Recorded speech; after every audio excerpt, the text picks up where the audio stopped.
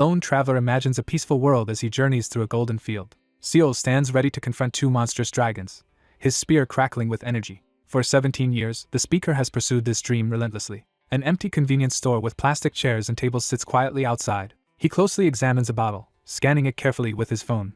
Hesitantly, Seol hands over his card to pay 15,000 won at the counter. With no stable career and limited options, he quietly survives by working part-time at convenience stores. Seol stands tensely behind the counter as two people tease him about dating someone. He reflects somberly on his quiet, repetitive daily life. For 17 years, the protagonist has been haunted every night by the same recurring dream. The dream has persisted unchanged for all 17 years. After a long day, the exhausted protagonist lies on his bed, reflecting on the stressful work he just finished. He thinks about living a difficult, unfulfilling life in a small, shabby room without a decent job. Lying on his back, he catches his breath while pondering the significance of his dream. The protagonist recalls first experiencing the dream in nursery. Stunned and alone, he finds himself swirling in a star-filled realm, trying to make sense of his new surroundings. A disoriented figure awakens in a surreal cosmic landscape, confused by the unfamiliar environment. A boy stands in awe before a massive magical castle appearing in his dream. Bewildered, the boy steps through a golden doorway into a mysterious, mist-filled place. A woman wearing a fox mask approaches and guides the newcomer. Masked guests fill a grand banquet hall as the masked woman enters. A masked figure prepares to start a dangerous game by rolling the dice. Masked figures select their champions eagerly around a glowing map table as a newcomer's arrival is announced. Suddenly, the protagonist finds himself in an adult body, dressed in formal clothes and a mask, questioning his transformation and surroundings. A masked figure in a suit invites someone to sit, blurring dream and reality. When asked his name, the uneasy newcomer responds with his nickname, claiming the title, Snowman. The masked figure sits before a magical, icy table. The masked figure commands participants to reveal the piece they intend to move. Startled by the revelation, he realizes he has been unexpectedly entered into the game. A character selection screen prompts the protagonist to choose a job and attribute for their piece. A hand selects the frost attribute, and the mage job on the glowing panel. A stunned young man watches as a magical figure bursts into being in a flash of light. A masked man in a suit raises a flaming hand, signaling the start of the challenge. A hand releases a glowing die, commencing the supernatural game. Masked men confidently face the armored beast as the tense game nears completion. Desperation grows as one fighter urgently urges another to roll the dice before being overwhelmed. Seol hesitates before rolling the large die, forced into a tense decision. A countdown begins, displaying 4 urgent tactical response options. He decisively selects the third option to immobilize Sharpthorn's foot with frost magic. A mage channels energy through his glowing staff, causing floating crystal shards to appear. A sword crashes into the ground, unleashing a violent energy surge. Powerful ice magic erupts as blue energy and ice crystals surge massively. A blast of blue magic strikes the armored reptilian enemy, shifting the battle's tide. Raising a glowing magical die, a masked figure seizes control. The character launches into action with determination. A heavily armored knight delivers a powerful sword strike against a monstrous creature. A spiked monster bursts from the ground as the armored figure braces for combat. A victory message appears as the group celebrates defeating the Sharpthorn chief. Seated on a throne, a masked figure announces the adventure's end to the unseen audience. A masked player is astonished by the game's unpredictable complexity and thrilling possibilities. The narrator explains that many choices allow limitless combinations of attributes and jobs. A masked figure eagerly invites Seol to join their group again tomorrow, surprising him. Renewed determination fills the protagonist as he decides to accept these strange circumstances and move forward. Each night, the protagonist escapes into the world of eternity among mysterious beings, though no one else believes his experiences. An angry outburst is directed at someone near the nursery building. Someone questions how one can repeatedly dream the same dream and interact with the same group every night as a portrait of Seol hangs on the wall. One boy warns another not to associate with their isolated classmate, heightening group tension. The narrator recalls sharing this story with friends at the nursery. The boy stands alone in the hallway, realizing no one believes him. Shunned and isolated for speaking of unbelievable things, the boy endures loneliness as his strange dream persists. Fatigue overwhelms the protagonist as he struggles to get up and prepare for the next task. Lying beneath the stars, he wonders if everyone has already gathered at his secret refuge. He slips seamlessly into the dream world and faces the enchanted castle. Seol enters the room and is warmly greeted by 2 people who have awaited him. Sitting uneasily at the glowing table, Seol faces masked figures challenging his promise to play with them. A resigned voice admits this is the only place left to be. A figure in a long coat and fox mask hesitates in space, fearing uncovering the truth about the 5 mysterious masks might end the dreams.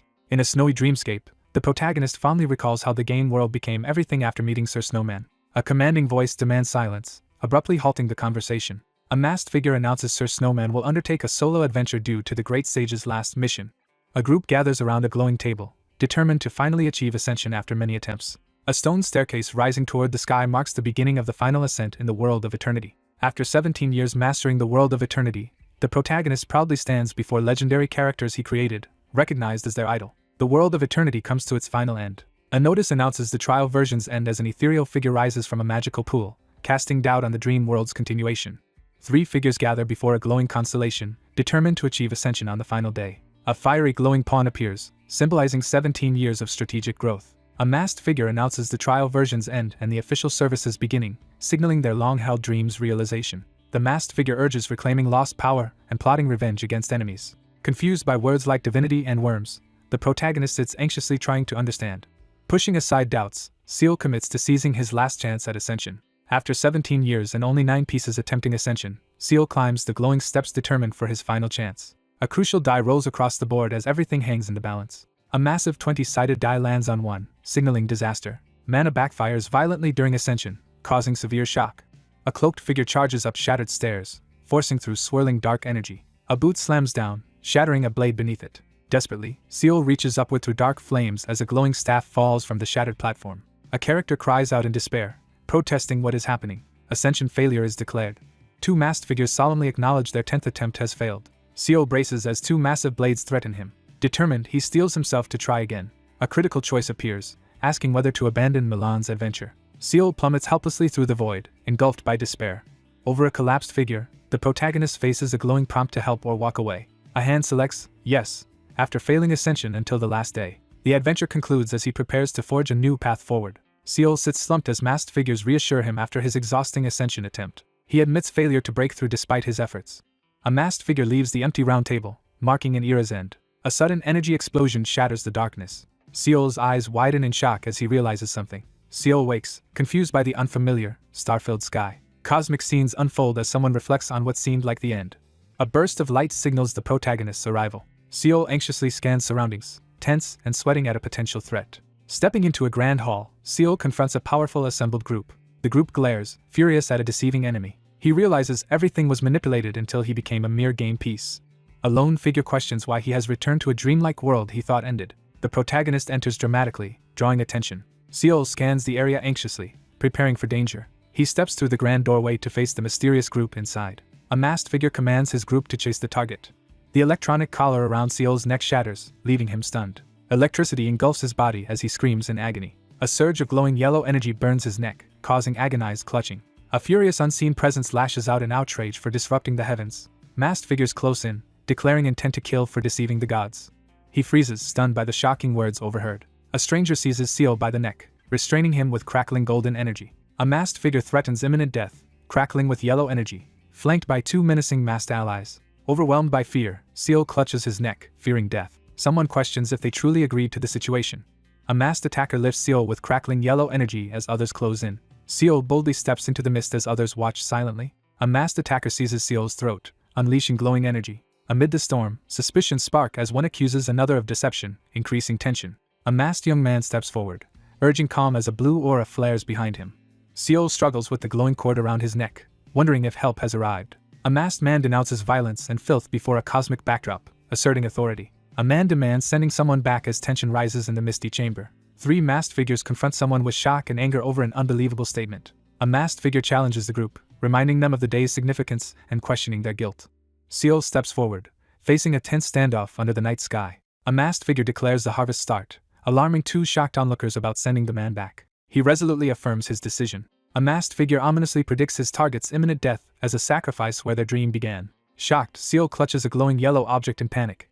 Seal is violently knocked down amid crackling energy and debris. Masked figures confront someone lying on the ground as glowing energy swirls beneath a starry sky. A masked man threatens his opponent with crackling golden energy while pointing downward. Enduring electrocution and choking, Seal realizes he has been betrayed. Seal reacts in shock upon hearing a tense question about Snowman.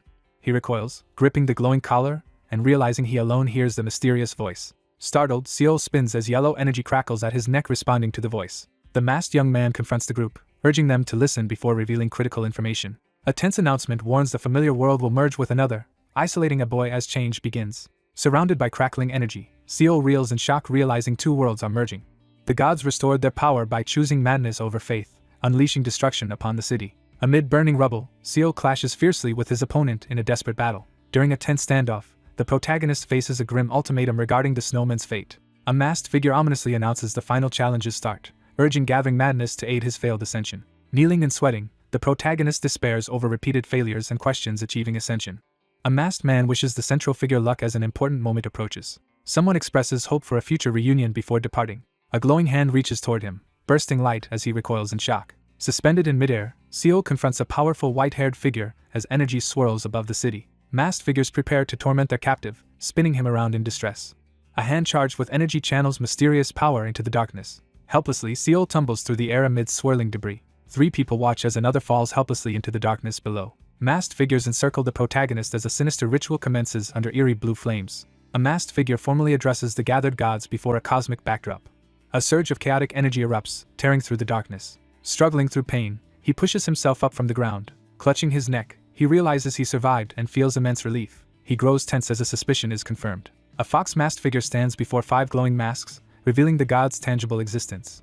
Disoriented in complete darkness, Seal anxiously tries to understand his unfamiliar surroundings. Suddenly, Seal realizes he has been transported into his dream's world. Bewildered, the figure discovers he is inside a game world as mysterious text appears. He realizes he has entered Pandia, the setting of the world of eternity. A blinding light engulfs him as glowing words announce his arrival in a new world.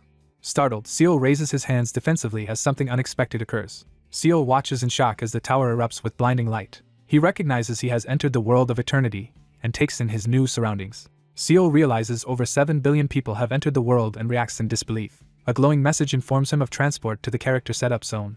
Seal stands in awe as golden light and floating symbols materialize before him. A prompt directs figures to set abilities before the first adventure begins. He realizes people from his world are appearing in the world of eternity, confirming the world's merge. A masked figure announces today the known world will merge with the world of eternity. The protagonist urgently acknowledges the truth and urges everyone to think carefully. In shock, he realizes the game he has played is actually real. Tension rises as the announcement breaks the silence. Overwhelmed, Seal clutches his head in distress under the harsh spotlight. A masked figure threatens an opponent with deadly intent. He questions his self-worth, recalling he once saw the world as others did. Doubt grows as someone urgently questions if they've crossed a line. A furious character confronts betrayal and rejection after learning the truth of deception. A withdrawn boy stands alone, excluded by others. 3 masked figures symbolize another painful betrayal. Under the starry sky, Seal questions the burden of his humanity.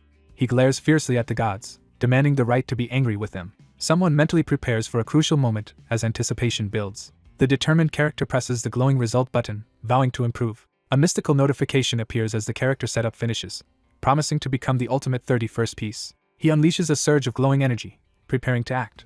A magical parchment announces Snowman's merging with the world of eternity, signaling a major shift. The narrative explains the world of eternity functions like an RPG on a game board. A lone figure reflects on how social class and character settings determine fate in the game world. Realizing death means permanent failure, he resolves to create a flawless character to ascend risk-free. A character reviews extensive options for choosing and specializing in multiple classes. Seal sits alone at the round table, determined to win without assistance. The protagonist reflects on an unexplored class whose purpose remained unclear. He selects Summoner under Mage, chooses Shadow attribute, invests all points in Wisdom, and picks Cooking and Perception talents. Considering the Summoner and Shadow attribute combination, he ponders creating a new reaction. A character presses the glowing Confirm button to finalize their chosen nickname. A new title appears as the character is transported into Pandia's world. Seal silently gathers magical energy as a powerful aura builds around him. Studying a glowing quest scroll, he learns his first mission is to survive deadly traps in ancient ruins within 6 minutes. The mission scroll warns the first adventure in the ruins of the Forgotten Moon is lethal and time-limited. He recalls the significance of the ruins of the Forgotten Moon. Standing before the ruined temple, he recalls how new users began adventures there. He remembers the ordeal was farcical, forcing him to endure relentless damage. Assessing a perilous corridor, he realizes lacking trap removal skills severely hinders him. The character examines a parchment detailing their Shadow Summoner class, abilities, and stats. Seal readies himself for the difficult task under the night sky. Standing alone, he regrets choosing his class as he surveys dangerous surroundings. Standing beneath the cold sky, he accepts being drawn into the game's scheme. Realizing loss of control, the character grows anxious about his uncertain situation. A cloaked figure approaches the ancient door at the ruins' entrance. Faced with the ruins, he must choose between door or lever to proceed. Seal jolts in surprise as a glowing notification panel appears. He examines the menu and carefully considers how to open the massive stone door. Grasping his glowing sword, he feels relieved the rules remain unchanged from trial to official. After assessing, Seal resolves to move forward with new determination. Methodically, Seal operates the left lever and prepares to pull the right, following his routine. A hand grips a cylindrical rod as memories and decisions weigh on the character. The massive stone gate opens with an energy surge as the speaker expresses confidence. Seol steps through the dark doorway, holding his glowing staff. Sensing danger, he hesitates before peering into the shadowy corridor. Cautiously, Seol explores the dim hallway. He faces a magical message offering 6 tile options as he prepares for the first trial. He recalls confronting the ruins of the Forgotten Moon's first trial. Carefully, he studies the order sheet and prepares to cross symbol-marked tiles, aware that mistakes are deadly. A deadly trap activates, flinging him through the air amid flying debris. Standing at a high ledge's edge, he knows one mistake could cost his life. Confidently reviewing the glowing list, he relies on knowledge of talents and hidden choices. A man focuses intently on a glowing crystal, reflecting on memories. He studies a clue about a password written before the trial. Unable to understand ancient inscriptions, he acknowledges lacking the needed skills. He reassures himself he recalls essential password parts. Contemplating a celestial allegory, he sees images of lion, sheep, wolf, and moon in the night sky. He analyzes the puzzle, recalling the order to step lion, wolf, moon, then sheep tiles. Standing alone, he reassures himself that maintaining order ensures safety. Studying animal symbols on the floor, he searches for clues. Bracing himself, he charges forward with determination. His foot slams onto cracked wood as he steps forward. Using his staff, he cautiously tests a rune-covered tile, ready for traps. Stepping firmly on a rune-marked floor, he activates a mysterious sigil. Seol channels magic through his staff in the ruined hall. Confident, he agrees to proceed. Seol charges across the fractured floor amid energy bursts. He cautiously tests trap-engraved floor as he advances in the shadowy corridor. Smirking, Seol revels in his easy accomplishment. The first trial is flawlessly cleared, upgrading the copper chest to iron and allowing adventure continuation. He hesitates, realizing stopping now yields smaller rewards. Resolute, he steps deeper into the shadowy corridor. A cloaked figure approaches the moon ruin entrance. One that greed without limits leads to ruin. Seol surveys from behind a stone wall, gripping his glowing staff. Pausing at the tunnel entrance, he confidently reviews his plan. A torch flares to life, lighting the stone wall. At the torchlit corridor entrance, he prepares to face the second trial's tile trap without tricks. Startled, he sees the hallway is much longer than expected. A scroll reveals strategies for safely crossing a trap-filled tile path. Realizing his lack of skills precludes avoiding traps with hidden choices, he plans accordingly. Suddenly, he notices something unexpected and looks aside in surprise. Peering through a broken window, he is lost in thought. He pulls down his collar, revealing the dark scar left by the thunder mask. A masked figure, flanked by 2 others, raises a glowing hand vowing revenge on enemies. Stepping boldly over a glowing threshold, Seol advances with determination. A foot slams down, signaling a powerful entrance. Seol hesitates, unsure if his memory of the tile sequence is accurate. Cautiously, he ascends a dim staircase gripping a blue flame torch. Sweat slides down Seol's cheek as tension fills the air. He stomps forcefully on the ground, signaling decisive action. A massive energy blast tears through, obliterating everything.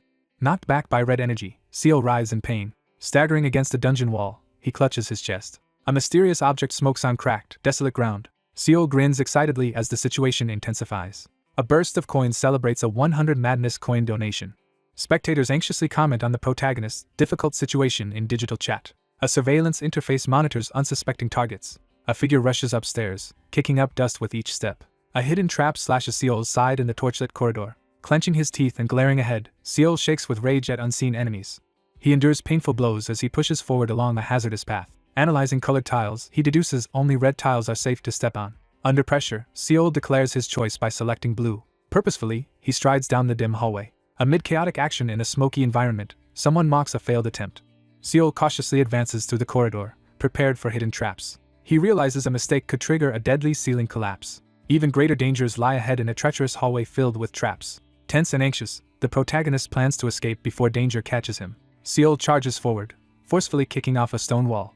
Rushing down a dim staircase, Seol is startled by something unexpected. Unexpectedly, a character accelerates down a hallway, confusing onlookers. He smirks as a crucial realization dawns. He races down the corridor, expertly dodging traps as analysis confirms his success. Analyzing tiles, he searches for repeating patterns to outsmart traps.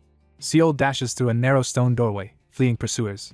Noticing poorly made traps, he complains in frustration. A notification proclaims the second trial cleared, upgrading the silver reward to gold. A silver box transforms to gold, offering a final selection to conclude the adventure. Hesitating, he realizes choosing a reward means ending the adventure.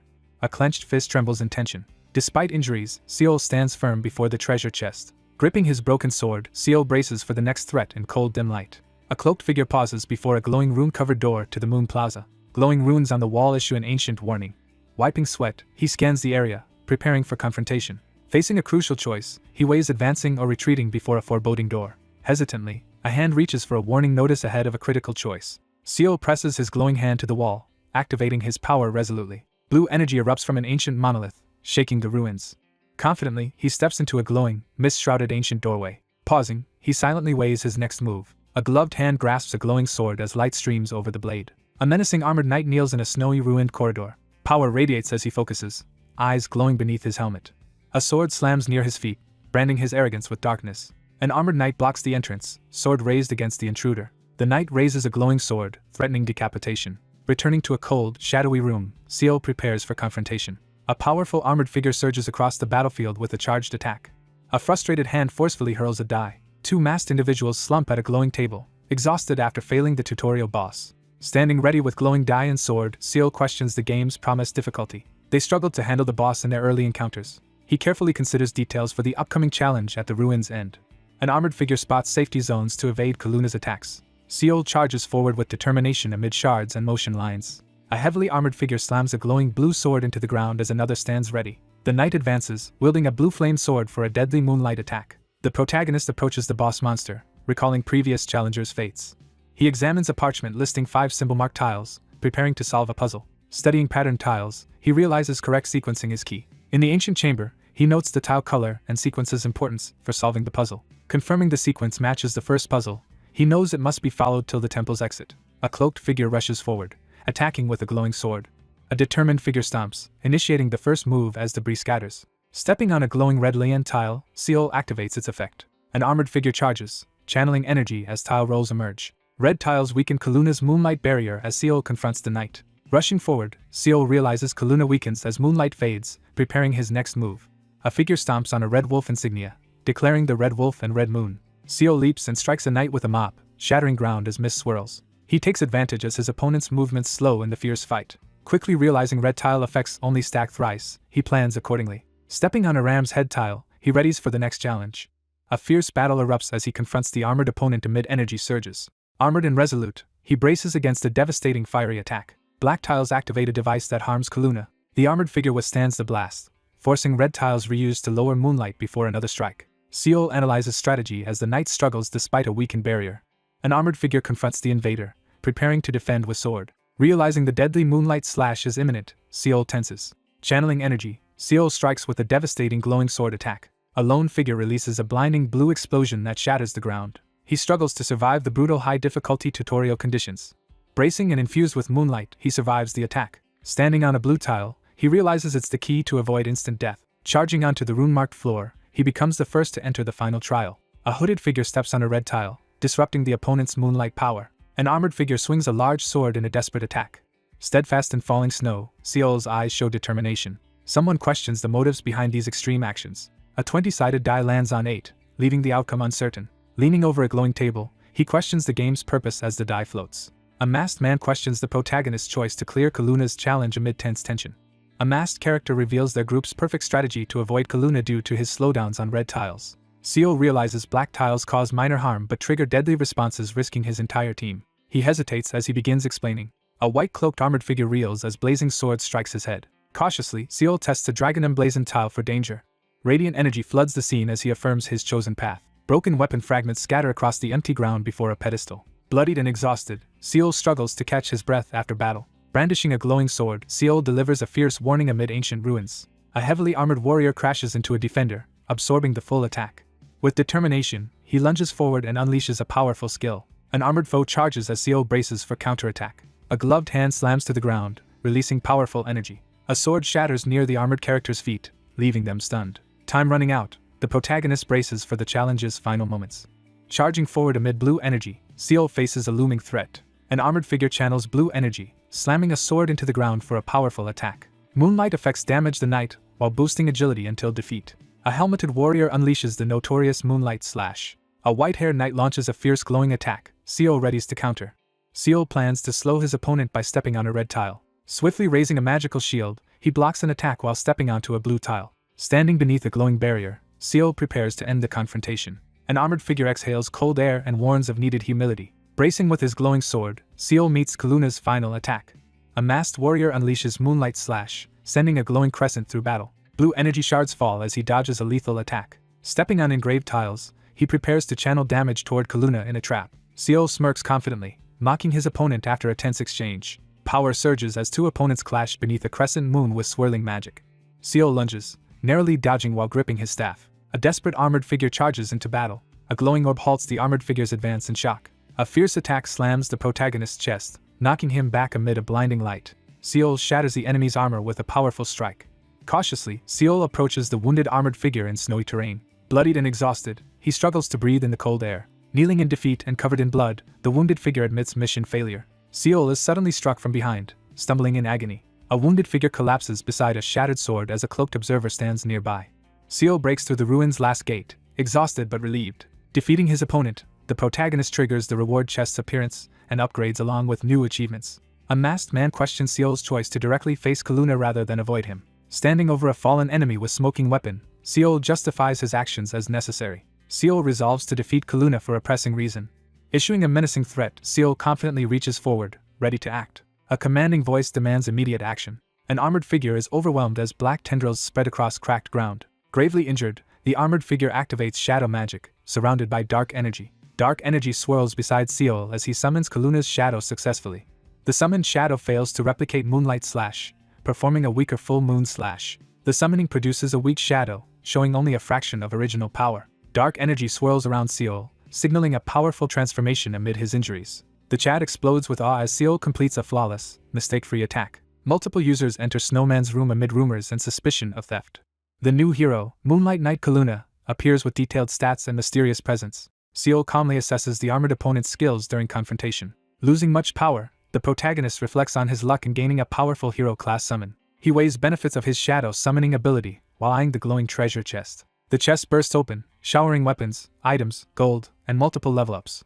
Reviewing stats, the protagonist considers how leveling up affects his abilities. Retained stats are allocated to wisdom to maximize the shadow summoner's potential. After inspecting the Moonlight Sword stats, the protagonist decides to return it to its original owner. The stoic knight equips the glowing Moonlight Sword, gaining new power. He weighs the high cost of independently growing summons versus their long-term value. He acquires the Full Moon Staff and considers the importance of its wisdom stat. Reflecting, the character notes summoning boosts loyalty, charisma, skill growth, resurrection success, and enlightenment, suiting an elite summoner. A hand examines the rare Seed of Moon, contemplating its hidden power and secret enhancement methods. Seal prepares to claim a new title while examining a glowing staff and floating parchment. Reviewing the parchment, he considers the new title's special benefits. The inspection ends safely as two figures remain inside a magical barrier. Seal confidently prepares to face the next challenge amid magical energy. A portal bursts open between stone pillars, signaling a new adventure's start. A new adventure titled 5 Amicable Brothers is introduced. In Pandia's southern sharp stone mountains, hideous trolls dwell in shadowy wilderness. The Rock Canine tribe is introduced, known for ruling through a blood-stained ritual. Orc leader Jamad the Tyrant is introduced as the antagonist. A deadly mission is assigned: eliminate a Rock Canine leader by any means. With a ticking countdown, he sprints urgently through tall grass toward his goal. Seal calculates reaching the safe zone by morning if he leaves around noon. A cloaked figure pauses in the forest, considering rest rules amid the ongoing adventure. Standing in grass with a glowing staff, the protagonist assesses difficult terrain and guards, preparing for a challenging ascent. Seal examines his glowing staff outdoors, curiosity evident as he pauses to speak. Arriving alone, he wonders why no one else has appeared for the dangerous quest. Steeling himself, he prepares to act quickly before time runs out. A countdown timer shows just 20 minutes and 47 seconds remain. Seal realizes the mounting intensity due to the new time limit. He questions the ambiguous time limit, sensing something unusual. A party death notification appears, alerting the group. Frozen, Seal watches a red warning signaling a party member's death. He discovers he is the only surviving party member. Frantic messages flood the screen, warning of danger and disaster. A guard post in the mountains stands surrounded by smoke after an attack. A tattered green flag flies over the wooden fortress at dusk. Watching from behind barricades, he notes the enemy's use of green flags signals intrigue. Battered figures sit beneath ragged festival flags, revealing the area's poverty. Seal crouches in shadows, tense and alert for his next move. Wounded and exhausted, the protagonist collapses from pain. A gruesome battlefield filled with impaled corpses emerges under a blood-red sky. A wary figure studies enemy attire for clues about their composition. A bloody priest stands wounded. 3 victims are found brutally impaled on a spike. Evaluating a failed team, the protagonist notes better knowledge could have led to success. Resolving to move forward, he dismisses regret. Alone, he crouches beside a wall, analyzing limited strategies. He silently weighs the risks of dangerous strategies. Studying the quest prompt, he considers next actions in the Rock Canine's village. A countdown timer appears as he resolves to tackle the challenge alone. The world of Eternity's future changes based on participants' actions and methods used. A dense shadowy forest sets a tense atmosphere ahead. Seal cautiously enters the shadowy forest, scanning his surroundings. Crouched, he carefully considers his first option. An order is given to attack rock canine houses from the bottom up. Overwhelmed, Seal realizes even summoning Kaluna might not ensure safety. Considering a night raid, he moves cautiously, recognizing being alone is ineffective. He searches for information, gripping his staff. He considers which crucial information to seek next. In the shadowy forest, Seal focuses on a crucial mission involving rock canine exiles. 5 rugged mountain peaks rise as the rock canine tribe's domain is marked on the highest peak. Rival tribes claim other peaks, raising their banners. Minor characters occupy the mountain peaks, setting the adventure's stage. Gripping a tree trunk, he decides to focus on the exiles and begin the adventure. Seal investigates a forest clearing, learning exiles hide at the lowest peak. Carefully advancing, he searches for traces with a glowing mirror. 2 bells tremble in twilight, breaking silence.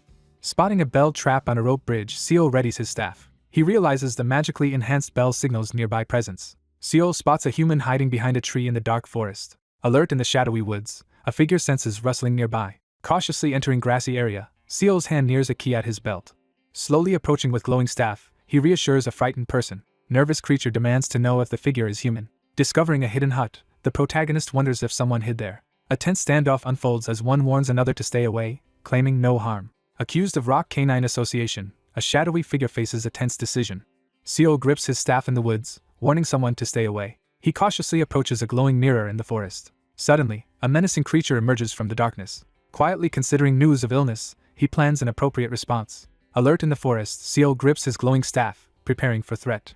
An injured hand extends to reveal a severe contagious illness. A creature warns to keep distance due to illness. Menacing figure raises clawed hands and issues hostile warning. Seal faces a decision about responding to the Forsaken One's infection. He steps closer, ignoring warnings about contagion risks. Recoiling in shock, a hooded creature sweats in fear. Seal urges open speech, ready to listen. The creature stares tensely ahead in silence. Lowering his guard, the cloaked figure leads Seal deeper into the forest for private talk. Calmly accepting terms, he makes clear he won't take responsibility for outcomes. Seal cautiously follows the limping cloaked figure through the dark forest. Someone leaves a crowd amid worried and judgmental reactions. Hidden among bushes, someone watches the quiet thatched hut. A storage area is stocked with dried herbs and firewood. A stack of old books is found on a wooden floor. Seal sits in an attic, admitting his interest in books is not unusual. Offered tea, the visitor politely declines, eager to hear a story first. A scarred orc hesitantly asks permission to tell his story. Someone downplays the importance of their actions. A deadly disease once spread from steep rocky mountains, grotesquely afflicting many. As trolls perished, the rock canine tribe established strict rules to stop its spread. Diseased individuals are escorted from the village as exiles. Seal hesitantly asks if someone was exiled but receives denial as a diseased arm reaches out. A tusked figure reveals his mother was exiled while pregnant. Rejected due to disease fear, the hooded figure walks away alone.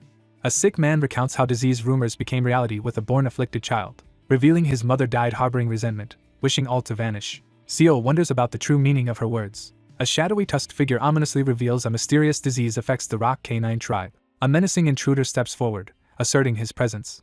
Seal anxiously asks if the disease is incurable after studying it. A diseased individual asserts the illness can be cured if ingredients are found. Seal admits failing to find the corpse finger mushroom in the mountains. A worsening disease spreads through bones, preventing reaching cliffs. He steels himself to announce his next move.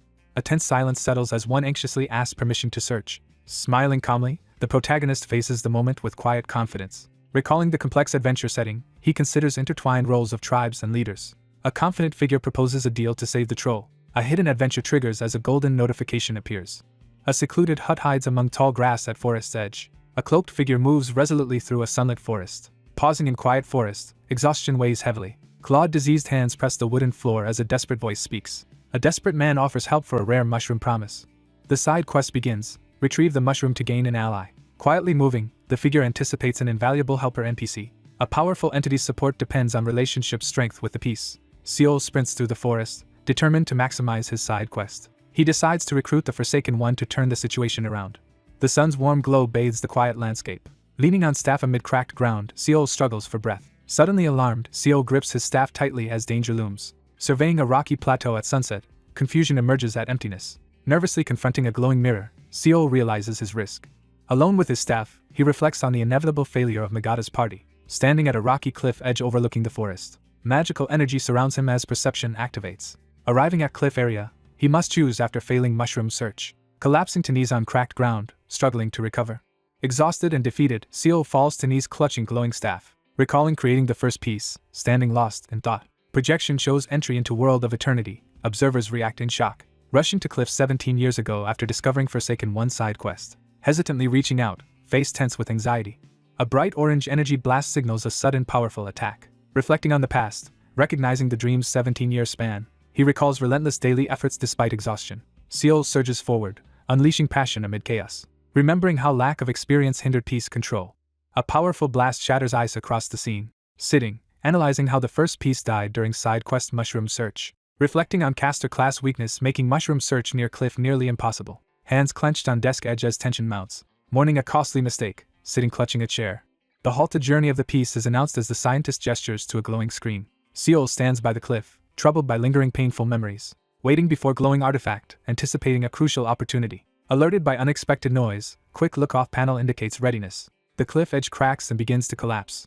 A monstrous claw bursts through wreckage as onlooker recoils in disgust. Seol walks down a cracked path, reflecting on research about the corpse finger mushroom. A mysterious flower emerges from the cliff at twilight. Pausing with bowed head, gripping glowing staff in contemplation. Standing on fractured ground, channeling dark energy as ominous force intensifies.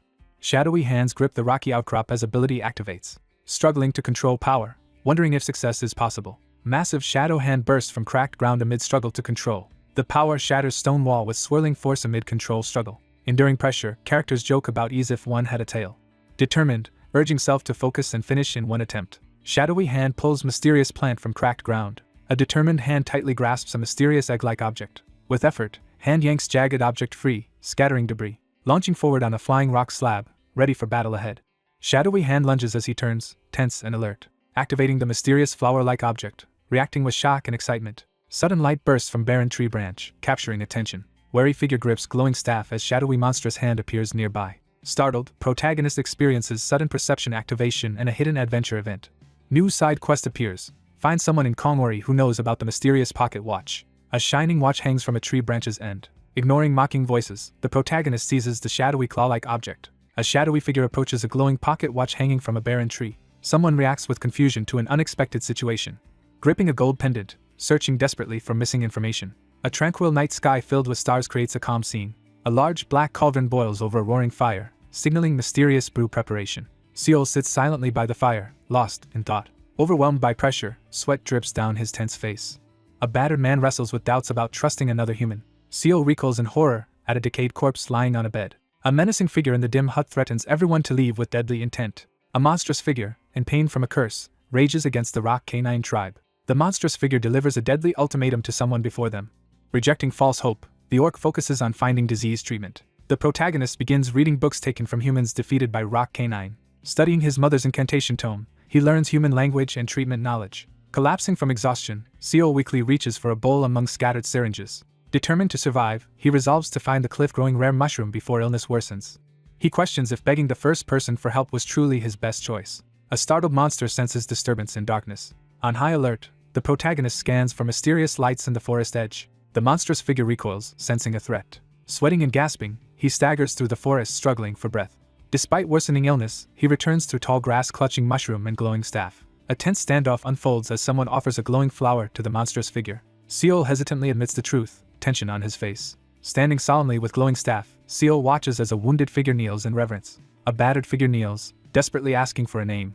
He stands firm, revealing his identity as Snowman. A mysterious creature hands a glowing object to the protagonist, offering immediate help. A scarred, tusked character silently acknowledges a debt to Snowman as snow falls. A glowing parchment declares adventure complete, announcing the Forsaken One as a reward helper. A solitary hut sits in a smoky clearing at dusk. Seol recovers from rotten branch disease with a permanent vitality increase. The Forsaken One has recovered and sits quietly by the fire as another watches. A tusked character offers assistance, and asks what is desired in return. Presented with 4 strategic options, the protagonist considers how best to defeat rock canines with offered help. After losing his party, Seol realizes direct combat is hopeless and considers infiltration. The tusked character contemplates a new strategy near the cauldron. A heavily guarded wooden fortress looms, marked by tattered banners and an armed sentry. 2 armored guards stand watch near the wooden structure. Seol hides behind a tree at dusk, observing 2 armed guards and preparing an ambush. Masked figures carry a sacrificial animal up a torchlit mountain during the rock canine's harvest festival. Blood pours into a dark basin as the festival's unbreakable rule is revealed. At midnight, the tribe drinks animal blood around a massive cauldron as ritual. A sinister figure hands drugged potions for the cauldron to aid their scheme. Seol anxiously reminds another of a mother's warning while offering a bottle. Somber figure accepts their disappearance, resolving to partially fulfill wishes. A mission screen sets a time-limited objective to sabotage the harvest cauldron before midnight. After the hut burned, Male retrieved medicine from ashes to deliver to patients. A mysterious book with many empty pages is introduced. A hand seizes the mysterious book amid tension. Seol reveals his dream of becoming an archaeologist to explore mysteries. A menacing orc-like figure addresses the benefactor amid flames. A grave request is made to punish barbarism using the Star of Intelligence. The system announces a new aid, achievements earned, and a special title granted. Seol receives a magical notice granting an achievement and rapport-boosting ability. Seol examines a red potion bottle, preparing to use the nostrum. 2 special potions are explained. Red causes camouflage and disturbance. Blue induces madness and ferocity. Seol carefully opens a vial while holding another liquid-filled one. He rests against a tree at dusk, quietly drinking while holding his staff. Exhausted, he coughs violently as dark energy escapes his mouth. Seol freezes in shock, sensing immediate danger.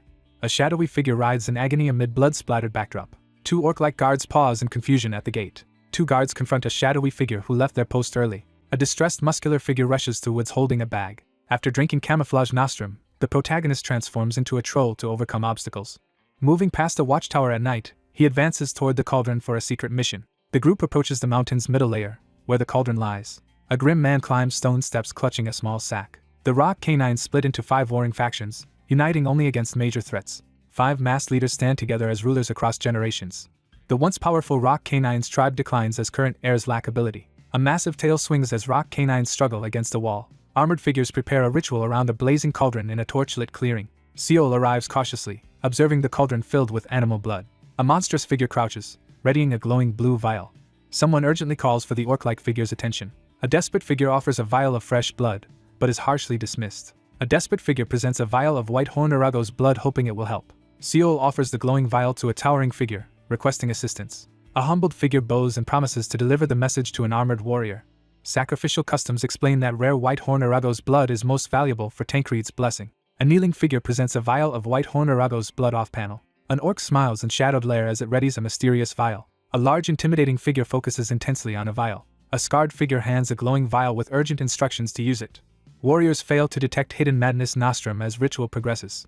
An orc pours blue liquid into the blood-filled cauldron, intensifying ritual. A shadowy figure sinks deeper into turbulent blood pool. The madness nostrum contaminates the harvest cauldron, dooming drinkers to insanity. A commanding figure signals raising glasses as midnight nears. Fur-clad leader leads ritual toast around massive cauldron beneath shattered stone ceiling. Warriors enthusiastically toast and prepare for violence amid rallying cries. A monstrous creature bears fangs, fiercely declaring the Rock Canine's way. A frenzied warrior crowd shouts, arms raised amid debris and embers. A victorious Rock Canine troll brandishes a bloody bone dagger. The cautious observer spots imposing enemy leaders by the fire. Seol listens warily as a tusked figure reveals warnings about the tribe's survival. A legendary troll with mountain power is introduced as that generation's shaman killer. The tribal chief appears, glares fiercely holding a blood-stained cup. Several figures gather tensely around a cauldron over open fire. The harvest festival was almost over. All the trolls drank the blood mixed with the elixir of madness. Among them were the leaders, and the strength of the effect may vary depending on the power of the troll. In an hour, everyone will be overcome by madness. Seol has definitely decided that it's time to leave, but only if unexpected circumstances don't interfere with the plan. Because tonight, the Stone Fawn tribe will disappear forever. Night falls quietly, illuminated by a crescent moon over the forest. Someone moves carefully through dense undergrowth into darker forest. Peering through foliage, the character discovers the Rock Canine tribe's hidden treasury. 2 orc guards stand alert outside storage as tension rises. A figure scouts forest observing troll tribe's valuables guarded by an unaffiliated keeper. 2 trolls stand guard wielding heavy weapons. The monsters recoil in shock and fear. 2 monstrous figures are seized by agonizing force. A monstrous figure lunges, wildly swinging a massive weapon. A devastating attack tears ground as bystanders react to overwhelming force. A towering warrior storms battlefield, shouting a deadly threat. A monstrous creature is decapitated by a glowing energy burst. Seol advances ominously, gripping his glowing sword. A scattered white-haired figure stands amid defeated enemies as Seol quietly approaches. 2 armored figures enter a wooden tunnel. The chest shifts slightly in a silent alley. A lone figure kneels before a massive chain door, gripping a battle axe. The wounded monster senses an intruder and confronts the threat. A resolute figure advances through a smoke-filled corridor toward enemy stronghold. Surrounded by red energy, Seol charges forward at high speed. A fierce blast slams into an armored opponent, driving them back. Blue energy surges from his eyes as he charges, overwhelming opponents. Seol strikes a large axe-wielding opponent with a glowing sword. The monstrous figure roars as a glowing blade slices toward it. Seol delivers a decisive slash to the monstrous enemy. Standing victorious over a fallen foe, Seol grips a bloodied sword as blue flames burn behind. Seol notes his opponent, though powerful, is weaker than before. Kneeling beside a bloodied, horned figure, he reflects on lost power. After defeating the rock canine treasure keeper, he claims the glowing rock key. Seol stands before a massive chain door, preparing to unlock the next obstacle.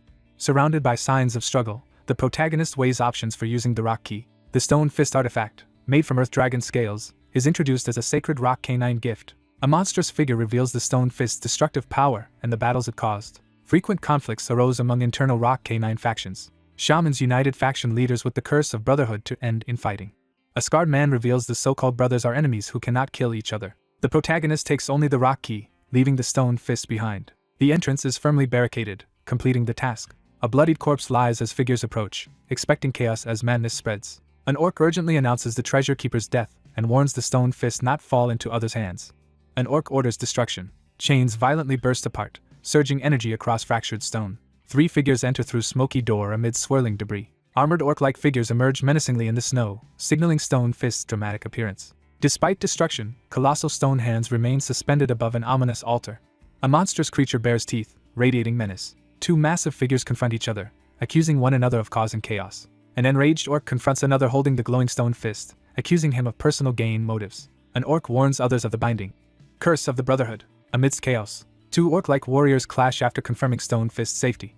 An orc brandishes a bloodied axe, reminding the tribe of its dire situation. One warrior grudgingly agrees to withdraw, warning reckless acts will provoke the entire tribe. A commanding orc orders a charge, assigning guards to protect storage and threatening thieves. An intimidating orc silently observes, maintaining tense vigilance.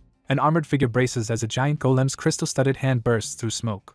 A powerful orc steps forward, radiating intimidating presence. 2 wounded figures lie motionless in blood-stained ruins post-battle. A lone figure surveys wreckage in a devastated cave. Struggling to suppress madness, a scarred figure forces control before addressing others. A terrified character is cornered at knife point as a glowing sphere approaches.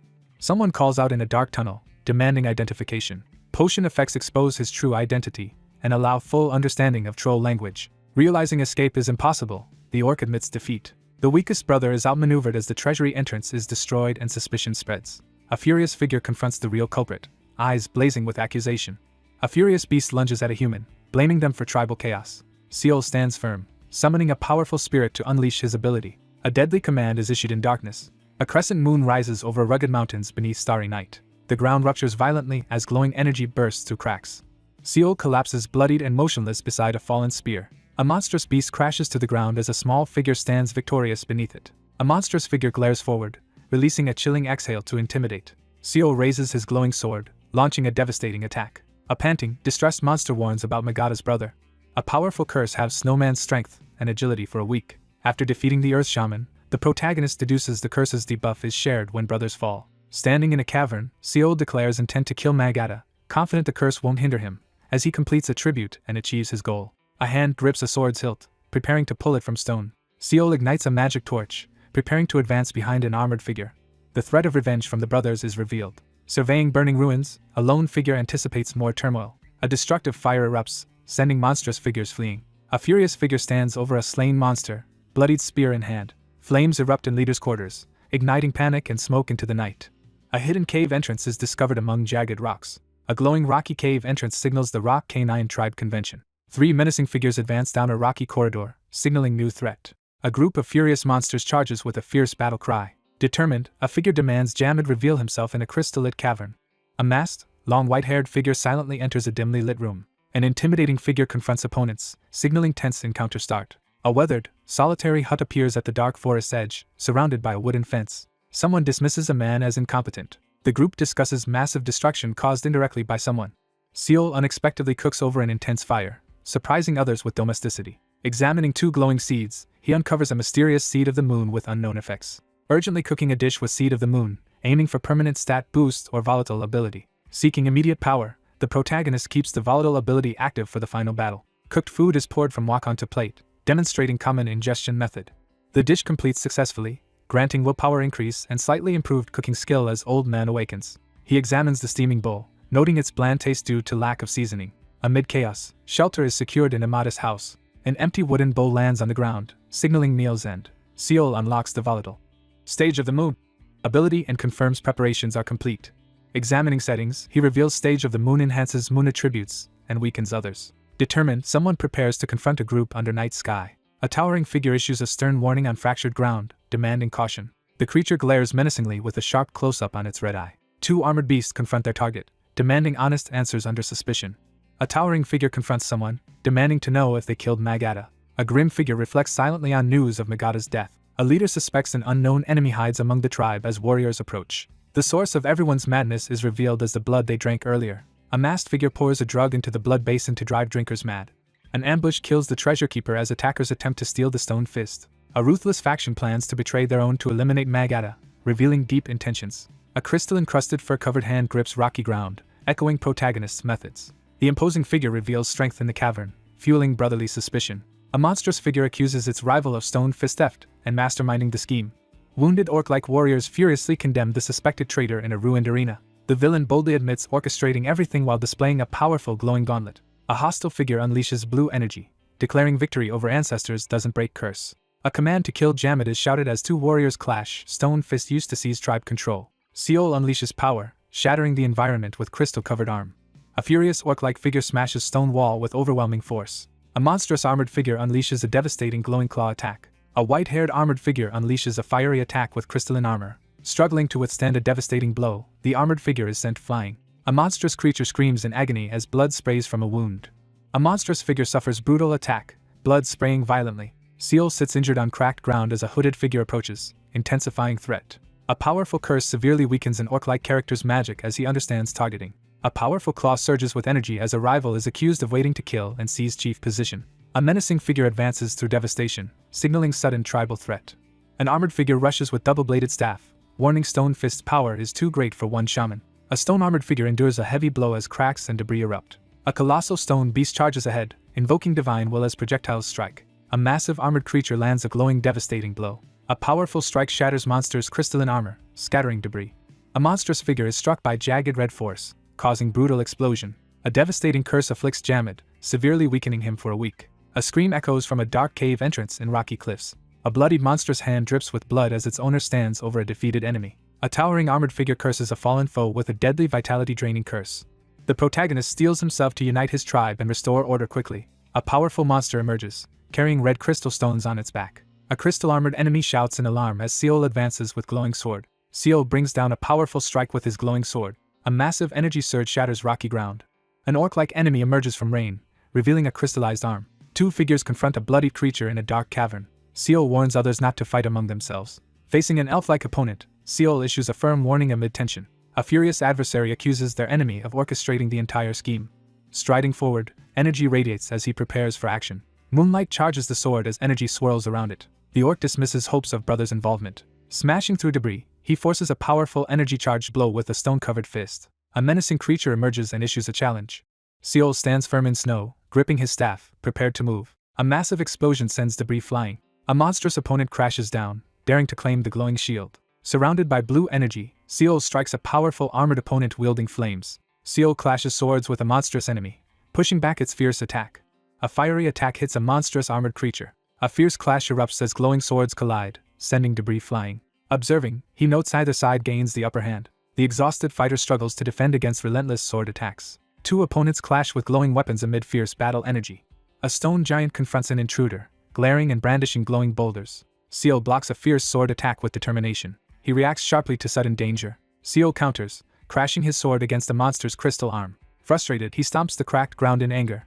Burdened by Shadow Summon's penalty, he prepares to face Jamad at reduced strength. Seol slashes wielding his glowing sword amid erupting energy and debris. He unleashes a forceful strike exploiting Jamad's curse-induced weakness. A towering armored warrior declares dominance amidst fire and rock. Seol is struck violently by a massive fiery stone gauntlet. A powerful figure glares, threatening the entire world. A battle-worn fighter slams ground with glowing gauntlets, overpowering an enemy. Seol unleashes a powerful energy burst with his sword. Desperate, the group stands tense before a magical mirror seeking to reverse their fate. As debris flies, the group braces for a charging creature's attack. Under pressure, a character insists on finding the right timing. A monstrous figure charges with energy to unleash a devastating earthquake. The figure roars, releasing a devastating energy surge. A powerful figure crashes, unleashing a shockwave of debris. Seol strikes ground with overwhelming force, scattering debris. With energy surge, he unsheathes his sword, ready to fight. A monstrous enemy leaps with blazing fists, launching a powerful attack. The creature charges amid fiery destruction. A flaming projectile catches Seal off guard in battle. Sensing danger, the protagonist watches as another blocks a fiery attack. The warrior's stone fist hits without usual recoil injury. Sensing power surge, Seal glances alarmed to the side. A fierce figure kneels, releasing overwhelming energy. A massive stone fist clenches, surging energy. Seal realizes stone fist strengthens the enemy instead of weakening. Charging forward, he strikes the massive armored foe. Determined, he swings glowing sword at towering monster. Seal unleashes a devastating glowing sword attack. He realizes opponent still uses magic despite recharge, hinting at hidden power. Stone fist transforms into mountain fist, unleashing overwhelming force. Discovering mountain fist as a variable created by World of Eternity in a guidebook. A monstrous figure charges through explosion as usual attack fails. Seal strikes decisively with glowing sword, realizing he faces Jammed. A massive bloody beast smashes ground, cracks spreading. A fierce battle begins as Seal charges the monstrous foe. Urgently, Seal warns of a new threat, gripping staff alarmed. Two combatants collide midair, unleashing energy surge. Seal thrusts glowing sword into armored opponent's back. A fiery explosion strikes Seal, leaving him battered. A shadowy figure emerges from snow and shattered ground, resolute post-destruction. Seal is slammed into a cracked wall by a blue-haired warrior. He crashes onto shattered floor amid flying debris. A flaming fisted monstrous figure bursts through ground. A battered figure lies face down, motionless after struggle. Seal hesitates before glowing strategy board, debating escape. A boy stands alone, lost in past memories. A giant adversary blocks adventurers as leader recalls past mistake causing danger. Despite odds, a determined man insists on holding ground, sacrificing only what's necessary. One clarifies he wasn't referencing players, causing others to question motives. Two armored figures stand in moonlit field, refusing to abandon allies. Two masked figures criticize reckless risk for pieces. A group gathers for mission simulation as one is challenged to prove capability. A grim rule declares those who do not fight or flee die first. Determined, Seal stands in rain, formulating a new plan. A masked figure issues ultimatum, urging snowmen to make a decisive choice. A man commands ally to attack giant Zuer's ankles during crisis. A masked figure smirks, gripping fiery energy, tension rising over snowman's sword attack. A bandaged hand releases a glowing die, risking everything on a slim chance. The die casts as the protagonist anxiously hopes for a miracle. A staff crashes into ground, smashing stone powerfully. An armored figure towers over defeated foe, gripping glowing sword amid darkness. The monster raises flaming fists, preparing a devastating final attack. Seal staggers to his feet, gripping glowing sword, scanning battlefield. Energy erupts as a figure activates a powerful sword technique, entering full moon phase. A monstrous figure launches furious attack amid blazing chaos. The foe unleashes dark power, threatening to overwhelm the defender. Clenching jaw in determination, Seal struggles against pressure. He swings glowing staff, launching fierce counterattack. Full moon ability activates, summoning a mystical scroll amid cosmic backdrop. Seal stands firm, channeling energy into weapon for last stand. A mystical parchment glows as stage of the moon activates. A warrior unleashes Jammed's landslide, shattering stone with force. Determined, he seizes glowing sword as cosmic energy swirls. Play begins as a lone knight stands beneath glowing moon and magic circle, raising sword dramatically. An armored figure charges, smashing ground with flaming fist. A powerful armored enemy crashes down amid flaring energy. Seal channels blue energy through sword as magic circle glows below. A massive tusked monster staggers, blood pouring from wound. Bathed in full moonlight, the protagonist unleashes power as others retreat. The enemy recoils in shock as events unfold unexpectedly. Seal urgently rallies ally amid swirling energy with glowing staff. Standing firm in pouring rain, blue energy crackles as he prepares. Power surges as the glowing sword is raised for a pivotal mission. A massive glowing crescent energy attack erupts, unleashing upgraded sword technique. A monstrous flame-shrouded figure charges, launching furious assault. A colossal energy blast unleashes overwhelming force. Wounded, Seal swings weapon fiercely to defend. A powerful explosion scatters debris across shattered landscape. A tattered banner marks a desolate rocky landmark amid mist. A battered orc-like figure struggles to catch breath after battle. Seal struggles to rise amid debris, energy crackling on injured hands. Bloodied, he confronts a snarling demon as tension crackles. Seal stands his ground and calls to the Shadow Summoner. The wounded beast collapses, begging as Seal stands with glowing staff. Bleeding and battered, the monstrous figure refuses to give up. A powerful stomp shatters ground, cracks radiating outward. Seal swings glowing sword down, wounding towering monster. A powerful grudge is cast as Seal stands over defeated enemy, gripping glowing staff. A harsh status notification announces a severe 1-week stat reduction. All 5 Rock Canine brothers and Mountain Shaman are defeated, leaving protagonist victorious and free of grudges. System messages announce upgraded rewards and the 5 brothers' defeat, indicating adventure's end. The adventure concludes amid excited in-game reactions and notifications. Seal receives achievements and titles, overwhelmed by rapid rewards and chaos. He is showered with 3 achievement titles and coins, surprising all. A silver-haired elf observes as a summon unlocks new powers, achievements, and a rare title, impressing the onlookers. Seal realizes that the ally had been fighting at only a fraction of their true power until now. All eyes follow as someone surges forward with unexpected speed. He considers the heavy cost of forcing monsters into servitude as shadow summonings. Seal lies bloodied and motionless on the ground while the speaker recalls being asked to take him. A dragon-shaped black chess knight crashes into the board, scattering the pieces and signaling the arrival of an unpredictable force that could either help or hinder the unfolding game. A hand reaches out uncertainly, unsure of the reason behind the action. A cloaked figure forces a wounded beast to submit, determined to finish the job. Seal braces himself as dark energy intensifies around him. Smoke escapes from the creature's mouth as it prepares to make its move. A powerful demonic shadow is summoned, successfully replicating rock armor and earthquake stance, though its strength is limited to 32% of the original. Standing amid shattered rocks, the man declares he has something important left to do. The true purpose of the mission is revealed, to collect the corpses of fallen brothers. A towering orc looms menacingly, exuding a powerful and intimidating presence. A spectral hand absorbs witchcraft energy from the fallen warriors, reducing the summoning's strength to 34%. A powerful figure activates witchcraft absorption, drawing in ominous energy as two observers watch warily. A monstrous figure absorbs witchcraft energy, reducing the summon power to 40% of its original strength. A monstrous figure reflects on their shared death amid the darkness. A menacing figure stands before the glowing mountain, declaring that it will trap everyone within. A thick column of dark smoke rises ominously from the mountain peak. Panic erupts as the defeated warriors flee the battlefield, abandoning their fallen and marking the collapse of their group. After breaking free from the rock canines, two secret labyrinths, frozen ruins and moving sky, are unlocked. News of the snowman's victory over the rock canines at Sharpstone Mountain spreads rapidly across Pandia, sparking widespread change. Snowman's reputation spreads throughout Pandia as merchants celebrate impressive accomplishments. The city of Kongori is liberated from the rock canines as its citizens honor the snowman. New adventures and secret quests are unlocked as the game's power structure shifts, granting all players access to new challenges and rewards. He considers how the game's world constantly transforms based on player achievements, ensuring it never becomes dull. The final, skull-adorned chest glows as the last major reward, Rock Canine's holy object, is revealed. A massive chain lock bursts open in a flash of blinding light. As rewards pour in, Seal is stunned to receive the powerful mountain fist among the loot. A powerful holy object materializes, granting extraordinary stats and abilities as the player celebrates the unexpected jackpot. A powerful warrior equips the mountain fist gauntlet, preparing for battle. The protagonist examines the stats of the new stone robe and equips it, feeling more confident with his upgraded appearance and abilities. A character obtains the root of spirit and decides to cook and try it later. Seal confidently assesses the outcome and feels satisfied with the rewards. Seal faces the cracked stone wall, gripping a mysterious staff as light surrounds him. A lone figure steps forward onto the glowing, rune-marked ground as energy swirls around. A sudden burst of magical light engulfs the group, catching everyone off guard. A panicked man shouts in confusion, while Seal silently assesses the situation beside him. A crowd frantically calls out for loved ones and answers in an unfamiliar, dimly lit place. The protagonist finds himself in a mysterious space and discovers a glowing parchment revealing a points ranking system. A new adventure and points ranking feature appears on the game screen, prompting curiosity about its addition to the official version. The leaderboard reveals a new top adventurer with a score of 327,600 points, far surpassing the other contenders. The group reacts with disbelief as they see someone listed with an unbelievable 320,000 points on the ranking papers. A character reacts in shock and frustration upon seeing a score of 320,000 points, overwhelmed by their own team's heavy losses and much lower score. An angry man demands to know the identity of the person with 320,000 points, insisting that he must understand the current situation.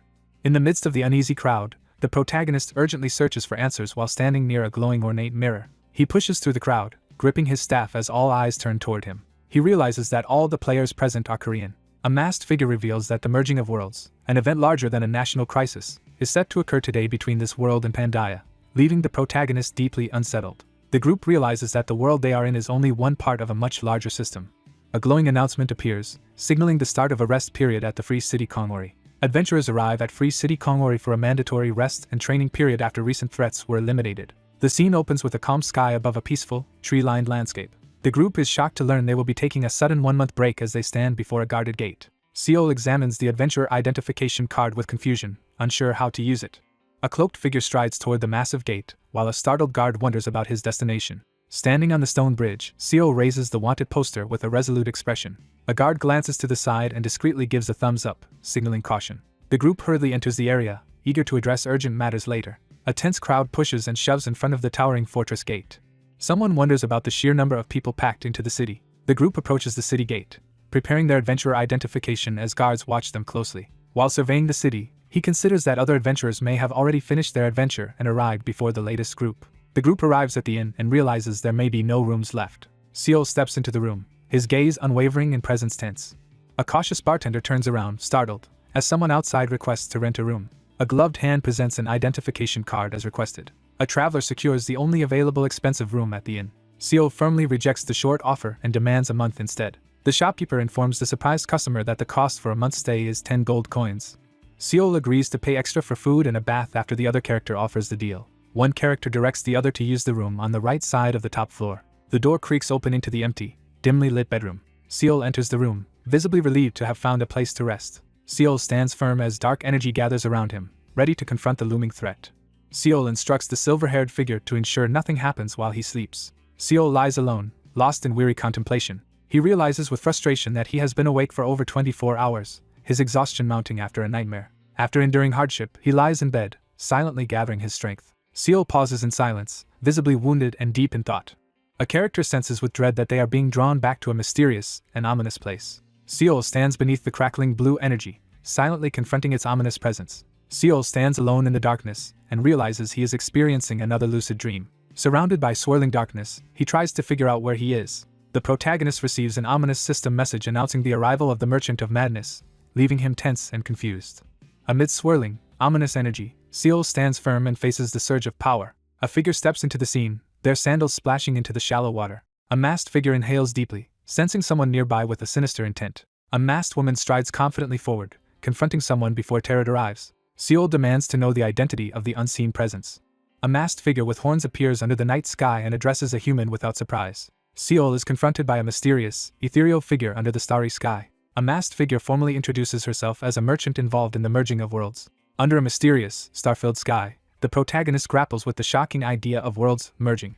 A masked figure hints at the complexities of trading with those who have been sold off as the protagonist demands clarification about his own fate. Seol hears that his owner has sold off the residents of both worlds during the merging, leaving him shocked and demanding to know who was involved. A masked figure reveals that beings from other worlds have been observing and mocking humans until recently. A gladiator lifts a bloodied sword, preparing to execute his unarmed opponent before a watching crowd. A bloodied figure collapses in the center of the arena as the crowd roars around them. A masked merchant explains that they trade items for accumulated madness, keeping a portion while giving a commission to those who facilitated the deal. Seol realizes the true meaning behind Corden's words during his confrontation with the masked woman. A sinister group reveals that gods profit from trading humans and residents of Pandia, turning their struggles into entertainment for another world. He realizes that Ascension is the only way to escape. The masked figure confidently admits to sharing the same madness and accuses the other of possessing an even greater amount. The protagonist stands in a glowing red pool, learning he has accumulated 3,000 points and questioning their significance. A masked figure raises a finger and explains the difference in how the amount is perceived. A glowing counter reveals that someone has accumulated an unprecedented level of madness. Seol listens as a trade is proposed, learning that his closest rival has died in the last adventure. Seol shouts to get the masked figure's attention as magical scripts glow between them. He surveys the glowing panels, discovering a large selection of items. A character faces an overwhelming barrage of glowing, rune-covered screens, struggling to process the excessive information. He pauses in front of the window, silently lost in thought. 2 magical storage items are introduced with descriptions of their abilities and limitations. A masked figure questions the protagonist's unusual selections, but he calmly explains that nothing else interested him. Startled and panicked, he struggles to respond to the alarming situation. The masked character clutches their chest in distress, reeling from a harsh verbal blow. A white-haired figure unleashes a powerful magical attack as Seol braces himself to respond. Sensing danger, the protagonist tenses up in the darkness, visibly alarmed. A glowing shadow flower materializes above an outstretched hand, leaving the protagonist in shock. A magical parchment reveals that the shadow flower allows its user to forcibly summon shadows against stronger opponents, treating the summoner as 10 levels higher, but fails if the level gap is still greater than 10. A masked figure presents a rare mystical flower, emphasizing its exceptional value and rarity to the customer. A masked figure offers the glowing shadow flower, hinting at its rarity and significance. Seol fixes a cold, intense stare on the nervous creature as it anxiously questions the price, after which he narrowed his eyes. Merchant was surprised that the price had not tripled. Unsure about the value of the madness currency, the protagonist hesitates and suggests an alternative approach. A masked merchant entices the customer with a risky offer: buy the shadow flower and receive an extra item, but the combined effect exceeds 600 madness. The masked figure demands a promise for a future transaction, insisting that no other similar deals be made until then. Someone insists on meeting in person during the next transaction, emphasizing the importance of showing their items. He confirms the transaction is complete and reports the successful delivery of the item. The masked figure departs with the threat, leaving behind the shadow flour, spice jars, and fresh ingredients. Seol lies awake on the bed, silently lost in thought as morning light fills the room. Seol jolts upright in bed, suddenly tense and alert. The character notices the bottle, flour, and pouch left on the table from when he was asleep. The protagonist observes that someone bought an item from a merchant of madness and begins analyzing the unusual system. The protagonist decides to turn an unavoidable situation to his advantage. After reaching the resting place, the character considers the unfinished tasks that remain. He prepares to allocate his saved points and review the next adventure. The scene shifts to a crowded room where several people gather and interact, as someone observes them to monitor the latest developments among the players. He considers completing the pocket watch side quest he received at the steep mountains. A gloved hand inspects the strange watch, but its connection remains unclear. Someone admits that their memories sometimes vanish, revealing a troubling struggle with memory loss. Seol sits on his bed, frustrated as he struggles to remember important details about his past adventures in the world of eternity. Seol stands by the window, puzzled as he questions why his memory seems unclear. Standing on the platform, he surveys the crowd below with caution, determined to remain careful for now. Panic spreads among the group as they question their location and the government's ability to help. Seol notices the group has grown closer but sees they are all in poor condition. Seol urgently calls out to get everyone's attention. He urgently calls for the group to unite and cooperate as tensions rise. A desperate man in a suit urges the group to stay united instead of splitting up and risking their lives. Seol stands at the front, urging the group to remember their struggles and losses as his influence intensifies. The group confronts each other with doubt and resistance, questioning the idea of uniting. The determined man explains that he assembled the group for a specific purpose. The speaker announces that the top performer in the adventure has chosen to remain anonymous. The man proudly reveals that he is the top-ranked adventurer. A muscular man appears in the street, immediately drawing the wary attention of everyone around him. Amid tense uncertainty, one person questions whether they can trust the man and work together. A determined man urges the group to rely on strength in this dangerous situation, presenting the armored figure as their most capable member. The group gathers outside, anxiously debating their next move. A man quietly smirks in the darkness, hiding his true intentions. Two men announce their plan to form an organization dedicated to protecting others and ask for support. He observes the newly formed groups, realizing that their unity may soon give way to individual ambitions. Seol stands apart from the group, openly declaring his distrust and indifference toward others. A child remembers enduring years of indifference and distrust at the orphanage, surrounded by disapproving adults. Surrounded by masked figures in a storm, the speaker declares betrayal by those once trusted. Someone tries to reassure themselves that the others will be alright despite lingering doubts.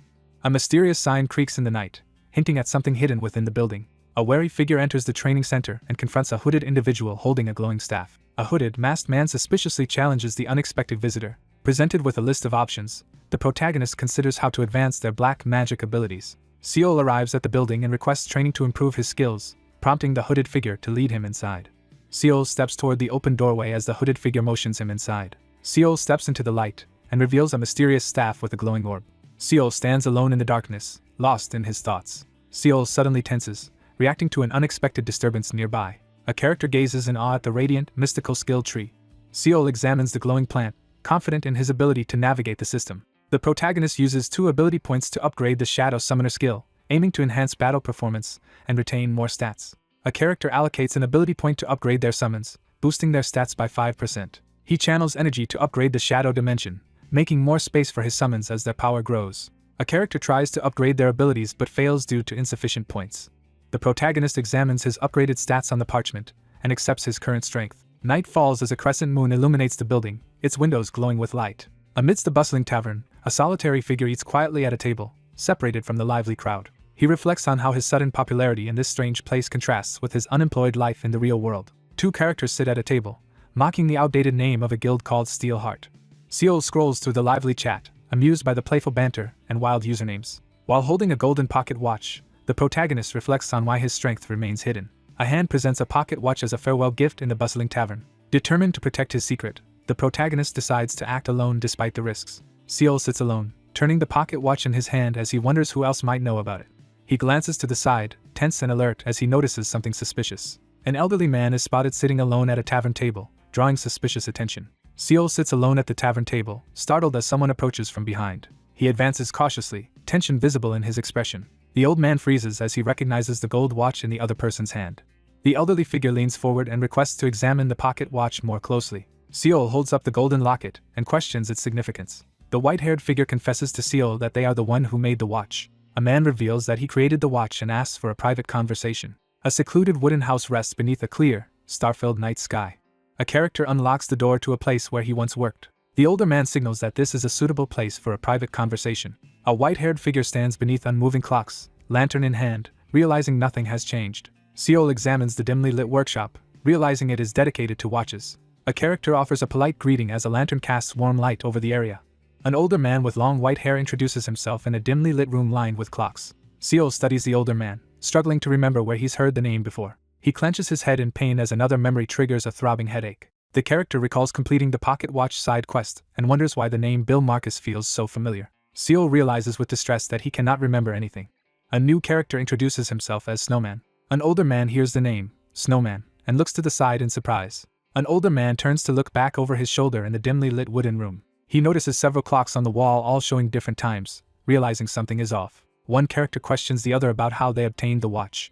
The narrator briefly explains to Bill how the watch was obtained. While searching for herbs in the steep mountains, a lone figure discovered a watch near a cliff. The protagonist stands by a rocky cliff, firmly assuring himself that what he said was true. The older man admits he withheld some information after realizing the discovery was made. Someone urgently demands information, intensifying the confrontation.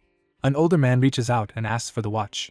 Examining the pocket watch, the speaker realizes the engraved name is his own. He recalls giving the watch to someone as a present 20 years ago. 20 years ago, she was taken prisoner by the trolls of Steep Mountain. He anxiously wonders what happened to her after enduring hardships to reach the mountain for her performance.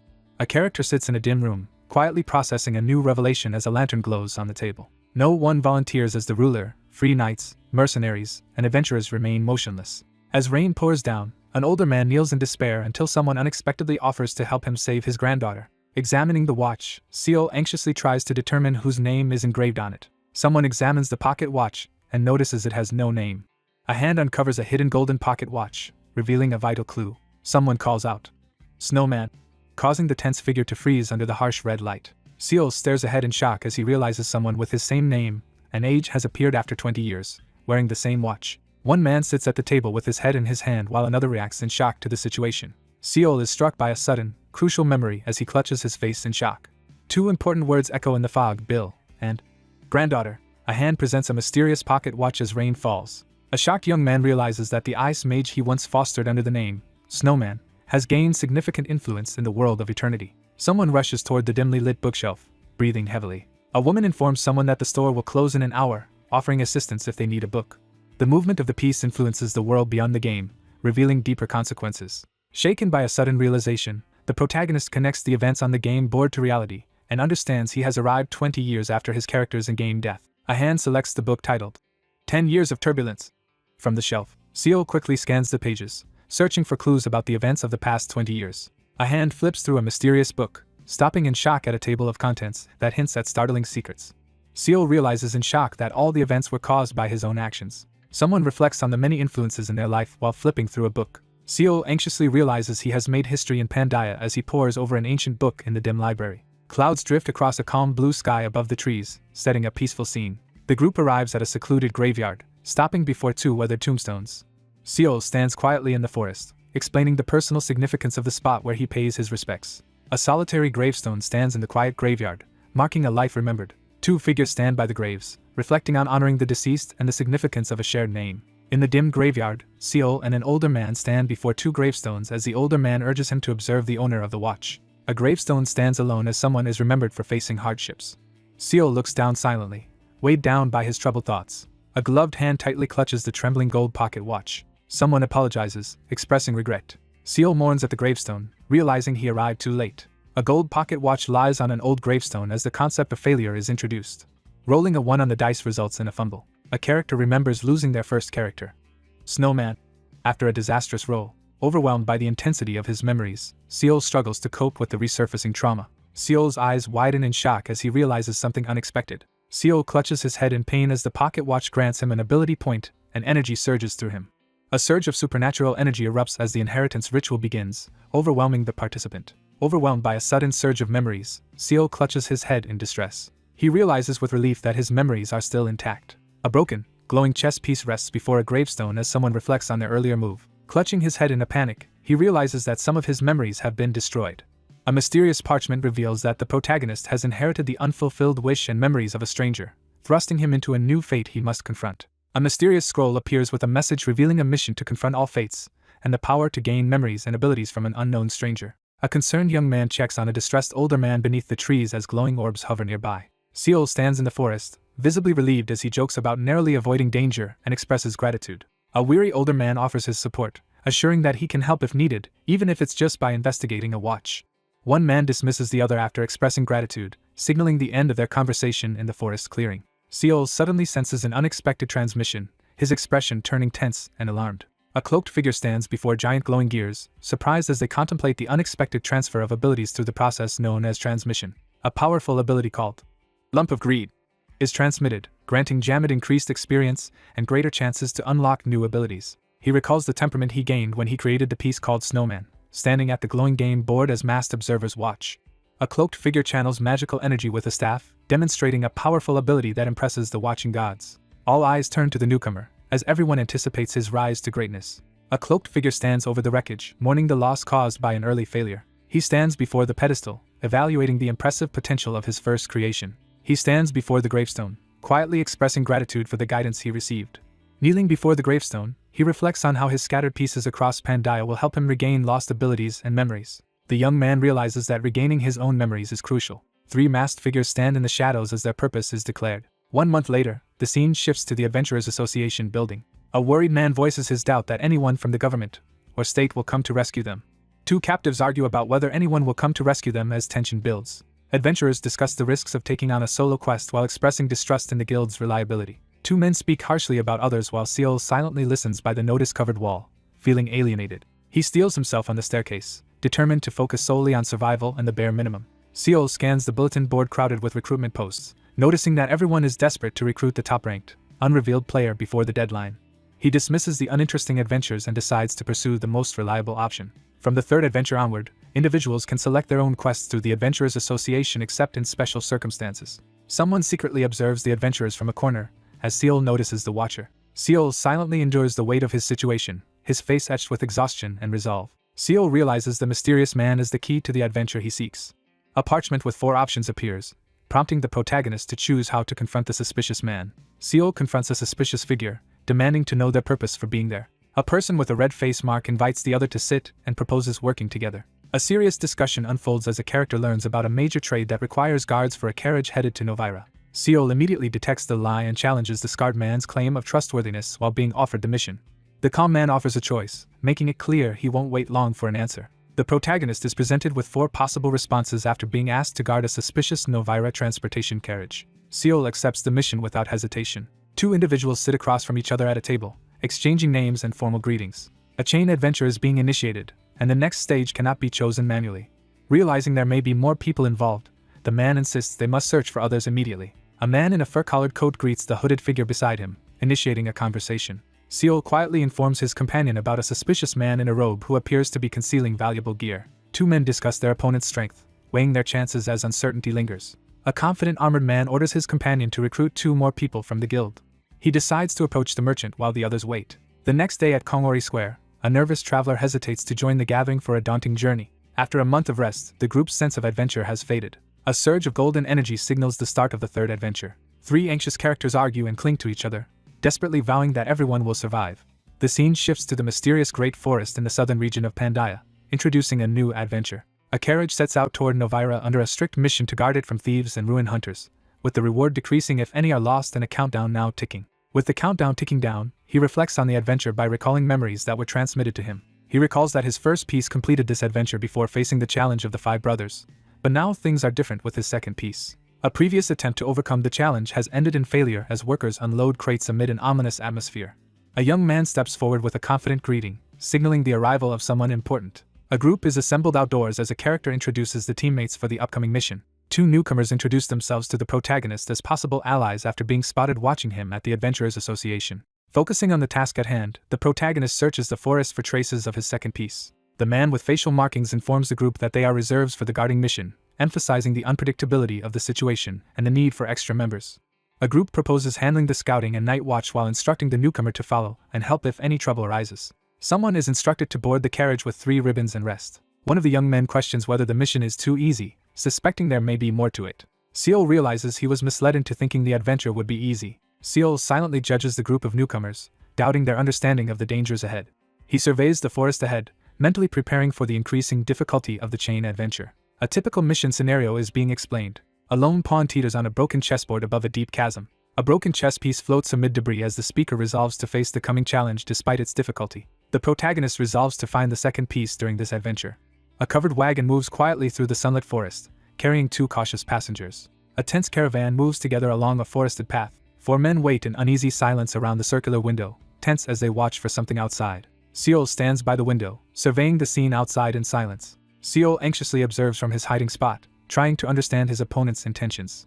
The protagonist realizes that the group of travelers inside the vehicle has started following him. The protagonist grows suspicious of the new group members, questioning whether they are sabotaging the game or targeting him for his equipment. Seol grins confidently, showing off his glowing arm as he mocks the challenge. 2 armed figures taunt the injured Seol as he lies defenseless on the ground. Seol turns and asks the other person about their job.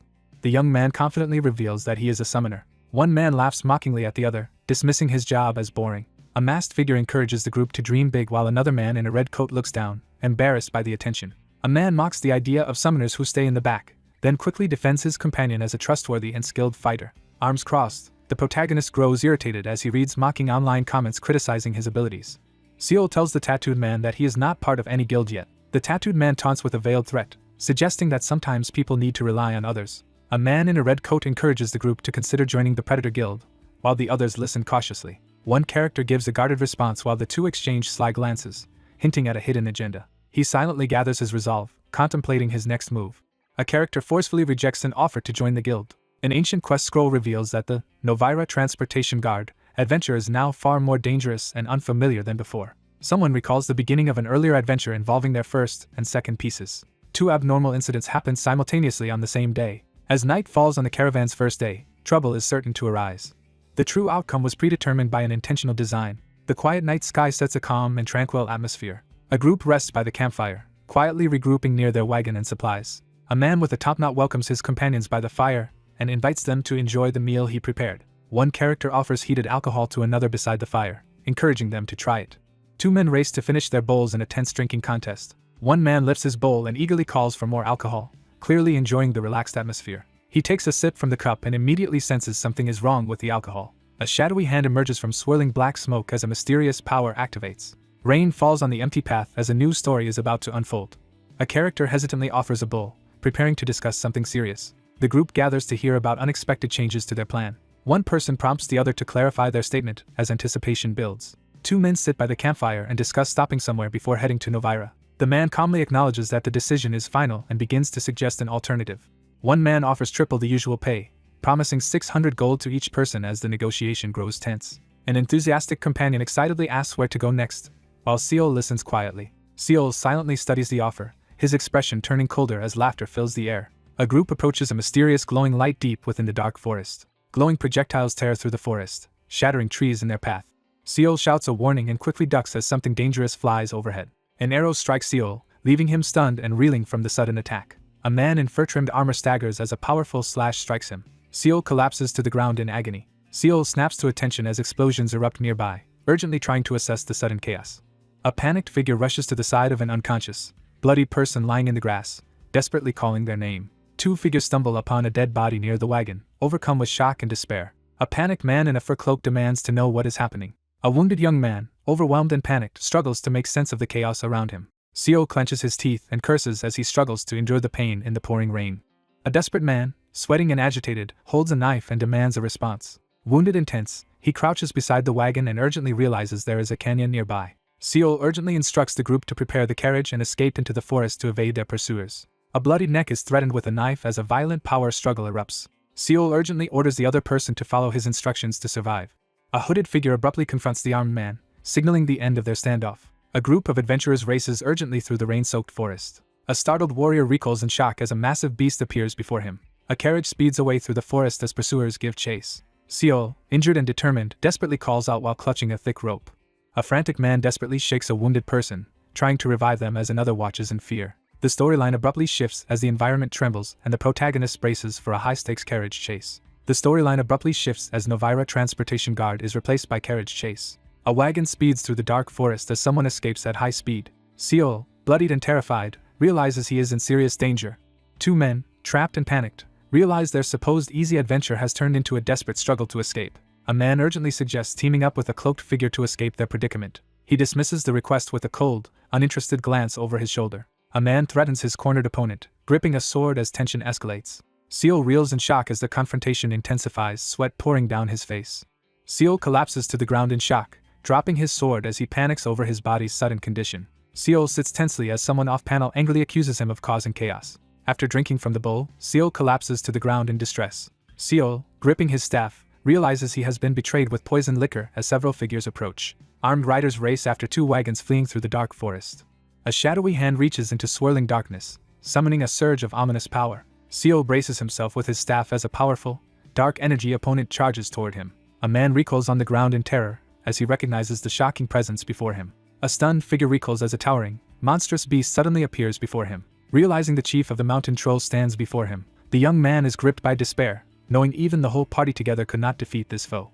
Shocked by the unexpected summoning, the protagonist demands to know how it was possible. Enemy cavalry surges forward through the fog, escalating the danger. Standing beside the armored beast, the cautious leader steps through the gateway and prepares to assess the situation. A muscular figure ignores the desperate pleas of others and walks away toward the exit at night. With fierce determination, he charges forward, refusing to back down. A thick rope snaps as two covered wagons race away into the night. Seo, bloodied and panicked, urgently braces for impact and warns others to hold on tight. A person steps into the undergrowth and is suddenly yanked off balance as a rope trap snaps around their leg. The cart hurtles uncontrollably down the slope as Seo desperately clings on. A broken wagon wheel rests in the grass, surrounded by scattered debris after the destruction.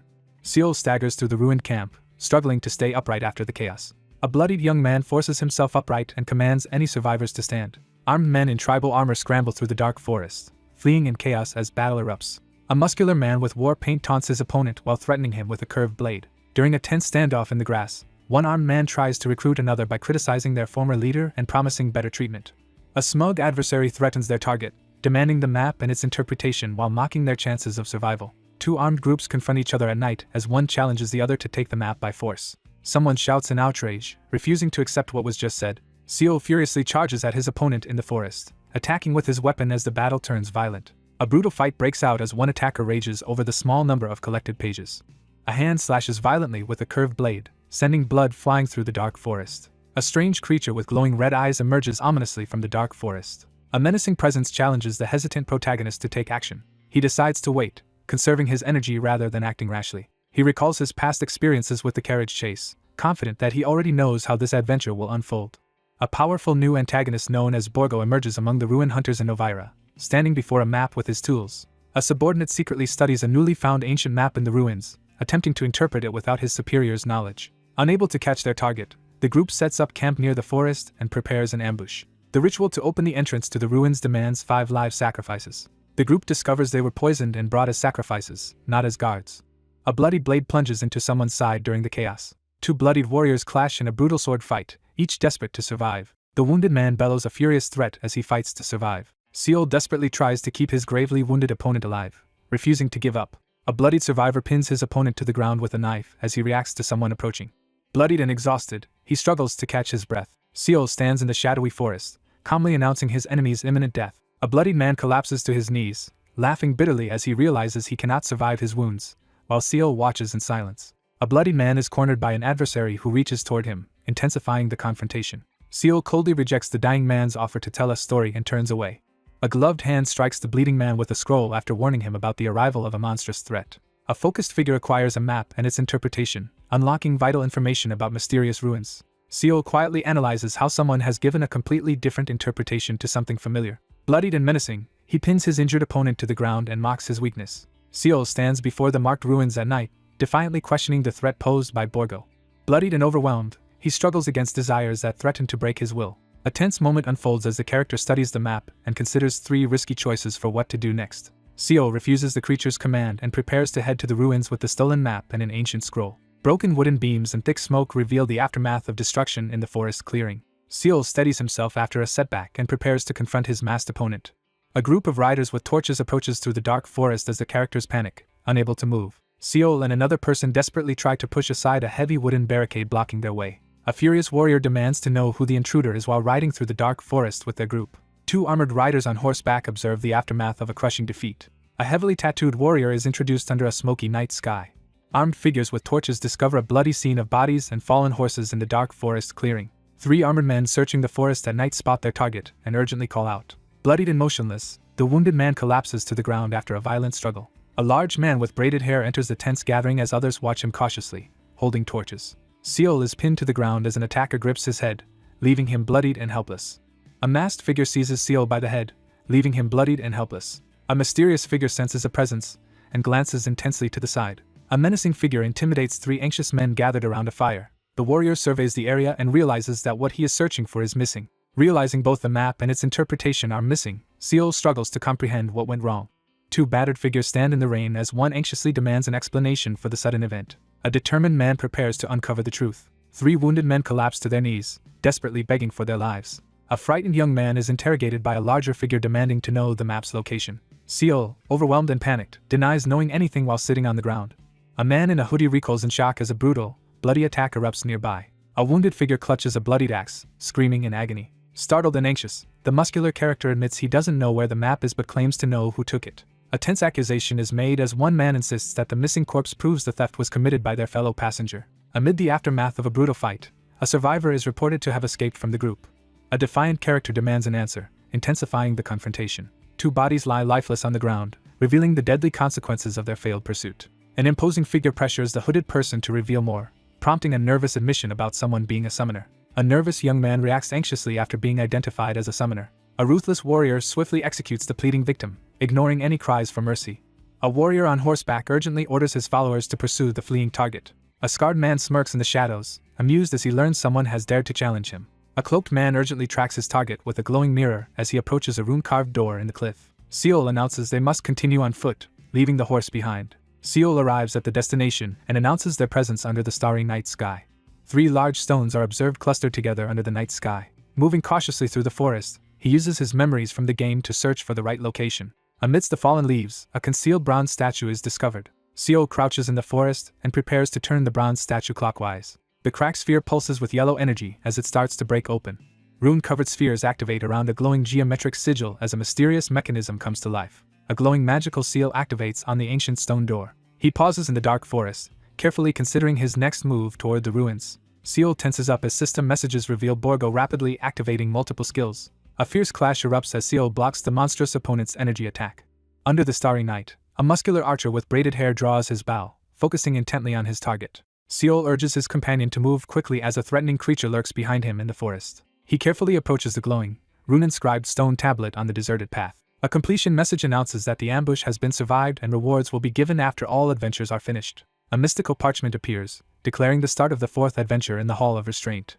After barely surviving the ambush and securing the targeted goods, the protagonist must now escape both relentless pursuers and the ominous Hall of Restraint before time runs out. 2 opposing views about the difficulty of the adventure are presented. The group quickly locates their target and prepares to move against him, sensing he is now in serious danger. He studies the sealed gate and the glowing mirror, searching for a way forward. Seal studies the ancient parchment and realizes that opening the gate requires 5 different bloods.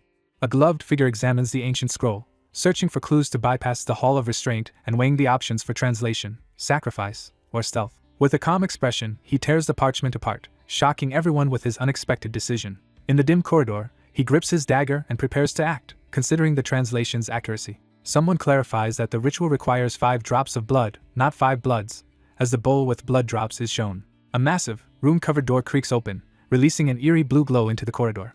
Seal stands confidently on the stone pathway, taking control of the situation. He steps through the dark doorway, holding the glowing object as he moves forward with confidence. A sudden surge of glowing coins signals a major donation, warning that the pursuers are closing in. A massive wooden gate blocks the path ahead. A sealed wooden gate radiates magical energy as someone approaches. A group of warriors enters, led by a formidable figure wielding an axe, their presence radiating menace. A muscular man halts by the stone wall, sensing the presence of blood and danger nearby. 2 armored figures stand in the rain as one excitedly announces the arrival of Kurjin. A nervous, horned man anxiously defends himself while being pressured to explain the misinterpretation of the ruins trap. A menacing figure advances toward the ancient pedestal, dagger in hand. A man recoils in shock as he discovers the black object in his hands is broken. One man anxiously warns the other that their secret may have been discovered. It is revealed that the translation of the ruins was incorrect. Blood has been freshly spilled across the surface. The tattooed man recoils in disbelief as the situation takes an unexpected turn. Seal processes the shocking news, trying to understand how his secret was discovered. A masked figure towers menacingly over a terrified character, forcing a frightened response. A scarred man urges his group to break through the ruins before their rival does. Footsteps echo through the empty stone corridor, signaling someone's approach. A glowing message panel suddenly appears, catching Seol off guard as he stands in the shadows. A warning appears, alerting the protagonist that a hostile group has entered the hall and is targeting both him and the treasure. A group of enemy warriors charges down the stone steps, led by a towering, confident figure. The ancient wall cracks and begins to shift, signaling an impending event. A spear pierces into the spinning gears, disrupting the machinery. Seol cautiously approaches the glowing, rune-inscribed door in the stone chamber. A corridor lined with arrow traps and walls covered in mysterious ancient text blocks the way forward. Confronted with several risky options, the protagonist carefully considers which action to take before the deadly traps. A weathered stone tablet reveals the sixth rule, urging humility, self-restraint, and gratitude for his Moken's grace. A gloved figure tightens their grip on a rough stone, recalling the moment they made this crucial choice before. Kneeling on the ancient stone tiles, the protagonist prepares to show respect through a ritual act. A stone is thrown into the trap-filled chamber, but nothing happens, confirming it's safe for now. A massive stone gate looms open in the ancient chamber, its presence signaling that the path forward remains unobstructed. A line of prisoners is marched grimly along the dark stone wall. A group of enemy warriors makes a dramatic entrance, led by a fierce-looking man at the front. He enters the empty stone room and realizes someone is missing. The group anxiously searches the dim room but fails to find the person they are looking for. A paranoid man clutches a folded paper and panics upon realizing that someone may have betrayed the group by colluding with another rival. A furious man shouts a warning as both men confront their opponent, threatening dire consequences if they fall behind. An intimidating man with glowing red eyes forcefully orders someone to stop. Two anxious figures prepare to discuss their strategy for getting through the room. After deciphering the parchment, the group prepares to crawl across the stone floor as instructed. The group debates how to safely bypass arrow traps, expressing concern about the time it will take and the risk involved. Two armored figures urgently debate whether to act immediately or confirm the situation first. The group realizes they are falling behind their rival. With a grim resolve, the figure decides to trust Kurjin once more despite their frustration. Several figures creep stealthily across the stone floor, staying alert and low. A horned man collapses to the ground in frustration, gripping a wooden scroll tightly. Seol clutches a map in the shadowy corridor, determined to survive Borgo using his knowledge of the ruins. The protagonist considers the two immediate threats before making a move. A horned intruder is caught off guard while gripping a wooden board. An armored man leans in menacingly, pressing for an answer. A nervous figure examines the ancient scroll and admits uncertainty about a previous prediction. Realizing the potential danger, the character considers that someone may now control the gates within the ruins. He freezes in shock as something unexpected happens. Bolts of energy smash through the stone wall, breaking the barrier. Two wounded warriors collapse as blood splatters and a mysterious scroll drops to the ground. Warriors brace behind their shields as a deadly volley of arrows rains down in the corridor. Two figures race desperately down the corridor, fleeing from unseen danger. A character stomps down with such force that the ground cracks beneath them. Survivors stumble through the blood-soaked courtyard, surveying the aftermath of a deadly ambush. The armored man slams his fist into the floor, reeling from unexpected damage. One man announces that Kurjin is dead, casting a heavy silence over the group. A bloodied corpse with an arrow wound is discovered on the cracked stone tiles, revealing that most of the crucial information came from him. A sinister figure smirks in the shadows, plotting their next move. A large, blood-spattered man erupts into mocking laughter, clearly amused and provoked by his opponent. A cloaked figure steps toward the dark doorway, gripping a glowing staff. The protagonist quickly pulls all three levers on the engine device in an attempt to shake off their pursuers. He confronts the fifth gate, preparing for what comes next. A hidden chamber without a door is discovered, and traps are detected inside. A set of options appears on a weathered parchment, prompting a decision on how to proceed without a visible door. Seol considers whether to move forward immediately as he plans his next step. Seol stands in silence, lost in heavy thought beneath the shadowy gloom. A lone figure steps boldly onto the dark, endless water. Seol advances purposefully across the glowing surface, gripping his illuminated staff. He studies the room intently, trying to decipher the meaning of the phrase written inside. Eyes closed, the protagonist steps forward along the perilous path, trusting intuition to guide him safely through the gate. A ritual is explained, revealing that priests must walk 8 steps with their eyes closed to honor the mysterious being Moken. He hesitates, gripping his sword tightly as tension fills the air. He steps forward, calculating whether his current height will affect his ability to match the priest's steps. He walks forward in darkness, mentally counting each step as he prepares for a pivotal moment. A lone figure steps forward toward the massive, glowing doorway. A series of gates are cleared in quick succession, triggering the appearance of a reward. As chaotic audience reactions flood the screen, the tension escalates amid confusion over the unexpected turn of events. Seol cautiously approaches the bright exit at the end of the tunnel, drawn toward the mysterious light. Realizing the final gate is near, the protagonist braces himself for the decisive challenge. A determined figure advances across the tiled floor, confident that they are nearing their second piece.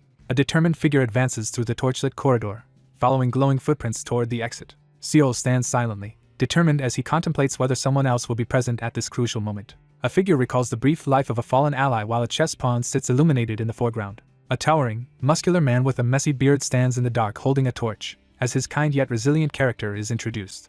Seol moves cautiously through the dim corridor, certain that Guerilla is nearby. The lingering mark of the first piece remains on the sharp stone mountains. A clue tied to the chained hourglass is discovered at the 10th gate of the ruin. Clutching his weapon, he moves purposefully down the shadowy stone stairs toward the unknown. Seol cautiously discovers a hidden location behind the stone wall. A massive door labeled the 10th gate looms at the end of a stone chamber bathed in light. Seol collapses onto the blood-stained tiles, wounded and pierced by arrows. Wounded and struggling to rise, Seol collapses as his opponent looms over him, counting relentlessly. A man is killed instantly by a devastating blow to the head. The group leaves the bloodied body behind and proceeds to their next target.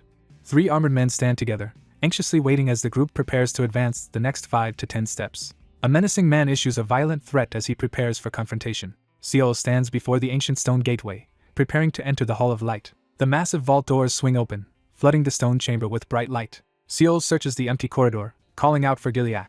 Startled, Seol recoils in shock at something unexpected off-panel. A skeletal figure in tattered clothes grabs the hilt of a sheathed sword, ready to draw.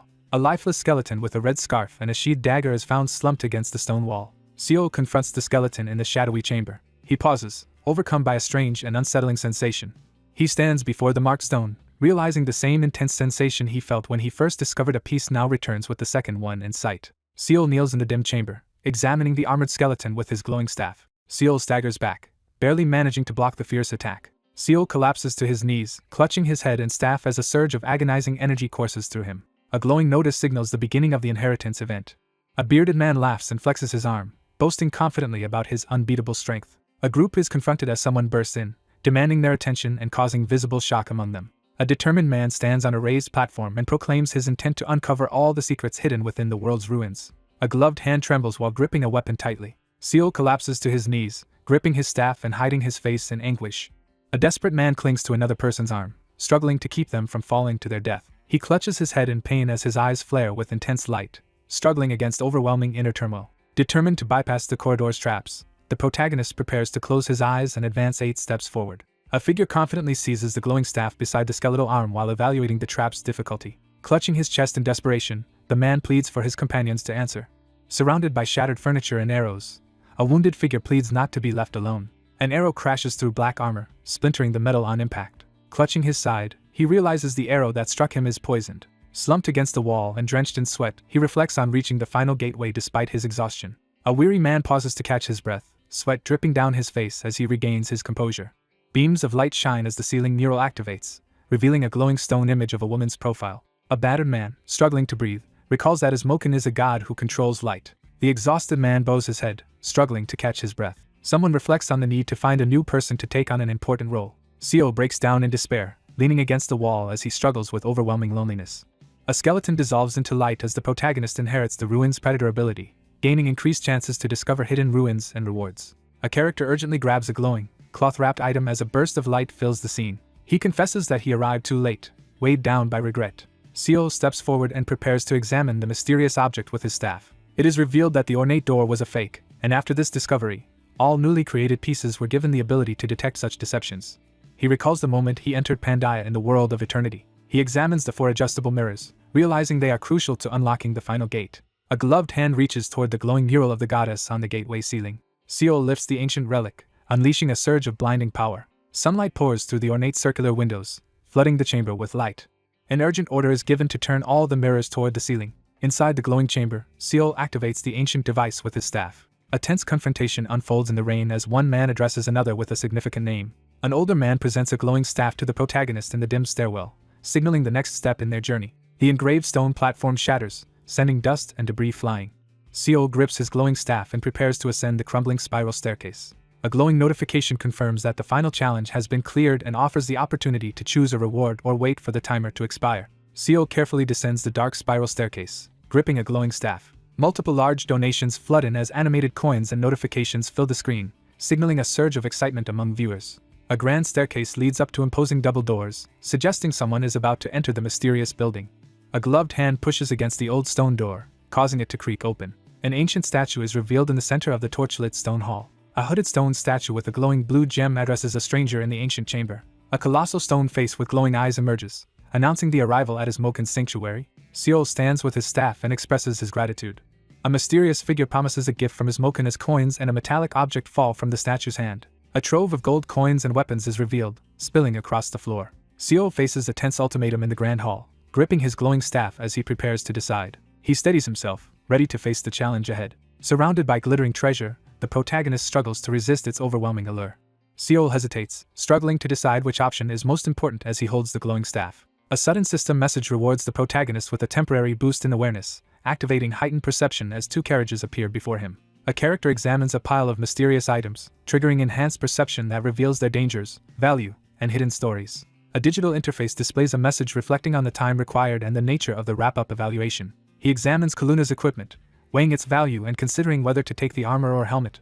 A gloved hand reaches into the swirling energy, activating a hidden power. Ignoring the obvious treasures, the cloaked figure unexpectedly picks up a plain item from the floor. A glowing-eyed stone statue with a blue gem demands an answer. The protagonist selects the eye patch of perception from the burning display, activating its unique power. A mysterious clan in Pandia possesses unique eyes that grant special abilities and unlock various secrets.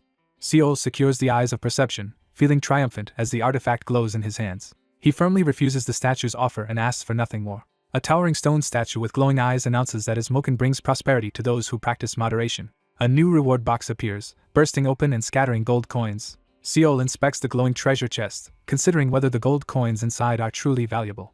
Seol secures the glowing blindfold over his eyes to activate the eyes of perception. Seol's eyes suddenly blaze with mysterious golden symbols as he unleashes a surge of hidden power. Seol endures a surge of agonizing golden energy as he clutches his head. A figure collapses in agony, gold coins scattering across the cracked floor. Seol is slammed into the ground, struggling amid scattered coins and debris.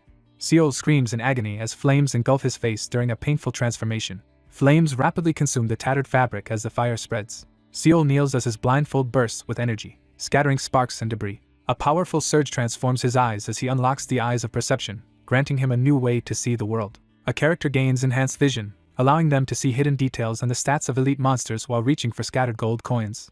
A glowing chest is discovered among ancient ruins as the probability of perceiving its status increases with training. The character gazes upward, stunned by the sudden and dramatic transformation of the ceiling above. He endures the lingering pain of his transformation, confident that his new powers will help him avoid future dangers. He anxiously covers his glowing, golden eye with a gloved hand, struggling to suppress his power. An imposing figure drags a heavy axe across the stone floor, heightening the tension. Two masked warriors close in with clear hostile intent. A menacing man confronts the intruder, taunting them for not escaping. Seol demands information from the guards in the dim chamber scattered with gold coins. The scarred man issues a deadly ultimatum, forcing his opponent to answer under threat of losing their life. A menacing man threatens to cut someone to pieces and scatter them in the field. Seol stands warily by the ornate mirror and questions whether only two newcomers have arrived. A furious warrior threatens his opponent while brandishing a massive weapon.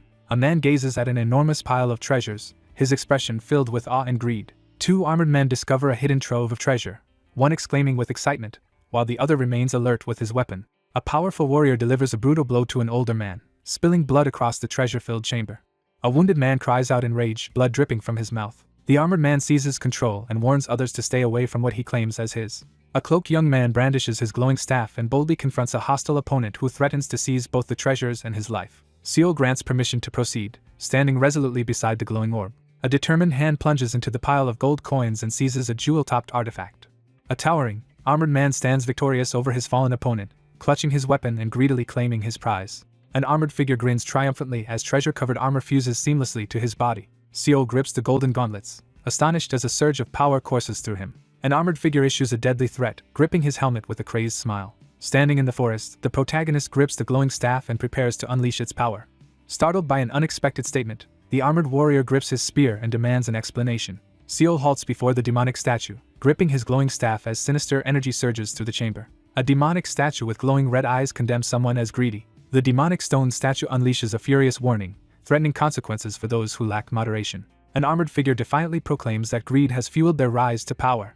The demonic statue erupts with red energy, breaking free and threatening to destroy everything around it. An armored figure erupts with red energy, unleashing a furious surge of power. A massive explosion engulfs the area, scattering debris in all directions. Seol stands firm, facing the raging wind without hesitation. The curse of his Moken grants unlimited access to all items.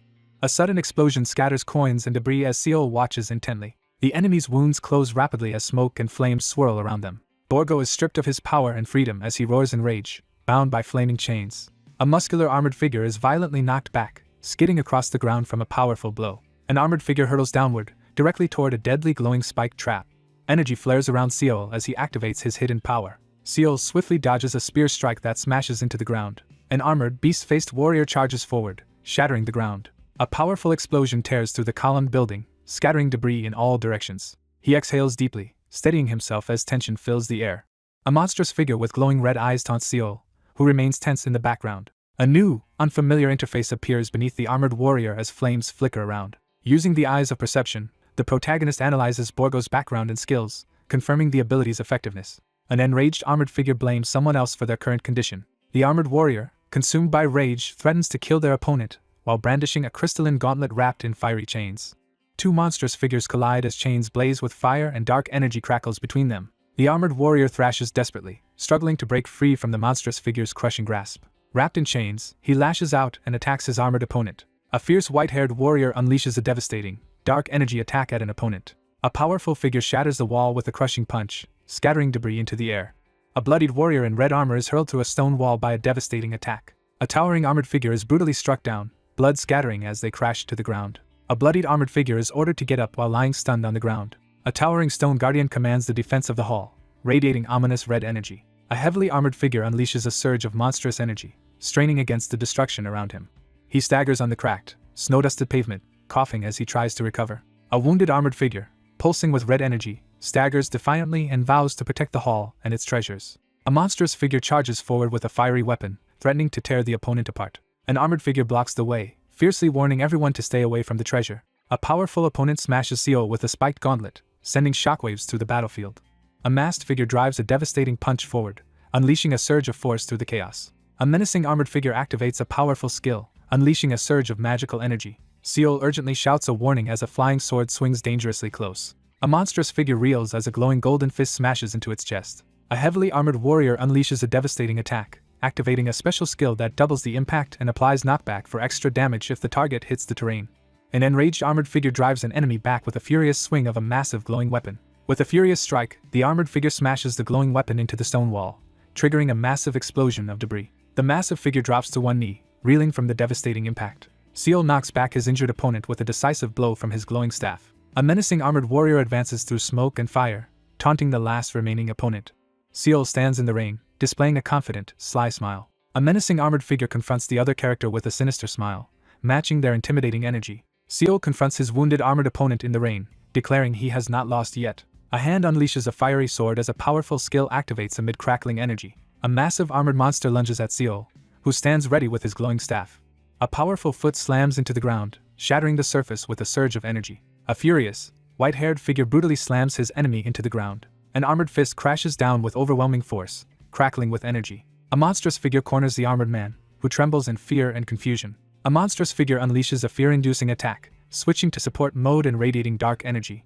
A devastating punch smashes through the armored helmet, sending flames bursting from the impact. The older figure warns that their rage is uncontrollable. A hand crackling with energy slams into the ground, unleashing a powerful shockwave. Seol smashes through the armored enemy with a crushing blow, scattering debris across the battlefield. A monstrous warrior taunts a fallen opponent, demanding they get up amidst the wreckage. A bloodied warrior, engulfed in flames, furiously vows to kill their enemy. A menacing, tusked humanoid with glowing red eyes delivers a threatening monologue about humanity's desire to be saved. A menacing figure mocks the defeated enemies, recalling how they begged for death. A bloodied armored figure unleashes a desperate attack, activating the treasure, making skill amid swirling flames and energy. An armored attacker charges at Seol with a glowing spear, attempting a lethal strike. A monstrous enemy swings a flaming weapon at a defender, igniting a brutal clash of swords. A savage warrior unleashes a deadly assault on the downed opponent as powerful skill effects surge around them. A furious figure explodes through the golden magical barrier, scattering shards in every direction. A fierce fighter lands a devastating punch on his armored opponent, unleashing a fiery burst of energy. The armored figure taunts his opponent for being unorganized as purple-black flames swirl around his flaming gauntlet. A white-haired fighter delivers a crushing fiery blow to an armored opponent in the heat of battle. A furious monster is struck by a powerful flaming punch. Seol slams his opponent into the ground with overwhelming force, shattering the earth. A devastating blow sends a male character reeling as blood sprays from the impact. A towering troll steps forward, openly revealing his savage nature as he confronts his opponent. A masked warrior collapses as a horned figure stands victorious, defying the disbelief of onlookers. Smirking with confidence, the protagonist eyes the towering column and embraces the challenge ahead. A bloodied armored figure, consumed by rage, defiantly refuses to give up in the midst of battle. A furious warrior unleashes a relentless barrage of summoned magical weapons in a desperate attack. A powerful explosion erupts, sending debris flying in all directions. A devastating special attack is unleashed, sending the target hurtling back with double impact and the threat of extra damage if he hits the terrain. Seol rushes forward through the storm, urgently calling out for Jamid. An armored attacker swings a flaming sword down with lethal intent. Seol smashes his sword through the massive stone monster, shattering its body in a single, forceful blow. A massive stone hand seizes the armored man, leaving him terrified and powerless. A hulking armored warrior is struck through the chest by a devastating blow and staggers backward, blood spraying from the wound. A bloodied, armored figure slumps forward in pain, suffering after a brutal resurrection. A bloodied, armored figure begs for mercy while trembling in fear. A powerful armored figure delivers a decisive punch, shattering the ground beneath them. A bloodied, terrified man recoils in panic as he reacts to the appearance of a gigantic hand-off panel. The monstrous figure defiantly rejects the command, glaring menacingly at its massive armored opponent. The monstrous figure's head explodes violently as the attack shatters its defenses. The victorious figure stands amid a blue aura as the defeated spirit vanishes and new rewards are granted. Seol stands beneath the cloudy sky, tense as he reacts to an unexpected development. A legendary chief of the Rock Canine tribe is introduced. The battle-scarred warrior withstands a devastating blow, leaving the crowd in awe of his overwhelming strength. A glowing chest bursts open, releasing a surge of golden energy. Seol examines the contents of the magical chest as the imposing beast-man stands watchfully by his side. A figure stands amidst a spectral glow, receiving powerful items, stat points, and coins as rewards for their victory. Seol examines the purified relic staff in the glowing chamber, surprised by its unexpected condition. A massive stone statue with glowing yellow eyes and a blue pendant suddenly comes to life. Seol faces a powerful orc-like figure who delivers a stern warning at the base of a grand, illuminated staircase. A powerful relic activates in his hand, granting unexpected rewards. Cracks of golden energy spread across his body as he absorbs the empowering words and prepares for transformation. A surge of divine power bursts from the character's fist as they withstand the explosion and complete their mission. The tribe chief hesitates as he prepares to receive a blessing from an unfamiliar deity. He receives the destroyed helmet reward, feeling disappointed as he stores it in his inventory for later use. He examines the purified armor of an evil spirit, noting its impressive stats and durability despite the power lost during purification. The equipment ranking system in Pandia is explained, highlighting the progression from general to treasure items, and further distinguishing between monster, treasure, divine, and extraordinary ranks with similar performance levels. Seol carefully considers the restrictions and requirements for using the purified monster rank armor. A magical interface announces that the armor of an evil spirit has been equipped, and the protagonist decides to give it to an ally to boost his defense. He pauses, preparing to review the final item on his list. A powerful new divine weapon, the Mountain Fist, is revealed with impressive stats and the unique ability to enhance an ally's skills. He receives 2 powerful titles, boosting his stats and abilities as he reviews the impressive rewards. Seol waits in the shadows of the treasure-filled chamber as 2 armed figures step inside, ready for his ambush. The adventure ends as the character receives a score of 4 and acknowledges there is nothing more to gain. He stares in shock as his private score of 599,300 points appears before him. The adventurer ranking board is revealed, shocking viewers with the massive point gap between first and second place. A digital interface signals the start of a rest period at Free City Kongwari. A mission briefing assigns a 30-day rest and maintenance period in the Free City Kongwari before the next adventure. Seol walks alone through the deserted, dimly lit street. The air is still as someone notices how quiet it is today. A solitary figure walks down the quiet street, deciding to return home after realizing no one else finished their adventure at the same time. He walks alone in silence, deep in thought as he passes the frosted window. A shadowy figure sneaks cautiously around the stone wall, scanning the area for danger. Seol approaches the illuminated building at night, unaware that a hidden figure observes him from the shadows. Seol scans the area, sensing a possible threat from the distance. 4 companions have died, raising concerns about whether news of their deaths has already reached others. Sprinting through the alley, the protagonist quickly redirects his focus after dismissing the Predator Guild as a threat. Seol moves quickly and cautiously through the dark corridor, gripping his shield. Seol anxiously scans the area around the corner as a sudden rush of wind signals immediate danger. A glowing sword pierces through Seol's shoulder, leaving him stunned and wounded. A dark, armored figure holds Seol at sword point, blue energy swirling as Seol gasps for breath. Seol is confronted by a mysterious figure wielding a glowing sword. Undeterred by silence, he resolves to uncover the truth on his own. Seol turns with a piercing gaze, confronting someone about what they truly know. Seol is held at sword point by someone who reveals they have been waiting for him since he passed through the entrance when the rankings changed. One young man anxiously asks for help while the other remains cautious, gripping his sword in the darkness. Someone urgently asks to be heard, breaking the nighttime silence. The group arrives at a quiet inn as evening falls. A tense figure tightens his grip on the table, watching 2 people argue in the dim tavern. He admits that his hand is cursed after an encounter with a ghost. He closely inspects his darkened hand, realizing it feels unnaturally solid and smooth despite its rotten appearance. Seol sits at the table and begins to reveal the painful truth about losing his sister. Seol sits alone in the shadows, lost in silent reflection. He reveals that his sister died during the second adventure. A towering, snow-capped mountain looms over the vibrant landscape, establishing the scene's tranquil setting. A weary figure with torn clothes and a bandaged foot begins a new journey across rough terrain. Amid chaos from attacking trolls, one character desperately tries but fails to save his sister from falling off a cliff. Seol struggles to pull his sister to safety as the edge crumbles beneath them.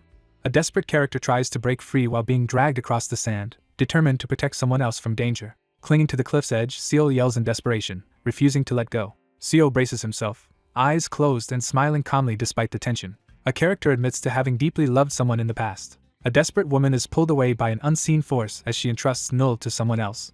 Seol clings to the edge of the cliff and reaches upward, haunted by memories of her voice and gaze. A character acquires a haunted hand after an unexpected accident, and is now plagued by nightly dreams of his sister. Seol sits in silence, weighed down by the memory of her desperate plea for help. Seol realizes that the so-called accident led to Han Youmyang gaining the rare ghost hand constitution, which is not a curse. A character reveals a cursed, monstrous hand bound by magical chains, explaining it cannot be used unless purified by a high priest. He examines his glowing, spectral hand, realizing that reclaiming it from the ghost could give him a powerful advantage. Seol refuses to restore his original hand and instead asks for help with his sibling. Seol reveals that his relationship with his sibling became strained after they joined a guild and questions if the other person's sibling entered a dangerous one. One man dismisses the Justice Guild as unimportant during a tense conversation at the table. A man considers misleading rumors about a powerful guild and realizes the top-ranked member is actually himself. Seol urgently reveals that the guild punishes anyone who opposes its officials and targets those trying to leave after forming a shady alliance. Seol confronts the rumors, refusing to believe them. Seol learns that Null is in danger, and immediately decides to rescue her. Seol leans on his hand at the table and skeptically refuses to offer any help. Seol reacts in disbelief, shocked and confused by the unexpected situation. Seol dismisses the idea of being a hero, insisting that everyone acts for their own reasons. With unwavering resolve, he focuses solely on pursuing his goals as a radiant staircase ascends toward the light. Seol recoils in shock, unable to comprehend what just happened. Kneeling and sweating, Seol desperately questions why someone so strong could face such a contradiction in their power. Seol abruptly interrupts the conversation to directly address Mr. Han. Seol firmly tells the other person that he became strong for himself, and insists they must save themselves. Seol firmly rejects responsibility and insists that the other person must find a way to save their sister. Seol faces the weight of his limitations, realizing he cannot protect everyone. Seol notices something strange about the man's hand as he walks up the staircase. A distressed figure considers that his blackened hand may be caused by guilt rather than a curse, realizing he must confront his feelings to help his sister. He ends the tense conversation and stands alone in the sunlit room, visibly uneasy. A major donation of 200 madness appears as heated live chat messages debate whether someone should help or stay isolated. Realizing that constant self-sacrifice is unsustainable, Seol decides to focus on his own survival. Han Youmyang possesses a ghost hand, and if he uncovers its secret, retrieving his sister should not be difficult. Seol contemplates how this newfound ability could benefit him in the future. Seol quietly decides to help. The protagonist enters the dimly lit information guild, reflecting on a personal regret. A hidden hatch is partially opened as someone offers secret information about the Justice Guild. Seol demands to hear only the negative information. A hand slides a bag of gold coins across the table to pay for secret information in the hidden guild. A hand quietly slides a sealed letter under the door. He studies the torn parchment, reflecting on the information he received. Someone examines the cryptic documents, realizing there is far more hidden beneath the surface. Seol examines the torn document, and realizes the threat posed by the Predator Guild is more severe than expected. Seol anxiously asks the figure if there is any negative information about the Predator Guild. Seol realizes he owes 100 gold coins and grows anxious as he examines the torn paper. Seol reads a torn note demanding to know why he is ignoring the situation and mentioning 10 coins. A character explains that players have only gotten involved when a citizen's life was at stake, while gold coins scatter on the floor nearby. He acknowledges the situation and chooses not to interfere, expressing reluctant acceptance of their separate rules. A hand lights a candle with a burning piece of wood, signaling readiness to face the challenge ahead. Seol calmly assigns a surveillance task, confirming the target is much weaker than his subordinate. A hand slides a note across the table as someone demands to know the identity of the target. Clutching 20 coins, the character rushes determinedly down the shadowy corridor. Crouched tensely with his shield, the protagonist receives urgent orders to follow someone at all times, even during sleep. A hooded figure confronts an intruder in the shadowy room.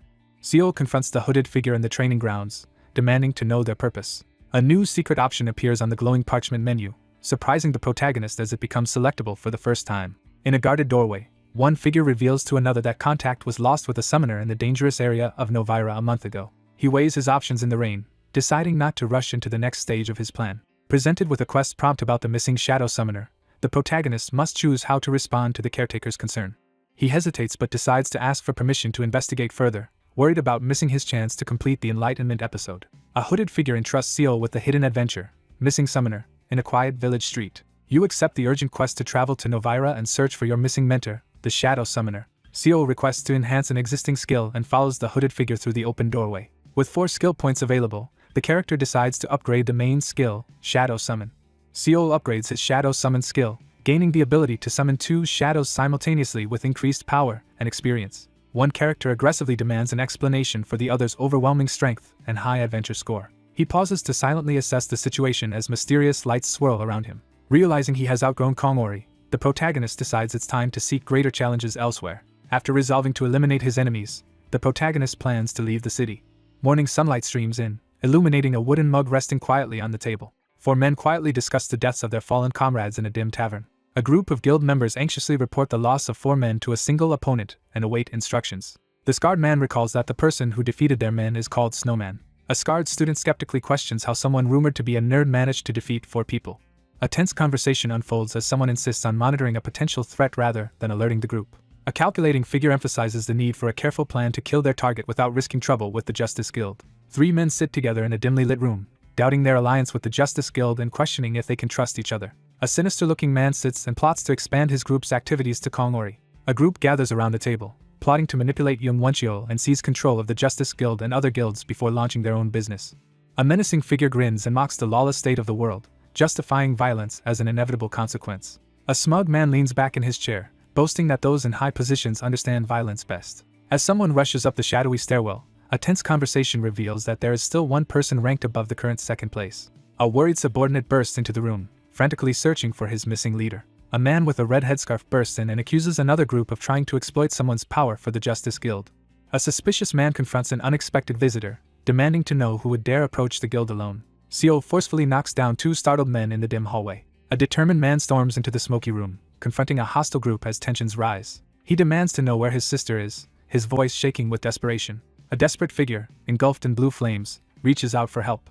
Struggling through the searing blue flames, he desperately calls out for help. A desperate plea for help echoes as Seol is haunted by a ghostly presence. Seol takes a brutal hit to the face, his head snapping back from the impact. Seol stands firm in the pouring rain, gripping his shield as he defiantly faces his opponent. Refusing to surrender, the protagonist declares his determination to keep fighting despite his curse and injured arm. The protagonist faces a group of armed enemies and resolves to rescue his younger sister at any cost. Startled by a sudden scream, he reacts in alarm. A desperate young woman runs down the hallway, frantically searching for her brother. A cloaked man confronts Ms. Han Null, insisting she is overreacting. A stern man confronts someone in the hallway, warning them against using violence to retrieve a guild member. One character furiously declares their intention to leave, escalating the argument in the tense room. 3 figures angrily confront another in the torchlit hall, demanding answers about why someone with sensitive information is leaving without consequences. A menacing man demands payment of 5,000 gold coins while threatening someone to keep silent. A distressed person protests loudly, demanding to know why they must pay such a large amount. A stern man orders his group to capture 2 fugitives, emphasizing the Justice Guild's focus on profit. A character steps forward and loudly accuses someone in the group of lying and deceiving everyone. 3 men step forward, confronting the protagonist with hostile intent. Seol realizes the others knew a secret and confronts them angrily. A distressed man tries to justify his drastic actions to someone off-panel, insisting that the world has changed. 2 figures dash forward, determined to escape the tense situation together. Seol doubles over as a powerful punch slams into his abdomen. A man violently kicks Seol to the ground while a woman screams in panic. 2 men violently assault an outnumbered opponent in the pouring rain, as one calls for backup. Seol is struck on the head and collapses to the ground in pain. One character forcefully grabs another's wrist, abruptly stopping their movement. A man forcefully restrains a struggling woman as she demands to be released. He yanks himself free, cursing in frustration. A man slaps a woman hard across the face while gripping her arm. Seol staggers as he desperately blocks a powerful strike with his shield. A gloved hand crackling with dark energy seizes the ancient staff. A surge of supernatural power erupts as Seol activates the awakened ghost's hand and seizes the weapon. A sudden slash of dark energy ambushes 2 men, leaving them in agony and shock. Surging with the power of the enhanced black hand, the character accelerates to an incredible speed, leaving others unable to keep up. A furious man orders his anxious companion to alert the Predator Guild immediately. A distressed young woman urgently calls out for her brother in the midst of rising tension. Seol unleashes a surge of dark energy as he prepares to confront the approaching figure. Seol, bloodied and gasping, desperately pleads for help as he struggles to stay conscious. Seol, battered and emotional, confronts a ghostly blue apparition of a woman. A young woman trapped in debris reaches upward, desperately seeking help. With a bruised and bloodied face, he suddenly recognizes Yeomyung's presence. A desperate young woman entrusts Null's care to the fading, sorrowful figure as he departs. Gritting his teeth and bleeding, he struggles to endure the pain as a dark aura surrounds him. Haunted by guilt, he grips the sword tightly and insists it cannot be cursed. With his arm and sword crackling with a dark aura, he steps forward and vows to kill anyone who threatens the woman behind him. Someone acknowledges that the setback was expected. A man is confronted from behind and reminded to take care of their men. Two men face off in a hostile confrontation as one blames the other for the recent disruption. Seol flinches as someone suddenly calls out to him. A menacing man confronts someone, demanding to know if they are the one called. Private. Debris and heavy objects crash through the shattered ceiling as destruction erupts. A fierce punch slams into Seol's sword, sending a burst of energy through the air as he blocks the attack. The overconfident man taunts his opponent, while charging forward with a smug expression. A menacing blonde man unleashes a rapid series of powerful attacks against the armed protagonist. Seol struggles to defend himself as he clashes swords with an unseen attacker, sparks flying from the intense impact. A powerful blow lands on Seol's head, sending debris flying as he is struck down. A blonde-haired man slams Seol's head into the ground, shattering the floor with the impact. Seol, bloodied and tormented, clutches his head in anguish as he questions why he must live this way despite his strength. A menacing man taunts the protagonist, leaning forward with a smug expression. The antagonist slams the protagonist's head against the wall, mocking him as he bleeds. Two men forcefully restrain a struggling woman while threatening her and her sibling with a harsh declaration about strength. Seol, bloodied and in pain, forces himself to accept that violence now decides everything. A black-clad figure smashes through the wooden barrier with a surge of dark energy. A blonde-haired man slams Seol's head against the wall as dark energy swirls around them. The antagonist taunts with supernatural awareness, brandishing an enchanted sword that radiates menace. Seol, sweating and alarmed, smashes an object with a powerful punch. Panting and bleeding, the injured character kneels as a hand forces his head down, wondering if the ordeal is finally over. A gloved hand knocks firmly on the wooden door, breaking the silence. A man in a patterned suit turns around warily after hearing someone call out. Three guards tense up as a disturbance outside interrupts their actions. Seol confronts someone at the door, declaring that he knows everything and demanding to be let in. Two men decide to deal with Han Null after suspecting him of foul play. Seol is forced to the ground and restrained while orders are given to prevent his escape. Seol urgently checks on the fallen figure to see if he is alright. A mysterious figure steps confidently into the bright doorway, startling the group of men. Seol stands tense and anxious, demanding to know if he is remembered. Exhausted and battered, Seol confronts someone about rejecting his request. Seol states that he came for his own purpose, determined to resolve unfinished business before leaving. Seol, weakened and exhausted, kneels on the ground as two armed men confront him with their weapons drawn. Trembling and bleeding, he fights to stay conscious. Seol leans forward over the table and firmly tells the other person to stop relying on others for rescue and take responsibility for their own survival. Someone insists that the responsibility to save the sister belongs to the listener, not to them. Someone laments their hard work with frustration and regret. Battered and overwhelmed, he admits his efforts have failed. He pauses, processing the new information with a serious, thoughtful gaze. Seol negotiates with the group, demanding the release of two captives in exchange for taking responsibility for them. One man reacts in shock as he realizes someone dangerous is present, while the other calls out to someone off-panel. A group confronts Seol and identifies him as Snowman. A sinister man directly accuses Seol of murdering Baek Sangye and Seo Jinchul. The blonde man confidently rejects the accusation and challenges Seol's persistence. One man bluntly questions whether another intended to kill their targets, heightening the tension among the group. Seol interrupts the conversation and prepares to ask an important question to the group. The man confronts the group, demanding if anyone wishes to confess their wrongdoing. A worried man looks up anxiously as he reacts to the accusation. Receiving no reply, he accepts the silence and moves on. An enraged man orders his followers to eliminate their target immediately. The furious man activates his power, gaining speed as he prepares to attack out of vengeance. The menacing man leans forward, taunting his opponent with a threat about his private score. Seol unleashes a surge of dark energy, summoning shadowy entities around him. Seol steps forward as a fierce standoff erupts between the monster and the armored man, dark energy crackling in the air. A massive troll appears, radiating dark energy as it glares menacingly. The terrified man recoils, unable to comprehend what he is facing. A menacing figure raises a dark, swirling aura around his hand and warns the other person not to intrude. A stunned crowd reacts as it is revealed that a mysterious figure has twice as many points as the second rank. A group of men confronts the black-clad figure as their leader prepares to reveal his intentions. An imposing figure offers enticing terms, urging the protagonist to join their side immediately. A desperate man tells the uneasy crowd that the world has become a lawless wasteland where survival and opportunity are no longer tied to birth. Wounded but determined, The protagonist vows to seize power and conquer new horizons alongside his allies. Seol confronts those in power, demanding to know why they stand above everyone else. One man asserts that in their world, power and violence define the law, while the other listens uneasily. Seol boldly confronts the towering opponent, challenging them with unwavering resolve. The man confidently proclaims that their group will become the strongest. He calmly dismisses the concern without hesitation. The authoritative man informs the frightened group that he has already received their answers to his earlier question about repentance. He decides that, except for the two beside him, everyone else must die. A group of determined attackers launches an aggressive assault, energy crackling as they rush forward. Surrounded by dark energy, Seol issues a ruthless order to eliminate everyone. Seol launches himself at the monstrous opponent, their swords colliding in a burst of energy. Seol cuts down several enemies at once with a fierce sword strike. A figure activates the first stage of the soaring moonlight technique, Crescent Moon. A powerful slash surrounded by blue energy cuts down several enemies in rapid succession. A terrified group scrambles to escape as a massive, glowing armored figure reaches for them. A monstrous figure delivers a brutal punch, sending Seol reeling from the impact. A monstrous figure hurls two people violently across the arena as chaos erupts. A terrified man screams a warning about a great white shark. A determined fighter charges forward and unleashes a powerful, glowing attack against the monstrous enemy. A furious blonde man lunges forward, launching a fierce attack. The hulking beast slams its glowing fist down, unleashing a relentless assault on its opponent. A character stomps the ground with overwhelming force, shattering it beneath their foot. A triumphant man celebrates after landing a clean hit to his opponent's head. A blonde man launches a devastating punch at his opponent, who braces for the impact. A menacing presence taunts the protagonist, comparing their struggle to that of a bug. The monster, consumed by rage, lifts its opponent off the ground and attacks with burning fists. A figure is ripped apart in a surge of violence, screaming in agony as the battle turns deadly. A golden-fisted fighter confronts the monstrous figure as tensions escalate in the fiery clash. A humbling truth is revealed, shattering the illusion of superiority.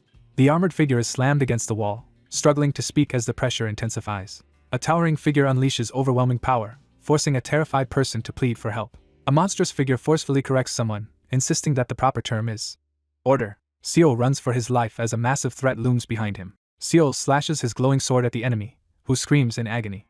Seol stands over the kneeling man, gripping his sword as his opponent lies defeated. Staggering forward in exhaustion, the protagonist desperately questions why he alone is being singled out for torment. Bloodied and furious, Seol steps forward to threaten anyone who dares harm his sister. Seol towers over his wounded opponent, brandishing a bloodied sword and vowing to kill despite desperate pleas. On his knees and drenched in sweat, Seol clings to someone's leg and desperately begs for mercy.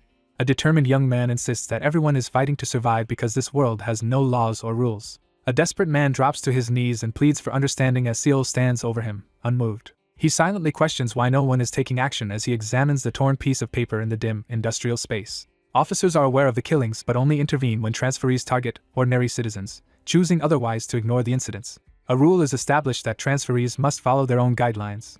With calm resolve, the protagonist dismisses the significance of new rules being created. Seol defiantly vows to destroy any rules that stand in his way until reality matches his desires. A furious man hurls an accusation, confronting the other with intense anger. Seol stands his ground and accepts being called a monster. Seol recoils in fear as he realizes the man before him is a monster. A bloodied man screams in agony as he is struck down by a fatal blow. He subdues his opponent amid a blood-soaked battlefield strewn with the defeated. A surge of donations and cheering erupts online as viewers celebrate the overwhelming victory. A forum post reveals that a violent clash between the two guilds resulted in numerous deaths and widespread destruction. An anonymous online post exposes the corruption and brutality of several guilds, sparking outrage and discussion among forum users. Forum users speculate about the Han siblings, debating rumors that one of them single-handedly defeated a powerful group. An online forum erupts with chaotic speculation and conflicting rumors about recent events and the involvement of key individuals. A new announcement declares the end of conflict between two guilds and establishes Order Day as a symbol of unity and survival. Injured and unsure, he hesitates but agrees to help when called. Seol expresses relief at someone's safety and decides to contact Yeomyeong through the community. A man in dark clothes walks away, plotting to make someone repay him when they meet again. 3 days later, tattered flags flutter beside a weathered stone, revealing the aftermath. The protagonist approaches the ruined gates of Nobira, preparing to enter the desolate city. A glowing die spins in the air as the rest location shifts to Nobira and the travel luck dice begins to roll. A glowing die tumbles dramatically through the air. The travel luck dice rolls a 2, signaling a stroke of bad luck. The adventure near Nobira becomes significantly more dangerous, with new variables and a risk of sudden changes, but offers a major reward if successfully completed. Seol watches warily as a glowing black artifact floats in the air, radiating swirling energy. Seol collapses to the ground, pierced by arrows and bleeding heavily after a sudden ambush. Sensing an ominous presence, The protagonist looks up with a serious expression as the atmosphere grows tense.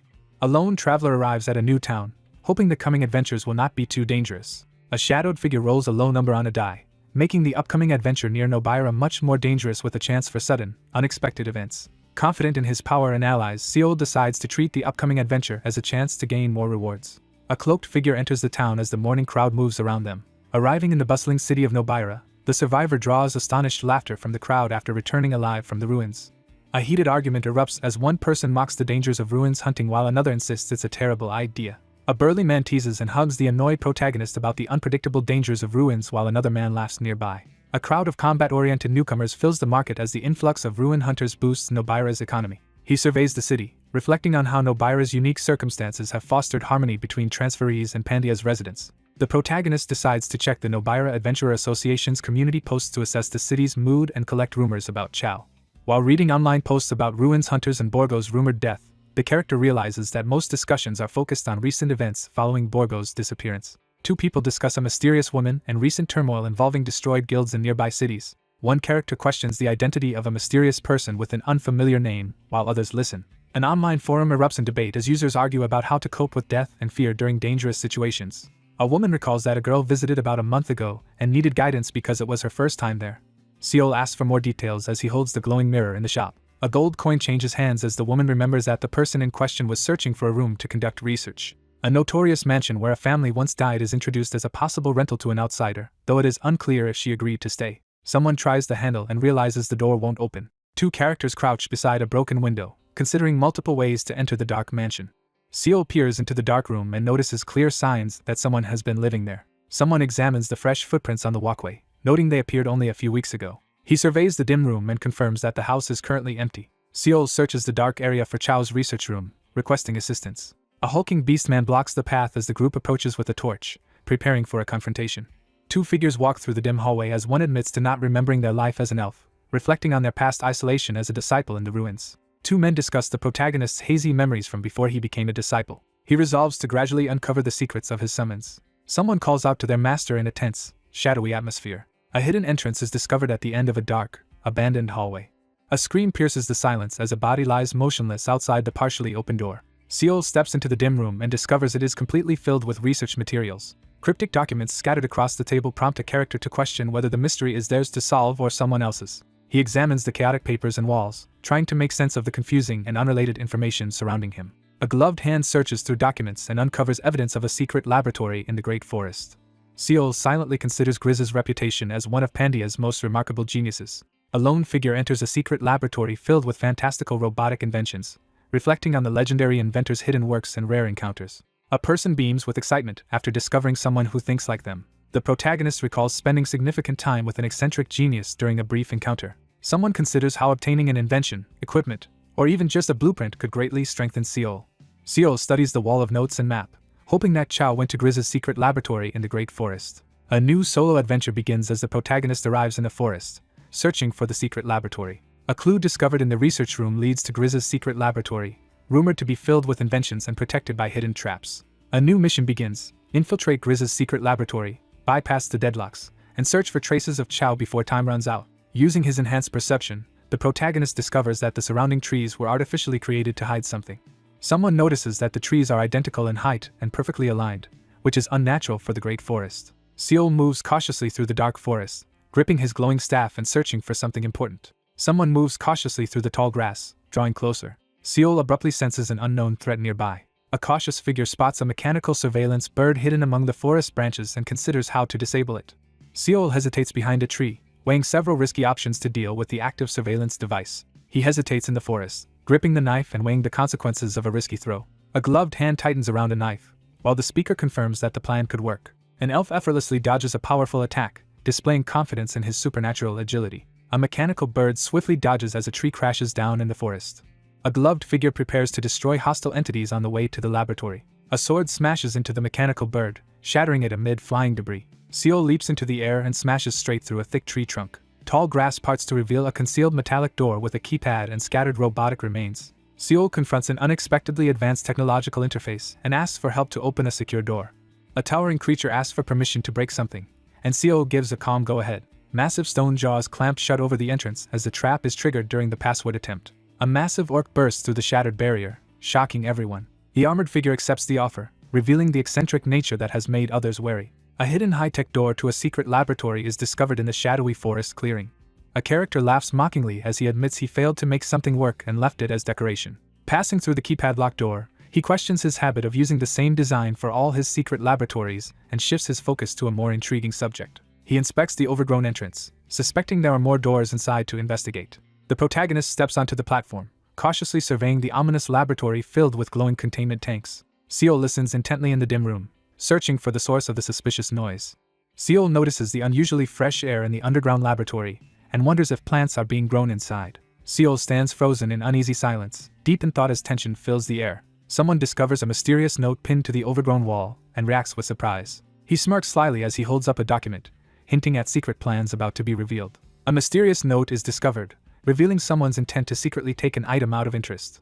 A new objective appears, urging him to investigate deeper into Grizz's secret laboratory despite Chao's absence, and he resolutely prepares to proceed. A dark-clad figure hands Seol a mysterious object as he moves forward, examining it closely. He examines the stack of old papers and notices the ominous heading about questions concerning death. He examines the document and realizes it details Grizz's research into death, prompting him to question how it connects to the item recently taken. A figure examines documents detailing an invention designed to simulate death and uncover its mysteries.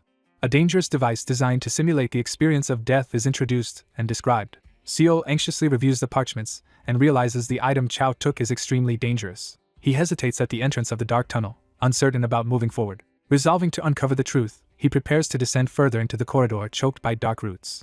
Three figures advance cautiously through the dark, overgrown corridor, guided by the light of a torch.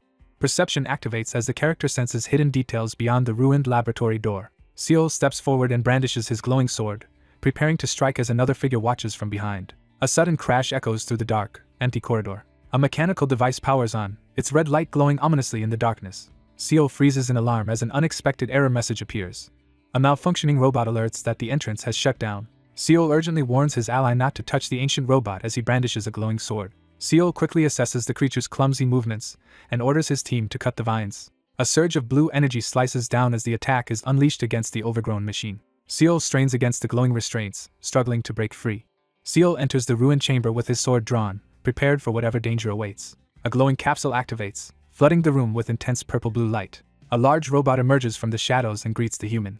Inside the damaged research facility, Seol faces the newly introduced ARTHA-2 robot, who acknowledges his presence and welcomes him as the facility director. A serious young man holding a torch explains that he came because he couldn't contact Grise.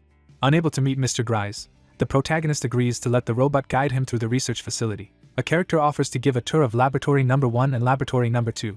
A public donation of 300 madness coins is made while viewers mock the thief for deceiving a robot and being treated as a guest. A high-tech laboratory is introduced where spirits are studied and given bodies after proving a scientific theory. Seol learns that Grise invented the multi-attribute spirit, which causes spirits gathered together to collide due to their tendency to resist or attract each other.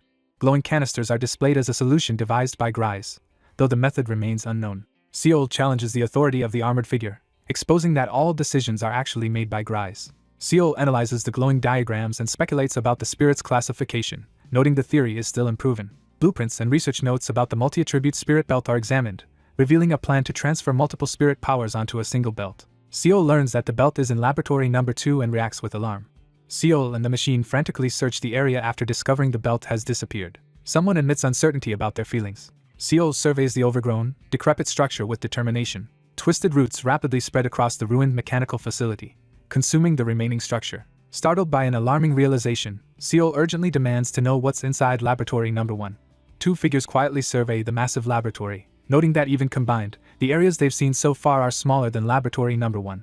A robotic hand examines advanced research equipment in a high-tech laboratory. A researcher develops resilient plants in a futuristic lab to address the Empire's future food shortages. They decide to investigate the core of the research facility, convinced they understand what happened there. Seol explores the ruined structure and asks Artha if they know anything about Milan. Confused by the unfamiliar name, the character questions what Milan means while another figure watches silently. Two people examine the rune-covered wall as one marvels at Milan's brilliance. One character openly admires the other's vast wisdom while struggling with feelings of inadequacy before the wall of knowledge. A man in a lab coat laughs mockingly at the tense figure in front of him. One figure joyfully expresses relief at finally being understood while standing before a wall of ancient inscriptions. Seol, hunched over and troubled, pleads for the other person to stay, confessing that he needs them. A man with glasses quietly asks the other person if they have ever longed for someone. He pushes aside his emotions and leads the group forward through the shadowy corridor. The group arrives at the entrance of the ruined laboratory number 1.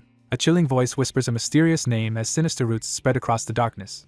The protagonist questions the damaged robot about whether it is alone, and the robot reveals there were once over 20 other members. Sensing movement beyond the door, the protagonist becomes sharply alert and comments on the emptiness of the place. A gloved hand cautiously reaches toward the vine-covered wall as dark energy swirls nearby. The protagonist stands tense, having escaped the monstrous threat now looming before him. In the depths of a secret laboratory, intelligent overgrown plants have broken free from control and now threaten to spread disaster across the continent.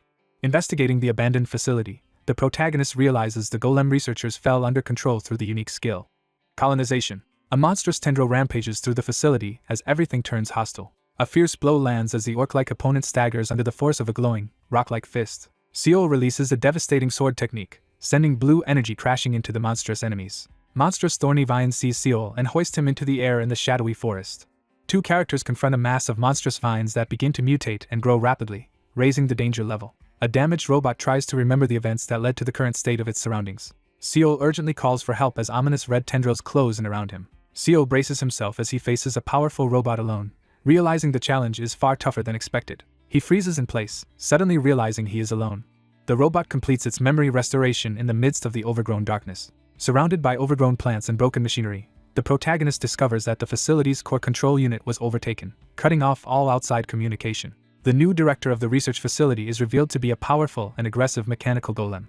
Mutant vines swiftly immobilize the robot bodies in the dark laboratory, forcing a survivor to escape to laboratory number 2. A fighter attacks the plant-like monsters with a glowing sword, realizing they are vulnerable to fire and pests.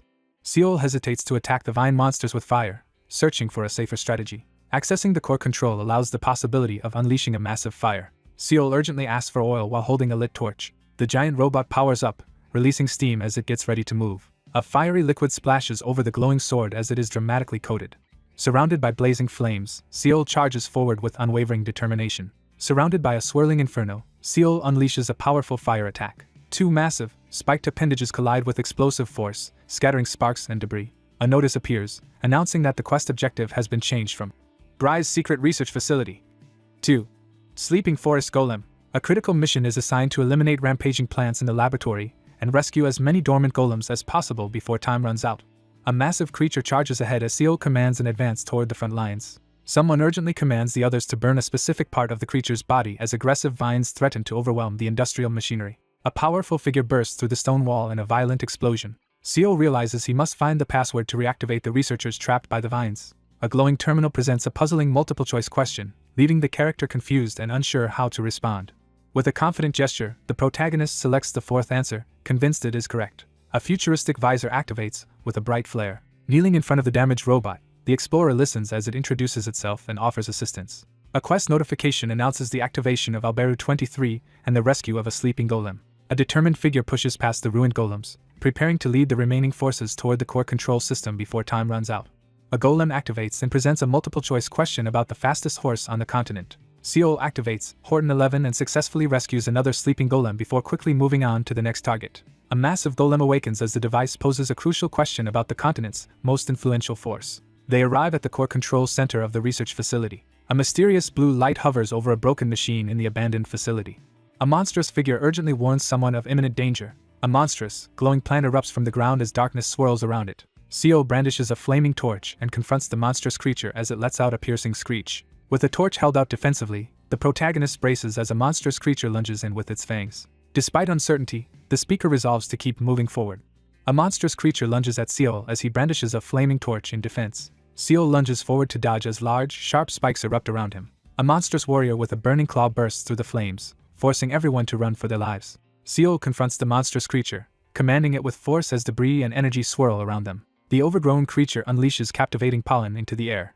A towering figure unleashes a surge of energy as they activate earthquake mode. He clenches his jaw and braces himself, struggling to stay focused under mounting pressure. A hidden, high-tech facility is discovered inside the ruined research institute. Amid a tense emergency, Seol frantically tries to connect to the malfunctioning robot before time runs out. He urgently warns his allies to override the system as the threat prepares to attack again. A massive monster slams its claw into the giant robot, sending debris and sparks flying. Thick, animated vines violently restrain the robot.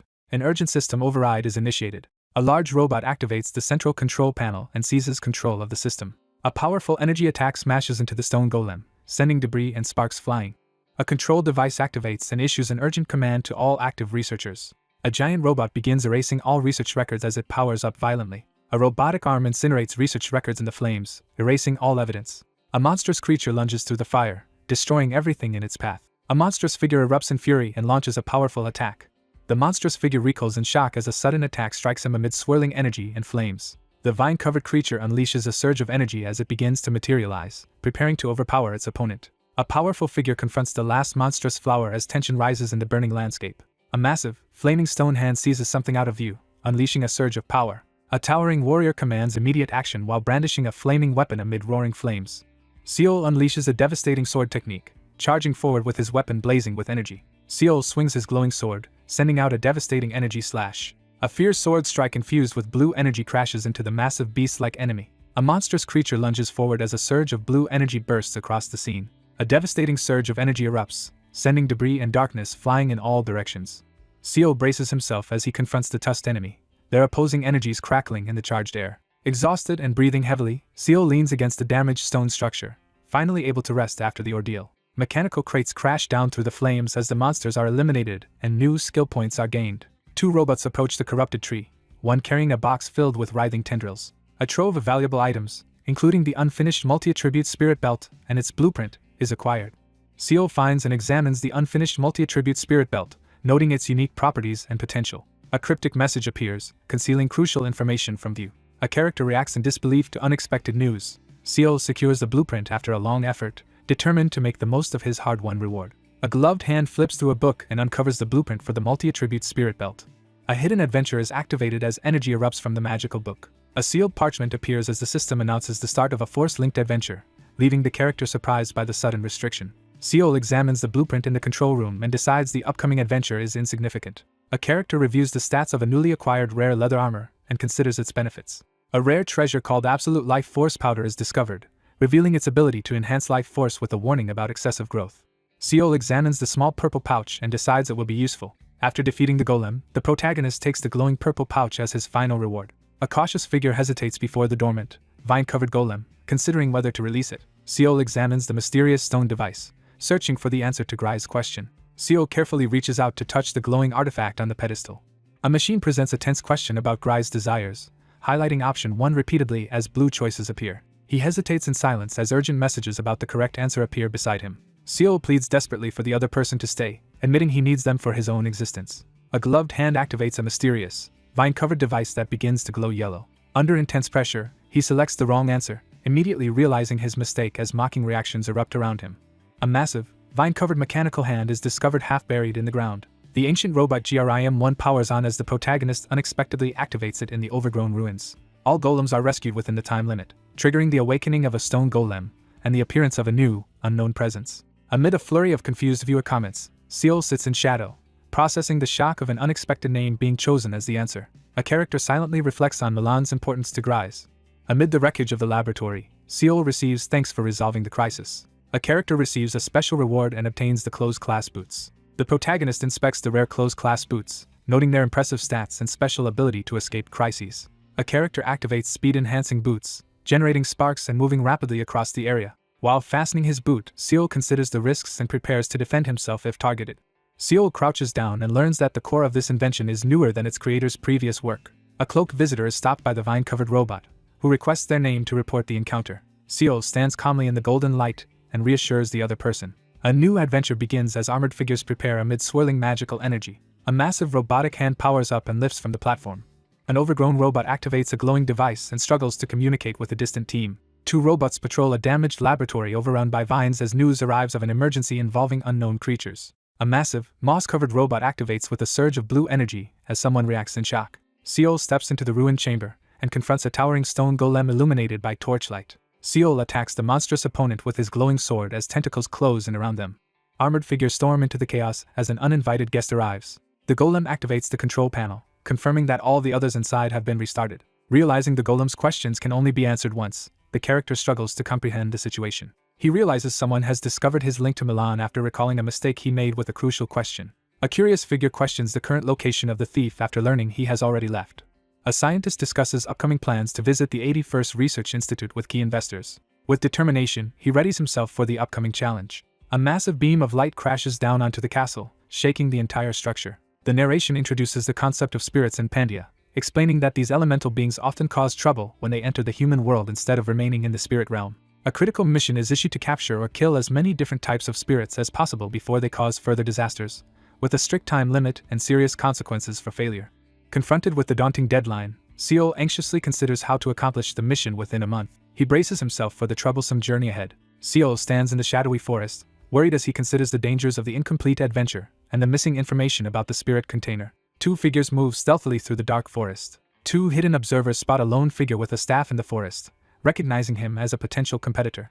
He realizes that new competitors have arrived and prepares to face them. Two wary men move quickly through the shadowy forest, intent on avoiding a rival transferee who could threaten their rewards. Seol pauses in the forest, scanning his surroundings with a focused gaze. A hooded figure quickly determines the target's location and alerts the group. A hooded figure approaches the Magic Tower reception desk, where the receptionist inquires if he is the adventurer from Nobira. A weary receptionist asks for Seol's identification card after admitting there are too many adventurers. A woman investigates a registration document as someone silently approaches her from behind. A tense silence fills the room as a woman hesitates while examining the document, prompting concern from those watching her. A man presents his ID card, revealing his identity as the famous adventurer, causing shock among the onlookers. A startled girl covers the hooded man's mouth and urgently asks if he was involved in the recent takedown of the Rock Molar tribe in the Pointy Mountains.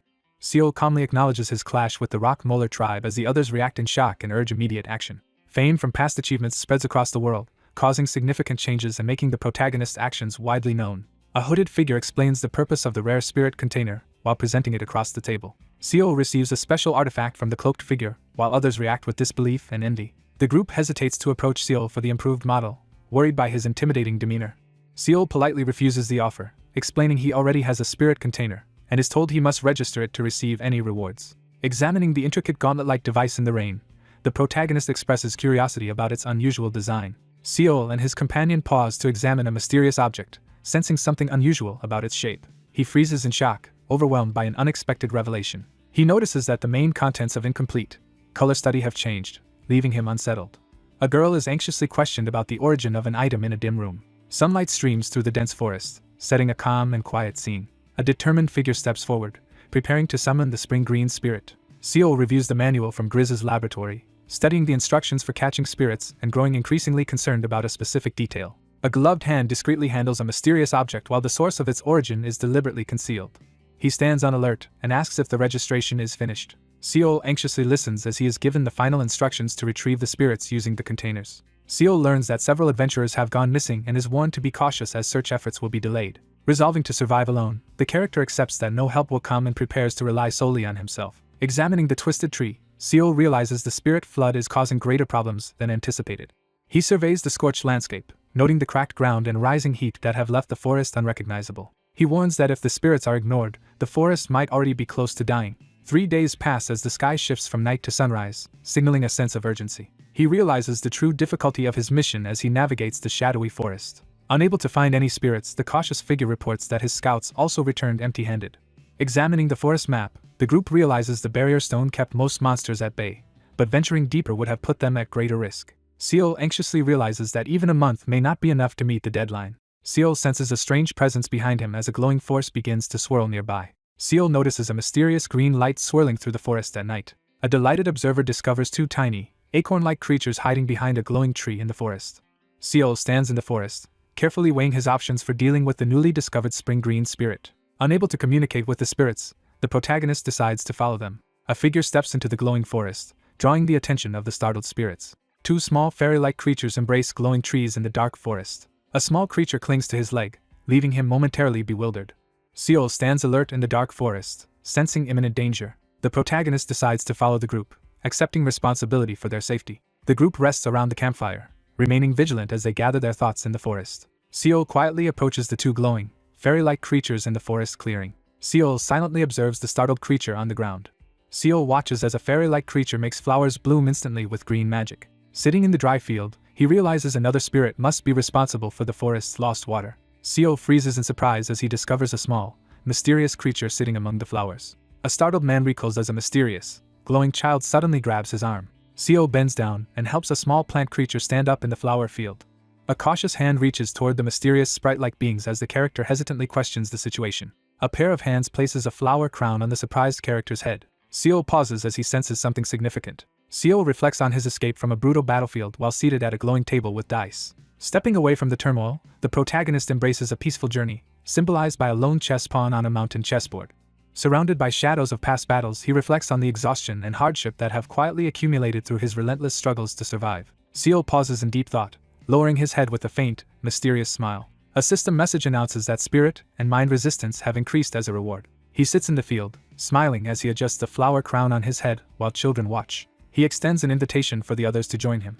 Two chibi figures nod in agreement. A gloved hand reaches for the multi-chambered device attached to the belt. Green energy surges around the character as he prepares to unleash powerful magic from the artifact at his waist. A glowing green spirit orb is secured into the spirit pouch, filling the first slot. Seo quickly formulates a plan to capture 2 more spirits so Grizz's belt will activate its effects.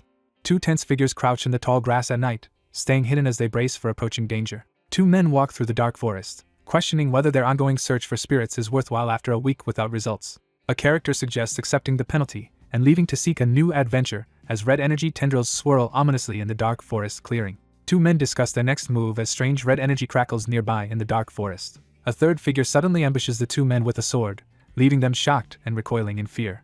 A sword is drawn as the group cautiously investigates a suspicious disturbance within the barrier stone. An armored man recoils in terror as a monstrous red shadow suddenly appears behind him. Smoke drifts upward into the night as the full moon shines over the forest. Sitting by the campfire, the protagonist quietly acknowledges capturing 2 spirits. After tracking the spring green spirit, the protagonist successfully captures the morning orange spirit using a specialized device.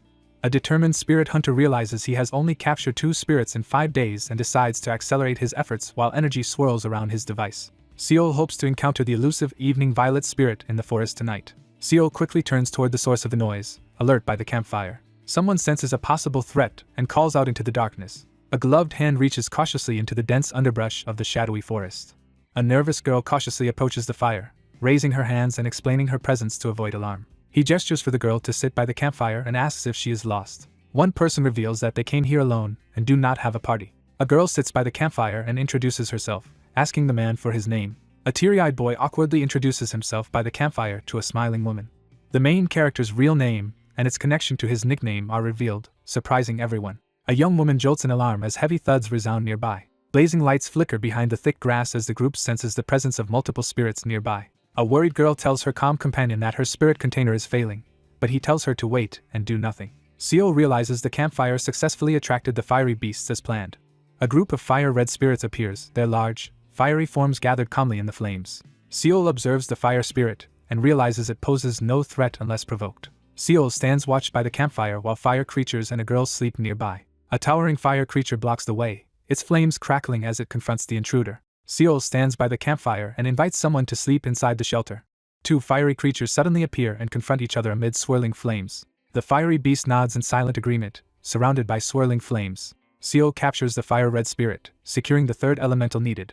A young woman realizes the belt is a spirit container, now holding 3 captured spirits, and changing color as it claims the red spot in the spirit pouch. The spirit container belt at the character's waist activates and transforms into the 3 spirits form.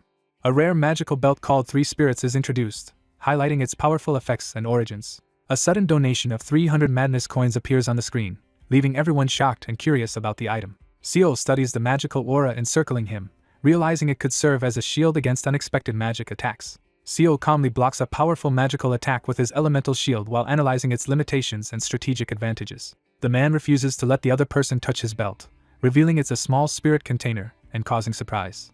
Seo volunteers to take the night watch while learning that the belt's true abilities are revealed after capturing 3 different spirit types. The protagonist hurriedly documents detailed methods for capturing spirits to ensure his genius is recognized in the future. Someone reviews a handwritten manual by the campfire and realizes it only contains methods for capturing low-rank spirits. While sitting by the campfire, Seo reviews information about the light white spirit and the shadow black spirit. A wounded person collapses to the ground, clutching their side in agony. While sitting in silence, the protagonist reflects on how Venta the light white spirit and Shades the shadow black spirit are both much rarer than other spirits. A unique, multi-chambered spirit container is displayed as the method for capturing aggressive spirits is explained. Venta and shades deliberately seek out victims to kill. Rain falls steadily on a bed of white roses, illuminating the night with a pale glow. Two young men hike through the forest at night, reacting with amazement to the breathtaking starry sky above. A group of glowing spirits is discovered hovering above a field of white flowers, astonishing the investigator who struggled to find them. Crouched in a field of white flowers, the character urges an immediate capture before returning. A character urgently points out that someone is approaching, prompting the group to act quickly. Two travelers hesitate as a small, mysterious creature approaches them in the flower field. A small, mysterious creature suddenly grabs his hand, startling him. A small creature suddenly grabs the person's hand, leaving him confused and anxious about its intentions. Seol follows the glowing fairies across the moonlit field, curiosity overcoming his hesitation. A sudden burst of light startles the characters as they look up in shock. Cautiously, he reaches toward the glowing fairies hovering above the moonlit field. Startled, he freezes as something unexpected catches his attention amid the white flowers. Seol slowly regains consciousness on the ground, confused and struggling to understand what happened. One character tries to stand but collapses, clearly weakened by an unknown force, while another watches with concern. Seol spins around in shock as a shadowy figure smirks behind him. Seol confronts the sinister figure, realizing he is facing an imposter. Rain pours down heavily over the forest. A sudden explosion of blinding light erupts in the forest, startling everyone nearby. A tense silence falls as one person tries to calm a startled companion near a tree consumed by supernatural flames. Two figures crouch in the rain-soaked forest, urgently discussing how even startled spirits can kill. A woman is ambushed in the rain as a gloved hand clamps over her mouth to silence her. A jagged, glowing spirit crackles into view as one character senses its arrival and questions the safety of the situation. A powerful yellow spirit surges with energy in the forest, threatening anyone who dares to move. Seol stands ready in the rain as an unseen figure demands to know their identities. Seol consults Grizz's manual and offers to help the spirit, choosing a strategic response. A radiant figure, surrounded by swirling energy, unexpectedly agrees to offer help. He challenges the other's offer of help, doubting their understanding of what he truly needs. Seol confronts the electric entity, sensing that it needs help with something important. Seol steps forward with determination, declaring his unwavering support. The electrified figure issues a forceful command, urging the others to follow. A spirit guides the way toward a shadowy cave hidden in the rain-soaked forest. Following the manual's advice, the protagonist approaches the cave to assist with a concern and capture the target. Seol and his companion arrive at the cave entrance, exhausted from chasing after the kid but unable to catch up. Both characters pause at the cave entrance, tense and uncertain about what awaits them inside. Someone hesitantly asks if they will truly receive help with their worries. The group moves cautiously through the cave as one of them reveals they have discovered the Spat's worry. Seol summons a swirling sphere of dark energy in his hand, his expression resolute. Tense and anxious, the protagonist steps cautiously forward across the rough ground. A massive yeti emerges from the swirling mist, making an intimidating entrance. The protagonist braces himself as he comes face to face with the enormous, white-furred yeti in the cavern. A worried archer questions the danger of the situation, but the calm man explains that the threat would only be serious if it were an ordinary yeti. The characters realize the yeti is under mind control as it roars with glowing eyes and blue energy swirling above its head. A glowing eye spirit materializes above a furry tail, radiating a blue aura. Seol confronts the stubborn spirit that refuses to leave the territory despite repeated warnings. Seol cautiously confronts the yeti, considering his next move as magical lights illuminate the tense scene. He realizes he is too weak to win even a simple test of strength. Seol prepares to face a formidable energy opponent in a direct contest of strength. Seol firmly demands that if he defeats Frosi, he should also receive a request in exchange for his help. Surrounded by crackling yellow energy, the towering figure prepares to reach out as tension builds. Despite urgent warnings, the young man calmly prepares to confront the enormous yeti. A fiery golden figure and a blue icy figure clash as energy crackles between them. Seol stands his ground as the beast accepts his terms, preparing for an imminent confrontation. Seol clenches his fist and assures everyone that he's ready to face the challenge ahead. A hulking, monstrous figure is introduced as a formidable asset in the unfolding plan. A monstrous figure taunts a distressed woman as the threat to their lives intensifies. The orc reaches menacingly toward the fur-clad character, demanding their hand with a threat. The monstrous creature clenches its fist and gets ready to strike. A powerful white-haired figure braces for an imminent clash with a towering, fur-covered adversary. A glowing golden entity bursts forward as a clawed hand lets it go. A fierce power struggle erupts as the transformed figure arm wrestles a monstrous opponent, crackling energy and shattered ground marking their clash. The monstrous white-furred creature crashes into the jagged ice, unleashing raw power. A monstrous, fur-covered creature slams Seol into the ice, pinning him down as the surface cracks beneath the impact. A monstrous figure glares fiercely, baring its fangs as it prepares to strike. Seol shrugs and dismisses the need to prolong the confrontation. A monstrous creature smashes into the ground with a furious attack. Seol drives his fist into the snarling beast, sending shockwaves through the battlefield. A monstrous figure, consumed by rage, smashes its fist into the ground and shatters the floor with overwhelming force. A powerful figure has trapped the white-furred creature's arm in shattered rocks as Seol watches cautiously. Seol listens as the spirits express their gratitude, their forms glowing with energy. The golden elemental figure prepares to hear the request, signaling the start of an important exchange. A gloved figure steps forward and orders the two elemental beings to come with them, causing immediate tension. Two spirits stand together as it is explained that their emotions are irrelevant because they cannot break promises. A surge of magical energy bursts from the artifact as he pledges his promise with unwavering resolve. Two new spirits are captured, expanding the artifact's power from 3 to 5 orbs. The detailed stats and unique abilities of the 5 spirits' belt are revealed on a glowing parchment. A massive clawed hand crashes into the ground, pulverizing the rocks with sheer force. A furious yeti bellows and advances while the lone figure remains unshaken in the cave. The belt suddenly glows and emits sounds, drawing excitement from the girl and awkward amusement from Seol as their interaction remains strained. Seol questions why Seo Ryung isn't capturing spirits, learning that her spirit containers are broken as they both discuss returning from the forest. Recognizing the dangers of traveling alone, one adventurer decides to team up with another until it is safe to leave the great forest. Standing at the cave entrance, the group prepares to pursue their next objective. The two figures arrive at a bright waterfall, searching for clues nearby. A gentle stream flows quietly beneath overhanging leaves, establishing a calm atmosphere. Playful water spirits emerge, announcing the arrival of the water-drop blue spirit. Crouched in the forest, the group spots their target and advances cautiously, careful not to reveal themselves. At the edge of the forest stream, he suddenly stumbles upon two mysterious water spirits emerging from the water. A surge of mystical energy erupts around him as he stands frozen in shock. 3 mischievous blue water spirits rise from the river, prompting a list of choices on how to respond to their challenge. He wipes his mouth with the back of his hand and smirks confidently. A playful water spirit splashes Seol, catching him by surprise. A startled young woman cautiously peers out from behind a tree, reacting to an unexpected disturbance in the forest. Instead of reacting with anger, he calmly plays with the water spirits. He smirks quietly as snow falls around him. Standing in the shallow river, Seol invites the 2 water spirits to join him. A cheerful, water-like figure with a familiar hairstyle emerges playfully from the pool. The blue spirit is captured, filling the final spot among the 6 collected spirits. Moonlight floods the quiet night as the full moon rises above the trees. Beside the glowing fire, a woman wrapped in a blanket asks if the other has nieces or nephews after noticing their skill with the spirits. Seol quietly reveals that he grew up as an orphan while talking by the campfire. Seol admits he often scares children with his face, prompting the girl to playfully suggest he try changing it. 2 people sit by the campfire at night, exchanging honest words and sharing cocoa. A tense atmosphere settles as Seol is confronted about the remaining spirits. The 2 characters freeze in the dark forest as a mysterious purple flame approaches. Amid the swirling purple energy, the determined figure finally discovers the crucial object in the dark forest. After countless sleepless nights, the protagonist stands ready as the night violet spirit finally reveals itself in the shadowy forest. After finally confronting the shadowy figure, the protagonist prepares to capture it. Seol stands in the doorway and invites someone to join him. A shadowed figure acknowledges that Ku is elusive but easy to capture. Seol captures the violet spirit with his magical artifact, increasing his collection to 7 spirits.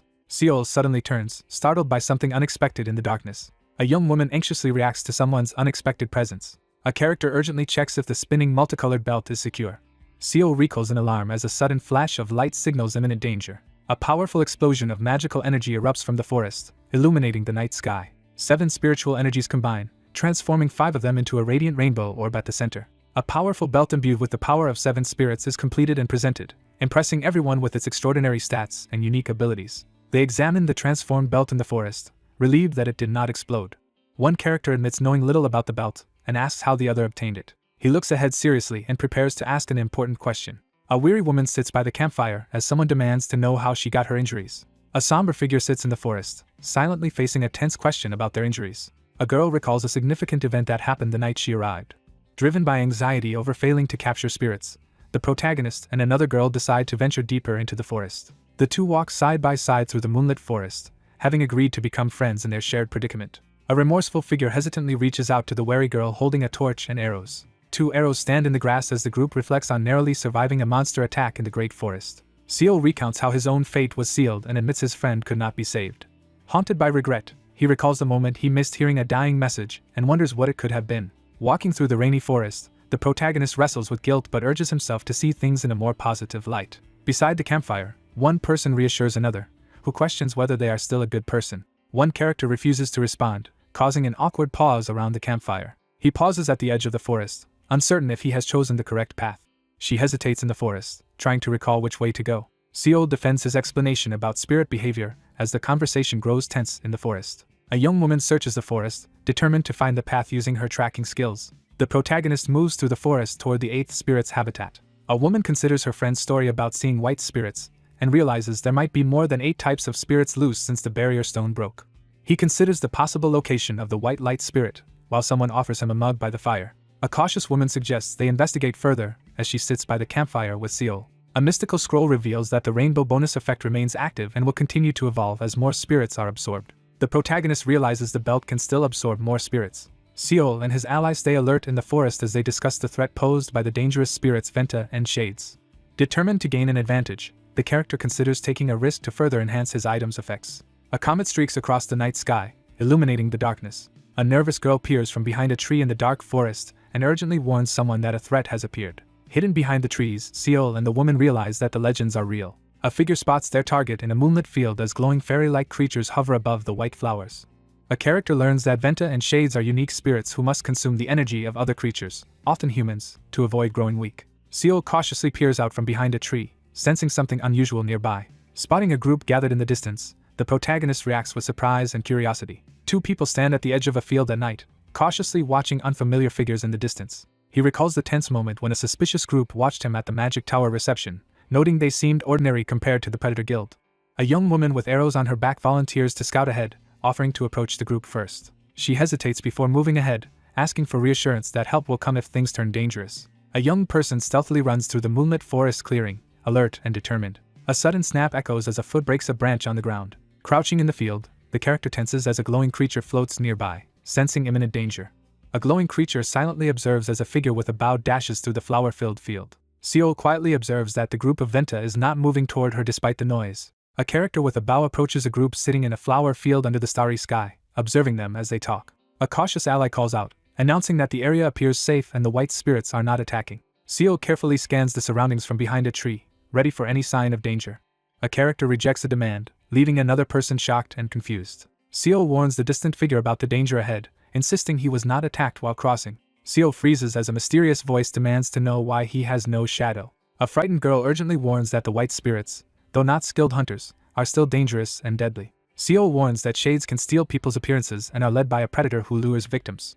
A narrator explains that encountering a shade is rare and introduces 2 possible ways it could happen. When a weak party member becomes separated, a shade can take over their body and memories. The figure flawlessly mimics a corpse, exuding an unsettling and unnatural presence among the white roses. The Shades deceive their party and lead them into a deadly trap while others risk encountering a Shades alone. A gloved hand grips a shadowy weapon as the danger of deceptive Shades is explained.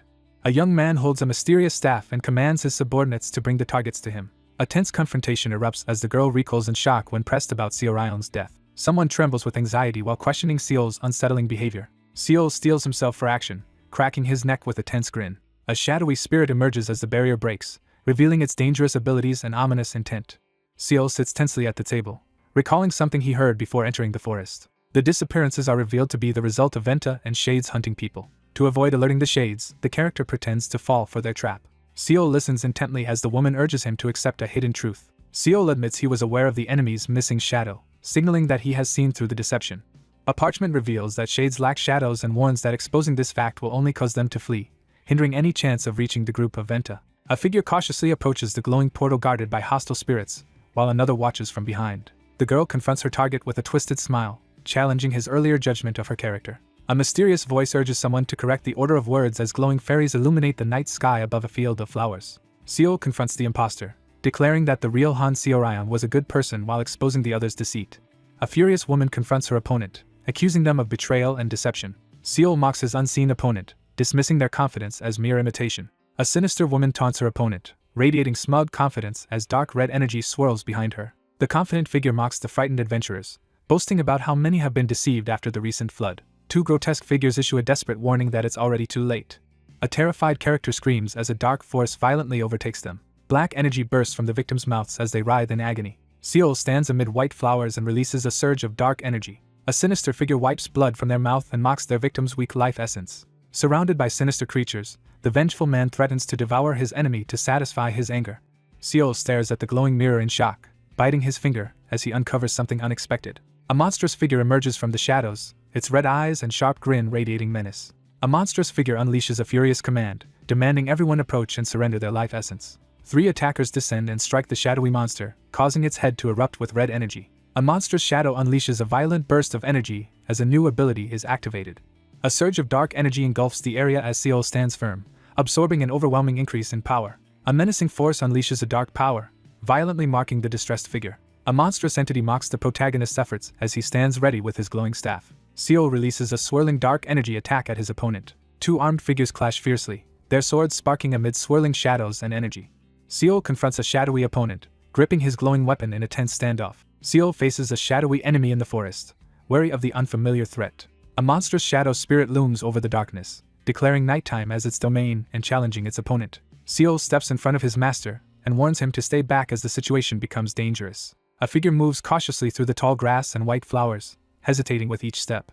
Seol measures the distance in the forest clearing, preparing his staff for the next magical step. A monstrous shadowy figure surges forward, unleashing a furious attack. Seol swings his energy-charged sword with a powerful, strained attack. Seol swings his glowing sword to defend himself against the monstrous attack. Kaluna activates Crescent Moon, the first stage of moonlight striking heavens, as a powerful sword technique begins.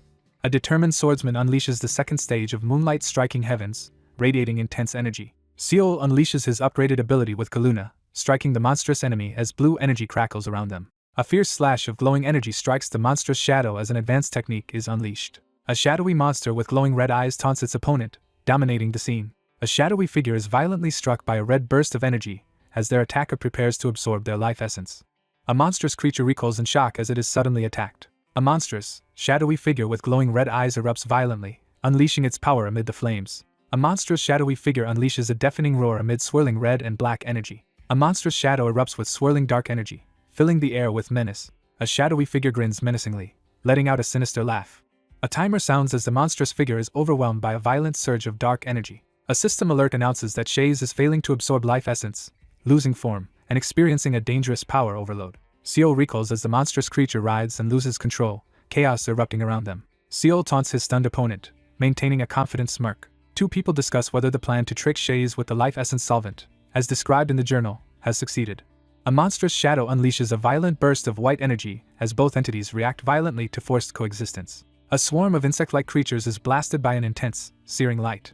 A confident young man stands over a defeated, cowering creature, asserting his dominance after victory. Cornered and terrified, he desperately begs the towering shadow creature to spare his life, offering to serve in exchange. The desperate creature leans forward, pleading intensely for trust by insisting that spirits always keep their promises. Seol, visibly annoyed, orders someone to get inside. A gloved hand seizes the glowing octagonal artifact as a desperate cry echoes. Amid a chaotic onslaught from monstrous creatures, Seol stands firm with his glowing sword. A monstrous figure threatens Seol, warning him that he will regret it if he does not let go. Seol stands his ground and firmly rejects the unseen threat. Seol captures the flash spirit, gaining a new power as energy swirls around him. A powerful shadow spirit is captured, unlocking the black spirit and causing the rainbow masterpiece to transform. A hand reaches out and touches the glowing rainbow orb as everyone reacts in shock and anticipation.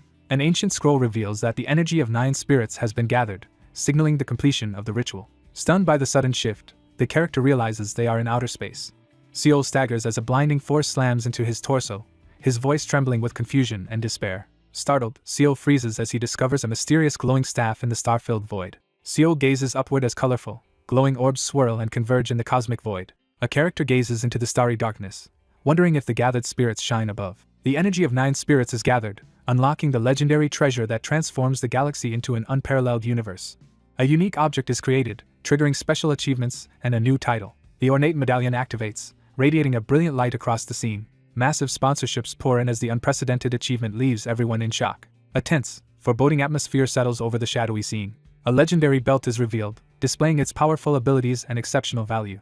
He unlocks a rare achievement as a glowing panel and radiant emblem appear before him. The protagonist analyzes the newly acquired ability. Versatility. Confirming it boosts stats during activities and applies to summoning. A determined hand presses the glowing confirm button on the mystical interface, initiating the chosen spirit ability improvement. A character stares in shock as a cosmic revelation unfolds before their eye. Surrounded by glowing orbs, Seol realizes he is witnessing the elements of each spirit. The protagonist considers which spirit ability to upgrade while glowing orbs float in the night sky. A gloved hand seizes the black sphere, signaling a pivotal decision. A surge of shadow energy erupts as the vortex expands, boosting the summoner's power dramatically. A surge of shadow energy fills the area as the character realizes he can gain a new summon. He examines the belt's accumulating magical effects, impressed by its increasing power and versatility. A system notification appears, confirming the achievement of a unique and powerful title. The character internally reflects that earning the master title requires collecting many rare items, a process that takes significant time and investment. He braces himself in the field, determined to move faster than ever before. Someone yawns as a new day begins outside a large building. Someone interrupts two exhausted students, startling one of them awake. Seol arrives and announces that he has come for an inspection, startling the group. One character reports capturing the targets, but admits uncertainty about their fate, heightening the tension among the group. A gloved hand hesitantly reaches toward the glowing artifact locked in the case. Two characters anxiously examine a glowing, mysterious object, uncertain about its purpose. Seol steps forward and stops someone to ask if there is a problem.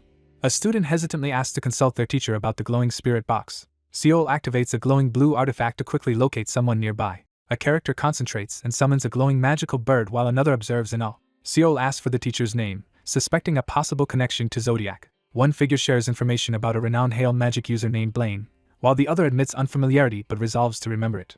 A character asks if anyone knows the Grand Frost Duke, founder of Zodiac and legendary Grand Mage, as a white-haired figure with a staff stands among towering ice formations. He admits he recognizes the name, his expression serious as he looks ahead. 12 magic towers named after constellations, collectively called the Zodiac, were founded by the Grand Frost Duke. Seol realizes the mysterious figure before him is one of his own pieces. A character recalls that after breaking through a major obstacle with help from another, one became renowned for mastering Hail magic and now recognizes a familiar figure from the past. Seol nervously backtracks after a slip, insisting he understands and praising the other person. A hooded character passionately praises their teacher's greatness, mentioning his encounter with the legendary Grand Frost Duke, while Seol listens in thoughtful silence. A character realizes a crucial connection from the past while a grand clock tower looms under the sky. A frostbitten hand claws desperately through jagged ice as its owner begins to lose consciousness. Shivering in the frozen wasteland, he realizes he feels no pain or sadness and questions if he's truly okay. A narrator explains that Hail magic shares the same traits and side effects as frost magic. Kneeling on the frozen ground, the determined seeker receives crucial guidance from a powerful, robed figure to overcome the perilous side effects of reaching a higher state. A cloaked figure arrives as the ground erupts with force, drawing everyone's attention. A composed man critiques the group's weak magic and directs them to assist the waiting snowman. Two individuals introduce themselves and shake hands in a shaded, leafy area. The man politely asks to inspect the spirit box, and the request is accepted. A hand reaches for the glowing magical artifact, preparing to initiate the magic according to protocol. A sudden surge of blue energy erupts before him, leaving him stunned. Seol demands to know how the object was obtained, prompting the other character to reveal it was sent by someone from their past. Seol summons blue energy as he prepares to unleash his power. A hooded figure unleashes a powerful mental attack on a girl, freezing her mind. Seol notices an unexpected mental attack being used on disciples and grows more suspicious of the enemy's motives. Two figures meet in a secluded forest to discuss a secret that must remain hidden from the disciples. A gloved hand warns that the glowing artifact is dangerous. The object's power is being explained, revealing that binding all 9 spirits, especially Venta and Shays, leads to dangerous disharmony.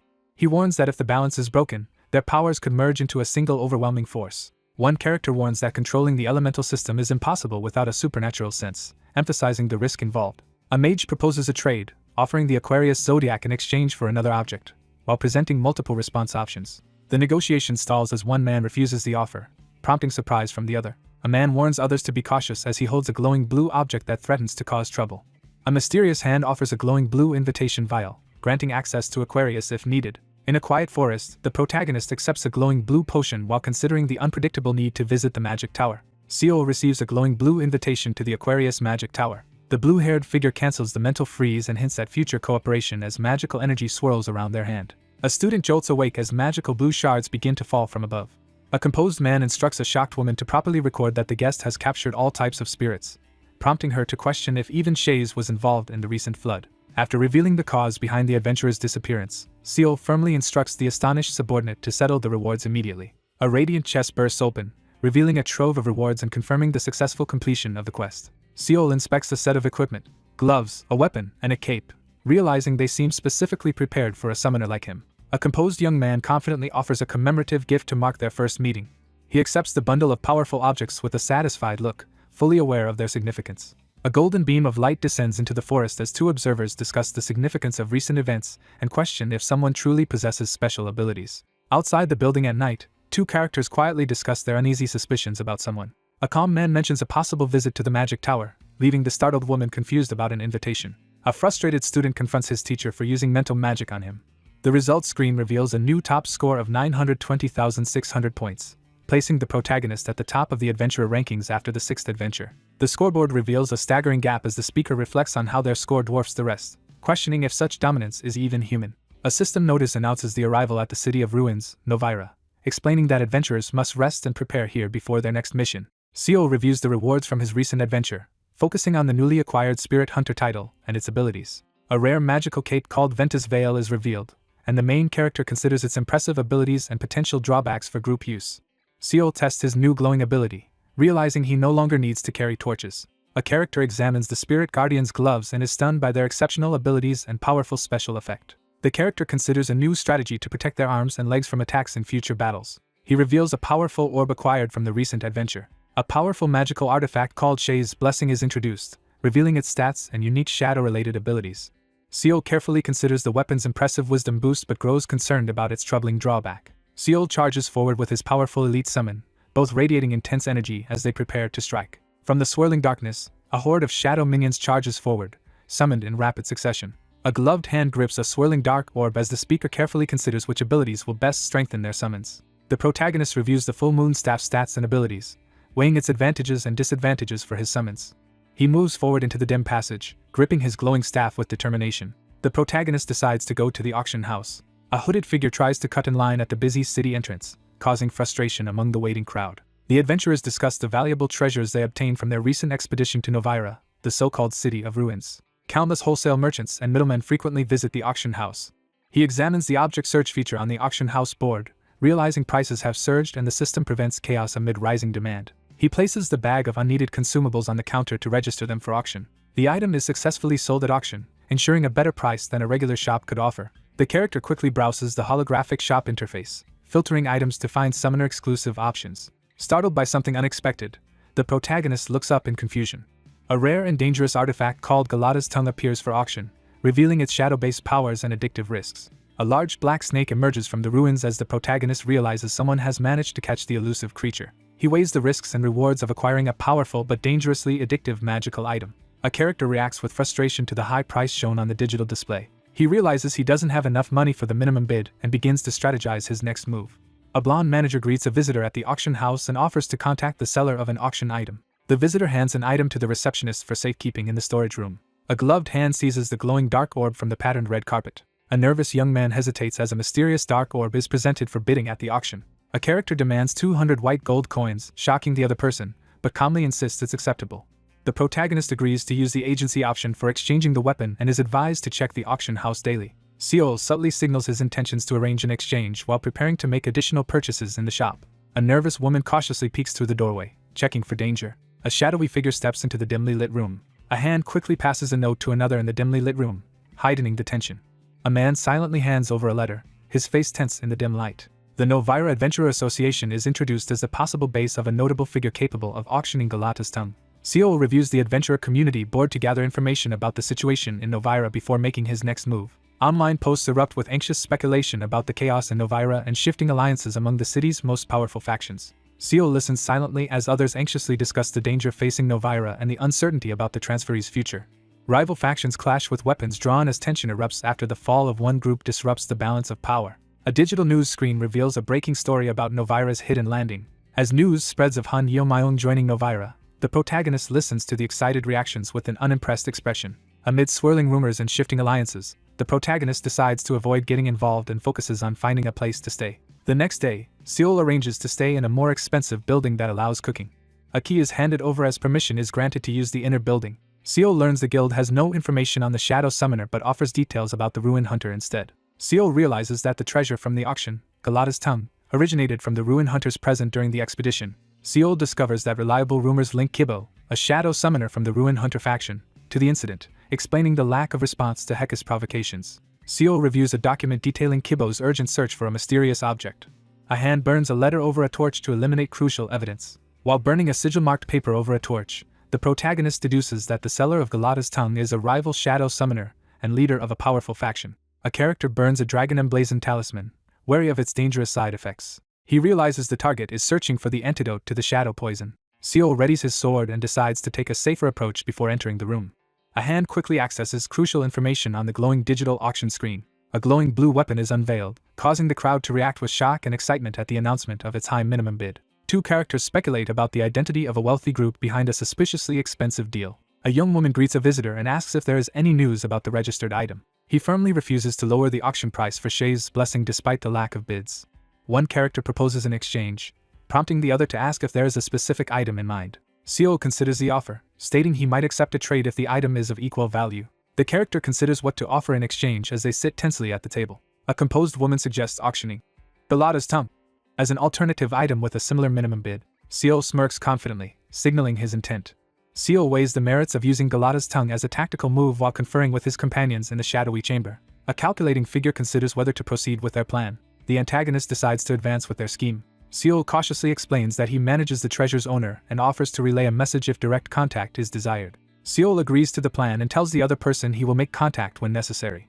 A man enters the shop as a surprised blonde woman watches him pass by the counter. A startled woman opens the door and comes face to face with a menacing intruder. Someone acknowledges that the challenges ahead are overwhelming. Seol examines the shadow flower, considering its rare ability to boost shadow summoning against stronger opponents. The protagonist reviews the ingredients collected so far and formulates a plan to obtain the missing items needed for his next steps. Seol silently inspects the ominous, glowing shard as dark energy swirls around it. A hand receives a glowing invitation that can be destroyed to secretly purchase items using madness. He tears open the glowing artifact, unleashing a surge of radiant energy. The protagonist questions whether he is trapped in another lucid dream, feeling uneasy after the events in heaven. Seol realizes he is facing several shadowy figures instead of just one. A masked antagonist emerges from the shadows and greets the newcomer. Seol demands answers as he confronts the shadowy figures identified as the madness merchants. Seol demands answers from the shadowy figure, but the figure refuses to reveal any information about Janet. Surrounded by shadowy figures with glowing eyes, Seol faces a tense confrontation as his actions attract the attention of powerful entities. He realizes someone is hiding information from him to manipulate his actions regarding Janet. A shadowy figure calmly explains that to obtain an item, one must pay an appropriate amount of madness. A tense confrontation unfolds as the consequences of a past promise lead to sanctions against Janet. A figure requests to see only the most essential items while standing amid glowing energy displaying 13,000. A mysterious figure reveals a pair of magical earrings that can temporarily grant immense physical strength. A vendor presents a powerful artifact and magical armor, urging the protagonist to buy them for 10,000 madness. A difficult decision is being weighed as the options presented are all costly and unusual. Two mysterious objects and ancient manuscripts are revealed under an ominous red light. Seol stands silently before the swirling red backdrop, his expression calm and unreadable. Seol confronts a shadowy figure as mysterious objects float between them and the swirling red mist. A horned figure emerges from the darkness, grinning menacingly as red energy swirls around. Someone issues a foreboding reminder in the darkness. Seol faces a group of masked enemies, radiating confidence as magical energy surges around him and a white-haired figure. The protagonist challenges the masked figure, accusing them of deception during a heated negotiation. The masked figure snarls a harsh ultimatum, demanding obedience or expulsion. Three masked figures confront each other tensely before preparing to leave. A horned woman steps into the light, playfully praising the protagonist for recognizing her identity. Two rare items with dangerous abilities appear before the protagonist, who reacts with surprise and questions their timely arrival. A character asserts their control by revealing they possess both the knowledge and means to process the shadow flower. Seol realizes that knowing the secret of the shadow flower puts him in far greater danger than simply being involved in the world annexation. A masked figure confronts someone, revealing they are not an ordinary human. Seol listens intently as the merchant assures him of confidentiality while discussing the complications of annexation. The protagonist questions the masked figure about their knowledge of the poison herb, prompting the figure to admit spying and demand a price for information. A surge of red energy pulses as the deal is sealed and the value 10,000 materializes. The masked woman confidently claims she can guess what the cautious man desires most. A masked figure unveils a magical pair of pants called Black Spectre's Shroud, highlighting its powerful shadow-based abilities and stat boosts. He realizes that items labeled as Madness tier are ranked even higher than Rare, possibly reaching the Treasure tier. A tense negotiation unfolds as the protagonist is offered a critical item for exactly 10,000 madness, with no extra conditions this time. The masked figure asserts her unique importance among the madness merchants. The protagonist demands to know the true purpose behind the antagonist's obsession with madness. A masked figure declares that even the gods once worshipped have abandoned humanity for madness. A masked woman stands her ground as a man's clenched fist signals the start of a confrontation. Seol stands firm as he confronts a group of threatening opponents. One hand passes a glowing invitation card to another. After the deal concludes, a masked woman departs as several rare items are awarded. A sudden cough breaks the tense silence outside the rustic buildings, signaling someone is in distress nearby.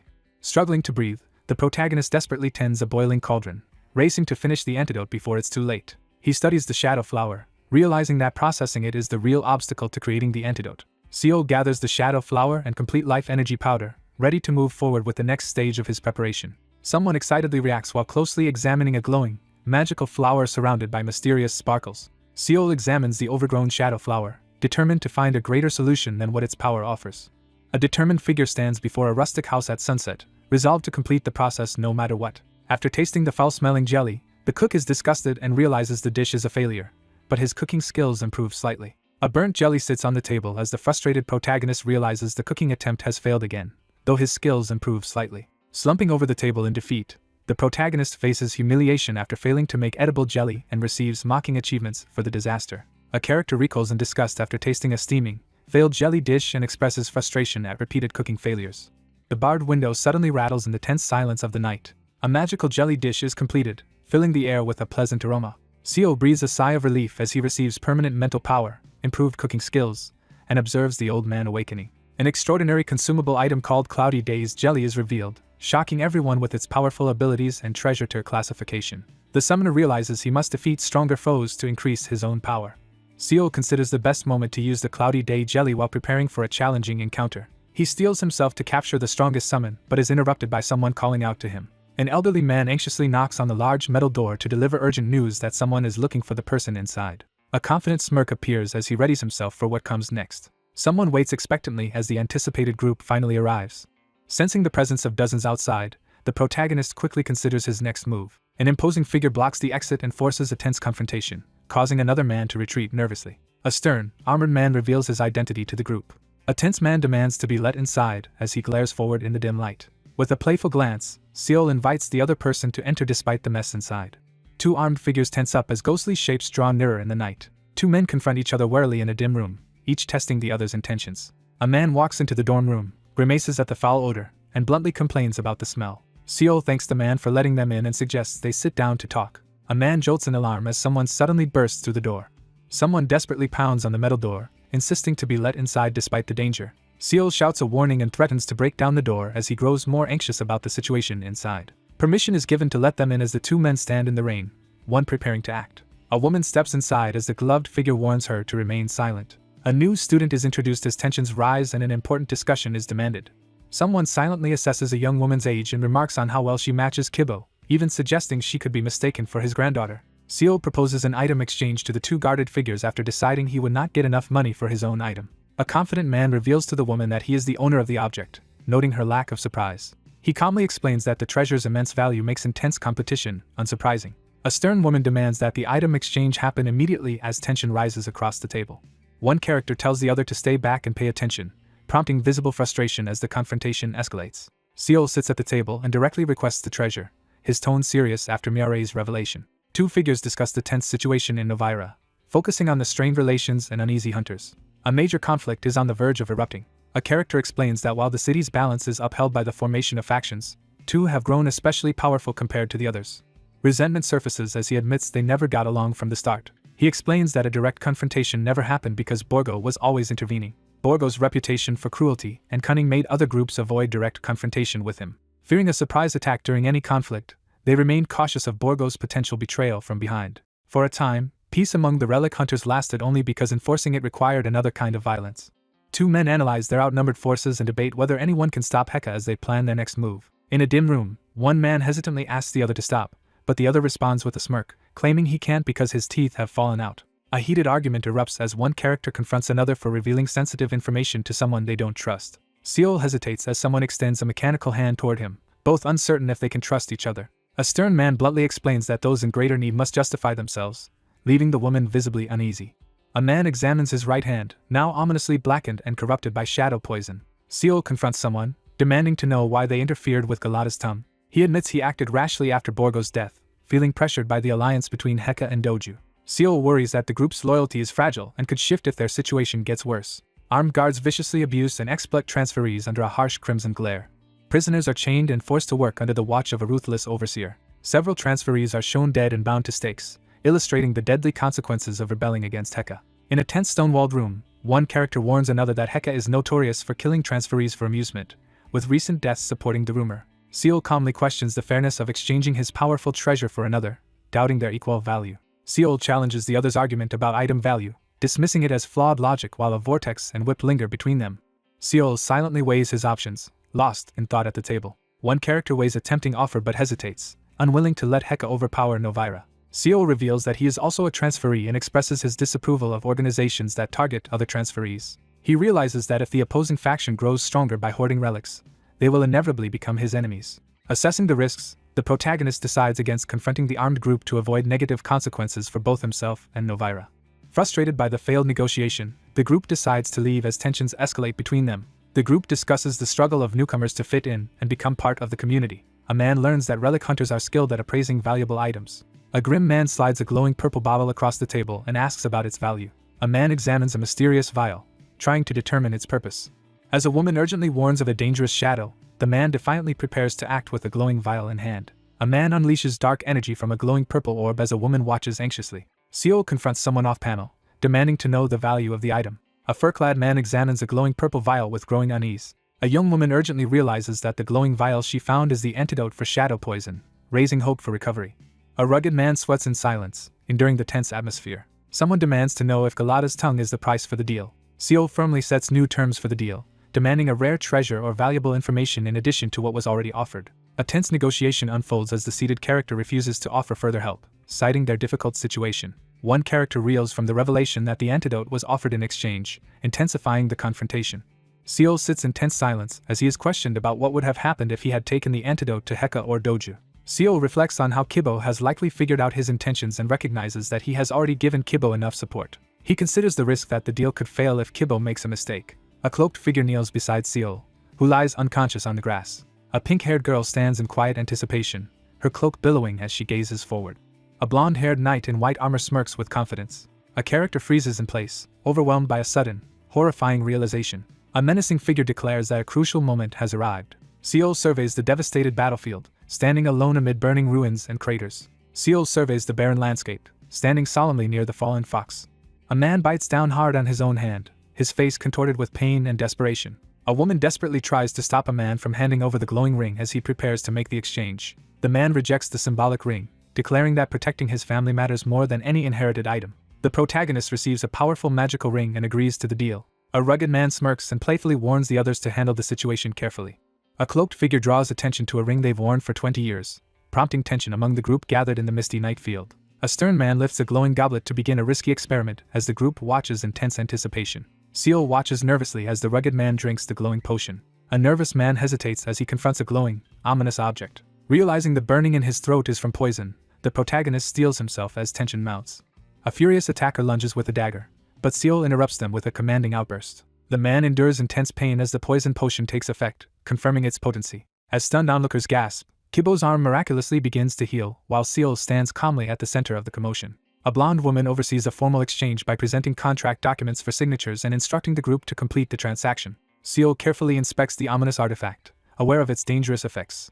Seol steps forward and demands an explanation from the figure surrounded by dark energy. A brooding man taunts his opponent, while displaying a swirling dark orb surrounded by ominous energy. Seol steels himself for an impending confrontation, his gaze unwavering in the dim blue light.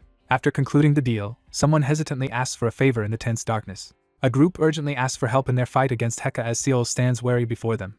A serious figure urges Seol to help them fight against Heka. Seol firmly rejects the request, insisting he does not want to interfere with others' affairs. A tense warning is given that the coming incident will affect everyone in Novira, leaving no escape from its aftermath. The group finishes their deal, and one figure introduces himself as Snowman while asking for the other's name. Someone ominously predicts a future encounter under the quiet night sky of the medieval village. Seol confronts the man in the black fur cloak, demanding to know why he was acting so deferentially towards someone with no apparent power. A tense confrontation erupts as one character panics over the possibility that the antidote was actually poison. One character urges the other to sit down and talk, attempting to defuse the tension between them. Seol sits hunched and weary, pondering what sets relic hunters apart from others. The man reveals he chose her because of her sharp intuition and instincts. A furious, bloodied girl stands with a cleaver among several fallen people after a violent outburst. Clutching a bloodied knife, he stands over a corpse and prepares to defend himself as armed intruders approach. A rugged man expresses heartfelt gratitude for being saved during a life-threatening ordeal. One character explains the differences between his cautious leadership style and Heka's bold approach while discussing their group's dynamics. A woman defiantly defends Kibo's actions and criticizes Heka. An injured man admits his fear of the person called Snowman, shocking the woman beside him. A gloved figure recalls revealing his power not for show, but to assess his opponent. A tense man clutches a glowing orb as dark energy gathers around him. A surge of instinct warns the character that the ominous figure before him is extremely dangerous. A suspicious man studies the silent figure before him, realizing that the mysterious artifact on his belt is far more valuable than the crystal ball in his own hand. A serious man warns against approaching the threat without caution. Seo anxiously questions the true intentions behind the warning he received. After receiving a tip, he launches a thorough investigation using all his information networks. A tense woman realizes that the appearance of Private and another man in Novira happened on the same day, raising her suspicions. The man firmly reveals that he is certain after seeing the person himself. Seo cautiously enters the dim stone room, aware that his presence as Private has likely been discovered. Seo acquires the cursed artifact Galata's tongue, risking addiction to its shadow poison for greater summoning power. A hand prepares the shadow poison antidote in anticipation of an imminent confrontation with Heka. Seo warns that their best chance is if the storm targets the lion. 2 days pass, shifting the story to a new moment. A pair of hands finishes wringing out the glowing cloth, ensuring it is now dry. The protagonist examines the powerful new artifact, Galata's tongue, impressed by its abilities and the removal of its penalty. The protagonist evaluates a glowing object, deciding it will be less conspicuous and useful for self-defense. Seo inspects the glowing rope and prepares to review his newly improved stats. The protagonist reviews his status window, noting that his abilities have only slightly improved since the beginning. He stands confidently, analyzing his overwhelming stats and the powerful bonus that sets him far above others. The protagonist reviews the shadow dimension's available space and examines the detailed stats of a potential new summon, Full Moon Night Kaluna. The Shadow Warrior's impressive stats and rapid level growth are revealed on the status window. As he unlocks the heavy wooden door, the protagonist reflects that surviving dangerous trials and embracing his unique madness have set him apart, making him stronger. He explains that gathering madness by standing out will be beneficial, just as he was advised. He decides to approach his work with greater flair to make a stronger impact. The protagonist enters the busy town square, moving forward with determination. 2 men spy from the shadows, watching cautiously around the corner. He returns to the deserted laboratory, finding no sign of anyone or any new evidence. He decides that if he finds no trace of Chao tomorrow, he will have to rely on the remaining information in the laboratory.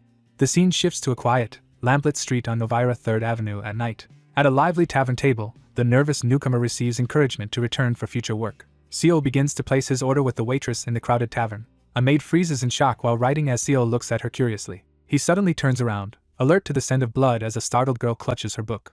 A muscular man blocks the front entrance with a large weapon, forcing everyone inside to panic and rush toward the back door. Heka appears and terrifies the crowd, prompting everyone to flee in panic. Realizing the person tailing him is aligned with Heka, Seo prepares for a confrontation. A figure senses the overwhelming presence of a killer as a muscular man grips his weapon in the dim room. An armed intruder confronts Seo, demanding answers about a treasure given to the wolf.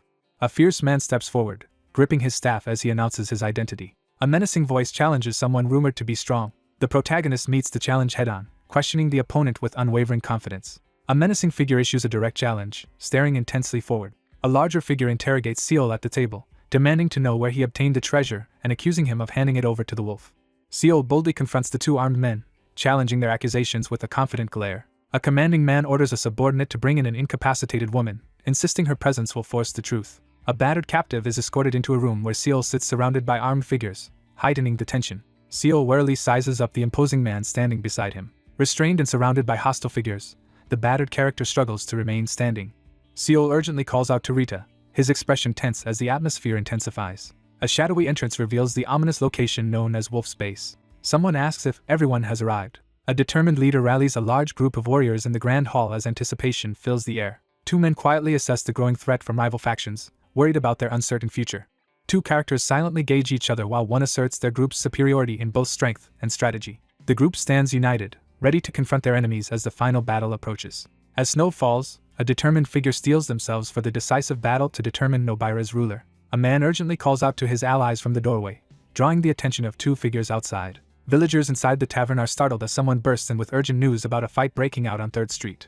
Amidst the falling snow, the character anxiously wonders who the unseen opponent could be, realizing that everyone else is accounted for. Seo braces himself as he faces the menacing figure with golden eyes, ready for a possible fight. A commanding leader orders the main force to attack Dojo as the warriors prepare for battle. 2 characters give urgent tactical orders to mobilize their group to 3rd Street. A man, sweating intense, insists that someone he knows is still surviving. A red-haired man interrogates Seo about his connection to a certain woman, intensifying the tension in the room. A figure uses intimidation and a single blow to force another to confess everything. A terrified young man clutches his side and desperately pleads that he only acted as a middleman in a trade between treasures. Seo sits tensely in the tavern, pressured to respond as someone demands an answer. A burly man confronts Seo, bitterly questioning why the treasure was given to the wolf, revealing their strained relationship. A tense exchange erupts as one figure confronts the other for knowingly giving away the treasure despite the likely consequences. Seo questions the other person's intentions, pointing out the familiar ring and making it clear he doesn't want to waste time. A wild-looking man confronts someone, demanding to know if they support the wolf. Seo remains calm as he insists he hasn't done it yet, despite the intimidating interrogation. A menacing figure taunts the protagonist, hinting at hidden knowledge about their reputation. A menacing figure openly declares his hatred for transferees. As two armed men approach, the protagonist opens a glowing treasure chest in the cave. Armed overseers menace enslaved workers in the mine, mocking and dehumanizing them as they labor under harsh conditions. Seo confronts the muscular man, who shamelessly admits he bullies others simply because he enjoys it. The woman silently acknowledges that her suspicions have been confirmed as she stands behind the man in the bleak room. He realizes that Kibo was honest and not trying to manipulate him. A red-haired man brandishing a spear corners his target in the tavern and offers a final chance to survive. A group of armed men rushes forward at night, following the order to kill the wolf. The captor threatens to kill the tied-up woman with a poleaxe if his demands are refused. Seo sits calmly at the table, unfazed as a threatening figure looms and taunts him with the promise of violence. Seo delivers a cutting insult, questioning the value of an idea he finds unimpressive. The furious man lunges forward, arm raised to strike. A fierce, muscular figure smashes an axe into the wooden floor, splintering it with a powerful blow. A shadowy hand surges forward to strike at the panicked opponent. Three armed men block the escape route and threaten their cornered target. Seo calmly reveals that something vanished as he unleashes dark energy from his hand. Three hostile figures suddenly charge at him as he sits at the table, catching him off guard. Seo charges at his fierce opponent, their weapons colliding amid surging energy as the battle intensifies. Seo unleashes a powerful slash with his glowing sword, sending a surge of energy toward his opponent. A fierce battle breaks out as a red-haired fighter charges at a silver-haired opponent, while Seo watches from the background. A fierce attacker swings a weapon with full force as another character braces to withstand the blow amid the chaos. A burly, red-haired warrior struggles to withstand a sudden, powerful sword attack. Seo stands firm before the wolf-like figure, preparing to clearly state where his loyalties lie. Seo unleashes his newfound power, confronting the enemies with overwhelming force. A building erupts in flames as people trapped inside cry out for help. A fierce battle breaks out in the alley as the sudden arrival of the wolf causes panic among the warriors. An armored figure bursts through the flames and charges at the startled opponents. A furious man grips his axe and shouts accusations at Wolf as flames rage around him. A furious armored man threatens Seo, warning that Heka will arrive soon. A menacing man summons dark forces with a glowing orb, warning that the night will be long even after his opponent's death. A battered man recoils in disgust, accusing his opponent of using fallen allies as shadowy minions. Shadowy figures with glowing purple eyes materialize from the darkness, radiating ominous energy. A menacing man ends the conversation with a cold glare. An armored man desperately brandishes his weapon, warning two advancing attackers to stay back as flames rage around them. Flames consume the building as screams echo through the chaos. A leader announces Doju's death and orders the news to be spread, instructing followers to spare anyone who surrenders. Two armed figures stand in the shadowy street, preparing to launch their real plan and investigate Heka's actions while staying alert. The group moves quickly through the dark city streets to meet their ally. Two battered survivors confront each other outside the building, acknowledging the defeat of a former enemy and questioning what comes next. A sudden attack interrupts the tense standoff, catching everyone off guard. Two men react with alarm as they receive unexpected news that Mira has returned. A man, visibly shocked, urges someone to look as a woman silently holds up a severed head. A weary character calls out urgently to Mira and Kibo. A nervous survivor notices a bloodied object in the older man's grasp, heightening the tension. Seo recoils in shock, sweat streaming down his face. Blood spreads across the stone tiles. Seo reacts with alarm as he notices something unsettling in the dimly lit room. The character discovers a dead body in the hallway, realizing the gravity of the violent scene. A tense group points accusingly at the table, singling out the suspected snowman. Seo sits calmly at the table, taunting the bloodied man slumped before him.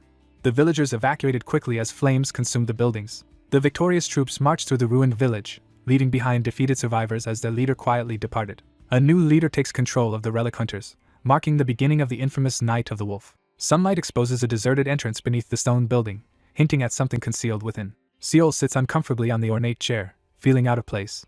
A muscular man asserts his presence at the table, explaining the change of seats to the tense crowd. A tense confrontation unfolds as the woman demands an explanation for the decision to kill Heka. The group debates their previous deal, with one member admitting he never intended to get involved. Two figures sit by the fire as one redirects the conversation toward the other's true intentions. Seo declares he will accept any help, even if it means risking a significant loss. A rugged man prepares to share a story that promises intrigue. At night in the desert, two figures notice someone being pursued by a group of chasers. Without hesitation, he ambushes the exhausted pursuers and buries them beneath the sand. He acknowledges that their bond, forged since meeting at the sands, remains strong because of a debt that still ties them together. The protagonist offers a tense deal, proposing to let the other person save someone instead of claiming vengeance. A rugged man reveals that someone is a descendant of Ergo, leaving Seol visibly shocked. Seol reacts anxiously as he confirms he recognizes the name just revealed. A thoughtful man recalls creating the piece known as Ergo, finding it especially memorable among his works. A gifted blacksmith forges extraordinary items that rival even legendary adventure rewards, hinting at a future legacy. A blood-stained sword is struck by a massive hammer, symbolizing how Ergo's creations fueled violence across the continent.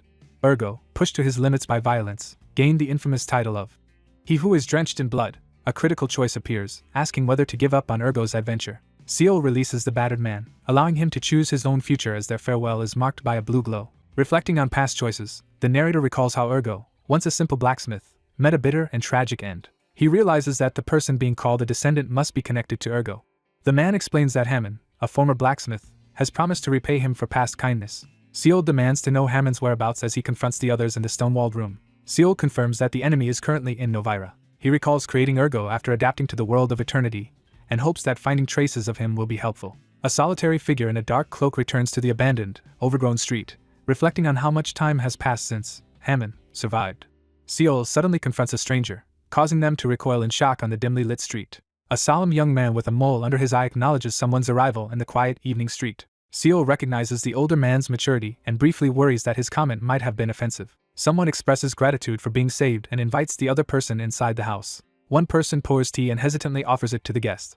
He refuses the offered tea, explaining that he never accepts food or drinks from others due to his profession. He recalls that these words echo the teachings of his master. One character questions the other about their master's reputation and whether they knew him before he was given a shameful title. He acknowledges the accuracy of Ergo's reputation. He reflects on the unusual abilities of each piece Ergo created, considering their significance. A solemn young man explains that his master, disillusioned with the world, left, and his works were later corrupted by malicious people. Standing before a pit filled with hidden weapons and relics, the young man realizes his master concealed every creation to prevent them from causing trouble for others. Fleeing through the harsh desert, he tries to escape his relentless pursuers. Grateful for being saved, the character silently acknowledges the help that allowed him to start a new life. The protagonist explains that he left his old trade and now runs a tea house in the city. Seol silently vows to repay the kindness he received, his determination unwavering. A character is prompted to choose one critical request from several options presented on a parchment. He discovers that all the options on the notice are locked and realizes he doesn't have time to persuade the other person. The system prompts the option for item repair and strengthening as the protagonist decides to abandon creating a new item. Seol sits stunned on the floor as a glowing sword and armor suddenly appear before him. A character examines the shattered helmet of control, realizing it is made from corrupted spirit stones and is now powerless. Seol examines the damaged helmet and explains that repairing it won't restore its full power. Seol sits on the floor, examining the mysterious sword and questioning how it was obtained after learning it was found in the ruins of the Forgotten Moon. A mysterious sword radiates energy as magic glyphs swirl beneath it, hinting at a hidden power being suppressed. Startled, he realizes the mysterious item may come from a forgotten era unknown to his master. He requests to take the sword and helmet, examining the glowing blade with intense interest. He assures the other man that with only 15 days remaining, he is confident he can awaken the sword's dormant power. A massive stone building stands beneath a clear blue sky, introducing a new setting. 3 figures stand tensely in the dim room, discussing their readiness, as one assures the others of protection even without a sword. As sarcastic remarks fly between teammates, one character silently wonders how they managed to work so well together in battle. He unleashes a surge of energy as tension fills the air. A figure recognizes a familiar pattern on the ancient wall covered in mysterious symbols. One character confidently confirms recognizing the mysterious pattern as the group inspects the chamber's patterned stone floor. Seol grows suspicious as he questions the truth behind Kaluna's claim of lost memories. A gloved hand reaches toward the glowing summoning circle as the character questions the connection between a summon's level and its stability. Necromancers have concealed themselves in the great forest, seeking to harness its vitality to defy death. Seol considers investigating the origins of the corpse and the true motives behind the necromancer's actions. A secret necromancer ritual begins, locking the protagonist into an unexpected linked quest. The protagonist realizes he is being silently urged to approach the glowing arcane symbol. The group decides to investigate the strange patterns on the chamber walls. Sensing trouble ahead, the protagonist grows uneasy about his forced assignment. Intent on escaping Novira, the protagonist fixes their attention on a glowing sword and an ominous helmet in the dim room. A magical sword appears above a glowing magic circle. A determined man raises his hammer, preparing to strike as sparks fly around him. A determined man lifts his hammer and vows to surpass his rival at the glowing forge.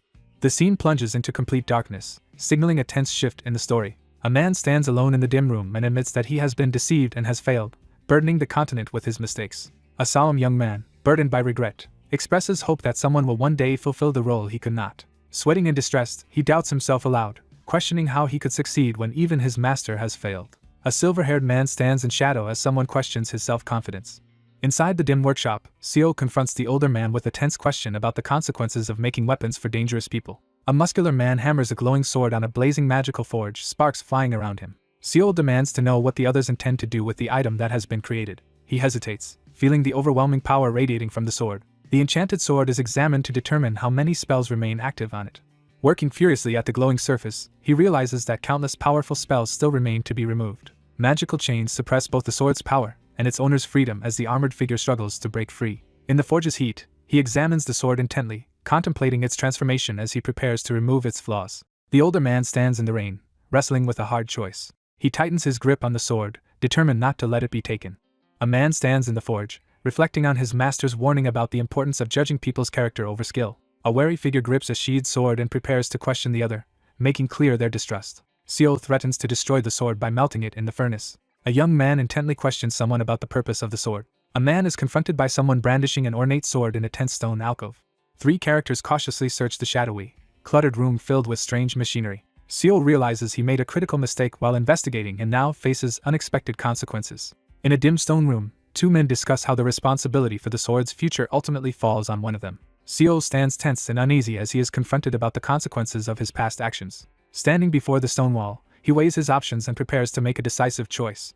Seo anxiously realizes he no longer knows what happened to Argo or what Argo taught Hammond after losing control over the situation. Seo admits his uncertainty, tense and conflicted as he faces the question. He grips the sword tightly, determined to use it against any enemy or to protect what matters. Seo stands firm before the furnace, refusing to back down as accusations are hurled at him. Seo challenges the notion of being certain about the future while standing beneath a glowing dye surrounded by swirling lights and ominous clouds. Seo strides purposefully through the stone-walled room, resolute in his advance. A glowing sword is handed over in the dim chamber, leaving the young man visibly astonished. The cursed sword is unleashed, crackling with intense energy. A legendary sword's extraordinary stats and unique abilities are revealed on a glowing panel. A massive donation of 300 madness coins shocks everyone as the chat erupts with disbelief and excitement. A young man recalls his master's wisdom while standing by the forge. Seo receives the moonlight sword and is stunned by its extraordinary power and craftsmanship. A character points out a powerful helmet on the table, casually dismissing its value despite its impressive stats. One man thanks the other and invites him to visit again as they part ways in the stone-walled room, the glowing sword between them. A skilled blacksmith joins as a heroic ranked helper, offering his support in future adventures. Seo confidently accepts the offer, surrounded by a radiant golden energy. The investigation leads to a secret campsite in the Great Forest, where unusual clues and necromancer traces await discovery. Bathed in a beam of radiant golden light, Seo stands determined among the ruins and tent, receiving a mysterious blessing. Seo activates his insight ability, his eyes glowing as he stands alert in the shadowy forest. Wagon tracks are discovered along the cracked, grassy path in the darkness. Carefully examining the tree, he discovers intentional knife marks likely left by the wagon leader or their guide. Seo considers that if the usual suspects are not responsible, Chow might be involved. With no other options, the character heads deeper into the ominous forest, following the stronger scent of a corpse. A two-layered trap is discovered in the forest, and a parchment appears listing options to trigger, avoid, disarm, or break the curse. As he moves deeper into the shadowy forest, he senses a powerful curse and confirms he's heading in the right direction by detecting a two-layered trap and the increasing stench of corpses. He assesses the risk of the curse and decides to search for its medium. A character activates a special ability and locates the curse's medium in the field. Seo lunges forward and strikes with a glowing black rod, his eyes locked in intense focus. The cloaked figure stands as the dark curse shatters and vanishes from the forest. With heightened focus, Seo investigates the forest, suspecting necromancer involvement, as he wields a glowing dark whip and relies on his powerful eyes of perception. In the misty forest, he contemplates how to exploit the necromancers hiding nearby for his own gain. The mastermind reveals he is both the founder and the leader of the Church of Eternal Life, shocking the crowd. Standing tensely in the shadowy forest, the protagonist grows uneasy while analyzing how the Church of Eternal Life managed to survive after its leader's departure. The campsite stands deserted under an ominous red glow, hinting that something has gone wrong. Seo moves cautiously through the forest, planning to investigate whether the Church of Eternal Life is involved before taking further action. A tense voice from inside the closed tent commands someone to get down. Two robed men argue about the delays in their plan and the deadly risk posed by a demon who has already killed over 20 members. Hidden in the shadows beside wooden crates, the protagonist overhears alarming news about a dangerous figure who devoured 20 people without moving. Realizing the truth, the protagonist deduces that the artifact called the Crystal of Death Pronouncement has been used to forcibly create an undead. A hooded necromancer uses the Crystal of Death Pronouncement to break a corpse's memories and perform a resurrection ritual. Crouched in the shadows, Seol silently listens as nearby voices argue about the risks and uncertainty of controlling an undead. One man urgently reveals that the Archbishop will come personally, shocking the other. Realizing the Church of Eternal Life will not help them, the protagonist grimly acknowledges the danger of their betrayal. Seol hurries through the camp at night, worried about the consequences if the Archbishop raises the corpse as undead. Seol instructs Karuna to stay alert while he goes to investigate the other tents. A bald man sleeps soundly on the floor as faint light streams in. A wary armored figure watches from behind a curtain as Seol walks away calmly after setting only a few traps. He quickly found what he was looking for by heading straight to the largest, most noticeable tent. A glowing red crystal sits on the desk as its deadly power and the lives it has claimed are revealed. Seol acquires the Crystal of Death pronouncement and discovers documents detailing the activities of the Church of Death's Truth. A character examines spell documents and realizes someone attempted to resurrect a corpse as an undead, which was later found in the Mirage Desert. While examining the sketch, the protagonist learns that a powerful armored corpse mysteriously appeared after the sandstorms, with no information about its origin or purpose. A hand displays a drawing of the armored corpse as the investigator questions if this is the same mysterious body that previously drew interest. Seol studies the aged document and realizes the corpse bears an uncanny resemblance to someone he knows. Seol recoils in shock as he discovers the name Karuna on the mysterious document. Both armored figures tense up as a surge of blue energy signals an imminent threat. Haunted by a sudden memory, he stands frozen, visibly disturbed. Seol suddenly recognizes the person before him from his memory, his shock evident. One character confronts the other about a disturbing memory while holding a torn document in the dimly lit room. The two men quickly agree to escape and head to the ceremony location. A decisive plan is set into motion as the messengers aim to suppress the eternalism and reshape their future. A failed attempt to resurrect a corpse as a necromantic body forced the ceremony to move to the Great Forest, where a death declaration quartz was used due to the ritual's overwhelming power. 21 people have failed to escape the death declaration quartz, leaving the cult with no option but to report their predicament to eternalism as the Archbishop considers entering himself. A warrior charges into battle, wielding a glowing sword as magical energy surges around him. Assessing the enemy's repeated failures, the protagonist realizes that the messenger's facticism have been unable to successfully turn corpses into necromantic bodies. Seol delivers a decisive blow with his glowing sword, overpowering the masked opponent. Seol tenses and grips his sword as he questions Kaluna's strange reaction to the drawing of the corpse. Standing in the rain, Seol clenches his fists in frustration, unwilling to accept defeat. A character recoils in shock upon discovering the chained corpse sealed inside a cursed cage. One character anxiously confronts another about the striking similarity between the corpse's armor and the armor previously worn, unsure of what to do next. Weighing the risks, a character considers searching for Chow without using the quartz, fearing they might get trapped if things go wrong. A gloved hand activates the glowing quartz, preparing to test its power on the corpse. Startled, the protagonist confronts a mysterious figure in the dark corridor, questioning their identity. Startled and sweating, he confronts the unexpected presence, desperately questioning his own identity. Seol frantically calls out for Kaluna in the pouring rain, his voice filled with panic. Seol clutches his hand as a surge of pain overwhelms him, red energy crackling in the air. Seol collapses to his knees in the rain, screaming in pain as the chained, glowing structure overwhelms him. A fierce surge of energy erupts as the red crystal is gripped tightly. A desperate figure activates the Death Declaration Quartz, triggering a forbidden ritual that shifts reality and transforms the necromancer's rites into a new promise. You discover the necromancer's ritual site, where a bound corpse and the Death Declaration Quartz mark the start of a deadly mental trial. Bound and defeated, the captive kneels alone in the empty room. Someone realizes the group's true identity. A confident man questions the newcomers, demanding to know if they have names. Two young figures confess they have never had a name. The king decides on names for the two children while his advisors watch. Someone demands to know if the other person wants something from them. One of the bound elf boys viciously curses the emperor despite his injuries. Seol stands silently as a sword is thrust in front of his face, meeting the threat without flinching. Kneeling and bound before the throne, Seol reveals his resentment and suffering to the emperor. Two young captives kneel on the ground, threatened by a soldier's sword as the aftermath of war leaves them powerless.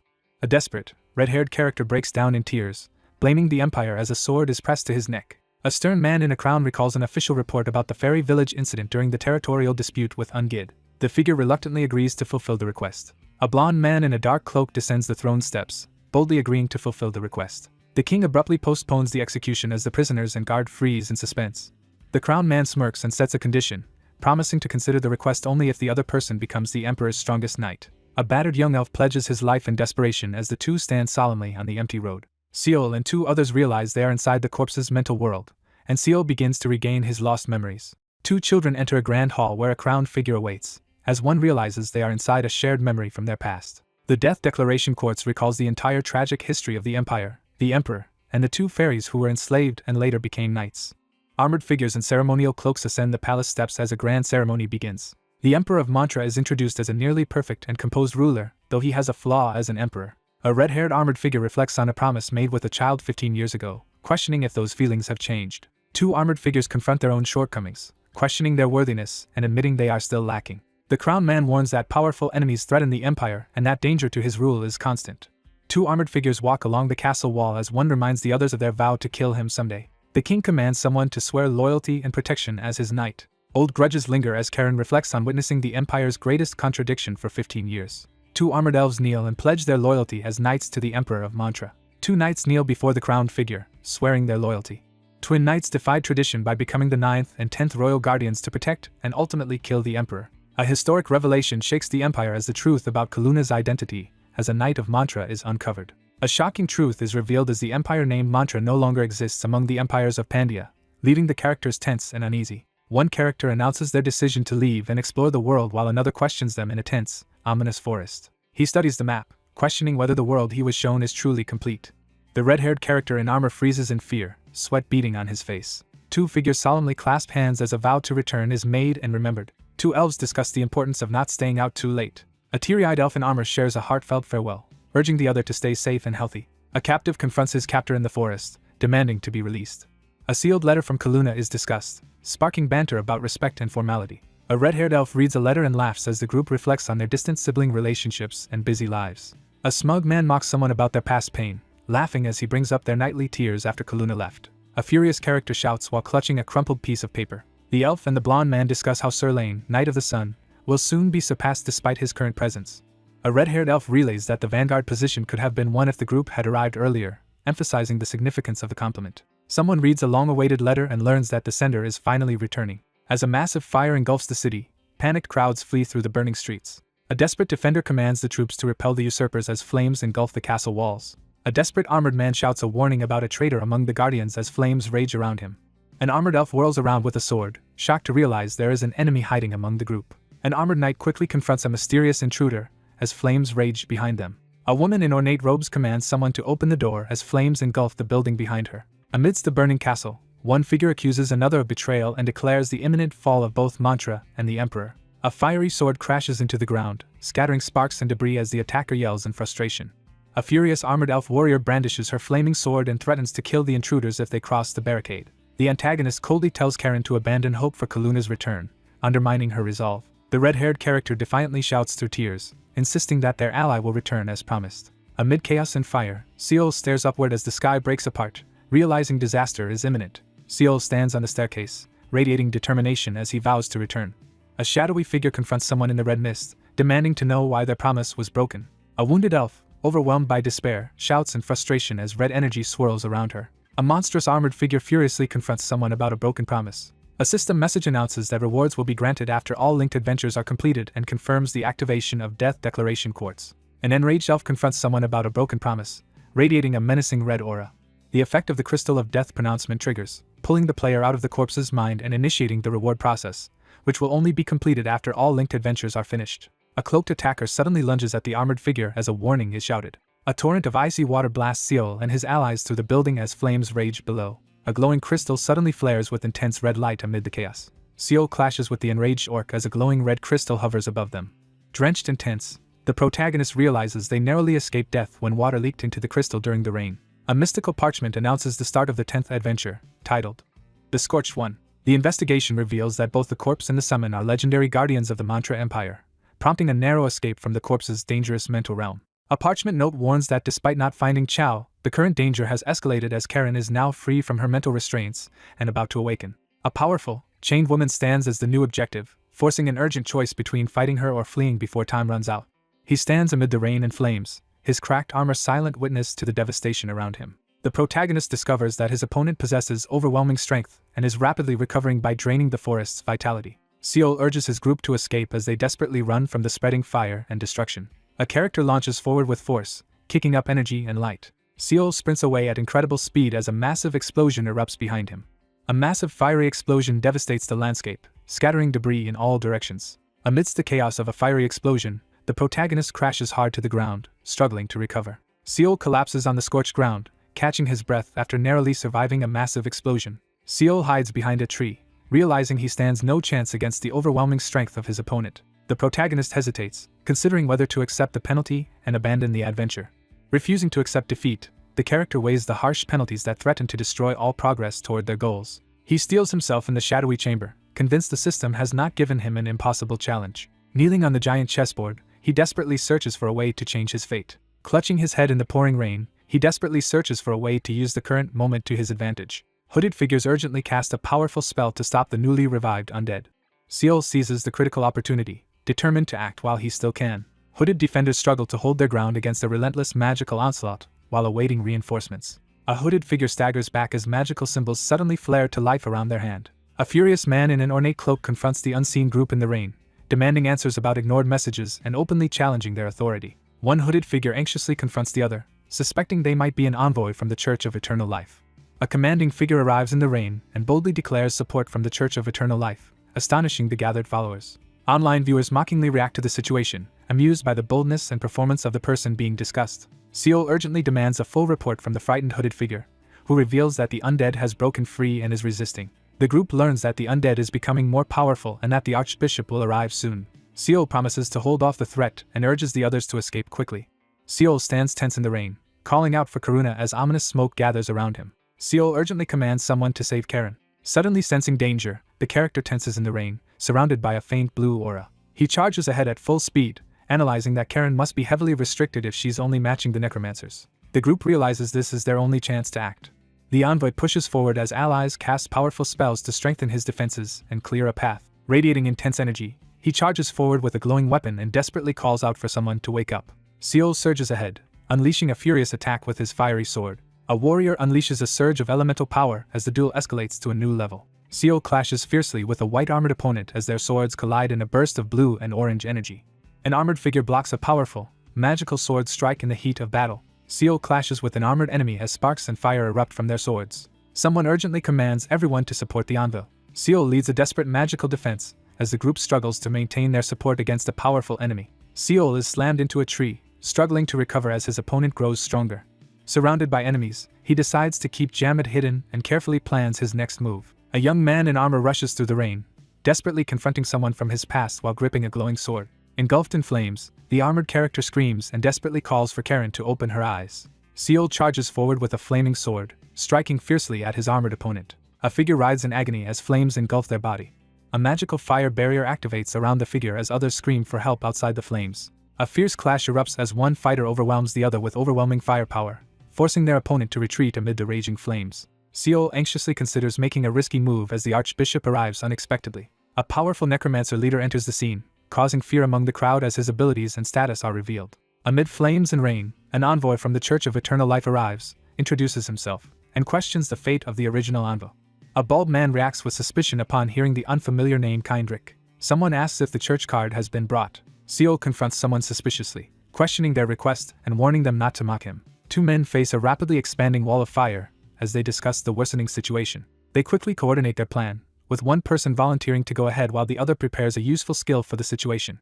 Seol forces a strained smile as he tries to maintain his composure under intense pressure. A suspicious man mentally exposes the envoy as a fake after realizing he knows nothing about the required church card. A temporary alliance is formed to restrain the powerful undead, with plans for betrayal once the opportunity arises. Seol senses a surge of bloodlust, realizes the church law has shifted, and concludes that he's being left alone because someone wants to use him. Seol prepares to confront Karen while staying alert for Galifa's betrayal, knowing that everything will be decided in an instant. A determined figure draws a crackling sword as a powerful transformation is unleashed. Seol unleashes a powerful, rage-fueled attack as fiery energy erupts around him. A powerful attack ignites as the two opponents collide in a burst of energy. Seol desperately clashes weapons with the possessed ally, trying to break through their control. Seol struggles to hold back his opponent's furious assault as their swords collide in a surge of fiery energy. Surrounded by raging flames, Seol unleashes a desperate outburst, demanding to know why someone never returned. Seol struggles to control the cursed sword as energy crackles violently around him. A fiery sword strike sends the opponent flying backward with explosive force. Seol tumbles headlong off the cliff, clutching his glowing sword as energy crackles around him. Seol shouts desperately in the rain, calling out for Karuna. The armored figure strides through the flames, demanding to know why there was no return. An armored figure confronts someone amid raging flames, demanding to know why a promise was broken. Cracks spread across the ground as Seol turns, surrounded by glowing green energy and the echo of a scream. A torrent of green magic surges from the older figure, overwhelming the panicked and screaming cultists. An older man channels powerful green magic, preparing to tear his enemy apart before planning to restore them with his spell. A menacing figure unleashes the vortex of hatred, threatening to decay anyone caught in its swirling energy. Engulfed in flames, the armored figure charges into the massive green energy blast, refusing to back down. A heavily armored figure is struck by a powerful attack but activates a damage-negating ability to endure the blow. A massive surge of green energy crashes toward the armored figure, who struggles to withstand its overwhelming force. A sinister figure prepares to unleash powerful green magic as the rain intensifies. Standing in the rain, the protagonist hears the ominous name Karuna and tenses in silence. Two combatants engage in a fierce sword fight as rain and energy swirl around them. Two figures stand in the rain as one desperately demands answers and the other remains silent. He clenches his jaw, struggling to hold back tears as the rain pours down. He accuses his brother of betraying the Empire by breaking his promise. A character accuses their sibling of abandoning the Empire and breaking a promise. One armored figure solemnly reveals that the Emperor is dead, the Mantra Empire has fallen, and they are now in a new world. A desperate figure pleads for another to let go of the past as rain pours and energy crackles around their confrontation. Seol grips his blood-stained sword, tense as he senses the threat is not yet gone. Seol stands in the rain, suddenly gripped by a chilling sense of danger despite the fires nearby. Surrounded by raging flames, the silver-haired character taps into a lingering power and defiantly prepares to fight. A devastating ability is unleashed, delaying all damage and effects with doubled consequences once it ends. The mage recoils in disbelief as his spell fails and the hatred vanishes. Wolf's warning activates as Seol senses a dangerous threat approaching. The quest objective updates, challenging you to survive for 5 minutes as the weakened Red Lotus Knight clings to life. An armored figure strides through the flames, wielding a blazing sword and unleashing overwhelming power. Realizing Karen has recovered, the protagonist tenses up in the rain, ready for what comes next. Seol braces himself as his opponent, now wreathed in flames, prepares to attack with unpredictable power. Engulfed in a blazing green aura, the furious man unleashes his last resort. Seol stands in the rain and prepares to reveal his final trick, raising his fist as a magical emblem glows beside him. A sinister figure activates a deadly skill, raising corpses to attack and explode on contact with the living. Under the relentless rain, hooded undead minions are forced forward, shrieking in agony as they obey the command to attack. The protagonist angrily confronts the archbishop and his hooded followers amid the eerie green flames. The villain unleashes a horde of undead minions with a furious declaration. Seol steps forward, forcing his adversaries to retreat in terror. A monstrous figure in golden armor seizes Seol, forcing him into a desperate struggle. A powerful figure activates rock armor, granting both himself and his ally enhanced protection as they prepare for battle. The intruder realizes the corpse trap is ineffective against him and confidently dismisses the threat. A fur-clad figure unleashes a powerful attack, decisively defeating an opponent. The terrified man frantically calls for his monster to shield him as a new, powerful threat emerges. A towering figure smashes the ground with a glowing fist, sending robed enemies flying backward. A monstrous figure charges at the panicked mage, who desperately tries to defend with green energy. The white-haired warrior defeats the enemy with a brutal strike, triggering a deadly explosion as all corpses begin to corrode. Surrounded by floating rocks and crackling energy, Seol stands motionless as his dormant power surges to life. Someone silently weighs the consequences of keeping Jamid concealed up to this point. A white-haired warrior unleashes a devastating attack with a flaming sword, targeting the true threat. A fierce blow from a flaming sword lands as the delayed effects of all previous damage and status conditions are suddenly unleashed. The restraints shatter as the figure bursts free, their lost strength fully restored. He realizes he is completely overwhelmed and might not survive the ordeal. Seol braces himself against a massive fiery attack as the timer counts down from 132. Wounded and desperate, he clings to his sword as the countdown timer ticks down, determined to keep his promise. Seol locks blades with his furious opponent as accusations and anger escalate. With time running out, the protagonist insists on his innocence while readying his weapon. Seol shouts defiantly as the countdown timer shows only 1 minute left, and flames surround him. Two sword wielders unleash their ultimate attacks and charge at each other for a head-on clash.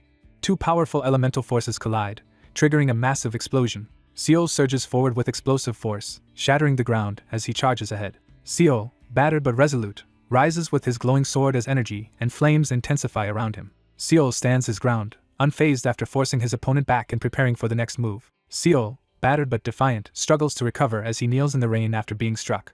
The white-haired figure mocks the kneeling opponent's weakness, emphasizing the overwhelming gap in their abilities. Amidst rain and flames, she hesitates to act, her resolve wavering after abandoning the Empire. Seol delivers a powerful, glowing sword strike against the large warrior in the rain. Seol slashes his monstrous foe with a blazing sword, forcing a guttural cry. A determined warrior intervenes in the rain-drenched clash, confronting the powerful beast. The armored orc taunts its opponent in the rain, daring them to fight. Seol's eyes widen in shock as he processes the disturbing revelation. As the timer hits 0, the wounded warrior stares in disbelief, realizing her defeat. All the delayed damage and status effects strike back with double force as the final comeback ends. Seol is violently seized by the face, blood spraying from his mouth as he is overwhelmed. Seol pins his masked, wounded opponent to the ground in the pouring rain. A somber voice recalls lost siblings in the haze. The armored figure, weakened and dissolving in the rain, quietly asks to hear the other person's story before time runs out. In the pouring rain, the blue-haired character confronts the wounded, red-eyed figure, demanding to know if they truly returned that day. Standing in the rain, the battered figure admits he was on his way and never meant to break his promise. Kneeling in the rain, he confesses his failure to keep a promise and reveals that his powers were sealed after his death, though he remains uncertain about the details. Bruised and exhausted in the rain, he admits that Karuna was stronger than him. Seol stands firm in the rain as his allegiance is questioned by the orc-like figure, declaring that while he still respects his former emperor, he now serves someone else. Seol stands in the rain, reflecting on his master's worth and expressing bittersweet gratitude for the connections he has made. Seol hesitates, then finally gathers the courage to voice a long-held question, prompting a tense response. Seol demands to know what lies beyond the empire as he questions a battered, armored figure in the storm. Seol stands at the shore, confused by the sight of the empty sea. He stands on the shore, astonished as he finally discovers the sea. A suspicious figure confronts someone, refusing to believe their explanation. Collapsed in the rain, the battered man laments his total exhaustion and questions what remains for him. In the pouring rain, Seol desperately defends his sister, insisting she is not a monster. One character rejects the other's desperate invitation to leave together, refusing to follow because their leader is too weak. A desperate man clings to a wounded woman in the rain, pleading for her not to die as she begins to lose consciousness. As rain falls in the shadowy forest, one character hesitantly begins to reveal a secret to their companion. He quietly confesses that he secretly wished to be taken along. An armored figure kneels in the rain, holding a fallen companion tightly. A mechanical hand slams down onto the fractured, rain-soaked ground with force. A victory notification appears, announcing the defeat of the Red Lotus Knight and granting special achievements and rewards. In the pouring rain, he cries out desperately while clutching an unseen figure. A scream echoes through the rain as Seol stands motionless, unfazed by the chaos behind him.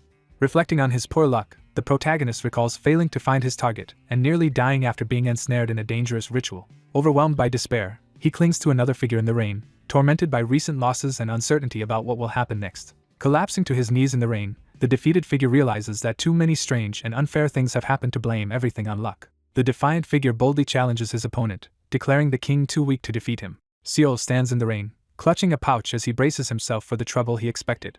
Seol calls out anxiously to his master as rain pours down, and an armored elf kneels beside a motionless figure. A magical jelly grants the ability to use a volatile skill for 1 hour. Dark energy crackles around him as he unleashes his overwhelming power. He commands the fallen figure to obey as a dark, glowing hand extends toward them. Collapsing in the rain and reeling from the truth, he realizes that the real mastermind manipulated everything from the start.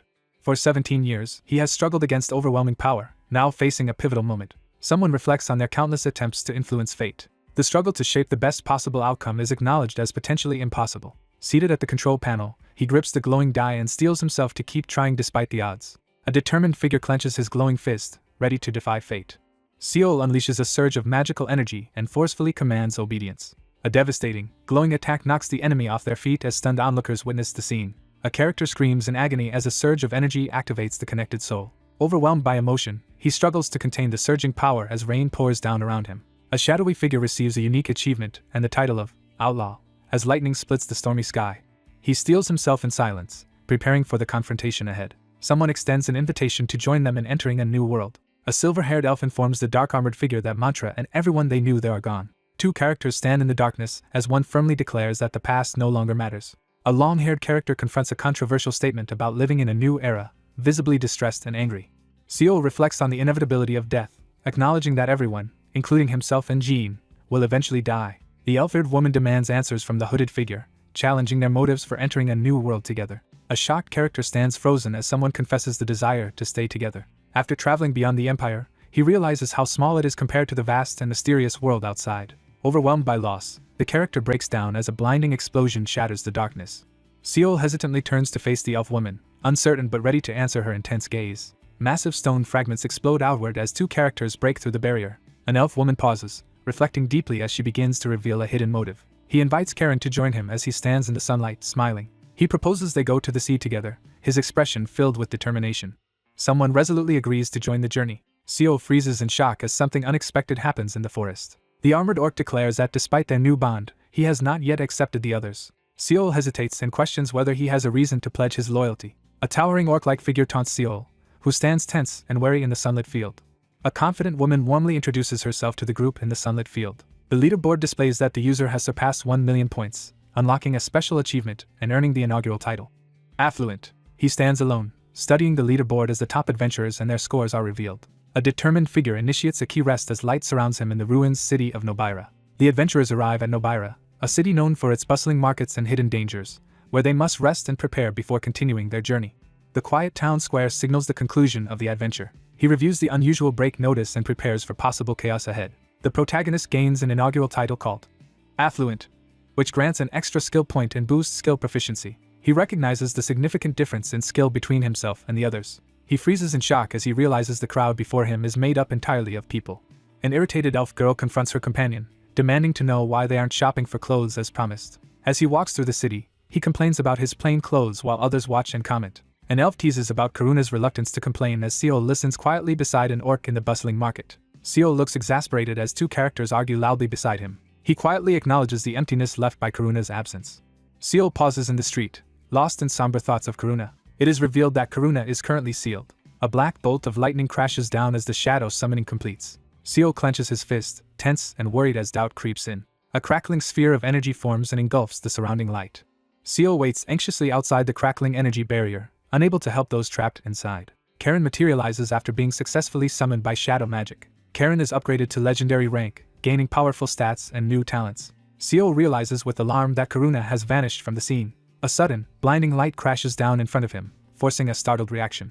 A magical scroll confirms the successful summoning of twin knights and the transfer of their skills. A series of powerful skills are copied and transferred to the shadow summon, but some abilities are sealed or altered in the process, reducing its overall strength. Seol stares at his screen, alarmed by a flood of messages about skill transfers. A glowing parchment reveals the activation of powerful twin abilities, upgrades the summons to legendary rank, merges their stats, and starts a countdown for a crucial event. He considers the implications of the connected soul mechanic, realizing that stats are combined and then shared equally.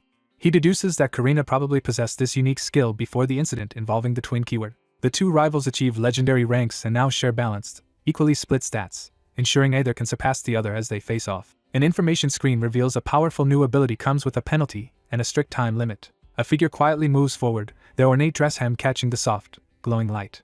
A confident woman in a pink dress makes a striking entrance, drawing everyone's attention and sparking mixed reactions from the crowd. The orc-like figure examines the item and gives an approving assessment, while the protagonist waits nervously. A character wonders about his appearance and asks the troll how he looks from another perspective. Seol stands in the street, visibly annoyed as he reacts to harsh criticism about his taste. After transforming into a shadow, she escaped her corpse and preserved much of her original appearance. In a dim stone-walled room, the silver-haired girl examines her hair and admits she cannot change its color, while someone quietly observes her. Seol and the silver-haired elf woman set out together toward a place she has been eager to visit since her return. Villagers turn in surprise as an elegant elf woman walks through the street, drawing curious stares. He realizes with embarrassment that he's being publicly called a slave. An elf-like character surveys the bustling city, noticing how unfamiliar the buildings have become. Seol surveys the bustling marketplace, exchanging brief words with the long-haired elf as they explore the unfamiliar surroundings.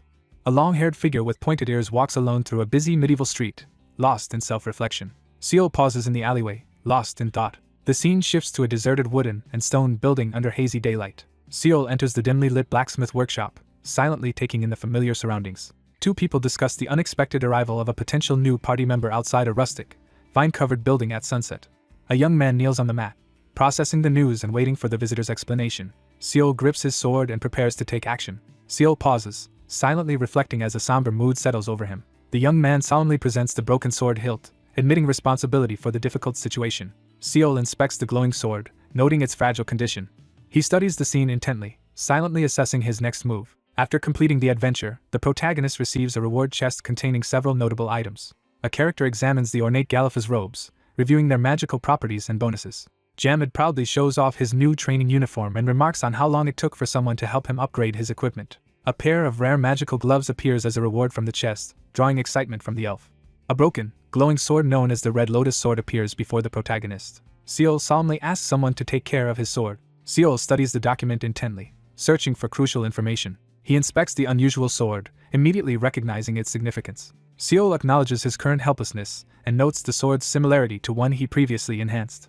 Seol inspects the damaged sword handle and explains that repairing it is impossible without the necessary materials, as only the handle remains intact. One character suggests that the sword might be repaired if the right materials are found, but admits there is currently nothing suitable to replace the blade. He explains that the recreated sword lacks its full original power, as he was only able to imitate it imperfectly. He realizes that the sword he thought was peerless is only an imitation, prompting him to wonder just how powerful the original must be. The white-haired character boasts about their strength and unique compatibility with the Red Lotus sword, while the relationship between them and Seol is questioned.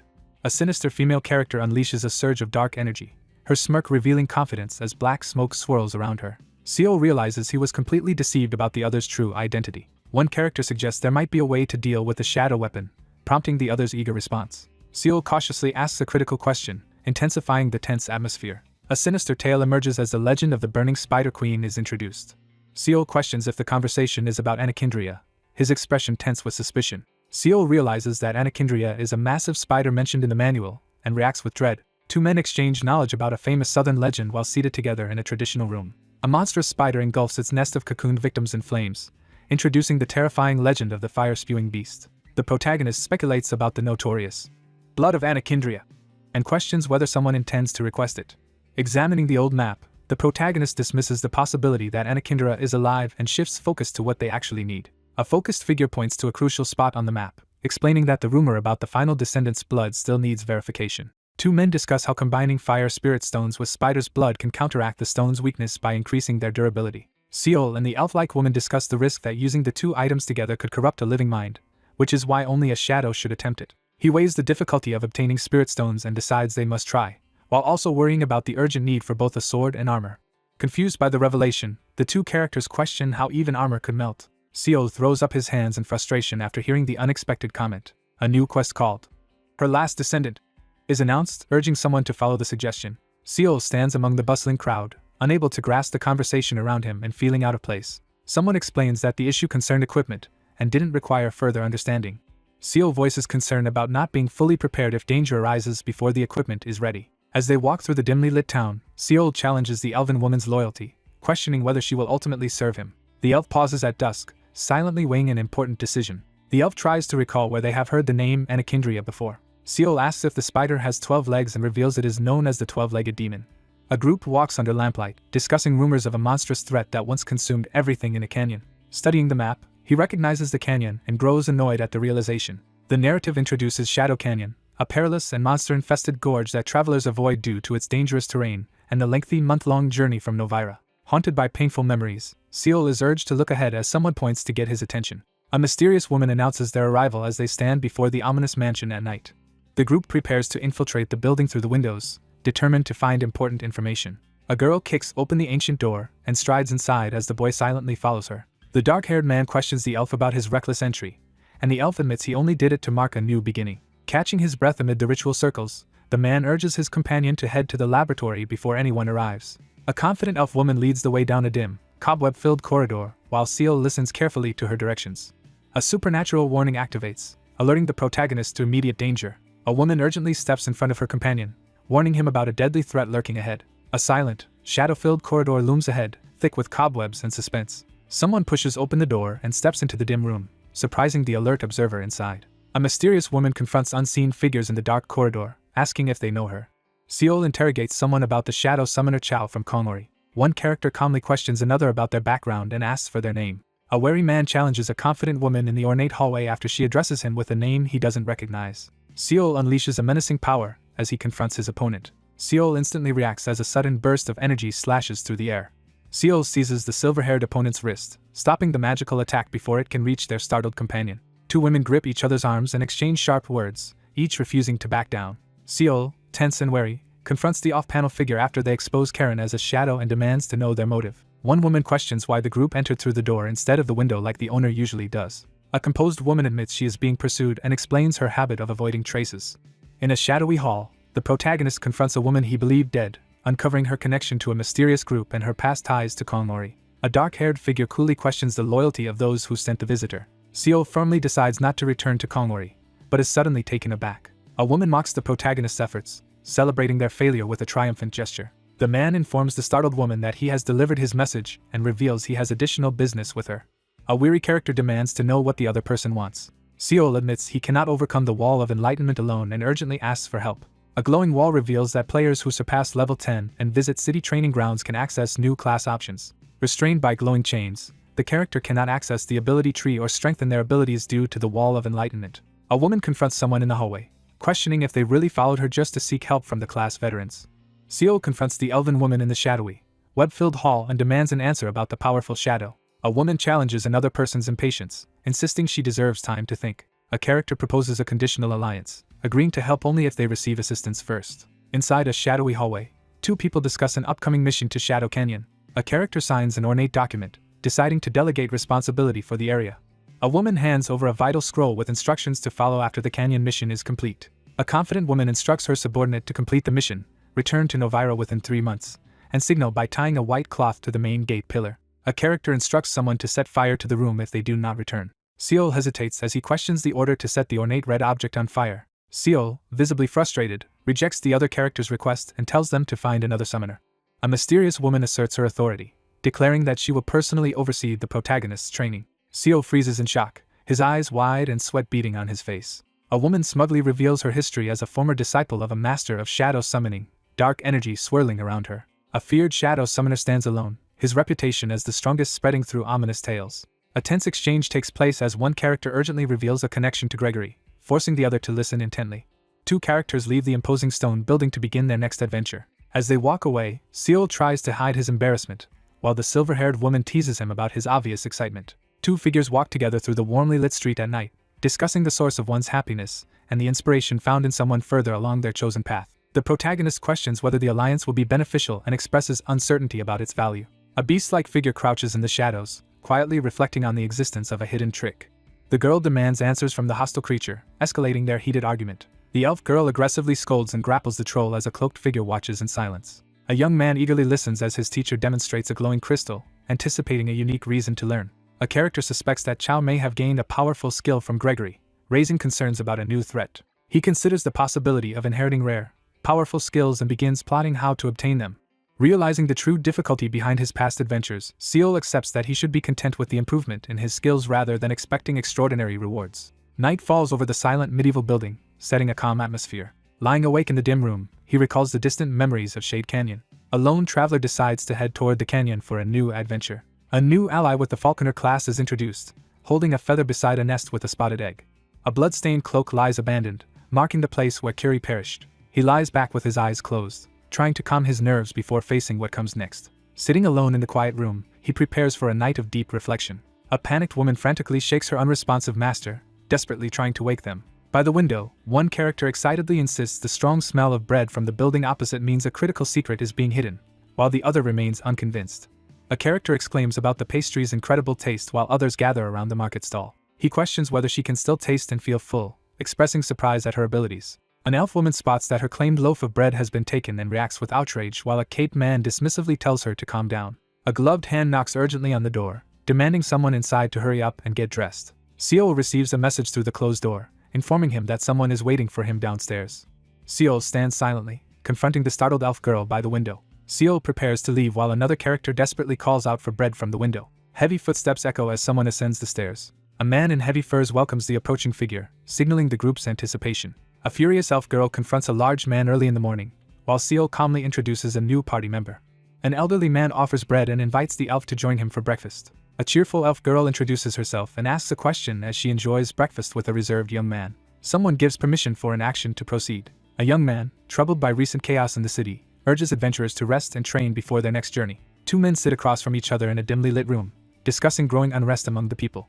A man leans forward and asks if the other knows the closest city north of Nobira, hinting that something significant has happened. A map reveals that the recently attacked border town of Whittleton in the northwest is now under discussion. A man surveys the burning town, noting that it was recently devastated and the attackers remain unidentified. The young man urgently asks if anyone witnessed the incident, while the elf woman eats bread beside him. Survivors return to find their town reduced to ruins and ashes, with no clues left behind by the attackers.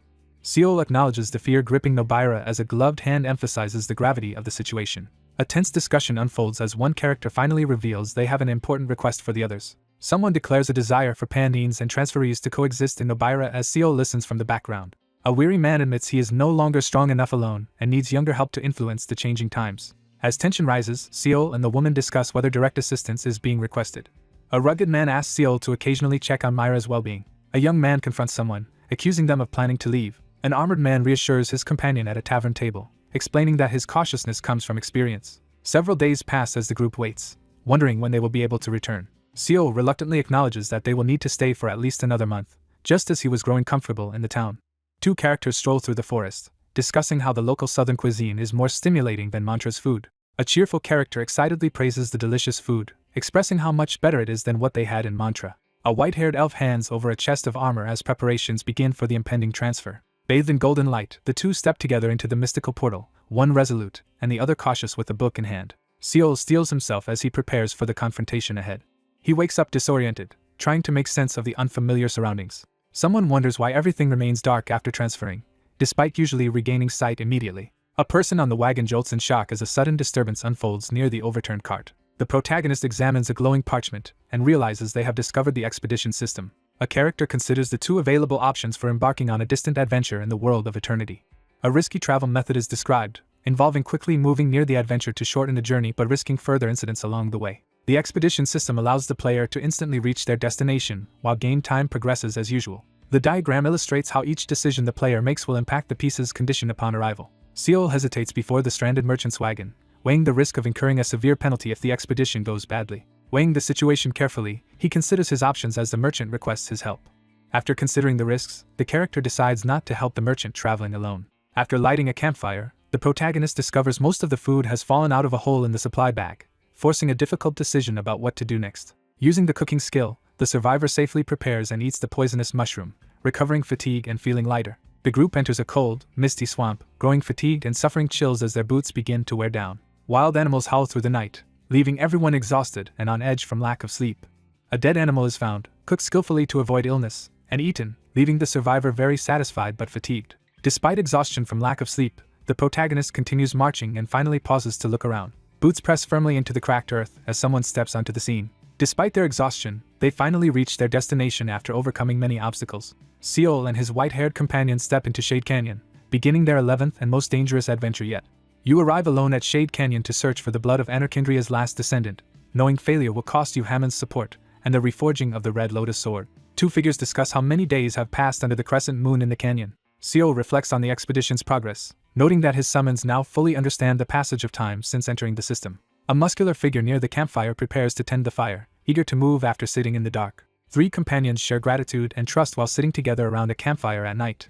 A silver-haired character challenges a dark-haired character about whether their relationship has truly become that of master and apprentice. The group relaxes by the campfire, sharing a moment of laughter as one armored figure bursts out in amusement. A pot simmers over an open fire as preparations continue. Seol lies unconscious on the cracked ground as a dark shadow looms over him. Sitting alone by the fire, the elf struggles to answer questions about their loyalty and hesitates to accept a new master.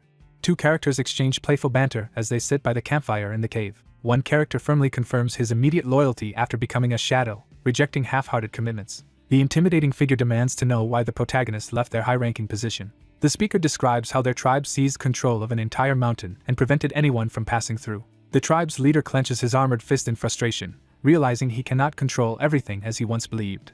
Snowman defeats Rock Molar so thoroughly that the name vanishes within a day. Amidst a fierce sword clash, the protagonist reflects with regret on a mischance for victory in the past. Amid the ruins, the speaker reflects on defeat and the disappearance of their tribe. The speaker confesses their unwavering loyalty, revealing the deep conviction behind their decision to serve. Lying on the ground, he recalls how everything was lost when Snowman defeated his tribe and brothers. A frustrated character explains that his defeat was due to his rival's relentless and manipulative tactics. A powerful tribal ally steps forward to support the protagonist, accepting his new role without hesitation. Sitting by the fire, the elf questions another's refusal to accept someone and wonders what makes Karuna loyal to Snowman. Two characters share a laugh by the campfire as they discuss the thoughtful but seemingly weak person they are following. A tense confrontation unfolds as one figure questions the troll about dreams, but the troll responds coldly, denying any such experience. Someone admits to having done terrible things under the quiet night sky. Armored soldiers face a city consumed by flames as someone recalls the devastating siege of Mantra. Haunted by traumatic memories, a character struggles to move on from the past. An armored elf sits against the crumbling wall, wrestling with the burden of keeping someone alive until help arrives. She struggles to lift her sword, weighed down by doubt and hesitation. Seol struggles to unsheath his sword as a menacing figure confronts him by the campfire. One character suddenly moves around the campfire, intensifying the tension in the cave. Seol struggles to push himself up from the cracked stone floor, visibly weakened but determined to continue. Seal quickly dismisses rest as he prepares to discuss something important with the imposing orc-like figure by the campfire. Alert to a threat, the group listens as the ominous cawing grows steadily closer in the night. A character urgently moves to extinguish the campfire as something approaches. A character shouts a warning as a shadowy figure or object plummets rapidly from the sky, scattering debris. A fierce battle erupts as Seal dodges a heavy blow and prepares to strike back against the powerful opponent. A massive bird lands forcefully, startling everyone nearby. A powerful vulture called Koopa, feared throughout Shade Canyon for preying on strong creatures, is introduced as a major threat. Debris swirls as the protagonist spots an unexpected enemy, reacting with shock. Seal seizes his staff and lifts it with determination, preparing to act. A chained elf rides on the rocky ground, begging desperately to be freed. As the monster lunges with its massive claw, the sword-wielding elf braces for the next attack and prepares to strike back with the scabbard. A giant bird ambushes, knocking Seal down and scattering his belongings.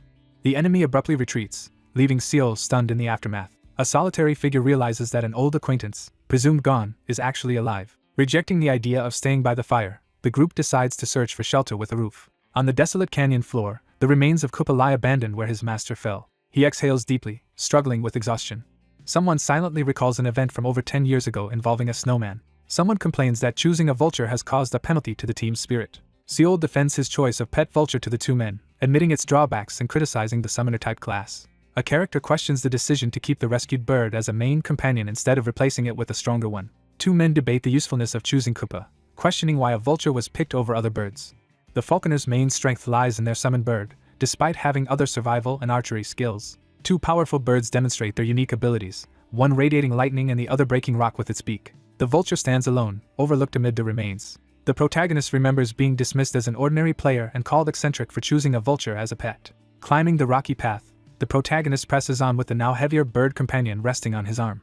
The group arrives at Shade Canyon as the sun sets, ready to face what awaits inside. On the fourth night, the group set up camp at the canyon's edge, sensing something unsettling ahead. The group awakens to the ominous display of a glowing death message. A glowing warning message reveals that despite more people entering Shade Canyon after Kiri's party, the cause of their deaths remains unknown. A deadly warning appears, declaring that sleeping in the Shade Canyon leads to death. After ominous rumors spread, players started avoiding the vast canyon as one person cautiously questioned its immense size. A character carefully moves along the precarious path, remarking on the narrow escape from danger. The group argues about being unable to cook food because a dangerous bird prevents them from lighting fires. A bird scans the sunset sky as someone searches for signs of the spider, while trying to remain unseen. The group abruptly stops as one companion urgently points out a potential threat ahead. A group of goblins emerges in the cavern, signaling a new threat. Two characters crouch together, quietly debating whether to confront the nearby scouts or avoid drawing attention. The group debates how to approach their objective without alerting it, aware that only significant achievements yield rewards. They decide to avoid confrontation by taking a different path and quickly move on. Seal firmly insists that he is working hard because his life is at stake as he and the elf woman exchange tense words. Three goblins huddle around a small fire in the dark cavern, suddenly reacting with wary alertness. Two goblins threaten aggressively with rocks near the fire. A massive spike bursts from the ground as two cloaked figures dance around the campfire. 5 days have elapsed since the start of the canyon exploration. Spotting the cave ahead, the tense character braces for what lies beyond. The group realizes they've been wandering in circles for days and time is running out. They discuss their unease about the absence of spider webs or danger signs, trying to discern what's wrong. The elf questions the troll about the missing goblins, noting the complete lack of tracks. Suspecting someone may still be present, the character scans the dim, empty cave for any signs of movement. Energy surges in his eyes as he swiftly turns, activating his perception to detect hidden clues. A commanding figure urgently signals two companions to follow over the rocky terrain. Seal stands at the edge of a thorn-covered pit, convinced he has found the hidden location. Alerted by something unusual in the corridor, the group grows more cautious, suspecting danger ahead. A massive stone fist crashes down, pulverizing the ground beneath. An underground hidden passageway is revealed. A cautious figure questions the armored presence about who controls the underground territory but receives an uncertain answer. A determined figure bursts through the collapsing wall, intent on uncovering the truth. An armored figure dismisses any pursuit, admitting they had no chance to stop the escape. A gauntlet hand slams into cracked earth as the figure catches himself after a fall. Frustrated, a figure claws their way out of the earth after finding the tunnel is blocked.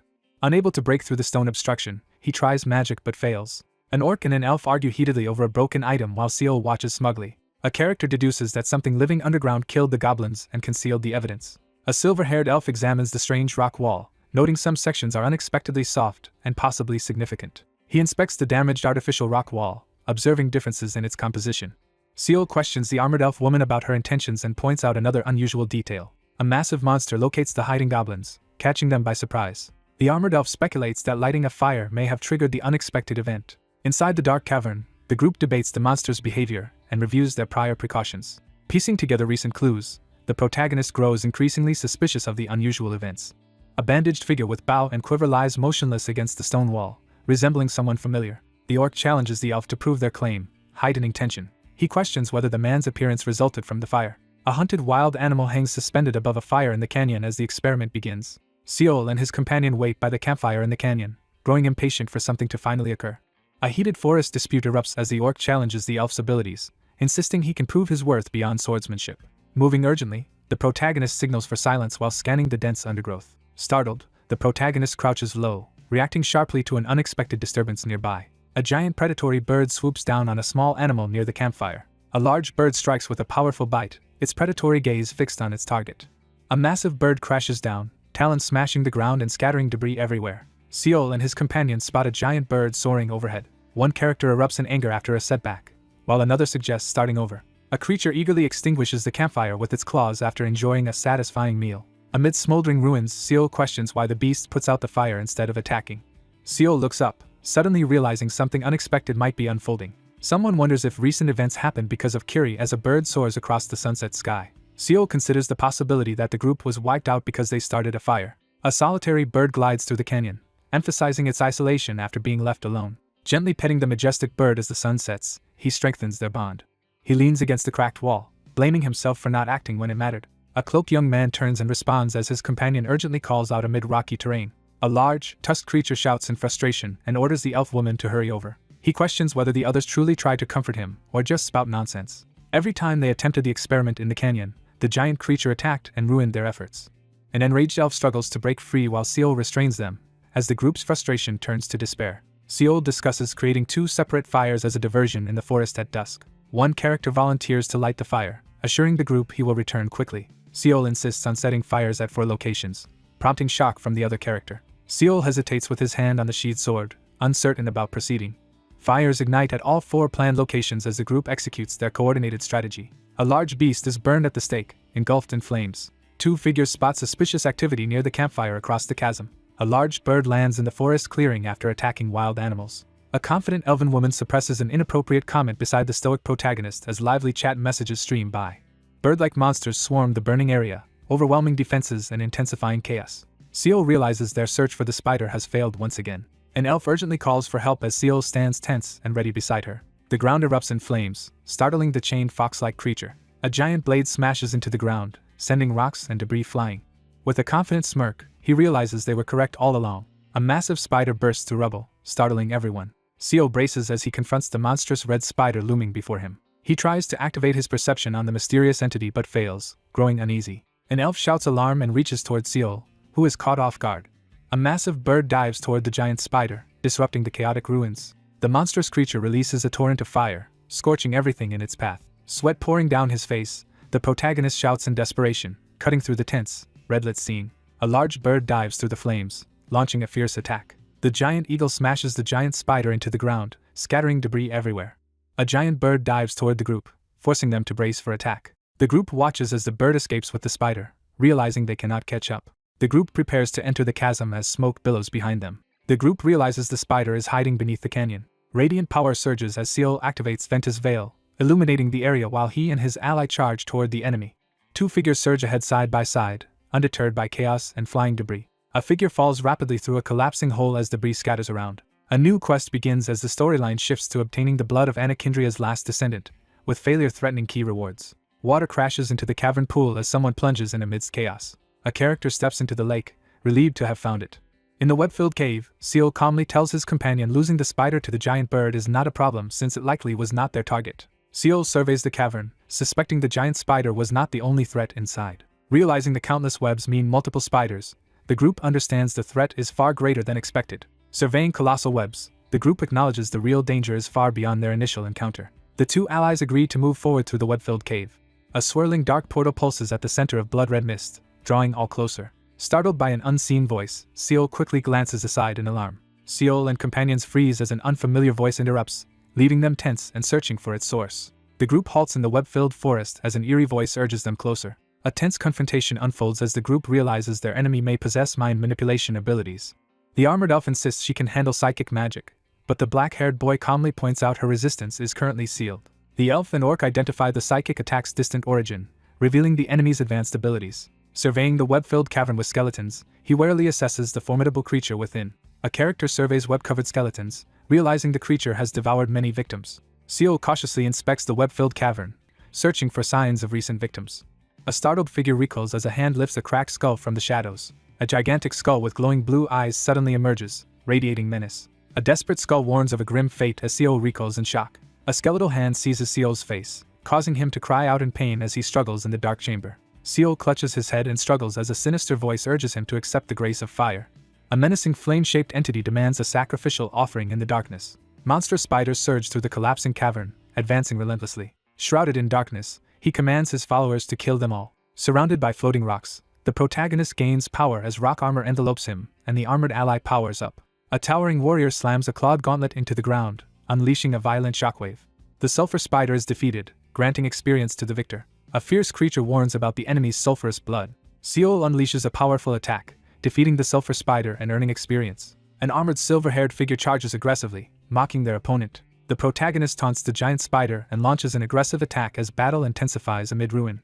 A fierce opponent pulls back her bow, preparing to strike with a confident smirk. A swordsman braces as a monstrous creature lunges at him through swirling debris. Engulfed in flames, he vows to kill all the spiders. A fiery explosion erupts across rocky ground as a sulfur spider is defeated and experience gained. A determined fighter crushes sulfur spiders in the rocky cavern, gaining experience with each victory. Fiery stones hover as a commanding voice urges acceptance. Seal listens alertly. Seal stands resolute amid swirling flaming rocks, vowing to arrive soon. Giant spiders advance across the dungeon floor, leaving fiery trails behind. Seal examines the glowing yellow blood collected from the sulfur spider, noting its unusual nature. Seal realizes the spiders are unlike expectations, complicating the situation. A green-skinned figure points out cocoon bodies trapped in spider webs inside the dark lair. A massive stone-armored hand smashes through a wall, sending debris flying. A skeletal enemy crumbles to dust as the armored figure with spiked gauntlet stands over it. Both characters freeze in shock as they confront something horrifying. With resolve, he urges immediate action to confront the looming threat. The group readies for a swift battle as one questions if another can fight without drawing their sword. Seol acknowledges uncertainty and decides to smash through the cavern with brute force. He stares ahead in shock, frozen by an unexpected revelation. Someone urgently calls out to their master. The group arrives at a shadowy cave filled with webs and ominous cocoons.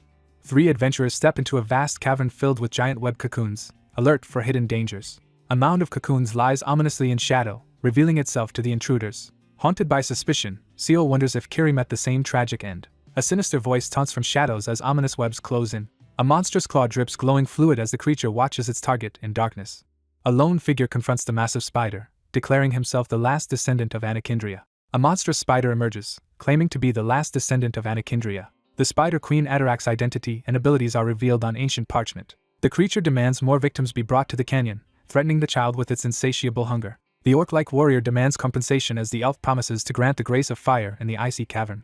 Faced with the Spider Queen's proposal in the shadowy cavern, he carefully weighs his options. A somber field of corpses reveals the heavy cost of battle, marked by many lost lives. Seol stands at the front, firmly rejecting the offer as his tense allies look on. A monstrous creature with multiple red eyes threatens someone above, warning them to prepare to fall. A giant, furious spider shakes violently, sending a swarm of smaller spiders surging into the area.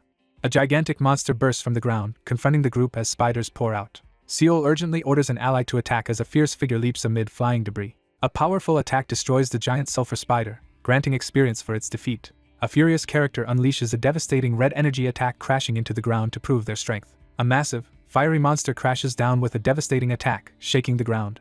A massive figure bursts through rubble as fire and debris explode behind. Lava bubbles and steams by jagged cliffs. Seol realizes the poisonous spider's blood is spreading and warns of dwindling standing space. Seol charges forward, frustrated by overwhelming monsters blocking his path. Clutching a large stone, he prepares to fight despite pouring rain. Seol strikes the monstrous spider with a blazing sword attack. A monstrous creature taunts its victim, relishing their resistance as it prepares to attack. Sensing danger, he glares ahead as debris begins floating in the air. A monstrous creature hurls a spiderweb bomb at its target, guided by movement detection. Seol grips the massive, spiked arm determinedly. A white-haired character launches a fierce attack against the monstrous beast amid crumbling surroundings. A devastating red energy blast tears through the monster, destroying surroundings. A white-haired character swiftly dodges behind rubble as the monstrous spider attacks. A monstrous figure braces as web-like projectiles guided by movement descend rapidly. A fierce punch lands on the monster, sending energy surging through the air. A monstrous creature attacks in rage, its claws slashing downward. Seol stands by the glowing pool, taunting his unseen opponent to confront him directly. A figure steels himself as glowing red orbs emerge in darkness, signaling confrontation. A deadly threat is issued in a tense, ominous atmosphere. A giant spider lunges downward into the cavern, ready to attack.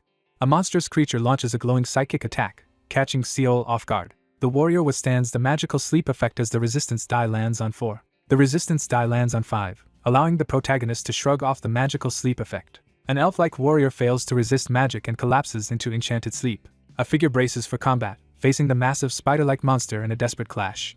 A figure with fierce red eyes shouts loudly, demanding the fairy's attention in darkness. The character glares forward, demanding to know what is happening. Someone points out she is the only one who would fall asleep in front of the emperor. A man sitting alone at the table deflects suspicion with a sly smile. A red-haired character steadies himself after waking, uncertain if he has returned. One character nervously deflects a question before mentioning that Kaluna is likely still at the training center. A character acknowledges that things have always stayed the same. A muscular elf intensely trains with a wooden weapon amid spears and shields. Jean follows a predictable routine, occasionally stepping out to ease headaches. A character suddenly realizes they may have forgotten something crucial. A confident man questions the other's well-being and shifts conversation toward becoming emperor. A red-haired elf discusses whether greatness is inherited after being questioned about the emperor. A red-haired character mocks the relaxed blonde man after he admits only inheriting mantra. A confident man seated in an ornate chair claims he transformed mantra into an empire during his generation. He reflects on those who worked hard to make him emperor. A sly character questions why Jean inspires such loyalty, struggling to understand his appeal. A man and woman exchange candid thoughts on the burdens of being emperor, expressing loyalty while sitting at a table. A worried, red-haired character urges the other to share concerns, questioning their friendship's strength. Frustrated, the red-haired person fails to draw their sword. Bound in heavy chains, Seol struggles to break free, unable to move as he tries to protect someone else. A smug man confronts someone, reminding them of a vow they once made. A red-haired figure explains that a promise to serve and fight only for the blonde man now holds him back. Tension rises as someone requests permission to draw their sword on another's behalf. A man calmly reveals that he is already dead as shattered glass and debris fall around him. A red-haired character jumps up in alarm and frantically searches for Jean. A man stands among ruined castle walls, calmly revealing this is a dream. Amid collapsing ruins, a desperate figure pushes forward, reeling from Mantra's destruction. A red-haired elf lunges at a silver-haired man as debris flies through the air. A red-haired character urges Karen to escape as chaos erupts around them. Overcome with fury and tears, the red-haired character screams in rage. A resolute man proclaims the end of his era and urges acceptance of a new age amid ruins. Someone struggles to resist a powerful mental attack in darkness. A silver-haired character screams in terror, overwhelmed by panic and pain. Amid fiery chaos, a white-haired figure swiftly carries someone up stone steps as another calls out in confusion. A monstrous spider taunts the protagonist from shadows in its web-filled cave. Seol grits his teeth in fury as crimson energy surges behind him, readying for confrontation. A booted foot crashes onto cracked ground as memories of a sweet dream resurface. A powerful figure demands submission, promising eternal entrapment in a dream. A furious character blocks a powerful strike, gripping his sword as sparks fly. A furious character unleashes a fiery, explosive attack at the monstrous enemy. Seol charges forward with a flaming sword, preparing to strike the monstrous enemy. Surrounded by blazing flames, the red-eyed character unleashes intense anger. A massive spider monster emerges amid chaos and flames as Seol desperately prepares to stop it. A powerful attack erupts, shattering the ground with fiery force. Seol attacks furiously with a flaming sword, striking his enemies. A white-haired warrior unleashes fire ability, absorbing heat and charging at the monster with a flaming sword. A massive monster unleashes intensified fire attack as a character narrowly dodges. The monstrous creature braces as a fiery attack crashes against its body. A massive fiery spinning attack tears through enemies and debris, dealing heavy damage as spins reduce to 17. A massive fiery explosion erupts as Seol watches in shock, realizing the devastating power behind the Red Lotus Knight. Title: Seol battles intensely against a powerful opponent, unleashing explosive energy with sword clashes. A furious orc warns of an incoming attack, brandishing its weapon. A monstrous creature unleashes a powerful sulfur attack, covering the area with proliferating residue as ability recharges. Two figures sprint for cover as a massive explosion erupts behind them. The white-haired warrior blocks a fiery blast with a glowing sword while calling to his ally. After evading the attack, the silver-haired character crouches with a smug grin and taunts the unseen enemy. A monstrous figure taunts the protagonist, daring an attack. A giant spider looms above its web, daring its challenger to climb up. A furious warrior rushes across burning battlefield, brandishing flaming sword to launch deadly attack. A fierce orc suddenly ambushes Seol from behind, catching him off guard. Seol clings to the cliff as a fiery explosion surges upward, alarmed by someone's reckless act. A foot becomes trapped in burning spider webs as the area erupts into flames. Caught in flaming webs, Karen struggles desperately as her action power drops by 80%. A white-haired figure faces a fiery onslaught as the monster attacks with blazing claws. Seol rushes through flames, taunting his enemy after springing a trap. A devastating burst of fire crashes down from above, hitting the monstrous creature. Seol leaps forward and slashes at the giant burning spider with his flaming sword. Amid raging flames, a furious figure threatens their enemy with death. A monstrous creature with glowing red eyes emerges from shadows. A massive weapon or shield is swallowed by fierce flames. A white-haired combatant launches a furious counterattack, leaping from shattered ground toward roaring lava. Seol scans the situation nervously, sweat forming as tension rises. The monstrous creature unleashes a fierce attack, its jaws blazing with energy. A clawed creature hurls a blazing orb of sulfurous fire at its target. A giant spider fires a powerful sulfur attack that leaves spreading residue and requires time to recharge. Seol and beast-like figure race through cave as a deadly sulfur gas explosion erupts behind them. A monstrous spider-like creature taunts the overwhelmed protagonist as flames close in, making escape nearly impossible. A giant bird swoops down toward molten lava below. A giant flaming spider lunges to attack the large bird. Alarmed by looming threat, Seol urges immediate retreat as possibility of another monster escalates danger. The group realizes the creature may have pursued them after detecting sulfur's heat. A giant bird creature suddenly swoops down through dust and debris cloud. A giant bird narrows eyes, preparing to attack. A monstrous spider-like creature launches glowing spiderweb bomb guided by movement detection. A large bird is trapped midair by glowing spiderwebs, severely restricting movement. A giant bird is trapped by magical web and hit by surge of energy as chaos erupts on battlefield. Seol and beast-like figure tense as something suddenly lunges toward the spider. The giant bird, overwhelmed by rage, launches a wild, frenzied attack. The monster unleashes a surge of power, rapidly heightening abilities, defense, and resistance as it rises in a blaze. Seol stands his ground as a massive winged beast looms threateningly before him. A foot crashes down on rocky ground as someone charges forward. A furious spider monster confronts its recurring adversary in a dramatic clash. A monstrous claw tears into a person's side, spraying blood as they cry in pain. A massive eagle swoops in and strikes the monstrous creature covered in red orbs. A monstrous creature erupts in fury, blasting a destructive wave of fire across its path. The character slams boots into ground, refusing to give in. A furious white-haired warrior leaps down with flaming sword, launching blazing attack. A white-haired figure launches a desperate attack while riding a giant eagle locked in combat with monstrous creature. A fierce attacker leaps down swinging flaming sword toward threatened figure. A blazing slash tears through monstrous opponent's armor. A glowing notification announces defeat of Anakindria's last descendant and attainment of new titles and achievements. Seol charges forward, standing atop burning beast as explosion engulfs them both. A white-haired elf stands confidently amid rising flames, proudly seeking validation for her impressive display. A major donation of 500 madness is received, drawing attention and excitement from viewers. From above, the elf taunts the troll, calling out its jealousy and lack of action. A donation of 400 madness sparks questions about Mantra's unexpected fall despite strong defenders. Pouring a glowing potion into a bottle, the character reflects with frustration on a recent battle that didn't suit his strengths. Seol collects blood essence from the massive creature as a white-haired ally lands nearby. After a fierce attack that melted the sword, Seol explains the weapon could not withstand the immense power unleashed. Fiery debris sinks into the lava as someone warns they must move to avoid certain death. A serious elf urges the silent protagonist to leave amidst rising smoke. Seol notices someone appears confused and questions if the bird is reacting. A large bird circles the ceiling, appearing confused and trapped among spiderwebs. Seol urgently calls for Kuppa to come down so he can help. A predatory bird suddenly locks its gaze on something in the distance.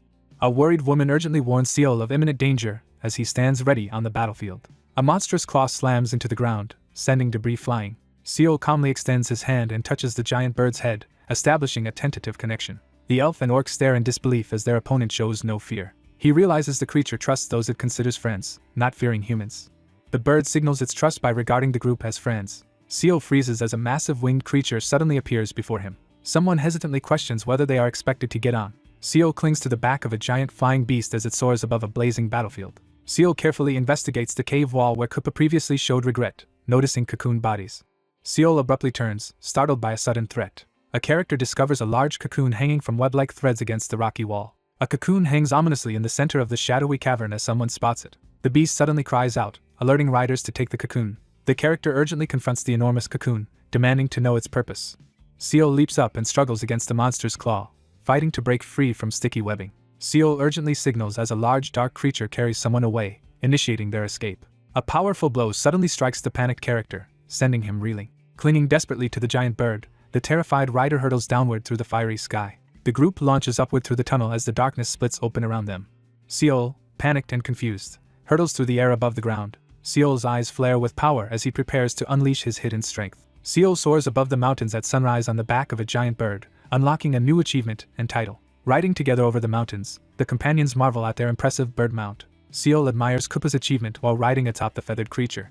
A giant bird swoops over the mountains, casting a shadow across the landscape. An eagle swoops down and lands dramatically in the middle of a colorful flower field. The group arrives in a hidden, vibrant flower field within the canyon. Puzzled about why they were led here, the massive bird abruptly pulls back, preparing to defend itself. A sharp object pierces the heavily bandaged arm, and a cry of pain escapes. An orc and elf stand ready together as they confront a giant griffin. A motionless body lies among the wildflowers. A giant bird discovers an unconscious figure lying among the flowers. Someone questions if the presence they sensed was the master. The group notes the oddity of the bird's isolation from its flock, sensing something is wrong. Seol approaches the guardian beast and recognizes the unconscious figure among the flowers. An owl glares intensely, preparing to strike. A figure in decorated armor kneels in a sunlit field of flowers, their gloved hand resting on the ground as a blue ring catches the light. Seol kneels beside the fallen figure and apologizes with visible regret. Standing before the grave, Seol pays respects and presents Koopa, now grown and strong. A mystical process begins as the inheritance of Kiri is activated. Seol doubles over as a surge of glowing energy overwhelms him with pain. Seol plummets through the air as a violent explosion tears apart the ground below. A quiet moment unfolds as someone gently hushes their cooing bird companion to avoid waking others. Seol gently reassures the lonely bird-like creature, acknowledging its sadness and trying to comfort it. Someone gently comforts the large bird, reassuring it that everything is okay. Standing beside a large bird, Seol points to the starry sky and shares his dream of flying together someday. A confident figure in desert attire smirks and hints at a future confrontation. Seol lies injured on rocky ground as a monstrous claw threatens to strike. A monstrous creature unleashes a deafening roar as it confronts its attacker. A giant bird of prey attacks, locking its talons around a character's arm as it screeches. The spider attacked at night, dragging off the sleeping, poison party members. Kiri escapes into the hole while Koopa fails to catch the spider. The reason was its small size and weakness. Afterwards, it survived alone in the canyons, hunting and scavenging for food. Their sole focus is to find Kiri. The mutated vulture towers over a heap of defeated spiders, showcasing its formidable strength. Someone acknowledges the protagonist's growth, visibly moved. A person gently comforts the large bird-like creature after acknowledging its hardships. Seol comforts the injured creature, assuring it that the danger has passed. A giant bird bows its head as Seol kneels beside a glowing figure in a flower field, offering comfort. Overwhelmed by a torrent of memories and emotions, he collapses in agony. Ancient scrolls proclaim the inheritance of an unfulfilled wish and mystical abilities, marking a pivotal transformation. A surge of golden energy envelopes the kneeling figure as he gains the power to communicate intent directly to his summoned creatures. A powerful resonance effect activates, startling Seol as a menacing Orcish figure appears beside him.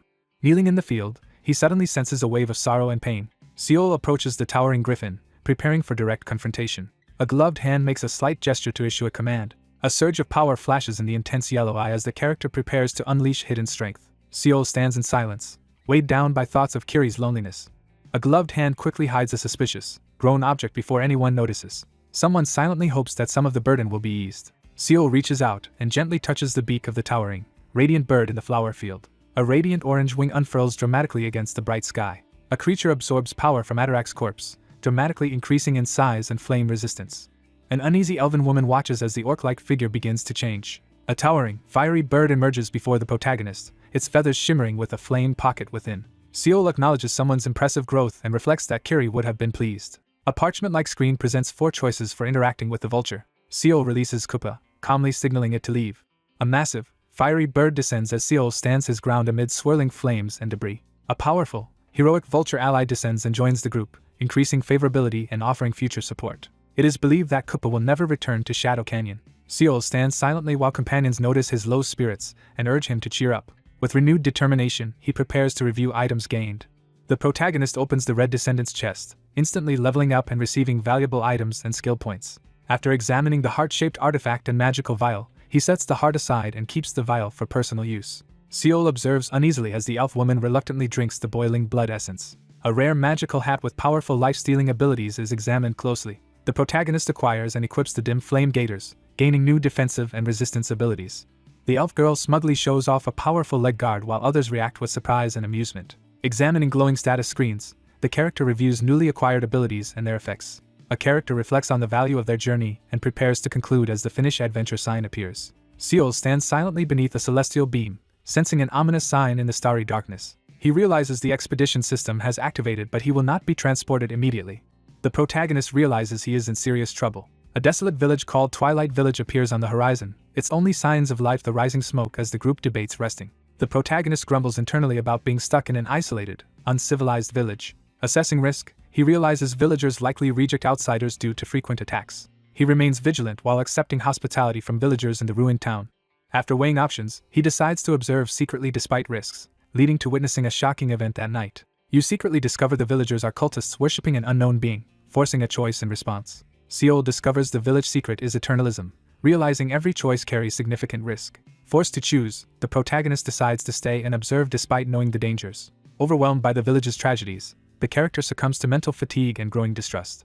Masked villagers brutally murder a bound traveler in a horrific sacrificial ritual as you watch in shock. Seol stands silently, weighing options as he realizes every choice will come at a cost. A character decisively points at a glowing tablet, committing to follow their instincts. A deadly omen is revealed as a new penalty takes effect and a cursed necklace is obtained after a massacre. Strange creatures swarm down the mountain as hesitation gives way to chaos. Cornered by pursuers, Seol stands at the riverbank, urgently weighing escape options. Cornered in the forest, Seol decides to escape using the river. Faced with limited, dangerous choices, he uses the strong current to reach lower ground quickly. Seol recoils as a massive wave crashes down toward him. Swept away by powerful rapids, he loses consciousness underwater and wakes disoriented, struggling to breathe. After repeatedly losing consciousness, he drags himself out of raging rapids. After a week of relentless travel, an exhausted figure stumbles along the riverbank, shivering from hypothermia and struggling to stay conscious. Seol panics upon realizing a week has passed and questions if he is in the right place. A startled blonde woman rushes toward a dark-haired figure hiding at the forest edge. Seol struggles to stay upright, unable to summon shadows as exhaustion overwhelms him. Worried about threats, the character urges a nearby woman to quickly get help from the village. Seol awakens on his back, sweat beading his face as he grimaces in distress, a black collar fastened around his neck. Clutching his side in alarm, he finds a glowing, ominous mark radiating from his skin. He stares anxiously at the ominous woman, demanding to know what just happened. A cold, intimidating figure demands to know if the other truly doesn't remember. A village burns violently as masked figures scream in chaos. Seol remembers fleeing monsters and falling into a river after destroying a village. He sits on the bed, struggling to understand why people had to die. He coldly admits feeling no guilt for killing, showing only disappointment. 2 children witness devastation as people pass burned, ruined buildings. A weary elf woman stands alone, questioning why she returned to an uncaring world. Seol sits in tense silence, fearing past tragedies will repeat. Someone assesses Karen excels as a knight but lacks adventure experience. The harsh reality of eternity poses constant challenges, making adaptation slow. A vigilant orc spots someone approaching and quickly alerts his group. A surprised blonde woman notices Seol calmly seated in a wooden room. A startled woman confronts an unexpected presence by the doorway, demanding to know who they are. A suspicious elf accuses Seol of being a thief amid rising tension. The elf nervously explains recent separation to others in the room. The blonde woman reacts with surprise and quickly apologizes to unexpected news. A chibi character offers reassurance to a human woman, showing understanding. A cheerful woman bursts into laughter after being called pretty by a grinning elf-like figure. Seol sits up in bed and asks where they are. A cheerful young woman introduces Water Mist Village, named for morning mist around the lake. Seol awkwardly requests privacy to change, prompting the flustered woman to leave quickly. Seol and the white-haired woman tense as a sudden noise interrupts their confrontation. The protagonist considers Water Mist Village as their next destination. The protagonist unrolls an ornate scroll and realizes they have arrived at the place Chow mentioned. A scroll reveals a secret mission to investigate Water Mist Village and uncover what happened. Seol receives a warning to track the man with the sleeping drug discreetly, using a drawn portrait as a guide. They agree to obtain the drug from the person in question. A new adventure begins as the character confidently prepares for the upcoming challenge. A crucial mission is assigned, requiring completion within 30 days to gain the Shadow Summoner's approval. A tranquil mountain village appears at sunrise. Seol questions the elf-like figure about who brought him here. The group discusses how villagers helped carry the recently rescued person back safely. Seol notices the deserted village and wonders about the absent residents' work. A concerned character explains that managing farmland has become more difficult and questions why. A grave outbreak is revealed as many villagers fall ill and receive treatment. Seol listens to instructions to observe and soon understand the situation. A nervous woman is asked to guide the group to the village hall and agrees. Someone warns of an upcoming surprise as the scene shifts to a dilapidated building under an orange sky. A gravely injured man lies in bed, struggling to breathe. Workers distribute food to bedridden patients in a somber atmosphere. 3 companions cautiously move through a hallway filled with mysteriously sleeping people. A nurse cares for a patient while discussing that mist disease is not contagious, according to the doctor. A woman spots the doctor near the staircase, drawing attention. A woman urgently alerts others that the adventurer has regained consciousness while Seol observes. He recalls the mysterious outbreak of eternal sleep in the village. Suspicion falls on the village doctor as prime suspect for distributing sleeping drug. He studies the sketch carefully and quietly comments on the effort. A man pauses at his cluttered desk, concernedly asking the adventurer's well-being. A nervous man with glasses introduces himself as the village doctor and offers help. Seol narrows his eyes, sensing imminent threat. An ominous portrait of a man's face is revealed on aged parchment. A confused older man realizes he has mistaken Seol for someone else. The protagonist surveys the deserted village, realizing something serious is unfolding. Two characters discuss how they will search for the man they need. He examines the portrait, determined to track down the person with the sleeping drug. Vital information reveals the man is located in Water Mist Village. The illness's cause is linked to a man's sleeping drug as nurses care for unconscious patients. Seol examines the village doctor and realizes his face is unfamiliar, dismissing initial suspicion. He studies the detailed portrait in silence until someone suddenly calls out off-panel. A healer arrives, checks patient's recovery, and greets the group. Seol asks if there is still no cure for mist illness, expressing concern. A worried woman quietly explains that Dr. Gunt is still searching but has found no solution. Two characters confront each other silently, refusing to back down. A blonde girl turns in surprise as someone calls her name. A silver-haired woman urgently insists on helping, startling the confused blonde inside the stone building. The elf-haired woman mocks the idea of kindness while pointing at the unimpressed man beside her. He proposes helping with village work while secretly planning to search for the hidden man. A nervous woman pleads for help, hopeful others will truly assist. One character confides their pleas for help were ignored, leaving them feeling abandoned as others listen. A young woman cries with relief, expressing gratitude. A confident woman assures her ally they can handle the situation. They begin working around village while secretly continuing their investigation. A silver-haired girl easily lifts two enormous water barrels, stunning those around her. One character volunteers to fetch firewood after confidently offering to bring more water. A white-haired character works energetically outside while two men tease each other about their efforts. Standing by with towels, a young man overhears two elders exchange tense accusations. He observes the village has become livelier since their arrival. She handled demanding tasks alone, quickly earning the group's trust. He notices the village feels brighter now and wonders if someone else feels more energetic. He looks up, distracted by something overhead, hoping she can clear her head during this adventure. A man informs someone patient numbers in neighboring village have increased. Two men discuss the growing spread of mist illness in the area. A weakened man questions whether strange illness is a form of group addiction. A young man anxiously suspects food ingredients but can't identify cause. One offers to help with investigation while other reassures their important role caring for patients. Stone tablets tremble as someone urgently calls for Sarah. One asks where to put heavy firewood. Shocked other tells them near village hall. The group's attention shifts from searching for the man to helping with Sarah's task. A villager expresses gratitude for help but worries about lacking resources to repay, mentioning plans to leave after settling debt. One insists helping patients is duty, explaining busy schedule comes from house calls for little or no pay. He pushes forward, unable to stop moving while others freeze in disaster. Seol tightens sword grip, preparing to take responsibility despite reluctance. A man with glasses prepares to leave, asking Seol to look after patients until return. Seol stands lost in thought as footsteps echo nearby. Under starry sky, a conversation begins with curiosity. Seol questions suggestion while lying on bed, showing clear resistance. The elf quietly considers accepting this new way of life. He reflects on longing for simple, peaceful life surrounded by good people instead of conflict. He admits killing villagers weighs heavily on him. A silver-haired character reflects on villagers' attack, questioning whether their actions were justified. A character questions necessity of killing weak but evil people. He suddenly realizes the reason behind her exaggerated enthusiasm. A bloodied warrior returns to quiet village, reflecting on value of peace after surviving deadly expedition. Burdened by guilt, he considers they may have saved others from harm. Sitting in deep thought, he resolves to trust each decision moving forward. A silver-haired elf reflects on diligent, restless life while watching someone in sunlit room. A tense confrontation erupts as one challenges another's right to lecture. A remorseful character takes responsibility for recent loss due to unstable mind. He calmly acknowledges someone has pursued him. A character recalls being cornered with another as monsters surrounded them. A hooded figure radiating ominous energy appears among monsters, leaving narrator with vague memory. A determined elf insists they will catch target next time. Seol listens skeptically. A sly elf reassures someone is safe while gesturing toward the door. Someone bangs urgently on metal door, shouting to wake person inside. Seol urgently demands to know what has gone wrong as atmosphere turns tense. The protagonist is jolted by shocking realization about Sarah. Seol dashes forward in alarm as Karen faces a dangerous threat.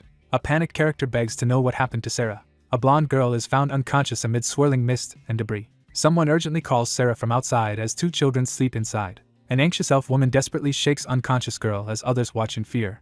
Seol learns a girl was found collapsed near village entrance and brought inside. He realizes someone has caught mist illness and urgently calls out. A blonde girl slowly regains consciousness in bed, appearing weak and disoriented. A worried elf anxiously checks on another after witnessing something shocking. Seol struggles to remember strange mist that left him unsettled. A monstrous silhouette emerges from dense mist, signaling danger. A character urgently checks on unconscious girl as another watches with concern. The group anxiously debates next move as wounded man tends to glowing hand, fearing mist monster. Rumors spread about strange sightings at foggy crossroads. All agree something abnormal lurks. Seo presses for answers as anxious man hesitates. A character warns everyone exposed contracted mist illness. A white-haired elf rushes across wooden room as panicked man chases her. A character runs through forest gripping staff, calling after someone fleeing ahead. Seo gathers swirling dark energy in hand, preparing to unleash power. A beastly figure charges ahead with Seo gripping tight, racing toward Fairy. A weak, desperate character struggles to remind someone of a promise. Someone rushes through misty forest clearing as debris scatters. A desperate figure conjures flames, calling out while gripping sword in forest clearing. An enraged elf conjures flames, yelling a challenge into burning surroundings. Seo steps forward to stop furious elf as flames burn in background.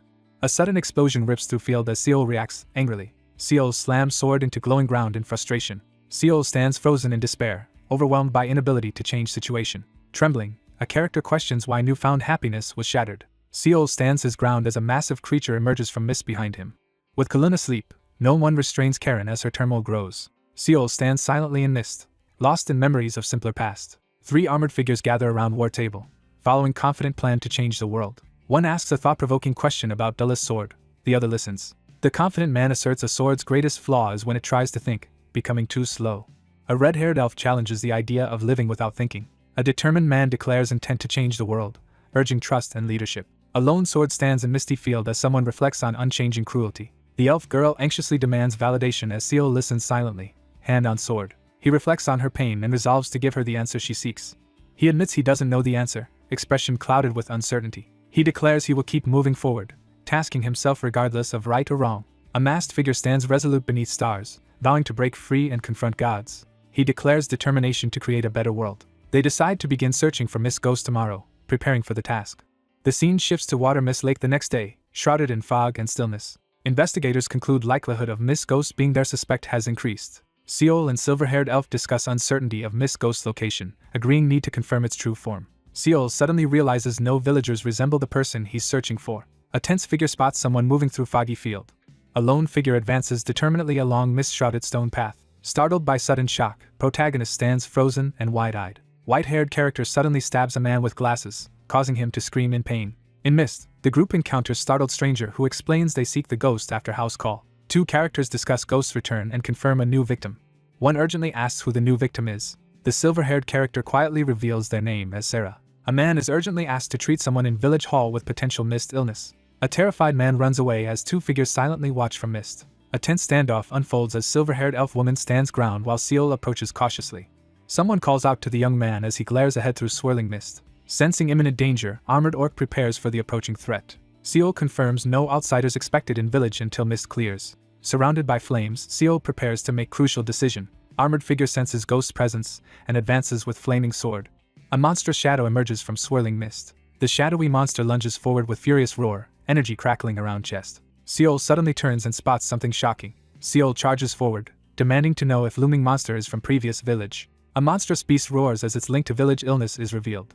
A white-haired figure slashes shadowy beast with flaming sword, igniting fierce collision. A swirling mist rises as Seol confronts shadowy force unleashing dark power. A character realizes powerful cognitive impairment magic covers the monster. He hesitates, visibly unsettled by unexpected turn. A mutilated corpse is discovered with face violently removed. Monsters overwhelm Twilight Town, forcing group to flee amidst chaos. Swept by river's current, figure escapes danger rather than confront it. A monstrous figure collapses, dissolving into black smoke, revealing true nature. He silently analyzes how pursuers followed despite precautions. A melting skull writhes on ground, pleading desperately.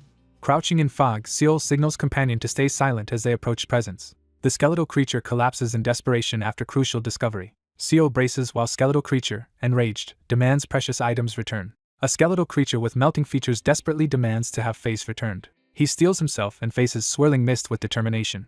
Seol crouches beside faceless figure, realizing a magical theft occurred. The 2 realize their target evaded them by stealing an identity. Seol explains enemy infiltrated town by stealing and replacing someone's identity. Shocked by realization, Seol understands enemy has been hiding among them all along. A new quest.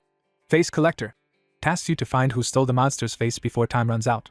With no leads or clues, the group admits investigation has hit a dead end. The group confirms next destination is Wet Fog Town as instructed. While searching, a monstrous claw bursts from the ground unexpectedly. A trembling frost-covered hand emerges from the mist, signaling discovery. A twisted figure writhed on the ground, pleading desperately for Face's return.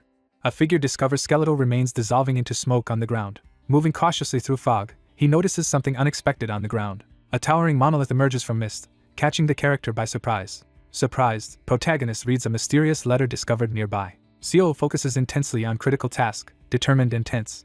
Seol examines letter with concern as Elf waits for reaction. He braces behind a large shield, eyes wide with alarm as danger approaches. Seol's eyes widen in shock as he reacts to sudden threat. With determination, Seol announces intent to return to town hall for questioning. A faint light glows from the window, suggesting someone inside the old building. Someone struggles in pain in dimly lit room, groans echoing among bowls and candles. 3 adults gather around bedside, mourning the loss of covered, unmoving figure. Townspeople grow anxious as Sarah, their main support, falls ill with disease. Inside wooden building, a panicked woman fears the town's fate, while a tense man urges silence. A desperate villager laments halted farming due to caring for the sick, threatening town's survival. A worried young man points out the only option is to wait for fog to lift before seeking help. 2 figures arrive at fortified gate, weighed down by helplessness. Protagonist enters room with elf companion, calling for Dr. Gunt. A worried man quickly inquires about Sarah as adventurers return. A man anxiously observes unconscious girl, reporting condition worsening. A pivotal moment approaches. Adults grieve as girl will likely remain asleep, now needing care. A visibly anxious man reveals she is an orphan. Seol stands in silence as another mourns beside Sarah's motionless body. Moved by her resilience, he reflects on strength gained witnessing her perseverance. He admits to resenting fate and blaming the world. Seol stands by bed, overwhelmed by self-doubt and frustration. Seol urges immediate action to obtain medicine to cure fog disease and save everyone. A distressed man denies cure's possibility. Seol stares ahead with unwavering determination. A gloved hand brandishes a slip of paper, confronting someone with unexpected evidence. Seol eyes mysterious letter floating before him, demanding its purpose. A hand grips the edge tightly as tension builds. 2 men find a letter revealing potential cure in nearby town. A secret letter orders a meeting at a signpost in 2 days, warning not to trust others. The group reacts in alarm upon hearing shocking news from Dr. Gunt. Seol questions why Sarah risked leaving town to enter dangerous fog. Amid rising fog tension, Seol stands among fearful townsfolk as a clawed hand grabs his arm, trying to understand monster rumors. A man recalls warnings about fog, questioning why someone would ignore them. She lies unconscious after entering the fog. A veiled girl stands alone in mist, holding a glowing flame, resolved to face danger for a crucial cause. A hooded figure watches as a woman with a torch steps out of mist, discussing a cure. A hooded figure reveals she left town chasing a non-existent cure. A panicked man with glasses protests use of fabricated evidence against him. Seol insists his innocence, declaring he would never harm Sarah. The group reacts anxiously as one clutches papers tightly. A frightened man recoils as he is accused of lying. A furious villager grabs Seol's collar, accusing him of writing the letter and igniting confrontation. A panicked young man shouts, trying to regain crowd's trust. One grabs another by clothing, demanding proof the letter is fake, escalating tension.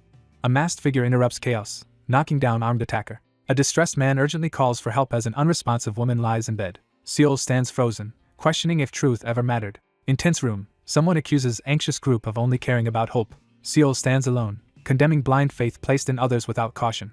The elf-like figure recoils as unseen threat rejects their plea. A smug man exposes a glowing red mark, asserting he is the only hero for desperate awaiting souls. A glowing pattern is revealed on his chest, hinting at hidden power. Seol notices a man with a necklace bearing the same pattern used in Eternalism. Ritual at Twilight Village. Robed figures kneel and raise hands in worship during ritual at mysterious altar. Seol confronts culprit about Twilight Village incident as anxious villagers watch. A smug man mocks his opponent after being noticed. A wooden hatch bursts open, startling everyone. Shadowy monsters surge through mist as panic erupts. 3 people frantically barricade a wooden door. A man removes glasses, revealing glowing chest mark, declaring blocking door won't change future. Seol confronts others about creating monsters from sick corpses, demanding attention. Several people are thrown against wooden wall by unseen power. A figure slams foot, shattering floor as misplaced hope is condemned. He pulls off shirt, exposing glowing chest symbol.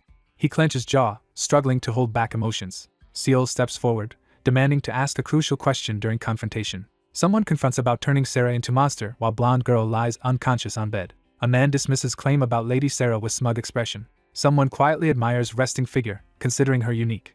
A masked man declares twisted plan while reaching toward glowing object with mutated hand. Seol drives a blazing punch into opponent's face. A fighter smashes opponent through stone wall with blazing punch. A massive explosion destroys building, sending debris flying. A figure emerges from smoke and flames as debris falls around. His face and chest are torn apart, unable to use needed ability. A character calmly draws a flaming sword, prepared to face situation. An armored elf woman charges, sending blazing fire wave at opponent. A masked figure's head erupts in flames after brutal blow. Transformed man threatens to kill all as dark creatures gather in ruins. Scarred figure confronts viewer, demanding if his appearance is dreadful. He stands alone in mist, glaring defiantly at judging crowd. Adventurers burst through burning wall as panicked people plead while monsters close in. Monstrous warrior causes panic as Seol orders villagers to stay out. With resolute gaze, Seol unlocks new perception level. Villain drops disguise, mocks opponent, and reveals sinister abilities. Amid blazing ruins, armored figure faces powerful enemy, reminded of past defeat. An elf swings flaming sword, striking shadowy opponent. Monstrous stitch figure is impaled by flaming spikes. White-haired figure stands unfazed as screaming. Tattooed man collapses before burning building. Pale, intense figure urges someone to stand, promising to wait. Menacing glare warns opponent to move quickly or face death. Monstrous figure with cracked mask crouches aggressively, gripping glowing dagger, warning of a mistake. Monstrous creature uses energy potion, causing rapid regeneration with grotesque growths. Seol faces advancing monsters, gripping flaming sword as they close in. Startled by danger, protagonist quickly raises guard amid flames and chaos. White-haired warrior charges, slashing through monsters with glowing sword arm. Powerful warrior bursts through shadowy monsters as Seol watches intently. He acknowledges his eye patch of perception remains incomplete amid smoke and shadows. Unable to assess mysterious opponents, Seol decides to retreat instead of risking fight. Monstrous figure with purple hair is violently struck by fiery energy and debris. Armored figure easily overpowers opponents amid raging flames. Armored fighter launches furious sword attack as flames explode. Monstrous figure erupts in frenzied rage, increasing strength, agility, and vitality. White-haired fighter unleashes fiery attack, overwhelming armored opponent with sparks. Seol defiantly charges, taunting opponent for weakness. Character writhes as flames consume face. Seol confronts monstrous opponent, demanding explanation for horrific act. Seol shouts defiant challenge, body surrounded by fiery energy. Overcome with rage, character shouts back defiantly. Monstrous attacker lunges through flames at elf with sword, striking lethally. Seol unleashes flames, turning battlefield into inferno. Massive explosion sends flames and shockwaves in all directions. Flames and smoke consume wooden building. Armored figure strides forward through haze with resolve. Seol calls out to Gunt determinedly. Seol stands over burned figure, demanding drug and cure locations. Amid burning ruins, interrogator demands drug and cure location from defeated enemy remains. Masked figure challenges opponent, demanding explanation for withheld cure. Standing over burned figure, Seol presses for drug counteragent information, revealing it was withheld even from allies. Wounded figure reveals cure hidden inside nearby bag handle. Tense confrontation erupts as Seol is accused of deceiving Sarah and villagers. Antagonist mocks group, dismissing heroics and showing no concern for fate or drug. Pale elf glares, jealous of being passed over for important role. Seol stands over defeated figure, demanding if reckless actions stem from desire for heroism. Grotesque stitched creature admits regret over transformation, wanting only to teach a lesson. Towering figure ridicules terrified villagers for doing nothing as disaster and cultists overtook home. Glaring damaged face delivers grim condemnation of heroes. Kneeling on prison floor, Seol confesses overwhelming desire for salvation as shadowy figure stands behind. Scarred survivor recalls being imprisoned and experimented on with skin-melting drug in dark cell. Monstrous creature looms as speaker questions if hope for salvation ever arrived. Figure steps forward and confesses responsibility, unleashing energy surge. Monstrous figure violently strikes older man, revealing brutal betrayal. Seol lies on floor drinking amidst chaos, realizing only he can save himself. Amid ominous red glow, someone reflects on futility of salvation and inability to share grim realization with fearful crowd. Seol stands in devastated street, uneasily admitting he was mistaken. Skeletal figure laments loss of hope and wonders if things could have been different. Grotesque corpse recalls Sarah's exceptional talents and belief that salvation doesn't come on its own. A young woman diligently cares for unconscious young man despite hardships. Seol demands to know if other was sincere about everything said in front of Sarah. Seol lies battered and defeated, face pressed against cracked ground. Character recalls as monstrous mouth with jagged teeth bursts from darkness. He reflects on how Lady Sarah's strength inspired reconsideration of fate. He looks away, lost in regret over resentment. He questions if desire to emulate her was truly his own. He refuses to answer as dark energy swirls between them. System notification announces Gunt's defeat, granting achievements and title of savior. The narrator confirms the cure was genuinely in the bag. Healers distribute diluted medicine to sick villagers, leading to recovery. A gloved hand suddenly seizes Seol's wrist as he lies on the bed. A group anxiously surrounds girl as she begins waking in bed. Disoriented figure abruptly awakens, questioning how long asleep. Young woman expresses relief, wondering if cure was found. Someone suddenly asks about doctor's whereabouts, catching everyone off guard. Three characters stand silently in rain, facing each other in tense standoff as one turns away. Seol, visibly distressed, urgently calls for Sarah and Dr. Gunt. Seol informs group Dr. Gunt has left, saying he's no longer needed and unlikely to return. Two distressed characters sit, struggling to answer questions about Gunt's fate. He decides to keep truth to himself for now, knowing it will surface eventually. Someone offers comfort, determined to protect her from further pain. Gentle elf reassures blonde girl with heartfelt message from someone important to her. Blonde character notices something unusual, asking if something is burning. Workers incinerate patients' belongings as thick smoke rises. Two figures watch building burn, one holding a torch. Charred bodies burn amidst flames alongside broken glasses. All survivors of Waterfog Village are cured, earning achievements and new title. Seal seeks confirmation that Gunt has truly left while walking cautiously through quiet woods. Elf confidently pats Seal's shoulder, offering a point, leaving Seal confused. Protagonist dismisses armored figure's offer to earn official recognition via point system. One firmly tells Troll to open box quietly. Smirking elf taunts large orc about opening object as Seal listens uncomfortably. Protagonist decides not to open reward chest near village, deeming it inappropriate. Group agrees to open treasure chest while traveling to Audenin via expedition system. Seal hands sealed envelope to someone before they leave. Curious character demands to know what is happening. Armored figure hands over letter in forest, revealing it was to be delivered after leaving village. Seal freezes, visibly startled by unexpected situation. A hand swiftly retrieves an envelope from the container. An unfolded letter bears mysterious message addressed to an older sister. Blonde woman writes letter expressing gratitude for bringing happiness to villagers. A letter reveals the writer has important news to share. Walking through village together, a young woman admits admiration and desire to grow stronger. Sitting at desk, he wonders if gaining strength could help change world and earn trust. Seal studies letter, hoping it holds answer to lingering question. A request is made for someone to return and share their answer when ready. Woman stands in sunlit field by river, wondering if a world without suffering is possible. Seal carefully examines the document, deep in thought. Still uncertain, he questions the true nature of heroes. Clutching envelope, the character resolves to stop being lazy and take action. An elven figure stands silently in forest, deep in thought.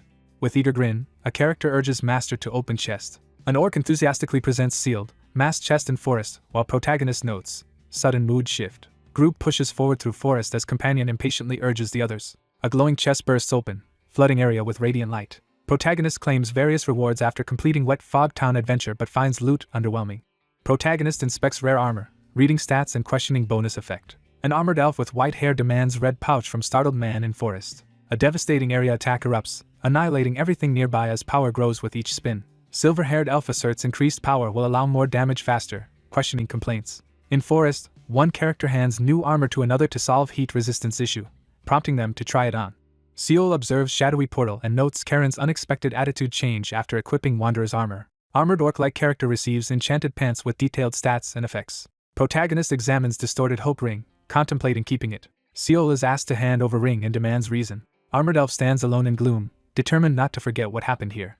He pauses silently, gripping edge of cloak hesitantly. A gloved hand helps white-haired character off the ground. Recent ordeal leaves lasting mark as she faces villain in gloomy hall. Seal charges to stop unseen assailant from taking terrified elf woman. Two characters face each other in tense standoff inside wooden room.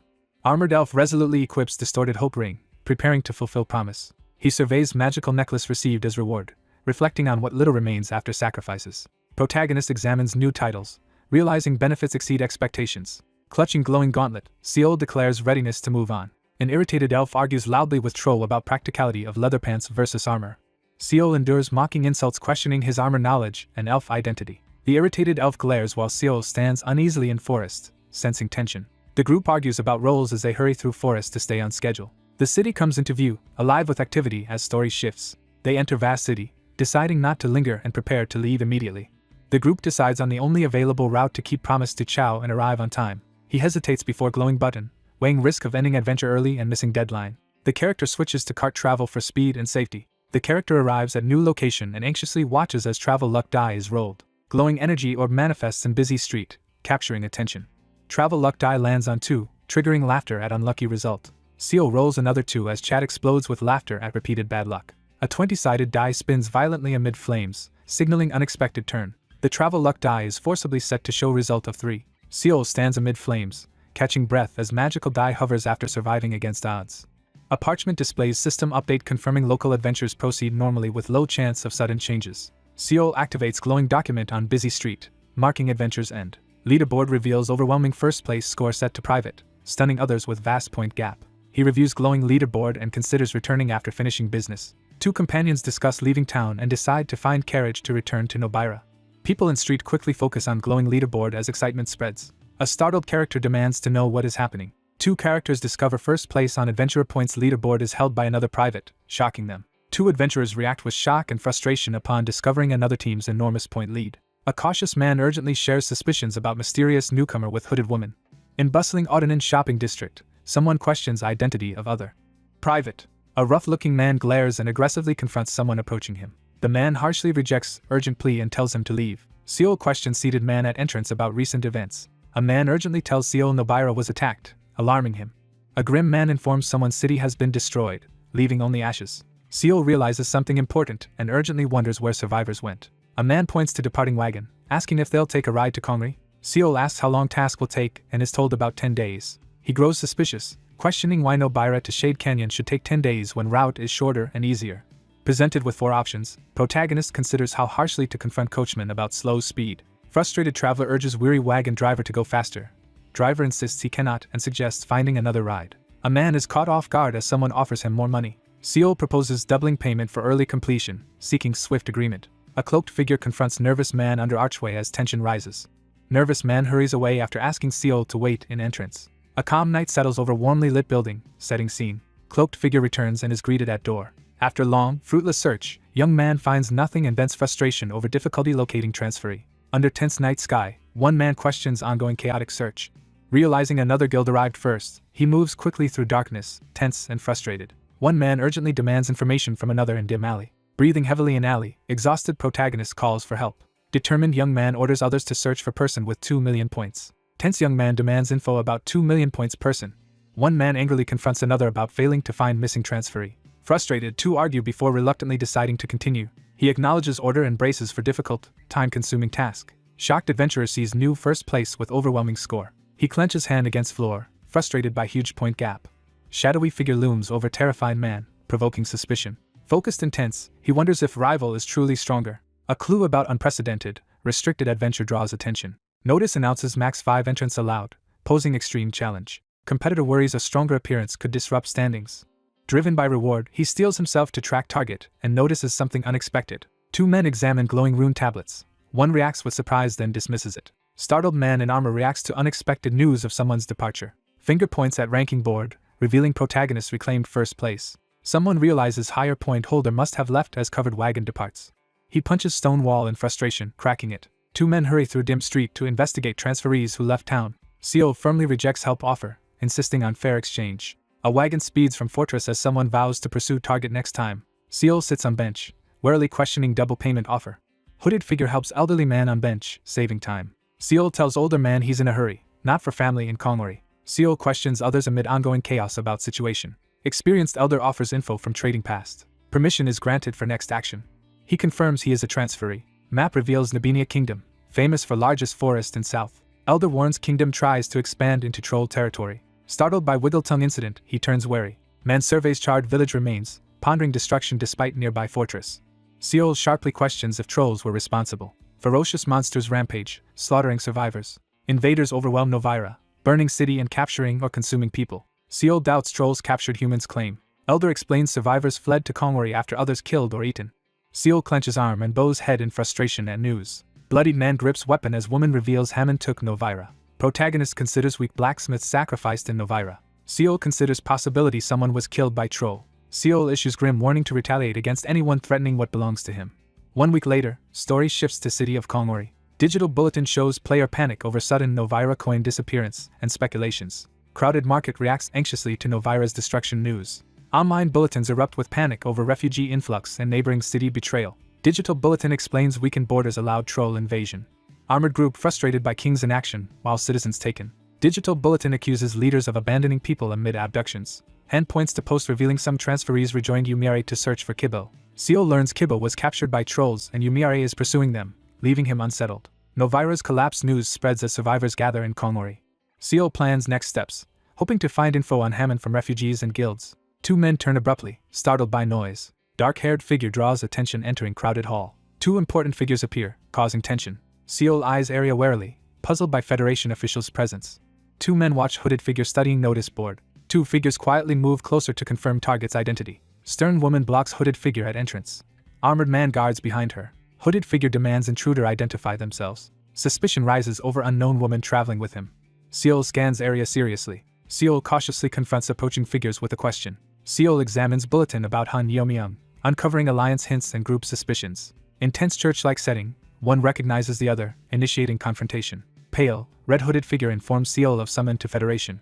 Seol arrives at illuminated cathedral, ready for what's ahead. Stern woman permits cautious young man to enter. Man calls across lively tavern, catching Seol's attention. Heated argument erupts as one insists on dangerous work, others warn risks. Amid tension, protagonist demands info as woman insists he return quickly. Seol deduces crowd's mixed outfits indicate multiple guilds gathered. Major guilds eliminated from Kongri, making city safer and orderly. Someone possesses power akin to current Kongri. Someone knocks, announcing arrival. Stern woman unexpectedly thanks Seol, surprising him.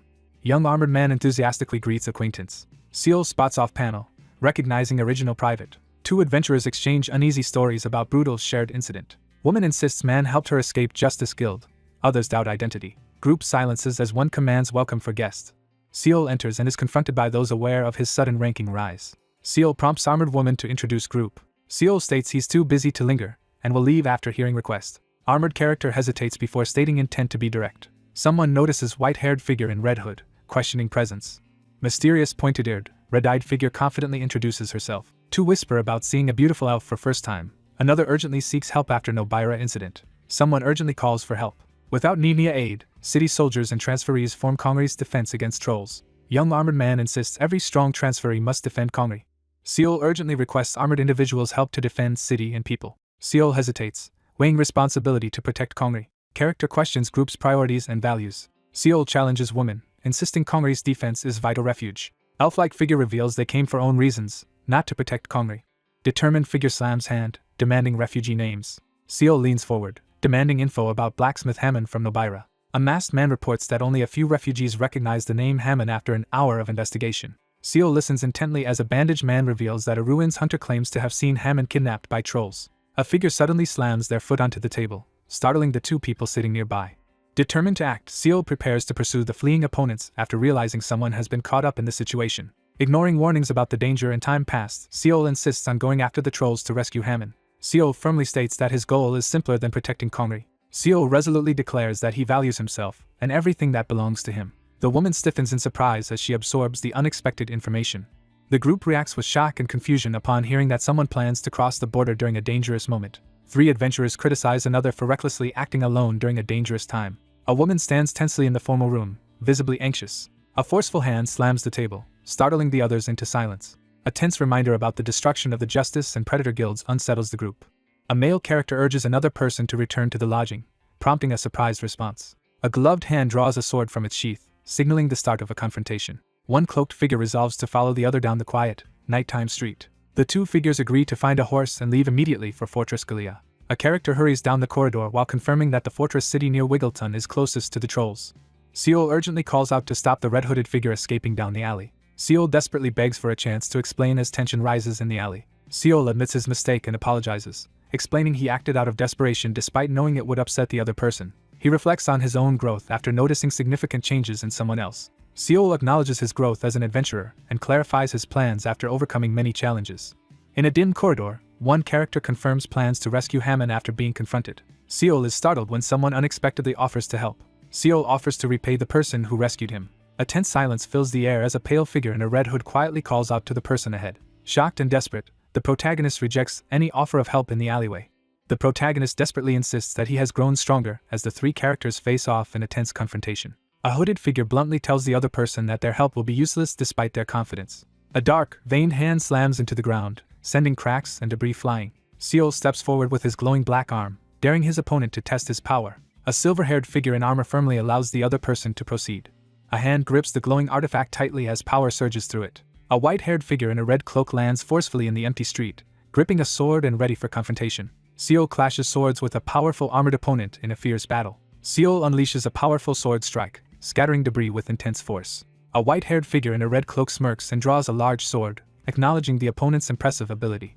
A dark-haired young man charges forward with a sword glowing purple, launching an attack on the white-haired figure in the red cloak. Two armored figures collide in a fierce sword fight on the street. Seol braces himself, evaluating his chances against an opponent who also wields a sword. A wounded man staggers back, clutching his side as his opponent advances with a bloodied sword. Seol stands at the center, gripping a blood-stained sword as the stunned onlookers react to his impressive display of strength.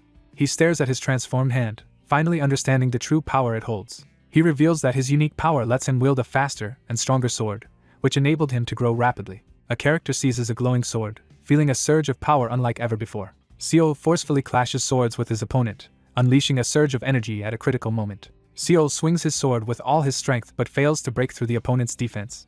The elf warrior pauses after landing a powerful blow, asking if the fight should continue as Seo recovers on the ground. Ignoring his injuries, the protagonist pushes forward to continue the intense battle against his armored opponent. A fierce sword fight erupts as Seo strikes at the silver-haired elf warrior with his glowing blade. An armored elf blocks a fast, powerful attack as debris flies through the air. A figure in armored boots slams down onto the ground, sending debris flying. An elf-like figure suddenly strikes and pins Seo to the ground. Seo is hurled backward and crashes to the ground, surrounded by debris. A blade is thrust towards Seo's face, leaving him frozen in shock. An armored elf demands confirmation that the confrontation is over. Kneeling in defeat, the armored figure admits his lack of swordsmanship and acknowledges the other's superior skills. Seo lowers his gaze, admitting he feels useless. Seo confronts the kneeling armored character, demanding to know why he insists on following instead of protecting his sister. Seo sits alone in his armor, struggling with uncertainty as he reaffirms his resolve to protect her. He acknowledges the other's unease, confirming that their concerns are justified. A tense question about harming his sister leaves him visibly alarmed and defensive. Seo confronts his opponent, questioning their strength and confidence. Seo kneels before the grand building at dusk, troubled by self-doubt as he realizes that only by becoming stronger can he escape his anxiety. A gloved hand firmly grabs another's wrist as someone insists that staying in Kongori will hinder further growth. One character hesitantly questions the other after hearing a shocking revelation in the dim hallway. A hand offers a bird-shaped statue that reveals the other person's location. Standing outside in his armor, the protagonist decides he will soon leave Kongori. A determined young man vows to meet someone again and urges them to stay alive until then. A character unexpectedly displays impressive horseback riding skills as the horse charges forward. Riding swiftly toward Fortress Guerilla, the group discusses their strategy and prepares for possible solo action against the trolls. A taunting rival mocks the protagonist during their fast-paced confrontation, fueling the tension between them.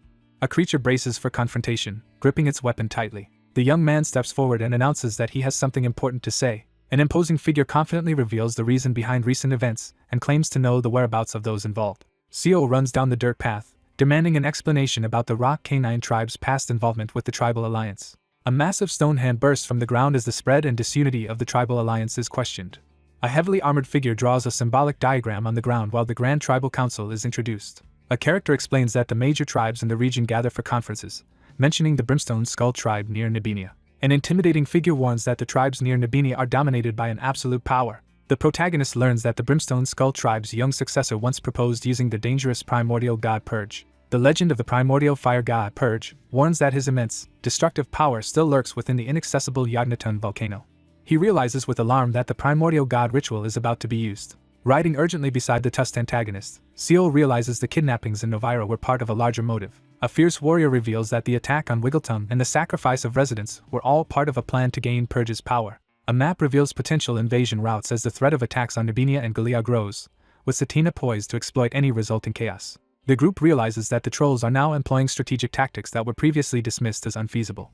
Someone demands an explanation for why the matter was dismissed. The speaker explains that poor relations with Satina and other reasons led the chiefs to oppose the decision. Seo races down the dirt path, urgently asking how much time remains before the prisoners are sacrificed. The tusked figure warns that if the ritual begins now, there is only about a month left. Seo demands to know why the ritual to offer a sacrifice to the god is taking a month.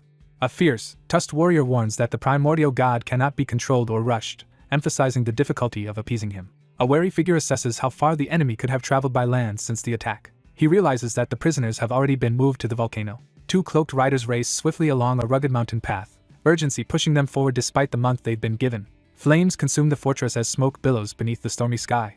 Seo steps out of the rocky cave, breathing a sigh of relief as sunlight greets him. Three characters examine a large hole in the stone wall, confirming it's wide enough for trolls to pass through. Two men inspect the breached wall, frustrated by the border defense's failure to prevent the invasion. As tensions rise, one man demands to know the whereabouts of their captain. Two figures sit close together on the ground, seeking comfort in the quiet ruins as others decide not to interrupt. Someone desperately shakes the bloodied, unconscious man, urgently trying to wake him. Seo exhales in relief upon seeing that Miare is safe. Seo rushes through the burning debris and finds Kibo badly injured. Seo faces the monstrous enemies as flames rage and a full moon looms overhead, refusing to back down. Wounded and struggling to stay conscious, Seo lies bloodied on the ground. Seo frantically tries to keep the injured man conscious while preparing to get him medical help. Bloodied and exhausted, the injured character warns someone about the ongoing troll attack and questions why they came. Shaken by the revelation that his home is lost, the protagonist recoils in despair. A wounded figure clutches another's arm on the ground, desperately asking what happened to Kibo. A bloodied man collapses on the ground as a prison carriage carrying someone away disappears into the chaos of the burning scene. A cloaked figure, struggling to stay upright amid the ruins, pleads desperately for a companion not to leave and to survive. Overcome with emotion, he refuses the demand. Bleeding and battered, the man smirks in recognition of Myra's actions. A cloaked figure slips past the stone wall as someone challenges their presence. Seol towers over the wounded man and orders him to go find the missing people. Ignoring his injury, he calls out to someone with determination. Two figures evaluate fresh tracks, realizing their targets took a carriage north and debating whether to pursue them. With most transferees gone and the rest too afraid, the two decide they are the only ones left to take on the mission. One character demands to know the other's plan, breaking the tense silence. Ignoring distractions, the hooded figure insists that only the wolves matter for their plan. A perilous quest for revenge begins as a warning appears on accursed parchment. With unwavering resolve, the leader commands the units to prepare for immediate pursuit. A parchment scroll ominously announces the beginning of the 13th adventure, titled Cold Revenge. 4 days later, the group travels through the snowy mountains of northern Nivnia, asking how much longer until they reach Guerilla. Two travelers press on through the snowy mountains, frustrated by how much longer their journey will take. Seol explains that meeting is impossible since Nobira has burned down, and insists they will find her after finishing their current task. Frustrated, the protagonist realizes the situation remains unchanged. A tense silence falls as the figure announces a new problem. An annoyed elf complains about enduring harsh mountain conditions while another stays comfortably hidden. The orc remarks on how cramped the dark space is, shifting the focus away from the real problem. The shadow space begins to destabilize as its limit approaches. Surrounded by intense energy, Seol undergoes a powerful transformation as Karuna's stat adjustments near completion. A special ability unique to the Twin Knight is revealed. A confident declaration sets the plan in motion to summon allies and ensure the rescue mission's success. Floating amidst blue flames, he realizes he can only summon one ally before reaching his current limit.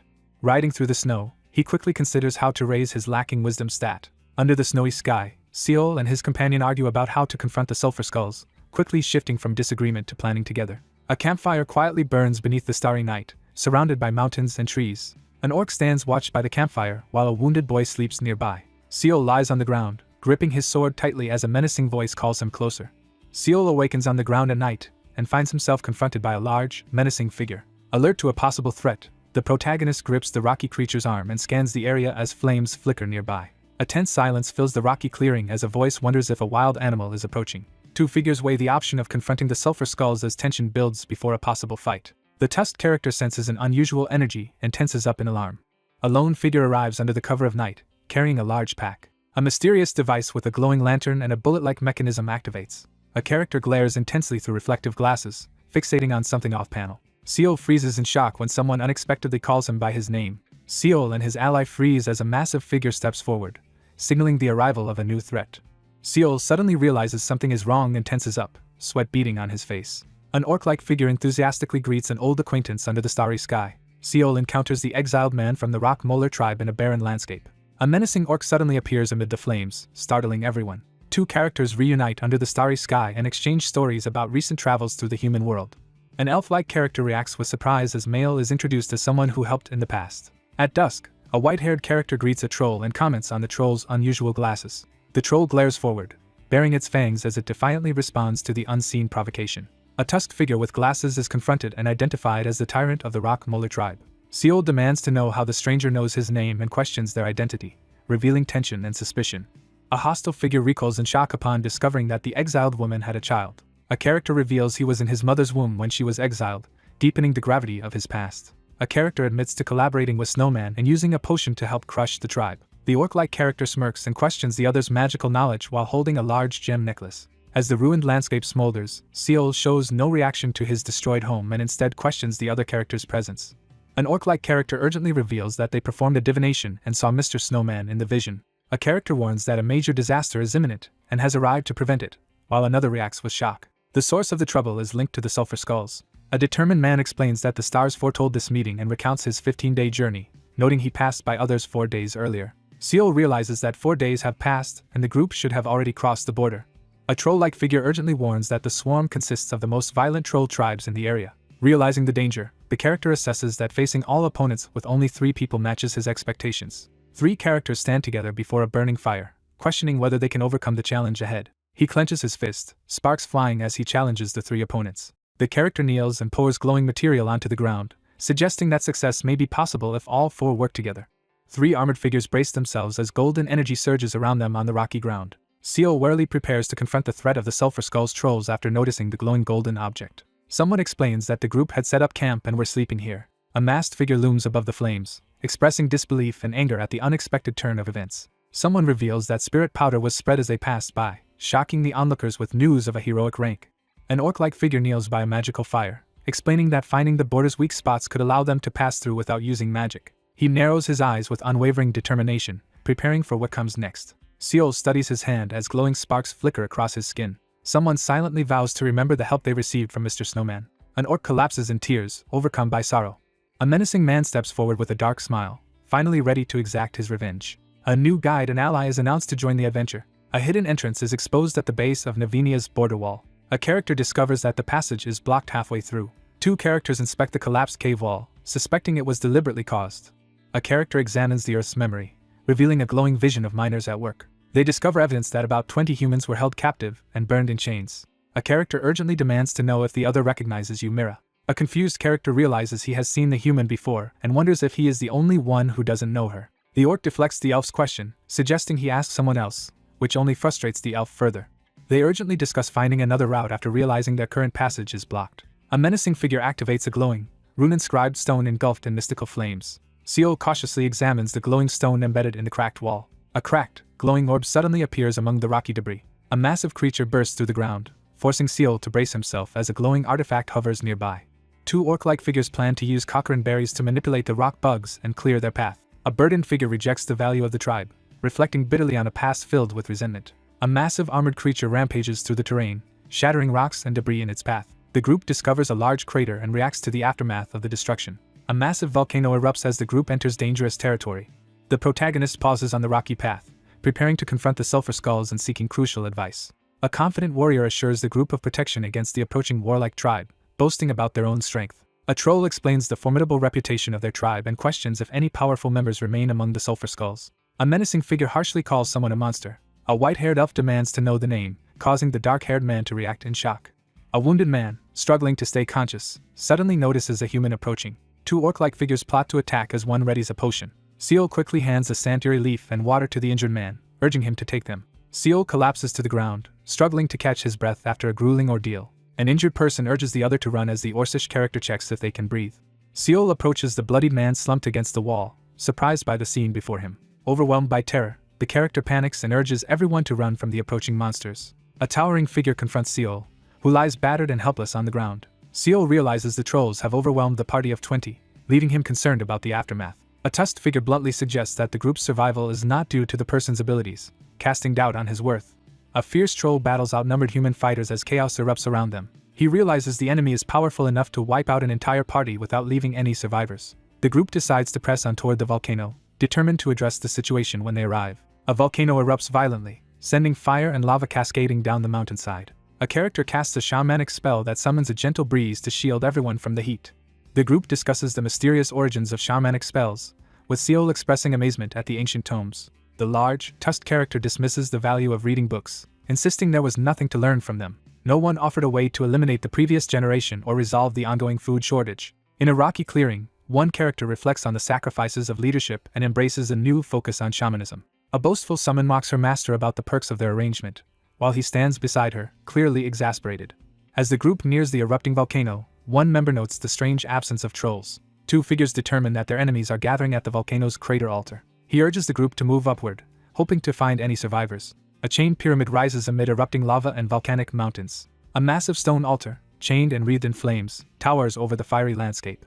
The group approaches the towering altar, staring up in amazement at its massive size. Struggling against the intense heat despite magical protection, the protagonist realizes their exhausting climb has already drained much of their stamina. The group surveys the heavily fortified altar, noting the large number of enemy troops guarding it. A parchment announces the immediate start of the 13th and especially dangerous linked adventure, leaving no option for rest or choice. A dangerous rescue mission begins as the Sulphur Skull tribe prepares a ceremony inside their isolated stronghold, with only limited time left to save the kidnapped survivors. A fierce warrior assesses the enemy's weak defenses with a sly grin. A group surveys the weakened defenses of the Sulphur Skull tribe's burning altar, noting that not all members are present. 2 characters quickly plan a rescue by the fire, aware that the kidnapped victims are in immediate danger. A character reveals that the enemy plans to sacrifice humans now that they have gained Purga's attention. A grim figure warns that it's impossible to know how much time remains or what harm may have befallen the captives.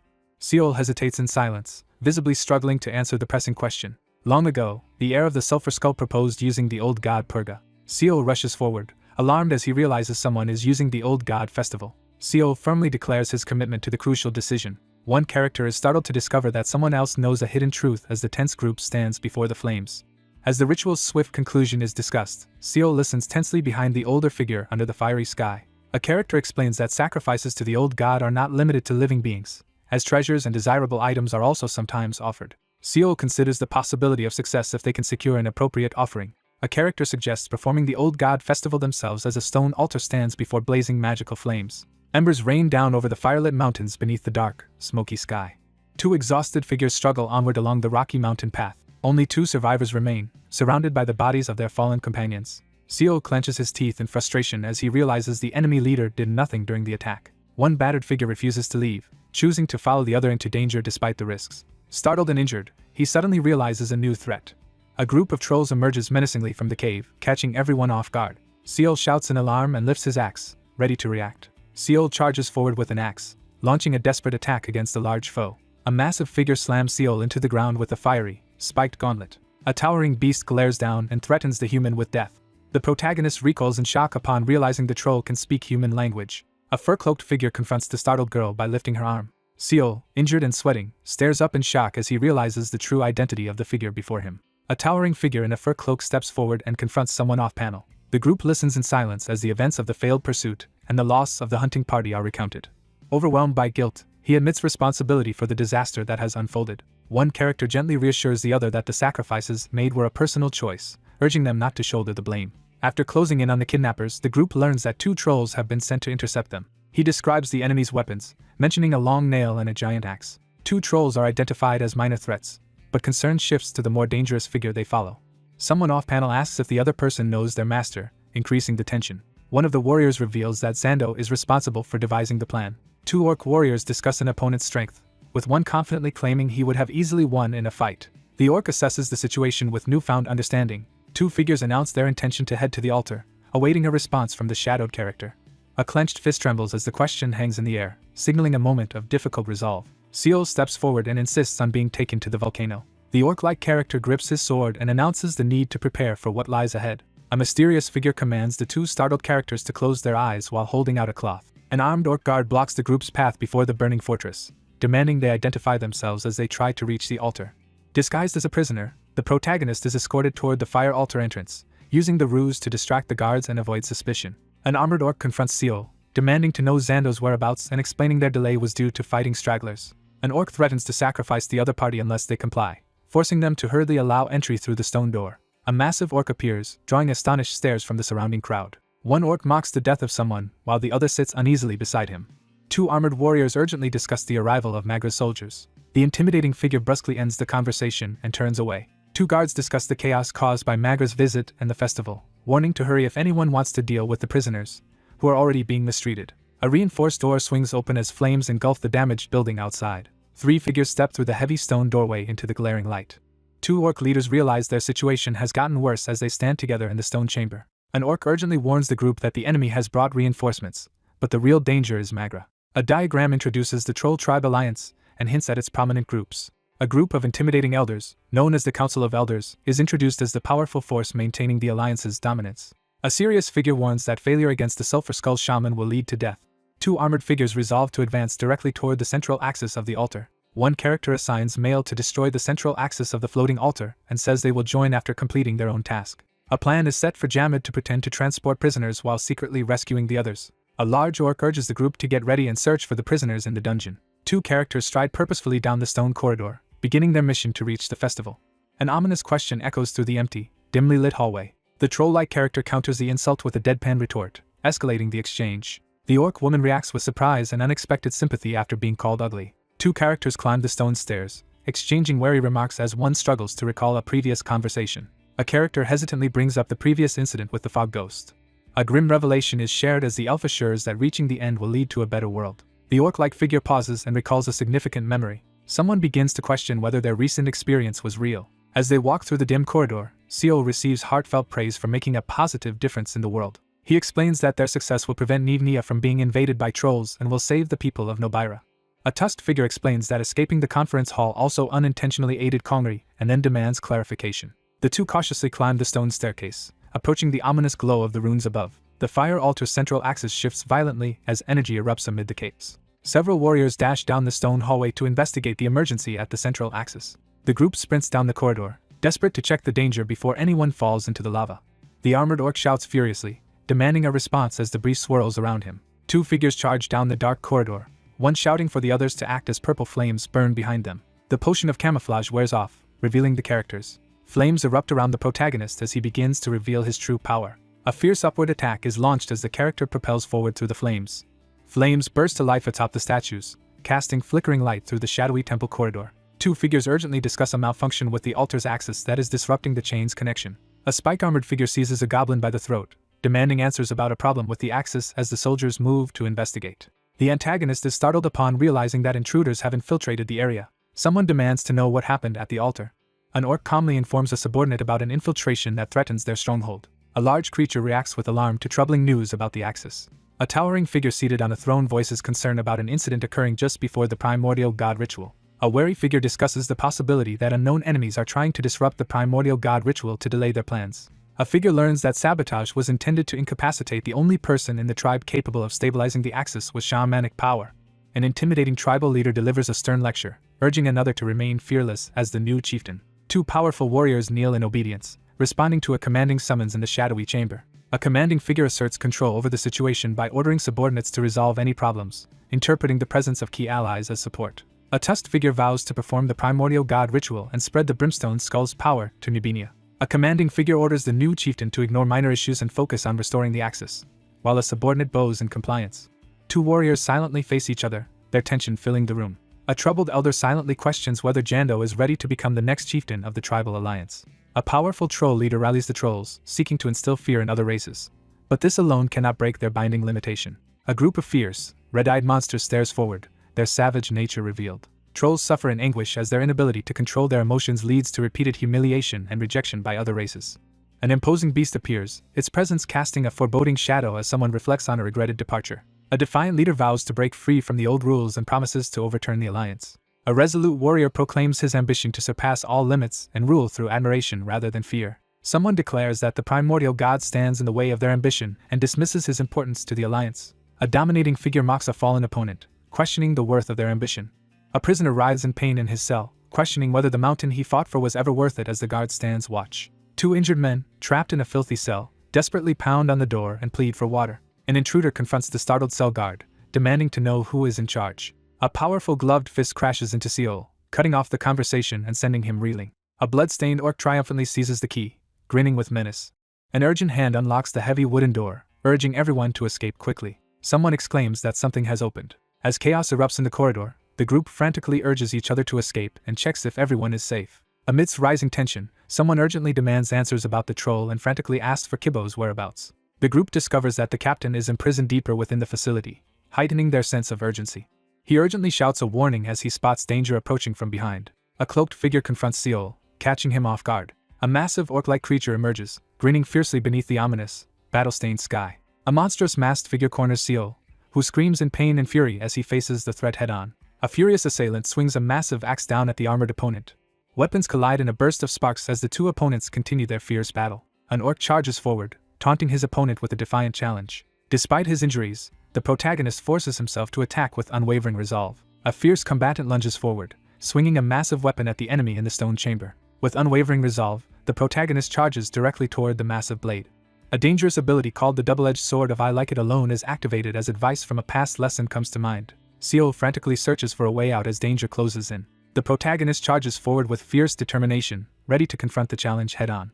A system message announces a temporary boost to total attack, followed by a penalty period. Seol unleashes a fierce strike at the armored orc-like enemy, catching it off guard. A powerful skill immobilizes the orc-like creature, leaving him unable to evade the incoming attack. Seol drives his bloodied axe down in a furious, unrestrained assault. A shadowy figure threatens violence in the dark prison corridor. The woman stands victorious over her fallen opponent as system messages announce her triumph and a temporary penalty to her attack power. Seol braces himself as a threatening noise erupts nearby. A monstrous orc charges forward with a giant hammer, forcing Seol to react in alarm. The monstrous creature tenses, readying itself to strike. A fierce figure with stone-like hands seizes an enemy by the throat, demanding information. A fierce warrior delivers a fiery, fatal blow to the opponent's chest. The protagonist faces the armored orc leader in the dungeon after defeating a previous opponent. Urged to keep moving, Seol pushes forward despite his exhaustion. A young man studies the unconscious figure before him, silently evaluating the true extent of Snowman's power. A frustrated armored figure clenches their fist while questioning the overwhelming strength of their opponent who controls multiple summons. An orc patrols the prison, shouting threats while a terrified prisoner hides behind the bars. Two terrified prisoners cling to the cell bars and beg for rescue. Seol urgently tells the captured group to trust the troll, insisting that it is now their ally. Someone urgently calls out to alert others of nearby people. A startled figure exclaims that they are saved and can finally return. A monstrous orc bursts through the door, startling the two figures inside. A menacing enemy discovers and confronts the protagonist, confirming they are still alive.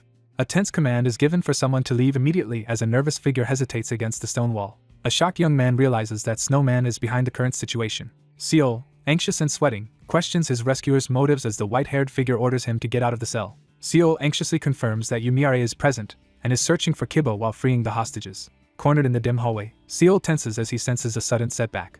A battered figure hesitates in the doorway, fearing the shock that will follow if someone sees Sir Kibo. Bloodied and exhausted, Seol enters the room and confronts the figure standing before him. Bloodied and shaken, he reacts in disbelief to what he sees. A haunted man stares into the darkness, desperately trying to recognize someone from his past. A bloodied man chained to a chair curses his own reckless decision to enter such a dangerous place.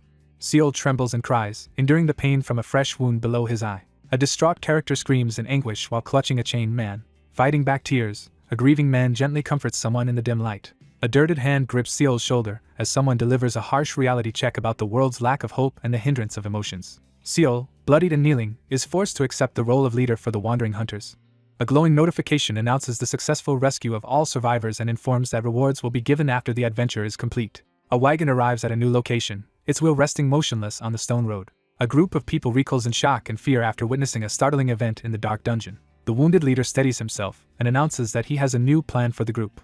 The battered captain announces his resignation and urges everyone to follow his successor. A tense standoff unfolds as a group of ragged humans is confronted by an imposing orc leader in the underground chamber. An orc-like figure blocks the escape route with a menacing grin. A battered leader warns the group that enemy reinforcements are approaching and they cannot win a fight in their current state. The anxious group turns to the standing figure, urgently seeking a solution. A battered character insists on pressing forward through the dim corridor. A massive creature blocks the path, forcing the terrified group to consider retreating. The leader urgently directs the group to move upward, warning that escape is no longer possible as their pursuers check the altar's central axis below. They ascend the stone stairway to meet their ally. A muscular character urgently announces critical news as green energy bursts through the ceiling. While one figure focuses on stabilizing the central axis with green energy, another rushes in to deliver urgent news about the offerings. A shocked figure learns that the armory has been attacked and the perpetrators are escaping upward. An enraged leader berates his subordinates for failing to catch any intruders as another figure stands near a glowing enchanted barrier. A powerful warrior urges calm and promises protection while guiding another to stabilize the central axis. A fierce figure vows to send additional troops in pursuit, assuring that reinforcements are on the way. A character senses danger while relying on protection to stabilize the central axis. The warrior suspects a trap and believes the central axis was sabotaged to keep them in place. A tusked humanoid acknowledges that the chaos from the freed offerings will leave them isolated on this floor. Realizing the enemy's true intent, the protagonist urgently connects their movement toward the altar with a looming threat. A desperate figure urgently warns the startled man that the threat is not directed at him as glowing chains appear in the background. A frenzied figure shouts that someone is trying to steal the old god festival by taking the sacred fire. A blazing fire erupts atop the stone altar as someone urgently shouts a warning to stop them. A new adventure begins, announcing the start of Adventure 14, Pierce the Flames. A perilous new mission is issued, escape Yagnatun volcano by defeating the Sulphur Skull tribe chief or leading most survivors to safety before time runs out. A powerful attack strikes the orc-like creatures, leaving their escape route blocked. An elf woman single-handedly holds off a group of attackers with fierce determination. Seol steps forward to hold off the enemies while the ritual continues. A startled figure recoils as a massive hand lunges toward him from the flames. A goblin-like figure arrives quickly using shamanic spells and insists that the ceremony must begin immediately. A massive fire explosion erupts from the center of the stone platform as urgency mounts. A hand is deliberately sliced open by a knife, causing blood to flow. A fierce spell erupts as Seol unleashes a massive blaze with an outstretched hand. Seol stands before the erupting volcano and calls out to summon the dormant entity Purga. A surge of destructive flames erupts, engulfing everything. A determined figure advances through raging flames toward a blinding explosion. Struggling against the searing flames, Seol endures the heat despite the protective spell. A surge of fiery energy fills the area, unleashing overwhelming pressure. A colossal fiery entity appears, granting the observer a permanent increase in wisdom. A massive fire spirit looms over Seol at the altar, demanding to know why it was awakened. A cloaked figure boldly offers a sacrifice to summon the towering, flame-wreathed beast. A foreboding voice questions if the two present are the intended sacrifice. Flames surge behind him as he defiantly claims the offering for himself. A fiery, imposing entity suddenly bursts forth, confronting the stunned observer. Amidst swirling flames, the protagonist triumphantly claims Atarak's heart, a rare ancient artifact with mysterious powers. Seol stands resolutely before a colossal, fiery beast that offers to grant him a blessing. A mystical prompt presents 4 powerful choices as the man prepares to make a critical decision. A colossal, flaming creature bursts onto the scene, radiating menace. Fiery marks sear across his cheek as he is branded in agony. A building is consumed by a violent explosion, sending flames and debris everywhere. An explosion erupts, sending flames and debris across the scene. A group of armored warriors advances through the smoke as the enemy leader approaches. The towering orc leader delivers a chilling ultimatum, declaring that the confrontation ends here as his sneering ally stands by. An armored elf and a cloaked figure declare their intent to destroy their enemies atop the volcano. Seol laments their misfortune as he confronts a formidable adversary. Standing firm atop the stone structure, the protagonist confronts the beast-like enemy and demands answers about the kidnapping. A menacing figure interrupts the group and declares that their luck has run out. A determined figure steels himself and methodically prepares as he faces the swirling purple vortex. He conjures a swirling dark orb of magic in his hand. An enraged orc-like figure recognizes Purga's tattoo and glares ahead with glowing eyes. Seol releases a surge of dark energy at the looming demonic figure. A shadowy figure unleashes a surge of dark energy as a white-haired elf looks on in shock. Someone spins around, eyes wide with excitement, and calls out to Karuna. Seol emerges from his long slumber, surrounded by swirling energy, and declares his awakening. The protagonist confidently confronts a powerful, beast-like enemy as ominous energy fills the air. A legendary troll known as Magra the Scorching, a powerful member of the Council of Elders, is introduced as the key figure behind the rise of the Sulphur Skull tribe. A character with light hair is violently knocked back by a powerful blow to the face. A powerful warrior unleashes a devastating fiery attack, engulfing all living creatures in flames. Seol strains to glean information with eyes of perception but finds most of it inaccessible. A powerful monster emerges from the flames, wielding a blazing sword as the protagonist realizes the vast difference in strength between them. He keeps his secret while the fire rages behind him. A powerful ability linked to the Twin Knights combo effect is announced. 2 heroes launch a synchronized assault, leaping through flames to strike the monstrous figure from above with glowing weapons. The summoning of the Twin Knights is successful, instantly doubling and combining their powers as their souls and equilibrium activate. A powerful blue blade collides with a flaming orange sword, striking the massive red-skinned foe. A monstrous figure recoils in shock, overwhelmed by an unexpected surge of power. A ferocious fighter laughs wildly, taunting an old ally as flames swirl around them. Glowing with energy, Seol surges forward as the first stage of Moonlight Surge activates. Seol charges forward, clashing swords with his powerful opponent as flames swirl around them. A monstrous enemy is caught off guard as 2 surprise attacks land in the midst of chaos and flames. Seol lands a powerful punch on the monster's chest, sending shockwaves through the impact. A fierce battle erupts as one fighter clashes with a monstrous opponent, while an ally launches an attack from above through the flames. The increased combat power of the Twin Knights is explained by one of them advancing to legendary rank, which significantly boosted his stats and granted him new abilities. He announces that summoning the Twin Knights together instantly doubles their stats. A monstrous figure unleashes overwhelming power, clashing with blinding energy attacks. Magra is unlikely to handle both opponents at once. The demon surges forward, impressed by its opponent's display. A powerful shamanic spell is activated, dramatically increasing the strength of fire attacks. A powerful opponent unleashes a surge of green energy at the 2 defenders. A monstrous figure unleashes a surge of powerful yellow energy. He spins around, startled by an unexpected threat. A warrior unleashes a blazing attack directly at the startled target. A surge of green energy erupts, engulfing everything in a blinding explosion. A massive stone hand erupts from the ground amid a surge of glowing yellow energy. A towering orc-like enemy erupts from the flames, reeling from a powerful attack as the protagonist observes closely. A monstrous creature suddenly reveals its terrifying, glowing gaze. A resurrected enemy returns, confronting a shocked opponent amid swirling yellow-green flames. A menacing beast taunts its opponent, suggesting their only value is as a guard dog. A contemptuous voice mocks the betrayal and weakness of someone who allied with a dragon instead of the old gods. A tusked, elf-like creature advises an older man that understanding others is necessary to earn their respect. A startled warrior urgently alerts his ally as enemies begin climbing up the ledge behind him. A hostile figure asserts control over the situation and urges allies to attack without restraint. Seol confidently acknowledges his ally's reliability and prepares to take action. Seol strikes down with a surge of blue energy, forcing the larger opponent with twin yellow swords to stagger. An armored elf warrior is slammed in the abdomen by a monstrous foe. Seol charges forward and strikes the ground with his glowing sword, triggering a massive explosion. A fearsome warrior bursts forward, unleashing a deadly threat as yellow energy crackles around him. Seol announces his plan to destroy the altar as he confronts the armored figure. An armored fighter channels energy into a glowing sword, advancing to the second stage of Moonlight Surge and preparing to unleash a powerful attack. Seol commands Karuna to reveal something as the tension escalates. Seol channels a surge of blue energy as he unlocks the third stage of Moonlight Surge. Seol charges forward and clashes swords with a monstrous, flame-wreathed adversary. A furious, monstrous figure demands an explanation from the two protagonists. Two heroes rush through fire and debris to attack a monstrous enemy who shouts in anger. An armored character with pointed ears charges ahead through the flames. A white-haired fighter swings a flaming sword down with force as their dark-skinned opponent blocks the blow. A monstrous figure is struck hard by a powerful, glowing force. Seol unleashes a surge of blue energy, raising his glowing sword to attack. A surge of blue energy engulfs the altar, tearing apart the ground and sending debris flying. The ground shatters as massive chunks of rock crash down amid swirling smoke and an orange-lit sky. Amidst the rubble and smoke, a survivor urgently warns the others to escape as trolls approach. Amid the ruined landscape, the group realizes they are all alive thanks to one member's actions.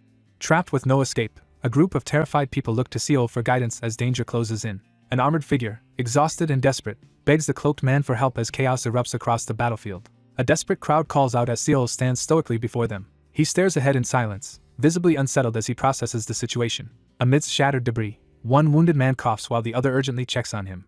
The two warriors confirm the fire altar is complete and declare their plan accomplished. A panicked opponent demands an explanation, suspecting that the trouble is caused by intruders. Amid the chaos of battle, a warrior senses imminent death after realizing their enemies were underestimated. A monstrous figure angrily cuts off an ally who tries to announce the arrival of reinforcements. A resolute tribal leader announces his intention to sacrifice himself so his tribe can survive. A battered entity orders a retreat and demands that news of its desperate use of forbidden spells be delivered to the Alliance. Seol stands tensely beside the armored elf woman as he receives a dire warning about remembering the shadows. A red-haired warrior pledges allegiance with gratitude amid armed orcs and ruined stone. A monstrous transformation erupts as chaos spreads and everyone is urged to evacuate the altar. An ancient scroll reveals that Magra has used a forbidden shamanic spell, maximizing abilities at the cost of sacrificing vitality. Seol glares furiously, determined to confront his enemy. The monstrous, fiery entity begins to unleash its full power as the two armed figures prepare to fight. The towering, flaming entity unleashes its full power as the two armed figures brace themselves for the final confrontation. A character charges forward, aiming a daring attack at the monstrous hand wielding the giant, green, flaming weapon. Three warriors with elemental weapons clash in a fierce three-way duel. Seol and an ally launch a coordinated energy attack against the monstrous green enemy as chaos erupts. A monstrous, fiery creature unleashes a furious threat to burn everyone to death. A monstrous figure unleashes a furious attack on Seol, shattering the altar and everything around him. The altar tilts dangerously as the group struggles to maintain their footing amid the chaos. Seol and the survivors brace themselves as they desperately push against the barricade, struggling to hold back the chaos. A monstrous figure unleashes a suicidal burst of hellfire, threatening to consume everyone in the flames. A forbidden shamanic spell is unleashed, causing panic as the glowing figure prepares to explode. A terrified crowd rushes to escape as a massive green explosion erupts behind them. Surrounded by chaotic energy, Seol panics as desperate cries for help echo around him. An armored figure whirls around as chaos erupts, while Seol and his group brace themselves for the looming threat. A panicked crowd cries out for snowmen to rescue them as chaos erupts overhead. A desperate young man clings to the injured older man and cries out for help. Yellow energy swirls around him as he prepares to unleash his power. Seol braces himself for a critical move as debris falls and energy surges around him. A cheerful elf offers a point to the confused protagonist, who questions what the points are for. A powerful figure erupts with energy, challenging someone to gather 100 of something in exchange for recognition. The elven woman smirks as she announces that the challenge has been completed with a perfect score. A white-haired character releases a powerful attack, absorbing all heat within range as a massive green explosion bursts overhead. An armored figure lands with tremendous force, shattering the ground beneath. Seol launches himself upward through fire and green energy, blasting the ground apart. A massive explosion erupts on the mountainside as Seol desperately calls out in fear. Amid a storm of fire and debris, a white-haired character leaps forward, unleashing a powerful energy attack. A warrior confesses a heartfelt vow to serve as a knight. Mantra lies in ruins, engulfed by fire and destruction after the usurper's attack. A battered knight kneels in defeat before a blood-stained sword as the aftermath leaves only ashes. Broken and defeated, he stares downward, overwhelmed by despair and unable to find a reason to go on. He stands alone in the field, reconsidering the beliefs he once held. Despite his lack of strength, the newcomer caused a powerful figure to reawaken. Seol recalls the enjoyable moments and companionship he experienced during his time as an adventurer. Sitting by the campfire, the character reflects on memories of their time in Mantra. A gloved hand encourages the large animal to leave if it wishes. The mysterious man advances confidently, drawing the attention of the silver-haired onlooker. Two figures stand together, confronting a colossal fiery bird as they brace themselves amid falling embers. He walks alone through the field, struggling with the fear of forgetting his most precious memories. Seol witnesses a fiery bird reflected in his eye, hinting at a sudden prophetic vision. A sinister figure mocks the protagonist, accusing them of being as lazy as the so-called heroes. The protagonist braces himself as he confronts a monstrous threat in the tense, unforgiving world. A solitary figure stands in the tall grass, reflecting on their uncertainty and determination to move forward. Seol hesitates in the field, anxiously debating his next move. A confident man mocks another person's hesitation and stubbornness amid tall white reeds. One figure questions how to recognize the moment when a new era and a new emperor should emerge. A cloaked figure steps onto the balcony and challenges the crowd, demanding if they want to know how. He sharpens his focus, determined to track where everyone else is looking. The crowd focuses their attention on a single point, each person's gaze revealing growing anticipation. The silver-haired man responds calmly, asking if his answer was satisfactory. Red threads tighten around Seol's neck as snow falls and the atmosphere grows tense. Seol braces himself and confronts the cloaked figure as the crowd watches amid the ruins. Seol acknowledges the sacrifice made, his gratitude evident as he faces the emotional crowd. A heartbroken woman stands before the flames and expresses her gratitude as she says a final goodbye. A towering phoenix of fire erupts above an armored figure who stands firm in the heart of the inferno. A fierce figure erupts with blazing power, flames swirling around as she defiantly proves she can still fight. Stunned, Seol witnesses her absorb all of Magra's flames as her hair returns to its original red color. A sudden, powerful voice calls out to the startled protagonist as he stares ahead through swirling smoke and sparks. Amid swirling flames, the warrior grips their sword, struggling to understand their own power and purpose. The red-haired elf earnestly asks for guidance on which path to follow.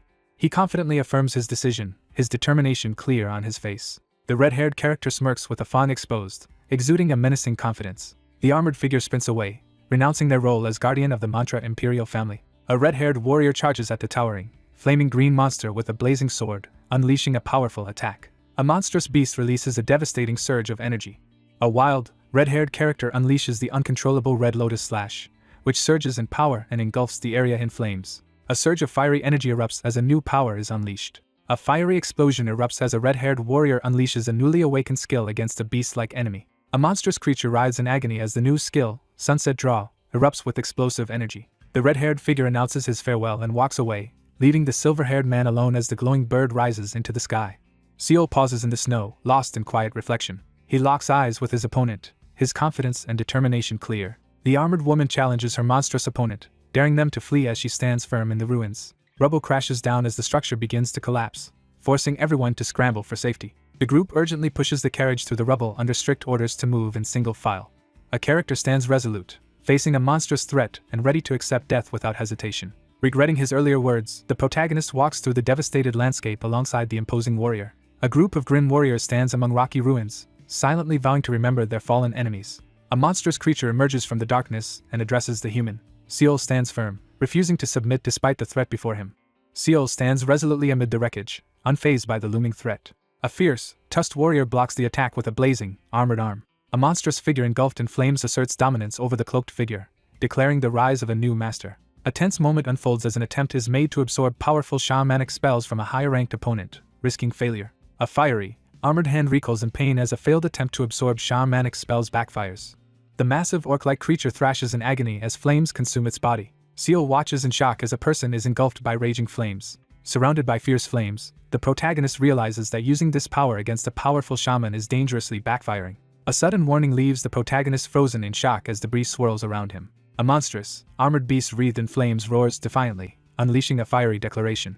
A stone-armored figure forges a new body from rocks and sand, channeling fiery energy. A notification reveals that Jamid has failed to absorb Magra's shamanic spells and suffers recoil damage as a penalty. Seol defiantly rejects the old god's influence, vowing not to repeat his ancestors' mistakes as he faces the menacing apparition.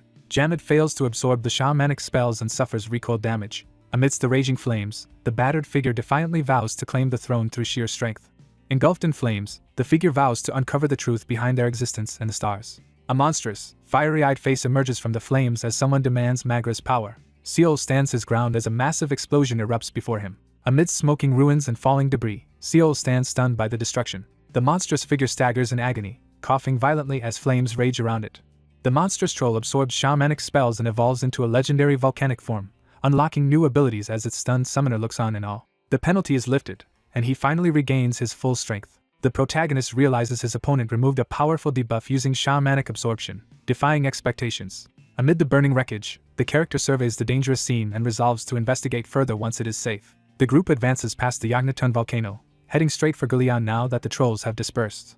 Amid the ruins, Seol reassures the injured survivors as they express their gratitude for his actions. Seol turns to the other person and asks for a favor before they leave with the group. A man demands that the group keep his name out of the situation as tension rises in the shadowy cave. Seol weighs the risks of attracting attention from Navinia's royal family and military while considering the benefits of spreading his name in Guerilla. Wary of being forced into military service or missions, the protagonist tries to steer clear of the kingdom's affairs at the start of his journey.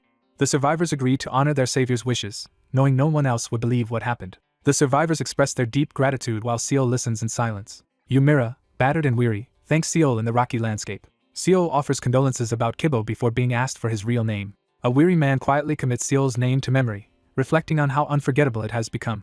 A determined figure urges a tense meeting in Guerilla, insisting there is something important to reveal. The group decides to separate from the survivors while another team leads them toward Guerilla. A modest hero receives heartfelt thanks from the grateful villagers. The group changes course to cross Navinia's border, aiming to avoid delays and prevent misunderstandings at the fortress. The plan at Yahello volcano is thwarted, triggering the opening of 2 secret labyrinths and widespread changes across Pandia.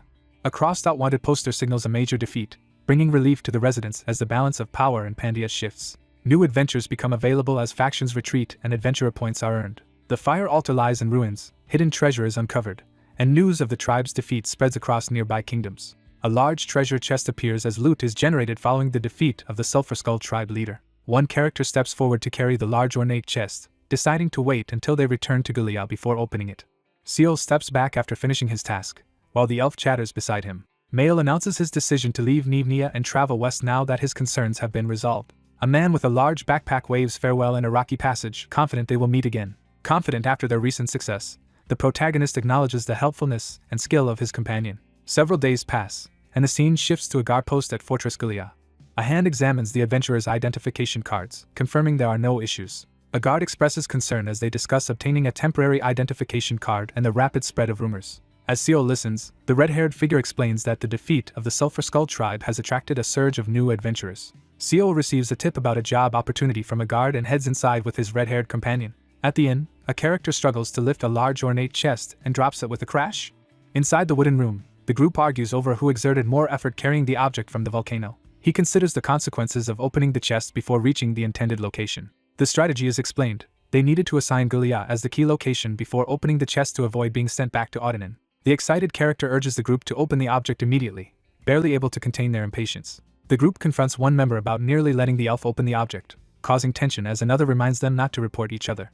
Seol grits his teeth in frustration as he reluctantly acknowledges the unexpected rule, internally fuming over being misunderstood. A gloved hand reaches out and begins to open the glowing, ornate chest. The Sulphur Skull chest is opened, granting multiple level-ups, skill points, bonus rewards, and several rare items. The group marvels at the massive stash of items in the storeroom while one of them reminds everyone he was the one who carried it all. Someone questions why she acts boldly when she contributed nothing. A desperate command is issued to stop her immediately. Seol quickly reviews the increased number of items, preparing to leave for Nobira soon. Seol inspects a glowing, rune-covered object with surprise. Seol suddenly realizes something shocking as he stares ahead in disbelief. A new, otherworldly item is obtained. A rare artifact called the Fire Monkey Cloak is acquired, granting powerful abilities and unique defenses. A flood of online messages erupts as news spreads about someone obtaining the ultra-rare Unparalleled Cloak with over 70 defense. Seol opens the treasure chest and is stunned to find an unparalleled item inside as his companions look on in shock. While reviewing the stats of a new cloak, the character is impressed by its significant boosts and unique abilities, especially the evasive skill. Seol examines the mysterious cloak, testing its ability to make the wearer nearly unnoticeable. The execution mechanic is explained. When an enemy's HP falls below 10%, execution dice are rolled, granting powerful titles and extraordinary rewards. The protagonist gains powerful new titles and abilities after completing the altar adventure, realizing it was a stroke of incredible luck. A gloved fist set with a blue gem clenches tightly, signaling rising tension. He confidently asserts that no one present can rival him at this stage. Seol stands amid flickering flames, gripping his shoulder as he reflects on his doubts, but ultimately affirms his chosen path. He confidently confirms the correct path and prepares to move forward as others wait. Inside the Lord's office at Guerilla Fortress, preparations begin to review the events in Yahello. A high-ranking soldier questions whether the trolls were all wiped out after disrupting Purge's plans. A weary armored man sighs and expresses disbelief about having to report the incident to the military. The protagonist questions the purpose of being asked for his opinion, directly challenging the authority in the tense library setting. In the ornate hall, Seol insists he told the truth about their miraculous survival, while Lord Patrick confronts him with suspicion. Seol grips the rusty metal structure and defiantly challenges for a reasonable explanation. The knight, visibly exasperated, prepares to repeat his explanation despite his frustration. The man in the wheelchair dismisses the messenger, deciding to relay the message to his superiors. The group debates returning to Novira, recognizing the city is now uninhabitable. The group discusses the possibility of turning the town into a livable place, acknowledging the challenges and work that lie ahead. A man confirms that everyone is prepared to leave and ready for what comes next. A dark-haired character smirks as he comments on how well the wheelchair is working, noting that he can still work despite his disability. A man calmly asks about future plans after the return. Seol stands alone in the deserted square, questioning what he should do next as despair overwhelms him. A woman suggests that the young man form his own hunting party, leaving him surprised and thoughtful. A man acknowledges the other's resilience, suggesting his strength will force the ruins to reveal their secrets. He wryly admits that the hunting party he was supposed to hand over is almost completely wiped out. Seol silently contemplates his next move, determination clear in his eyes. Seol warns his companion as they spot someone arriving and prepare for a confrontation.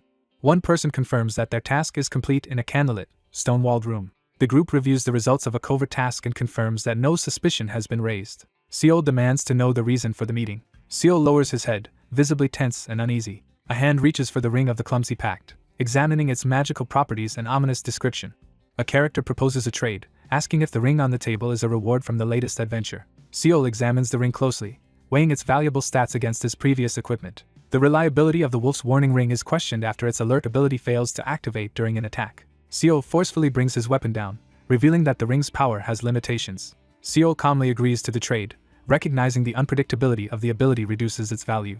Seol listens as the other person asks about his plans for what comes next. A character clenches his gloved fist and decides to remain in Guerilla until recovery is assured, then return to his ruined home in Novira. Seol sits quietly as someone expresses deep gratitude to him. One person stands firmly at the table, expressing sincere gratitude for being saved. The character earnestly offers to repay any future help as gratitude for past support. Seol sits calmly at the table as a mysterious, red-cloaked figure stands beside him. The protagonist reviews the glowing quest document, marking the completion of the adventure. A travel luck die is rolled, granting moderate luck and ensuring the adventure near Guerilla will proceed without incident. Seol firmly states they must go straight to Novira. Seol explains that all the rare materials and equipment repairs, including the Crimson Blade, depend on his workshop in Novira, but he's uncertain if anything remains intact. Choosing not to rest, the protagonist heads directly toward Novira as workers clear debris from the ruins. The travel luck die rolls a 13, granting moderately favorable luck and setting the adventure near Novira to proceed uneventfully. A cloaked figure surveys the construction site as workers demolish damaged buildings and begin rebuilding. Workers flood into Novira, rapidly transforming the ruined city as reconstruction accelerates. The game interface reveals a new adventurer ranking board with the protagonist holding the top score, suggesting that many skilled players have left after the recent incident. A system notification announces the beginning of a rest period at the City of Ruins, Novira. The adventurers arrive in the ruined city of Novira to rest and recover before their next journey, with about 20 days to prepare. Forges were secretly constructed and hidden in different locations. The somber man explains that the attack destroyed everything except for one survivor and gestures for Seol to enter the room. Someone prepares to initiate the challenge. A young man solemnly hands over a vial of blood to fulfill a request, while a red-haired elf stands watchfully behind him. He holds up the vial and explains that mixing it with spirit powder will create an oil to protect the equipment for Lady Karen's use. Seol hesitantly brings up a problem with the requested sword, prompting immediate concern. A broken sword handle is presented over a glowing magic circle as progress on its restoration is reported. He learns that obtaining the crucial fire spirit stone is now nearly impossible. Seol absorbs the news that Novira and its auction house have been destroyed. A man suggests using alternative materials to forge the sword since obtaining the fire spirit stone seems unlikely. The red-haired elf firmly rejects the compromise and insists on sticking to the original plan, startling the young man beside her. A confident opponent reveals they possess the fire spirit stone. A massive glowing sword crashes down in front of him, leaving him startled. A confident elf displays the ornate staff once wielded by Magra. Seol discovers a massive sword forged from spirit stones, its fiery energy leaving him amazed. A magnificent, flaming sword floats in the chamber as the protagonist studies its stats and recalls it was the reward from the recent adventure. A legendary sword, once used by Magra in battle but rarely wielded, is revealed. He inspects the glowing artifact, considering its potential value for study. Seol promises to forge a weapon for Karen, estimating it will take about 2 weeks if all materials are available. Amid the ruins, two figures assess the aftermath and prepare for their next move. After completing his tasks, he prepares to meet with Chao. Seol and his companion discuss Novira's unknown condition as they stand before the ruined building. Seol assesses the woman's strength, recalling that she was trained by one of the top shadow summoners. He examines the ornate scroll, doubting the existence of any disciple named Chao. A character examines a decorated scroll, uncertain about the true number or identities of Gregory's disciples. The search for her becomes the sole focus as the mansion looms in the night. Amidst the devastation, the group discovers a single untouched doorway that sparks a sense of familiarity. A red-haired character tries to break down the fixed door but is stopped by a stern command from the background. The group surveys the abandoned, dust-filled library and decides to move toward the lab. A deserted hallway shrouded in shadow sets a tense and ominous atmosphere. Seal braces himself behind his shield, scanning the area for threats. He searches the cluttered alchemy lab but finds no sign of her. The group realizes they may have missed their chance to meet her and contemplates giving up. A commanding woman assigns a crucial mission, instructing her subordinate to complete tasks and follow secretive signals for their coordinated return. A dire order is given to set fire to the sealed room if the speaker does not return. Seal grips the glowing pendant, determined not to lose his connection to Gregory. Outside the gated building, the group hesitates, uncertain whether to wait longer before making their move. Every midnight, someone waits by the pillar, but Chow never appears. Two characters discuss their limited 20-day stay in Novira and express frustration about waiting for uncertain information. Unable to locate Chow, the protagonist urgently considers forming a backup plan to address the situation. Two people debate whether they should take over raiding the ruins now that the scavengers are gone. Two men discuss the rumor of Kibo's return and speculate about the potential revival of the ruins hunting party as another figure listens nearby. 2 weeks later, Seol and his companion return to a lively town where the bakery has reopened. Today marks the final day of searching for Chow. As they walk together indoors, one suggests picking up bread on the way back, shifting the conversation to everyday errands. The blacksmith reveals the completed glowing sword to the visitor. The red-haired elf woman freezes in shock, silently processing what she sees. A tense moment unfolds as Seol senses a familiar, mysterious power emanating from the glowing sword.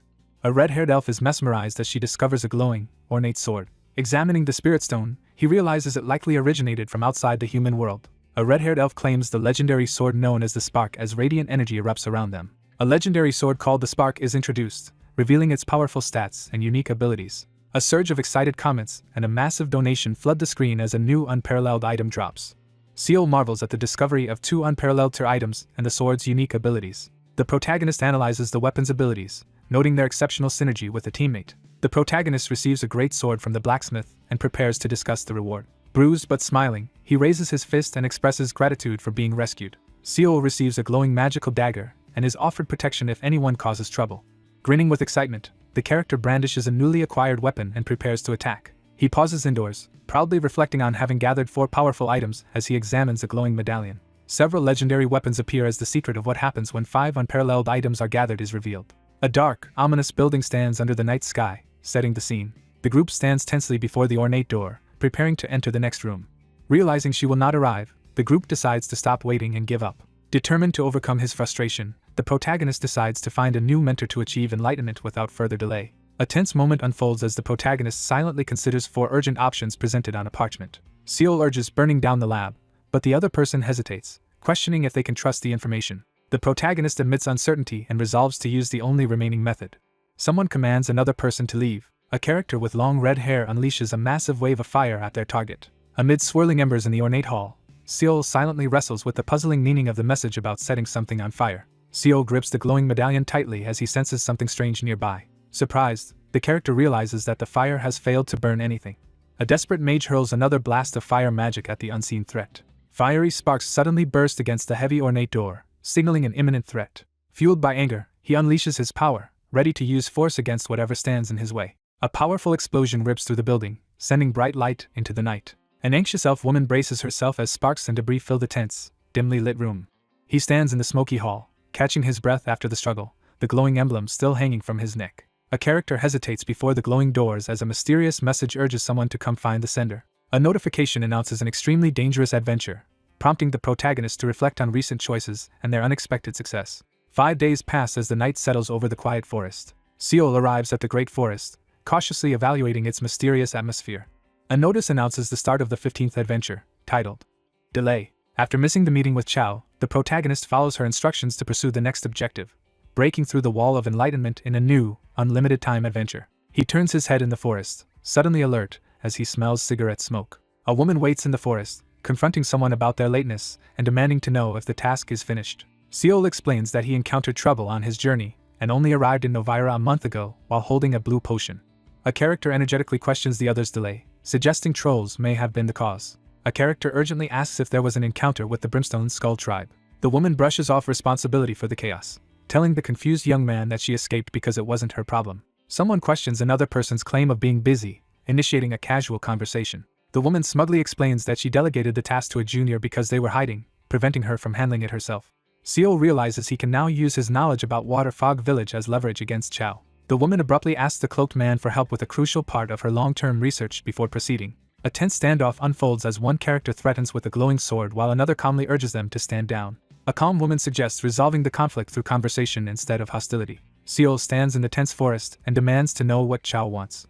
A woman leans in and demands that Seo become her test subject. Seo stands tensely in the forest, demanding to know what the unseen person wants. A mysterious woman demands that Seo become her test subject. Seo demands an explanation about the test subject's role in the final stage while standing tensely in the forest. A mysterious figure proposes selecting a powerful shadow summoner as the ideal candidate for a unique role. A man questions the woman's motives as she explains she needs help with a task she cannot do herself. He realizes the experiment is extremely dangerous. The mysterious character calmly explains that the upcoming challenge poses no physical harm, only a mental test. A tense moment unfolds as Seo learns he must die once to proceed, gripping his ornate sword while preparing for what comes next. A confident woman exposes the plan to use a dangerous device to separate someone's consciousness. A shadowy figure prepares for a ritual to link his mind with the shadows, aiming to pull himself back while the connection remains. A man's body is violently torn apart by burning red energy, as he undergoes a life-or-death transformation with only a 50% chance of survival. Seo calmly asks what reward he would receive for agreeing to be a test subject, prompting a direct response from the other character. A mysterious woman confidently offers to pass down an ultimate technique. Seo firmly accepts the challenge and prepares to use the Radiant Cross artifact. Seo braces himself to face a formidable opponent, determined to seize the opportunity to learn a rare ultimate technique. Mastering this skill becomes a dependable lifeline that supports progress through the later stages of the journey. A woman confidently explains to the cloaked figure that the power on display is her own creation, not Gregory's ability. Seo recognizes his rival's unexpected skill and prepares to take action in the forest. A confident woman announces the beginning of simple training in the forest. Someone advises the protagonist to spend time understanding his shadows as he stands surprised. A shadowy figure approaches a secluded hideout deep in the forest. A confident woman, smoking a pipe, challenges someone to reveal their secrets or personal stories. Seo and his two companions confront a menacing giant inside the dim wooden structure, uncertain about the reason behind their actions. A woman warns the others that navigating their shadows safely requires knowing every path within them. A calm, menacing woman issues a veiled threat while smirking and holding a smoking pipe. Seo uneasily excuses himself from the room, leaving the others to spend time together. A cheerful figure proposes hearing a troll's story, while Seo appears uneasy under mounting pressure. The orc-like character smugly insists he has nothing to hide and shifts the blame for secrecy onto someone else. A red-haired character denies knowing about the fairy. Inside the wooden room, the protagonist prepares to question the imposing, fur-clad figure about something said at the volcano. Seo questions the meaning behind the claim about becoming king through one's own power. A tusked warrior silently contemplates the purpose assigned to them by Tancred while holding a large orange crystal. Stunned, the protagonist realizes the Earth Dragon has appeared. The orc leader recalls how, as a child, their tribe was visited by Tancred before he fell asleep. A character grips a jagged stone, preparing to take decisive action. A stone slams into the spiked barrier with force. A massive dragon's shadow descends, throwing the orc-like group into a panic. A stone is thrown at the creature's scales, initiating the attack. A tusked character lunges forward, desperately shouting for their mother to be brought back. From a young age, the narrator became an orphan. Fueled by fury over his family's loss, the character slams the enemy's head with a powerful blow in a desperate attempt to protect his tribe. A terrified child is violently restrained by the tribe as they offer him as a sacrifice before a menacing leader. Trolls traditionally sacrifice the dead to their objects of worship. A powerful figure forcefully restrains a troll-like creature, asserting control while reflecting on the similarities between different tribes' beliefs. The speaker condemns a tradition of servitude and expresses hatred toward both the dependents and the objects of that faith. The weary figure kneels, processing the revelation of a hidden lineage. The dragon set the character down and then flew away into the sky. A character discovers a mysterious stone in a field of wildflowers at sunset. A solemn figure stands before a grave, recalling memories of his mother.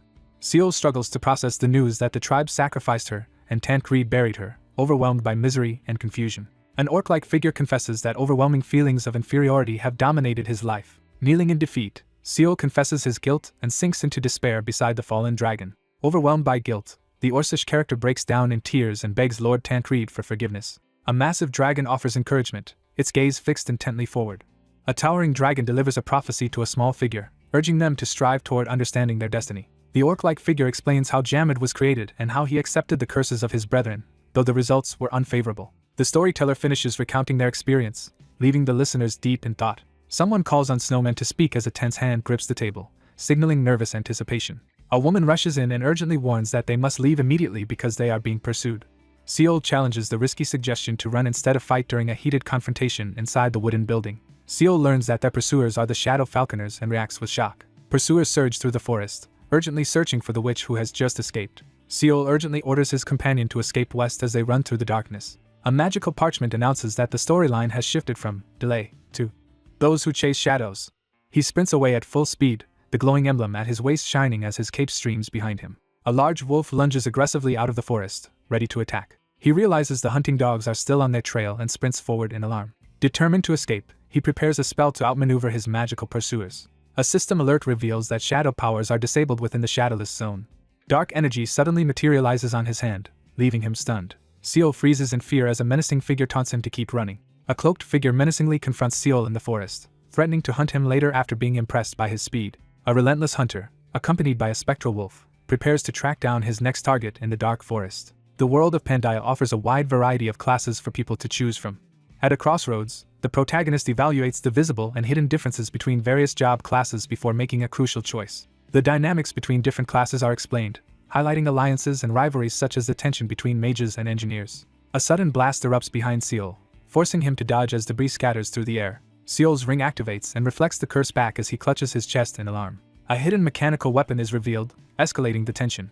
The bearded man restrains his fierce dog and threatens the kid to reveal the woman's location before time runs out. Seol tenses in the forest as he realizes someone has betrayed him and questions if their target has changed. Seol suddenly realizes that Mireille is Gregory's third disciple, and was once his most promising student. A cloaked figure is declared excommunicated as dark energy gathers ominously around them. A hostile man crouches behind his snarling wolf, threatening to attack as he prepares his crossbow. The massive wolf lunges at Seol, aiming for his throat as Seol braces himself in terror. Unable to use his shadow summoning abilities, the protagonist prepares to confront his opponent alone. Seol quickly raises his arm to shield himself from the attacking dog, knowing that a bite to his neck would be fatal. A determined woman launches a powerful kick at an unseen opponent, as Seol braces himself against a tree, ready for action. A wolf leaps at a character as Seol calls out in alarm from behind. The irritated character mocks his opponent, declaring his disinterest in older men as debris floats around him. A menacing figure emerges in the forest and confronts the two, forcing one to shield the other. One character confronts another about being deceived, but the accused dismisses it as unintentional with a sly smile. Suddenly, two arrows fly through the air toward an unknown target, escalating the tension. The dark-haired woman easily repels the attack and stands unfazed. Seol is shocked as he questions whether his opponent is truly a summoner after witnessing her catch a hunter's arrow with her bare hand. A hunter confronts and threatens a calm figure in the forest, warning that more hunters will soon arrive. A woman unleashes a surge of black mist, her confidence unwavering as she prepares to attack. A startled adversary recoils in shock as black mist suddenly appears. A tense standoff unfolds as one figure threatens escape while the other, frustrated, realizes their opponent can vanish without a trace. Seol urgently pulls the woman by the wrist, leading her away in silence as they attempt to escape. With fierce determination, he seizes the other's hand and vows not to let go. Seol stiffens in shock, a bead of sweat forming as he reacts to the sudden situation. A furious man shouts in the rain, accusing a woman of deceiving someone. Seol grabs the injured woman's arm and confronts her, suspecting she was struck by his arrow.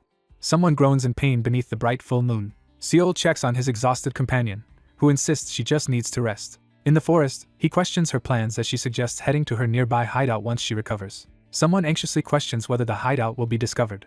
A calm woman explains that the hideout is protected by special countermeasures to delay the shadow hunters. Seol learns that shadow hunters are specially trained to hunt shadow summoners, explaining why his powers failed. Three menacing figures stand together as a sword is brandished, highlighting the deadly threat they pose. Seol stands tense in the nighttime forest, firmly dismissing any reassurance about the experiment's outcome. Seol confronts his companion, accusing her of hiding important truths and expressing that he no longer trusts her. Startled by the revelation, the woman freezes mid-smoke, her eyes wide with shock. Seol confronts someone about secretly using a cigarette as a painkiller to hide their physical condition. The woman demands full disclosure while remaining amused and confident. A determined woman confronts Seol in the forest, demanding answers about his illness, his distance from Gregory, and his reasons for becoming a shadow. Gregory angrily insults and mocks his opponent, showing no sympathy. A furious student rejects her mentor's teachings and shouts angrily while raising a book in the library. He became a legend, admired by all. In the library, one figure angrily insists on continuing his research despite the other's defiance. The narrator reflects on his resentment toward an older man, viewing him as cranky and hateful. A stern man fiercely condemns the idea of using shadows, insisting they are dangerous and must be strictly controlled. He insists that shadows can be allies and accuses the other person of being too afraid to approach them. A fierce man urgently warns of the grave danger in trusting the shadows. The old man mastered shadow summoning, transforming it from a dismissed fantasy into a perfected art. A determined character defiantly declares that this time they are right. Ancient documents reveal that shadows are complex entities beyond anyone's control, provoking a heated outburst. A long-haired man warns Seal that taking on the regrets of shadows will overwhelm and control him. With unwavering determination, he declares that he will risk everything to prove himself right. A grim man delivers a cryptic warning in the shadowy hallway. The conversation with the old man ended. She journeyed alone through distant lands. Two characters stand face to face, reflecting on the many disguises and false expressions used in the past. The protagonist reflects on how adopting different identities became necessary, but leaving behind the title of Gregory's most cherished disciple sparked an inner conflict. Shadow hunters search the forest as their target hides behind a rock, evading capture. A focused woman examines a swirling shadow orb, contemplating the next step in mastering coexistence with shadows. Despite relentless battles, the narrator continued his research without pause. A character demonstrates the limits of shadow assimilation by controlling a swirling dark orb. A white-haired man warns the woman to move her research to a safer place as she holds a swirling dark energy. They confirm their escape and prepare to move to the next hideout. A character reflects on the shadow that has accompanied them for many years. Seal signals to move forward, leading the group deeper into the forest. He recalls that Sodden was the only person he could be completely honest with. A woman struggles with a written test at her desk while a man stands by the window, appearing distant. Seal dashes down the alley with two pursuers close behind. A man in monk-like robes quickly wraps a bandage around the wounded woman's arm. A covered wagon moves steadily along a dirt road through the forest. Someone taunts Sodden amid an ominous, shadowy scene. Seal checks on Mary's condition, but she reassures him with a casual smile. An injured figure reluctantly admits that Mary's suspicions may be correct. He hesitates, uncertainty clouding his decision. She firmly interrupts, shutting down the discussion about needing another shadow. Still searching for a solution, the character reflects on how to unite shadow summoners and shadows. A covered wagon travels through the forest as a hidden attacker aims a crossbow at it from the bushes. A character reflects with doubt on a belief they once held. He steels himself, tense and focused as he prepares for what comes next. A figure reflects on whether there is enough time to find the perfect way to coexist with shadows as red and black shadows swirl ominously. A panicked young man urgently calls out as tension spikes inside the speeding vehicle. A shocked young man witnesses a black-haired woman being impaled by a spear. Hooded and masked figures prepare to ambush from the forest, one aiming a crossbow. A hooded man reveals his face and prepares to confront his target with fierce determination. A group launches a relentless attack as a cart races away under a hail of arrows. A wounded figure plunges from the cliff into the water as a cart crashes down beside him. Ripples spread across the calm blue water. A woman floats lifelessly in the water as someone realizes that crucial research records have been compromised by her fatal mistake. Kneeling by the water, he confirms this is his 299th attempt, visibly exhausted by the endless repetition. A conflicted figure studies the glowing dark orb, struggling to remember the past while feeling an inexplicable pain. Seo, drenched in sweat and visibly shaken, quietly reflects on the unsettling experience of dying. Wounded and half-submerged, the protagonist accepts that he must begin to change. A character freezes in shock, eyes wide and sweating. A lone figure reaches into the dark water, confronting the truth that a summoner must experience death to fully unite with their shadow. Kneeling in the water beside the injured woman, Seal coughs and resolves to prove himself to Gregory and Mary. Overwhelmed by exhaustion and regret, he wonders if his fate is sealed and laments his inability to fulfill others' hopes. Weakened and lying in the water, he thanks the other person for their kindness. Two hands grip each other tightly in a tense moment of connection. Someone resolves to stall for time. Seal, visibly distressed, grabs another person's hand and anxiously asks for clarification. A powerful, glowing hand seizes Seal underwater, determined to save him from death. A prophecy is revealed, foretelling Gregory's downfall and the rise of the shadows from death into life. Seal, visibly sweating and surrounded by ominous energy, declares his willingness to offer himself as a sacrifice. One character prepares to make a sacrifice while another, overcome with desperation, begs them to stop. Someone finally admits the other was right. A shadowy hand seizes Seal's wrist, stopping him as he struggles in panic. Haunted by regret, he blames his weakness for failing to protect someone important. Seal, overwhelmed by guilt, kneels beside his unconscious companion and apologizes as dark energy swirls around them. Seal, dissolving into darkness, urges Mire to complete her mission as his final wish. A dramatic farewell is declared as the scene shifts to a somber tone. A character questions whether true acceptance between the living and the dead is possible. Seal realizes that Gregory controls his powerful but resentful summons with a binding spell. A determined woman stands in the forest and declares her plan to challenge the current situation through the person she addresses. A woman stands in the snowy forest and issues a stark ultimatum, warning that turning back now will sever all ties and ensure safety. A mysterious woman offers a dangerous deal, warning that helping her complete the research will force the other person to experience death. Seal steps forward in the forest and firmly agrees to participate in the experiment, asking what the plan is. The man coldly prepares to explain the experiment as he confronts the woman in a tense standoff. A secluded cabin stands hidden among dense trees, establishing a secretive setting. Seal stands in the forest, confronted by a question about what awaits after death, and admits he does not know. A character explains that the death-inducing device does not actually cause death but brings the user close enough to explore their deep consciousness. Seol contemplates the true meaning of deep consciousness while staring ahead in silence. A woman warns that accessing deep consciousness causes intense pain and rarely succeeds, while a young man listens in silence. A hand dramatically presents a flask of blue sleeping drug. A tense argument erupts as one character insists the drug is safe while the other reacts in alarm to the risky plan. Seol questions whether he can control a dangerous power that acts as both a sedative and a stimulant. Two characters discuss how the drug and device work together, questioning the purpose of the story. A character outlines a risky plan involving taking a drug and using a death-inducing device to access deep consciousness. A character announces that one of Seol's shadows will accompany him to test the coexistence between a summoner and their shadow. A solemn figure warns that the process will force hidden regrets and memories to the surface. Seol listens as he learns that escaping a trap will mark the end of the experiment. The group faces a difficult decision as the master instructs them to choose a shadow to take along while preparing the device. An elf warns that the arrival of the hunter has trapped them in the shadow dimension and that the new experiment is even more dangerous than facing the shadow hunter. A determined character insists on moving forward with the plan, convinced it is essential to reaching a crucial goal. An elf anxiously discusses who will risk their life by entering the dangerous machine. One character asks what dying feels like, expressing a natural curiosity about death as the two stand tensely in the forest. An elf thoughtfully describes the sensation of losing all support in life to another character. One character recounts their death, describing overwhelming anger and fading consciousness, while another asks if they remember anything beyond that moment. Two people stand in the forest, trying to recall what happened before they lost consciousness. Walking through the forest behind the imposing creature, the protagonist reflects calmly on the inevitability of death and decides not to worry about what comes after. An elf steps forward with determination, volunteering to face the dangerous device despite objections. Seol warns the other elf that the process will force them to relive their most painful memories. An older man leans in and challenges the anxious young man with a probing question about his memories. Two figures argue in the forest over who should go, each insisting they are the right choice. A sinister figure warns that suppressed memories could resurface from deep within the mind. Seol anxiously warns that delving deeper could expose unknown memories and endanger everyone's lives. The imposing warrior steps forward and volunteers to take on the task, declaring he has already overcome his past. An imposing figure challenges the crowd, daring anyone to object. A massive orc, chained to a stone throne, demands answers as a woman calmly explains the safety measures in place to prevent him from destroying an important device. Realizing the setup is flawless, the speaker acknowledges that escape is impossible. A restrained young man listens tensely as a woman warns him before he enters. A mysterious woman warns that they will experience each other's most terrifying memories as part of the process to understand one another.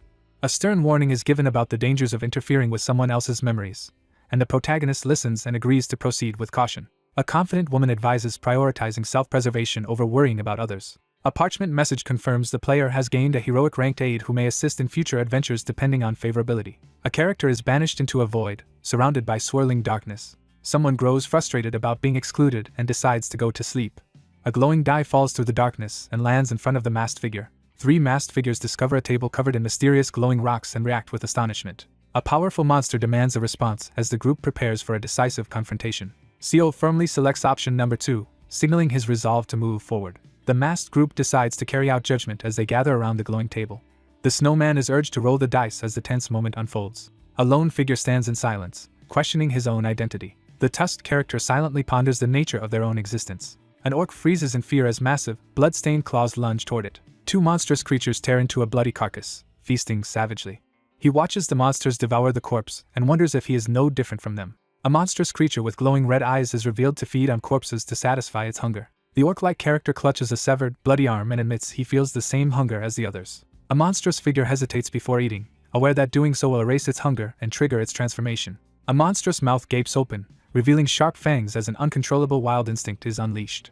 A panicked character recoils in shock after receiving a dire warning from the dark void. A menacing shadow entity intimidates the frightened orc, causing hesitation. A pair of golden eyes burn fiercely in the darkness as an overwhelming power is unleashed. A character silently vows not to disappoint the mysterious presence watching them. A monstrous figure recoils in disgust, refusing to eat the gruesome offering beside a bloodied, outstretched hand.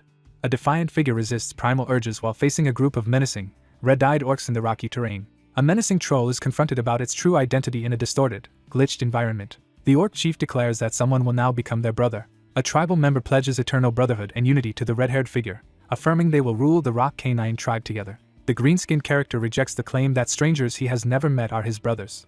A powerful shaman imposes a glowing curse while the protagonist struggles desperately to resist. A feral creature staggers, clutching its head in torment as chaotic energy erupts around it, desperate for a response from the silent onlookers. A desperate orc is forcefully restrained as magical energy is channeled into his head while two others watch. Two monstrous figures stand guard while a menacing presence with glowing yellow eyes emerges from the shadows behind them. Seal reels in shock as he hears that his true brothers are those he chooses, not those by blood. An orc recoils in fear as a menacing shadow closes in behind. An elf-like character recoils in alarm as a menacing shadow sweeps over the cracked ground. A wary goblin confronts an unseen observer, demanding to know their identity and intentions. Seal arrives at the primordial god shrine and witnesses a powerful ritual unfolding before him. A group of orc-like figures forcefully carries a bound figure on a platform toward the altar.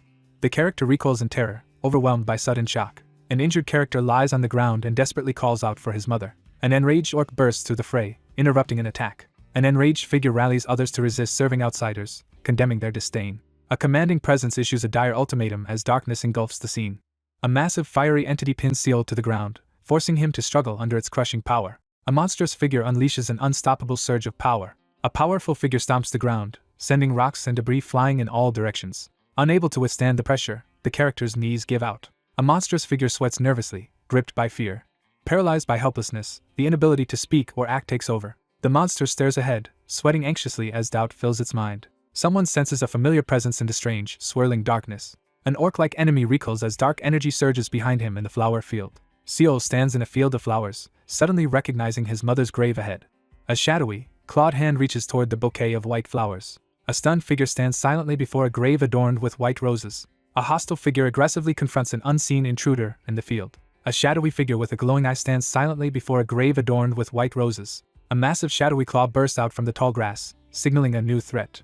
The orc freezes in confusion, caught off guard by the unexpected command. A fierce blow sends the orc-like opponent reeling as icy energy cuts through the swirling debris. Startled by a sudden event, the protagonist looks up in shock. A massive dragon soars overhead as Seal stands frozen in awe. A massive dragon looms into view, its fierce gaze commanding attention.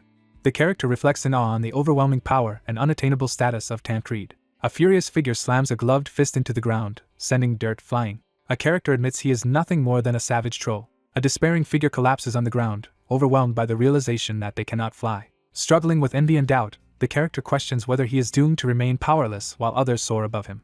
A black, monstrous hand suddenly grabs Seal's wrist as he lies among the wildflowers. A frightened character is dragged through a field of flowers by a large, ominous shadow. The orc freezes in shock, overwhelmed by what it sees. A massive shadowy figure descends, casting an ominous presence over the scene. Standing on the cliff at sunrise, he surveys the vast valley and the creature soaring above.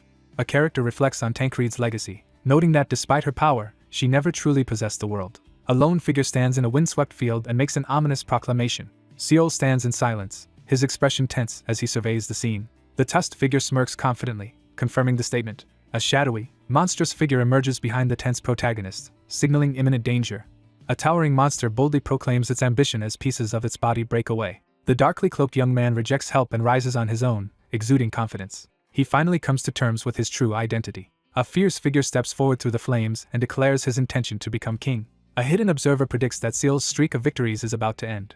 A sword slams into the ground as an opponent mocks the snowman's mistake. Seal collapses to his knees, clutching his bleeding arm as his sword drops to the ground. A stern figure confronts the kneeling protagonist, revealing that his mistake has cost the swordsman his arm. Two masked figures mockingly urge the injured opponent to make a decision. Seal, wounded and furious, confronts his attacker and demands to know if they are responsible for his suffering.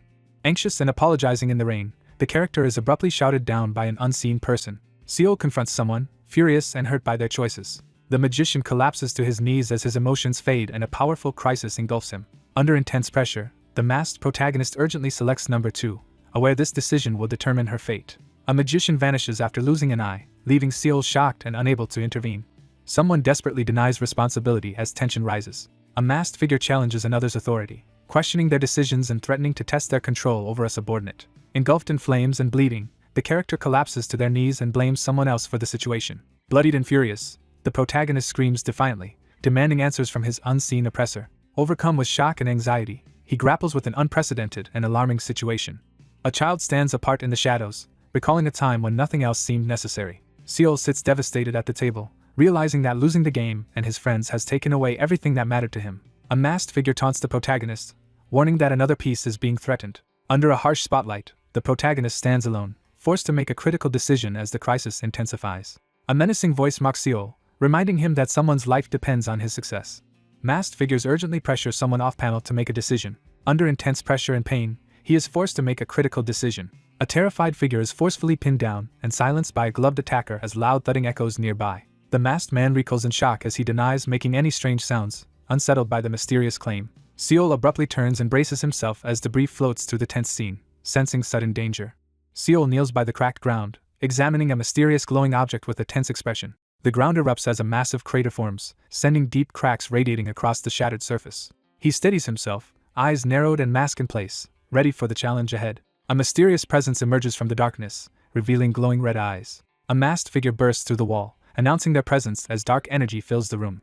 A monstrous figure demands that the snowman reveal itself, breaking the tense silence. The surface shatters from a sudden, forceful impact. A menacing voice calls out to Seol, breaking the tense silence. A masked man examines a crack on the wall, confused by the sudden disappearance of something he thought was there. The masked group quietly discusses another character's odd reaction, dismissing any unusual claims as tension rises.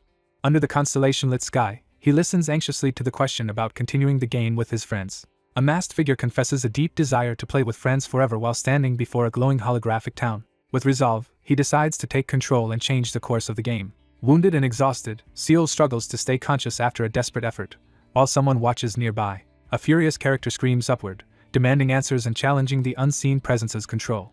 Someone is struck by a sudden, alarming realization. Seol stands inside a glass case, questioning whether his desire for control drove him to keep playing the game. Seol desperately denies that he played the game solely for pleasure. A shocked figure observes someone emerging from a glowing dimensional crack. Panicked, the group rushes down the stairwell as one of them desperately tries to escape. Two masked men mockingly question if Snowman is really leaving as one raises his fist. Seol hesitantly takes the glowing die from the outstretched hand, knowing his fate depends on the next roll. A hand grips a glowing 20-sided die, preparing to determine whether escape is possible or if they are trapped forever. Seol anxiously studies the glowing die in his hand. A masked figure rolls a glowing dice, entrusting everything to its outcome. Someone reflects on having always lived by chance. A 20-sided die lands on a glowing red one, signaling a critical failure. Seol stands frozen and sweating as mocking laughter fills the air, overwhelming him with intimidation. Seol rolls a 1 and realizes he can't escape, accepting that the game will continue indefinitely. Tormented by the god's laughter and the deadly dice, the distressed figure is pressured to keep playing the game. A 20-sided die rolls across the ominous game board, determining the next move. Stunned, he watches as the glowing die suddenly changes its result. A masked man angrily confronts another participant for refusing to follow the rules after rolling a 1. A character frantically denies any wrongdoing as his nose visibly grows, exposing his lie. A massive die crashes down, scattering debris across the scene. Dice fly across the room as the group reels in shock, chaos erupting from Snowman's sudden outburst. A panicked boy desperately denies responsibility as he is accused of defying the magical die. The 20-sided die lands on 20, signaling a critical success. Startled by an unexpected voice, Seol quickly turns as a 20-sided die floats in the glowing blue grid. A character firmly declares that their only approach is to persistently push forward. A monstrous shadowy creature with glowing red eyes suddenly appears, forcing the protagonist to recoil in shock near the shattered floor. A monstrous figure with blazing red eyes and flames emerges as he confronts his adversary, demanding a response. Seol recoils in shock, stunned by the sudden mention of Jamid. Startled by the harsh command, the anxious boy quickly turns his attention back to the game board. Surrounded by menacing masks, Seol is cornered and pressured as the masked figures mock and threaten him to obey their rules. Seol puts on the pointed snowman mask, his expression serious and resolute. Overwhelmed by his own thoughts, the character realizes he is distracted by unnecessary worries. A dark creature with glowing red eyes steps from the shadows and demands a response. Someone urges a confrontation against their adversaries. Seol raises a rectangular object to his face, bracing himself for the next step. Seol lowers his hand in frustration, expressing his disappointment with the situation. A group of masked individuals recoils in shock at an unexpected event off-panel. One of the masked group members anxiously questions whether Snowman will stay with them as a tense figure threatens their unity. The speaker admits that they no longer find this situation enjoyable. Seol faces the towering dark spirit and dismisses the threat, refusing to be intimidated. A secluded cabin stands beneath darkening trees as dusk settles over the forest. Chained securely to the wall, Seol angrily calls out to his captor. Two women discuss the master's continued unresponsiveness, growing increasingly uneasy. The armored elf warns that the device is deadly and urges the anxious companion to trust their master and wait. Tightly bound in heavy chains, the figure lowers his head in defeat against the harsh red backdrop. Chained and marked by darkness, Seol struggles in pain and exhaustion. As the chaos escalates, Seol's chained body convulses at the center, while the others react in alarm. One character realizes the other is being consumed by shadows, prompting urgent concern about what to do next. One character insists on waiting and trusting, while another objects to this approach as irresponsible. Seol approaches Mireille in the workshop and prepares to ask her a question. An armored elf anxiously asks if there is any way to intervene in their master's nightmare. A weary figure warns about uncertain side effects if more people enter and mentions there are no sedatives left. The red-haired elf demands to join as the silver-haired elf insists on acting alone and asks for instructions. One character insists on joining the dangerous mission despite objections, while another silently observes the argument. A cold-eyed woman issues a menacing threat as she prepares to act. A large coffin, tightly bound in chains, sits ominously on the wooden floor. Someone warns that intense pain is imminent. A woman instructs the chained captives to endure their ordeal, find their master in a pitch-black space, and escape. A chained, red-haired character desperately demands to be sent immediately to save their master, ignoring further explanations. An annoyed woman slams her hand against the wall in frustration. Two chained figures writhe in agony as crackling magical energy courses through them. The character catches his breath as the smoke clears and the lightning fades, signaling survival after a powerful attack. He stands alone in the smoky room, realizing he is the last one left. He reflects on how their journey has now been passed on to others. Hunters sweep through the dark forest, closing in on their target as the tension rises. A determined woman silently watches events unfold through the window, resolved to witness everything until the end. Seol strides into the tense council chamber, defying the group's authority as confusion erupts over Snowman's unexpected move. A character defiantly challenges their opponent, refusing to back down. A white-suited figure confronts a man in a shadowy room, declaring the importance of rules. A masked figure unleashes a surge of glowing energy, declaring punishment for those who break the rules. A sudden, glowing blast slams into the character's chest, knocking him backward in shock and pain. A surge of crackling energy strikes the character, forcing him to scream in agony. Seol doubles over in agony as a burning pain surges through his throat, echoing the torment of his past exile. The cause of the pitch-black mark around the neck is revealed. Kneeling amid crackling energy and shadowy hands, he defiantly rejects the oppressive rule.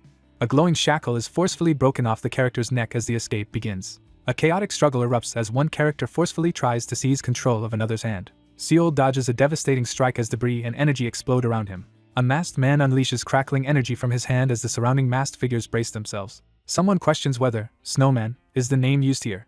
Pressed against the wall, he reluctantly reveals his real name. A towering creature confronts Seol and demands to know his wish as Seol struggles under its overwhelming presence. Seol, burning with obsession, declares his sole desire for revenge. A monstrous figure mocks the ambition of someone abandoned by the gods, laughing with cruel delight. Seol stands before the masked council and vows to pursue revenge by ascending in power. Determined to take action, the protagonist vows to confront and punish the adversaries. Seol, radiating energy and determination, announces his intent to become a god. Seol strains to overpower the horned beast in a fierce grapple. A towering orc seizes the protagonist's shoulder and boasts about his ambitions, but the protagonist rejects being used for someone else's gain. Surrounded by hostile figures and red energy, the masked man is confronted as he tries to escape. A violent antagonist blocks any escape and threatens to trap Seol forever. A monstrous creature lunges at the fallen warrior amid a blood-red backdrop. A panicked figure fights to break free from monstrous black tendrils as the environment erupts in chaos. Amidst the chaos, two figures dash forward as a frenzied crowd tries to block their escape. The group rushes down the grand hallway as one character quickly chooses the right path.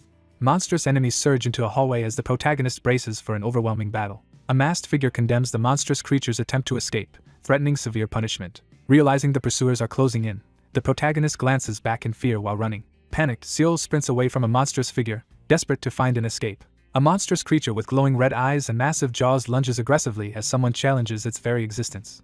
Seol steels himself as tension mounts, preparing for the confrontation ahead. He struggles to resist the overwhelming force of his intrusive thoughts. A hand gathers crackling energy between its fingers, focusing intently. Seol leaps onto the spectral Grimveil and charges forward in a desperate bid to escape. A powerful illusion appears as an Orcish figure mounts a massive, fiery beast.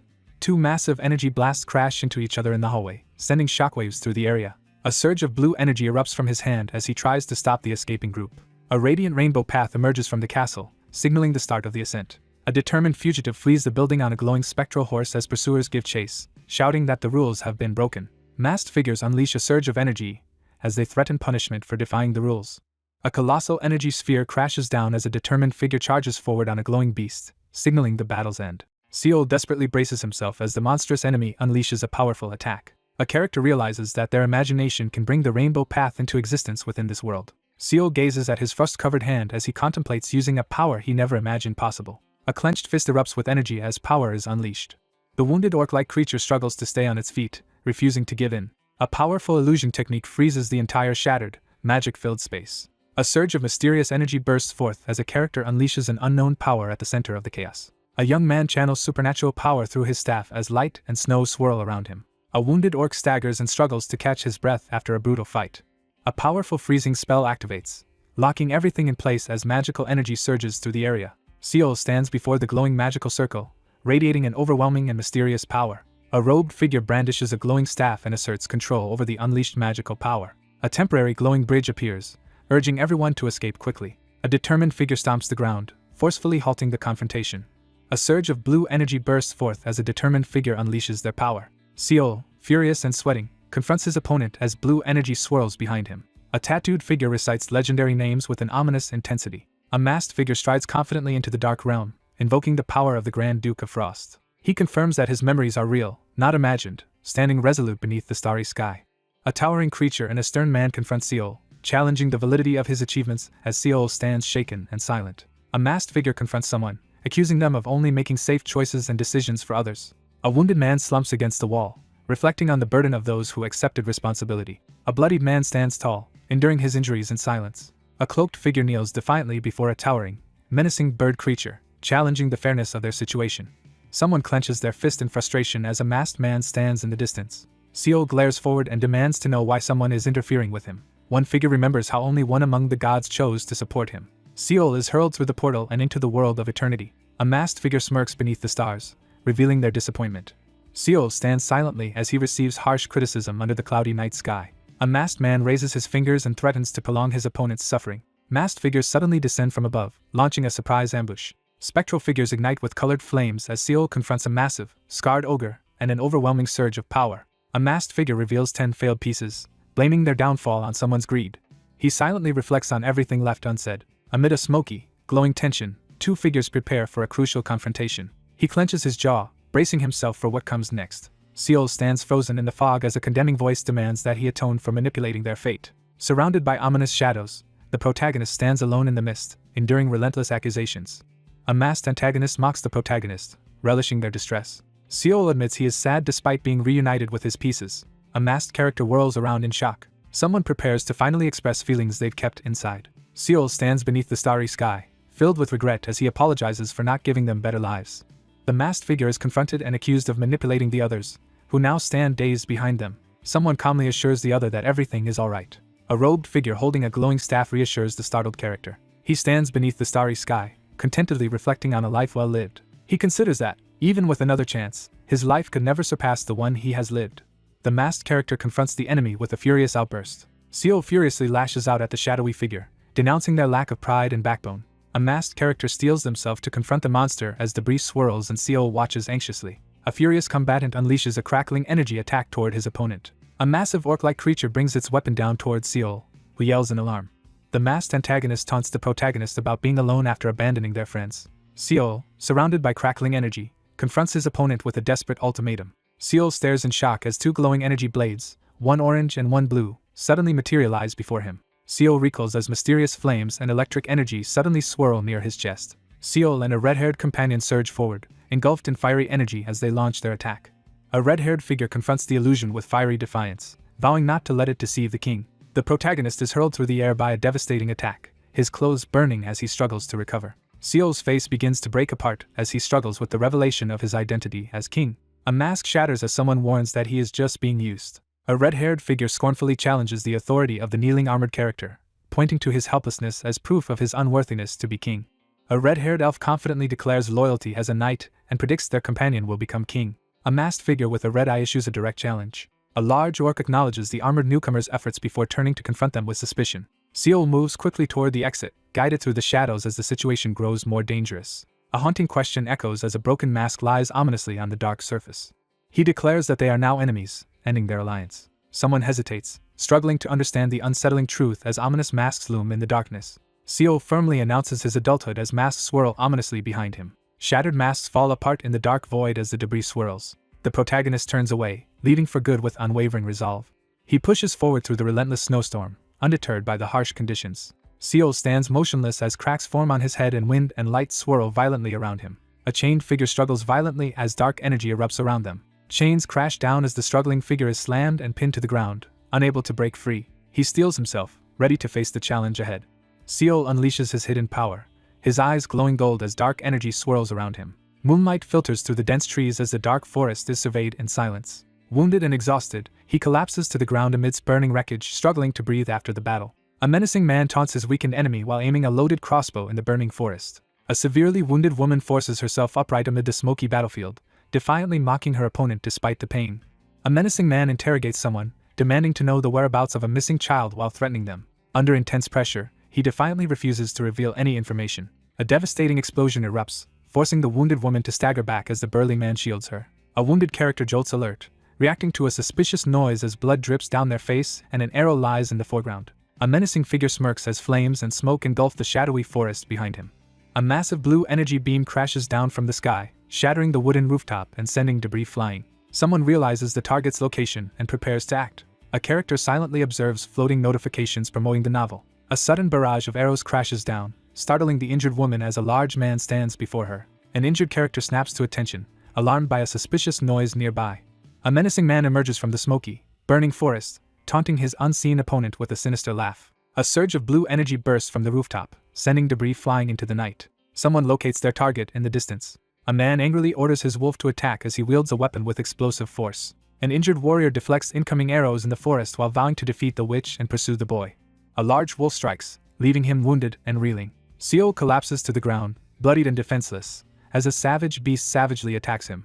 A wounded figure glares up defiantly as a menacing threat promises relentless pursuit. A bearded man brandishes a dagger at Seol and vows to judge all shadow summoners. A bloodied opponent confronts Seol in the rain, accusing him of being affected by a shadow summoner, while Seol desperately tries to buy more time. A grim figure explains that the curse is linked to the eye and will only fade when every shadow summoner is eliminated. An enraged man shouts at someone to stay out of his business. A wounded girl faces a deadly threat as a man with a knife prepares to attack while a menacing wolf approaches. The monstrous wolf bares its fangs and prepares to lunge. A powerful surge of purple energy explodes through the building, sending debris flying in all directions. A bearded man recoils in alarm as a snarling, wolf-like beast lunges at him. A man witnesses dark energy swirling ominously around a ruined cabin in the forest. A bearded man reacts anxiously to an unexpected threat. A shadowy figure explodes with dark energy, demanding to know what was done. A notification appears, announcing that shadow summon abilities are now blocked within the influence zone. A shadowy figure unleashes a surge of crackling, dark energy. A digital message announces that the wall of awakening has been broken through. A new and exceptional skill, Night Crow, is awakened. Seol unleashes a surge of dark energy as a monstrous shadow forms behind him. A glowing notice announces the unlocking of multiple unique achievements and titles. Bloodied and exhausted, the protagonist finally overcomes the ordeal and breathes a sigh of relief. A wounded character in the forest announces that their plan has succeeded. A shadowy figure radiating purple energy confronts the wounded, kneeling girl with arrows in her body. Seol, radiating dark energy and determination, demands that someone take down the maniac first. The scarred man braces himself, preparing to face the imminent confrontation.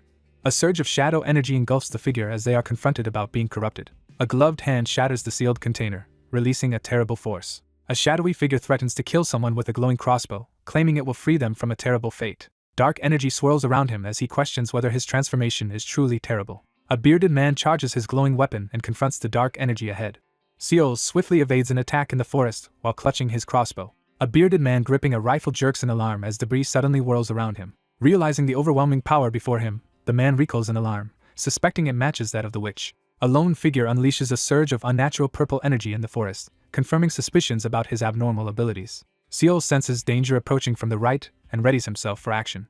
Seol steps forward and confidently offers to handle the ferocious, energy-charged beast. A challenge is issued, raising the stakes for what comes next. A blast of energy slams into the massive wolf-like creature, sending it reeling. A shadowy figure hurls a devastating surge of purple energy at the monstrous enemy. A massive explosion rips through the night forest, sending debris flying in all directions.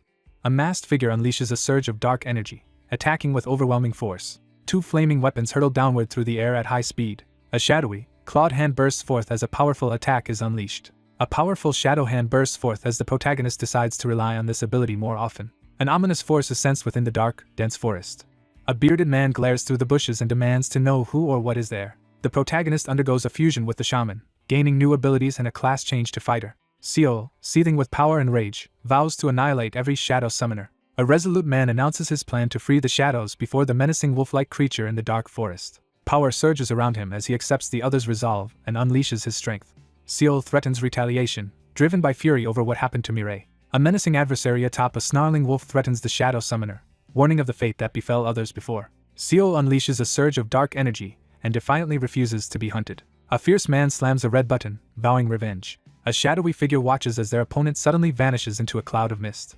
Sensing a faint presence, the character remains alert for a concealed attack in the shadowy forest. Shrouded in oppressive darkness, he feels his stats drop and realizes he cannot summon allies due to the enemy's ability. Realizing his stats have dropped, the protagonist assesses the drawbacks of remaining in shadow form. A colossal beast reveals its strength by slamming its clawed paw to the ground. A massive, empowered beast lunges at Seol, forcing him to brace for a devastating attack.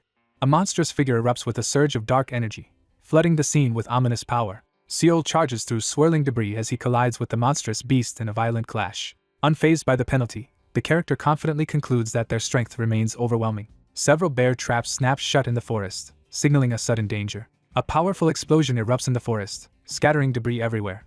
A clawed gauntlet slams into the ground, unleashing a surge of force. A dark figure crackling with purple energy stands triumphant amid shattered weapons, declaring victory over his opponent. Surrounded by a surge of dark energy, Seol turns sharply and unleashes his power in defiance. A monstrous figure launches a sudden and furious counterattack against the glowing opponent. An elixir is activated, drastically boosting the user's stats and critical strike damage against opponents with the shadow attribute. Seol is slammed into the ground by a shadowy opponent crackling with purple energy. Surrounded by crackling purple energy, Seol confronts his opponent and challenges the effectiveness of their potion. A determined figure vows to use any means necessary to judge the monstrous opponent before him. The protagonist resolves to take matters into his own hands. The protagonist notices a large sign announcing the availability of new novel chapters. A massive explosion rips through the forest beneath the full moon. A shadowy figure unleashes a powerful attack, striking down the bearded man as energy crackles through the chaos. A fierce energy blast erupts from Seol, hurling debris toward his opponent. A ferocious man with glowing red eyes swings his whip in a violent attack. A violent explosion hurls Seol backward as he struggles against the dark energy.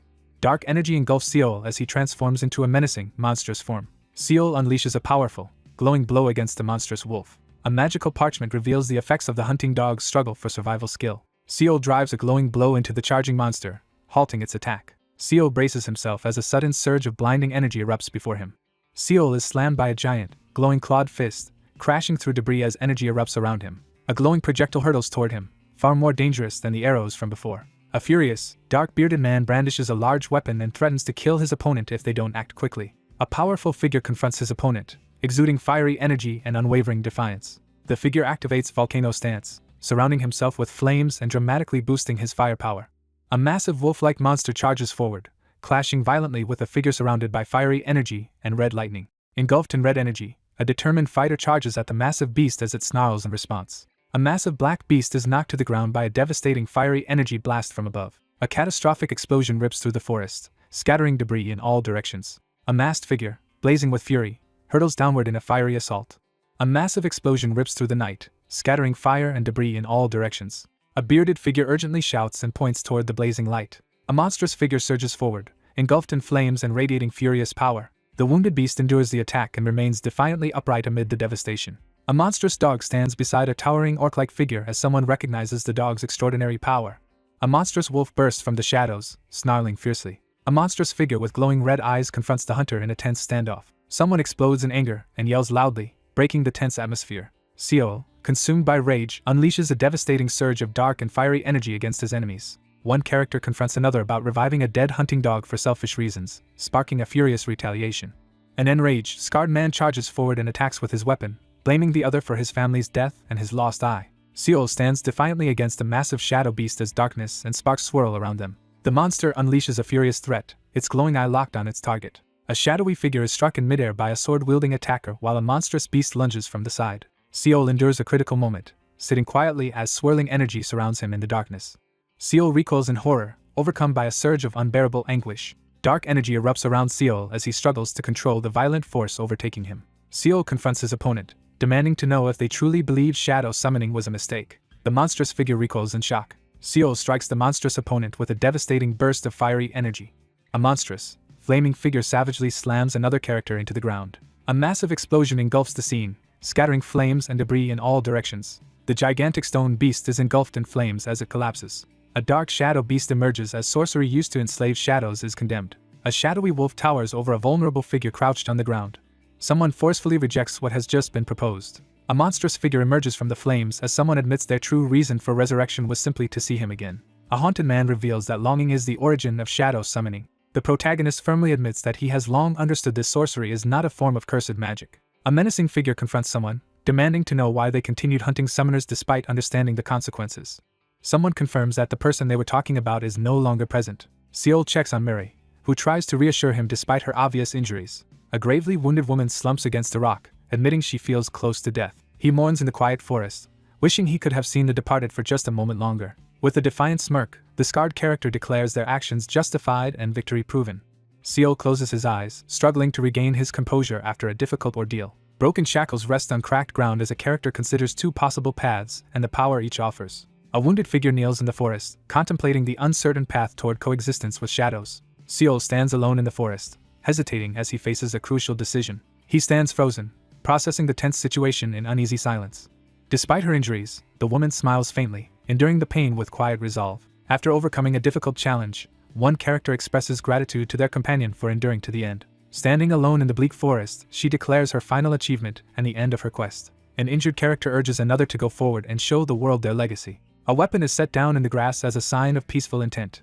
A death notification appears, confirming that Shadow Summoner Mirai will not return in future adventures. A wounded follower kneels and addresses the calm leader as a spectral armored figure looms nearby in the misty forest. Seol insists they bury their fallen comrades in the quiet forest. He reluctantly gives permission for the task to proceed. Seol stands solemnly, calling out to Mirai as a shadowy figure looms behind him. Someone admits that the other person was right. Under the moonlight, a character surveys the arrow-strewn battlefield, questioning whether meeting someone earlier could have changed the outcome. Sitting alone in the forest, the character reflects on the consequences of choosing to go to Yagnitan. A battered woman delivers a cryptic warning about the unpredictability of fate. A young man pauses in the forest, reflecting on how his decision saved many lives in Yagnitan. Seol sits alone in the forest, reflecting on the weight of a decision made by his mentor. One of the figures informs Seol that they have quickly buried the defeated villain in the forest clearing. A red-haired elf hands over a folded paper they found on someone. Seol examines the mysterious letter, noting its unknown special ability and the message written on it. A bearded man examines the tattered letter, suspecting it might be the one Malachus possessed. Seol inspects a mysterious letter in the forest, surprised that its previous owner carried it. The group stands tensely in the forest, speculating if the letter contains instructions from the hunters. A hand uncovers a worn letter written by Malachus, revealing that he is blind and asking for the reader's understanding. The orc-like warrior solemnly vows to keep the letter safe at all times, watched by the concerned red-haired elf. Seol stands in the forest, accepting that he may have given something away under duress or that he might already be dead. A letter hints at an important revelation for the reader. A character stumbles upon a blood-soaked wall, a toppled candlestick, and a family portrait, reacting in horror to the violent aftermath. A desperate boy rushes to his mortally wounded parents, calling out in panic. Seol collapses to the floor, screaming in anguish as he clutches his parents' lifeless bodies. 3 ominous figures receive an order to spare the child inside the mansion. A devastated young man demands to know why the cloaked figures killed his parents after they insist on leaving. A hooded figure reacts defensively, clearly irritated by a provocation. A hooded figure unleashes a dark power to bring 2 people back. Seol reels in shock as he hears that his parents can now live forever. A masked figure shrouded in dark energy stands beside Seol, whose glowing violet eyes reveal he is succumbing to a sinister influence. Seol charges forward in a fit of rage, attacking the hooded figure. Overcome by rage and grief, Seol lunges at the robed figure, demanding the return of his parents as another person holds him back. A hooded figure suddenly exposes a tattooed rose mark on their arm, shocking everyone present. A dark hand grabs Seol as he recoils in shock at the sight of a black rose. 2 men in dark cloaks pin someone violently to the ground as he struggles in frustration. A gloved figure orders the removal of the fallen character's eyes after discovering he has seen something forbidden. A sword slices through the man's head, sending blood spraying as he screams in agony. A menacing figure stands over a blood-stained floor, taunting the defeated foe. Seol collapses bloodied on the ornate floor as his opponent mocks his worthlessness. A hooded figure reveals his identity as a shadow summoner and challenges the other person to seek revenge. Bloodied and furious, he swears vengeance against everyone. The cloaked figure refuses to reveal their identity and leaves the 2 men behind in the grand room. Seol, bloodied and desperate, kneels weakly on the ornate carpet after a brutal ordeal in the dimly lit hallway. Blinded and alone, the figure strains to remember every detail of the departure, committing the memory of the androgynous voice to mind. Seol locks his gaze on the hand marked with the black rose tattoo, his face bloodied and tense. Seol faces 3 intimidating figures in dark clothing, sensing the strong smell of chemicals from them. Determined to find the monster, the protagonist commits to remembering every potential clue. Examining the letter, the protagonist realizes it contains traces of someone's scent and understands the hidden message behind it. One character pleads desperately for someone to rescue their parents from a dangerous captor. A gloved hand reads a somber letter from Malachus, expressing hope that the shadow summoner is not the recipient and pleading for someone to help his parents.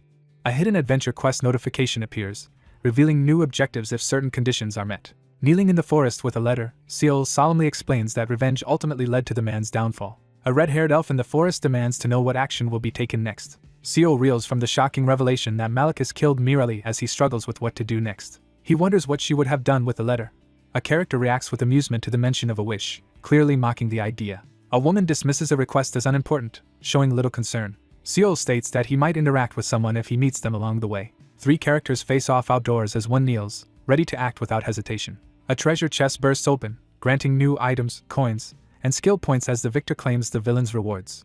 The protagonist examines the newly acquired belt of laughing and crying, noting its stats and special ability. The abilities of the Gus ring are revealed, highlighting its power to boost movement speed after accumulating wind. A flustered elf argues with a large armored figure about whether a ring can fit over the armor. A rare crown with impressive abilities is introduced, clearly intended for a knight. 2 armored elves settle an item dispute peacefully while Seal watches in silence. A digital interface appears, awarding rare achievement titles and special abilities. He reflects on the overwhelming power of legendary titles and the challenge of mastering unique abilities without guidance. Surrounded by blazing red and black flames, he resolves to use his unique power to ensure Night Crow fulfills its potential. After finishing the perilous adventure, Seal notices generous rewards appear before him. With determination in his eyes, the protagonist steps into the glowing forest to begin a new adventure. Seal considers a backup plan as he stands resolute with the glowing emblem on his chest. After reviewing clues about abandoned ruins and escaped monsters, he decides to take on a difficult solo adventure. After completing the Enlightenment adventure, the next and 16th adventure begins. A powerful suppressing force triggers a sudden quest change, catching everyone off guard. A sudden new adventure begins as the protagonist is thrust into chaos, reacting with shock and determination. A blinding explosion of light erupts, catching everyone off guard. 3 adventurers move cautiously into the dense, misty forest. 3 startled figures quickly turn in the woods as they react to an unexpected disturbance. An imposing figure suddenly steps out from behind, startling the group and drawing all attention. Clutching the glowing pendant, Seal stands frozen in shock as he tries to make sense of the mysterious situation.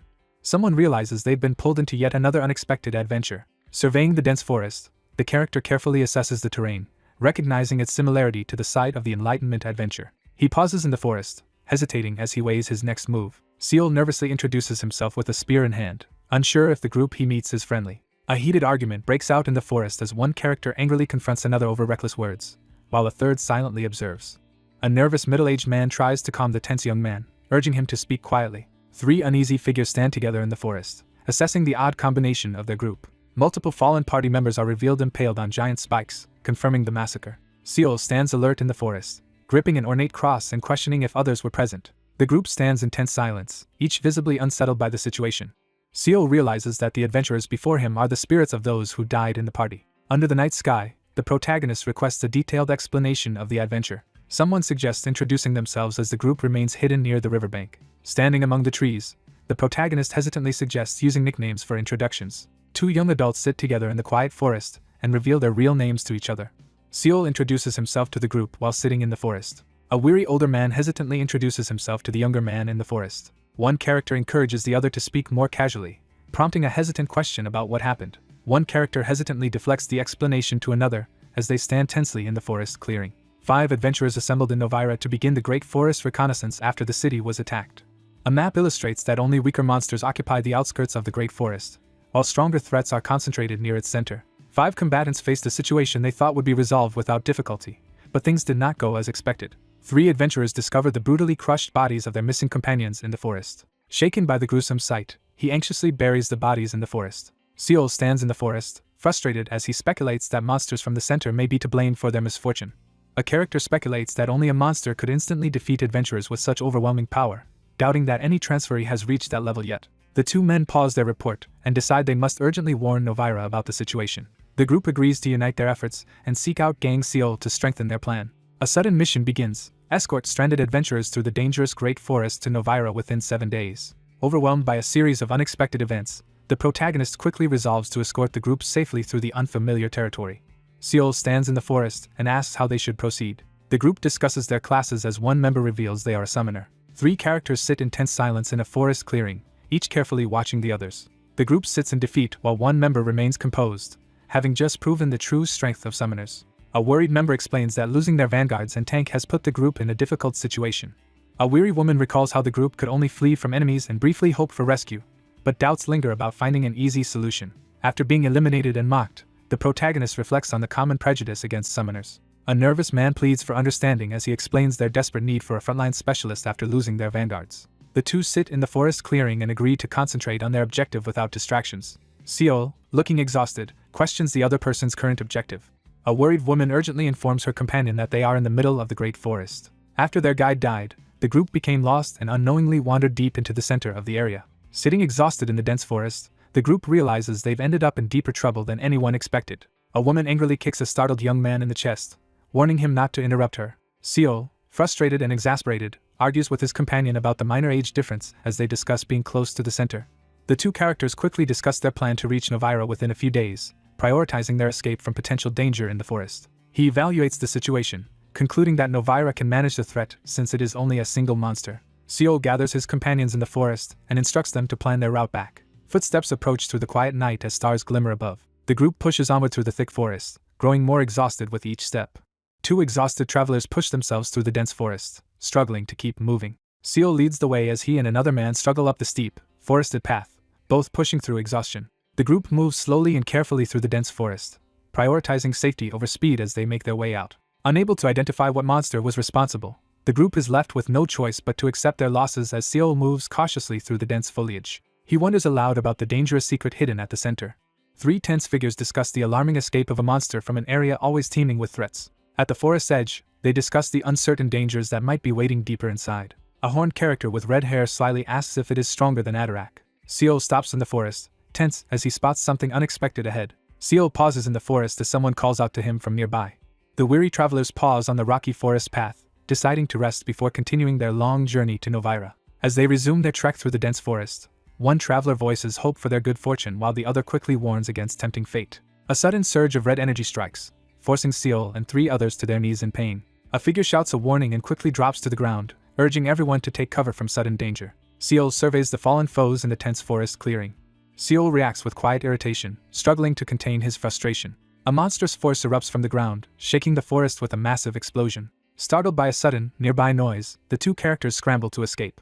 A hidden trap is triggered, and a heavy branch slams into the character's leg. A panicked bystander rushes toward the collapsed man and the locked chest, shouting for help.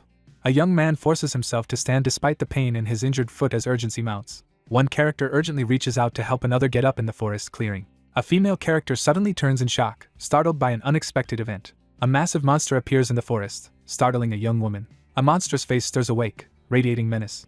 A terrified character stumbles backward as a forest ogre suddenly appears. A monstrous creature raises its giant club, preparing to deliver a devastating blow. A lone figure braces against a violent onslaught of fire and debris. A red-haired figure rushes through the explosion, brandishing a flaming sword. A determined fighter unleashes a devastating fiery attack against the massive stone monster. Two young men recoil in alarm as something rushes toward them from off-panel. A surge of dark energy crackles around a raised, glowing hand as a defiant challenge is issued about its strength. Seol stands firm in the forest, holding up a cross-shaped medallion and rejecting the accusation. A system message announces that the storyline has changed from overflowing hell to breaking free. A sudden mission is issued: escort stranded adventurers through the great forest, while a massive ogre hunts them, with only 6 days remaining. A red-haired character brandishes a flaming weapon while confronting a massive monster. A fierce character strikes forcefully with a flaming sword, surprised that the target remains undamaged. A monstrous creature is struck hard, roaring furiously as debris scatters through the air. A blazing sword slices through the giant monster, delivering a fatal blow. A red-haired attacker lunges forward, slashing at the beast as explosive energy erupts around them. Seol stands firm as a massive monster attacks, illuminated by slashing energy. Seol recoils in shock, overwhelmed by sudden anxiety. For a moment, she wondered if everything around her was just a dream. A fierce battle erupts as a flaming weapon clashes against a massive ogre, known for its difficulty among transferees. A lone warrior charges at a massive monster, facing a threat meant for an entire group. A red-haired adventurer defeats a stone creature in a burst of flames. A system message announces the defeat of Turiax and the receipt of additional rewards. A massive stone monster bursts into the clearing, roaring as a terrified girl recoils in shock. Seol steps forward and unleashes swirling dark energy as the girl recoils in fear behind him. Seol charges at the dark-robed enemy with his glowing blade as the enemy prepares a spell. Two young men dash frantically through the forest, fleeing in terror. Seol raises his sword just in time to block a sudden strike from a mysterious, glowing blade. Seol slashes the ground with a powerful, glowing sword attack that tears through the terrain. A monstrous creature is hurled backward as a powerful energy attack strikes it. A notification announces the defeat of Gorium and the acquisition of additional rewards as a shocked girl stands in the forest clearing. A young woman recoils in horror as she refuses to accept the terrible truth before her. Seal is spotted standing alone in the dark forest clearing. Alert in the forest, he senses an imminent threat approaching. A towering, armored ogre steps out of the forest as Seal prepares to confront the rare and dangerous creature. A monstrous creature roars furiously as Toria's stats surge with each confirmed death. Seal realizes the situation is growing more dangerous as additional enemies appear. A massive stone creature unleashes a sweeping attack, expanding its range and scattering debris. Seal rushes toward the collapsing cliff as debris crashes down. A fierce red-haired elf warrior urgently calls out to her master while raising a flaming sword on the battlefield. As the storm intensifies, someone pauses to consider whether to intervene. A gloved fist armed with golden claws slams into the opponent's chest, forcing them back. A massive stone fist hurtles forward, but Seal counters with a glowing punch, stopping the attack in its tracks. The monstrous opponent reveals surprising agility despite its imposing size. Seal battles to control his monstrous form as dark energy erupts around him. A critical transformation occurs as new stats are assimilated and the class shifts to fighter. The storyline abruptly transforms from breaking free to trio as announced on the ancient scroll. A monstrous creature lunges forward in a violent attack. The figure silently slips into the mist, erasing all traces of movement and sound. A power-infused figure warns an ally to stay alert after the enemy vanishes suddenly. A figure channels overwhelming energy into their fist, fracturing the ground as they prepare for a risky move.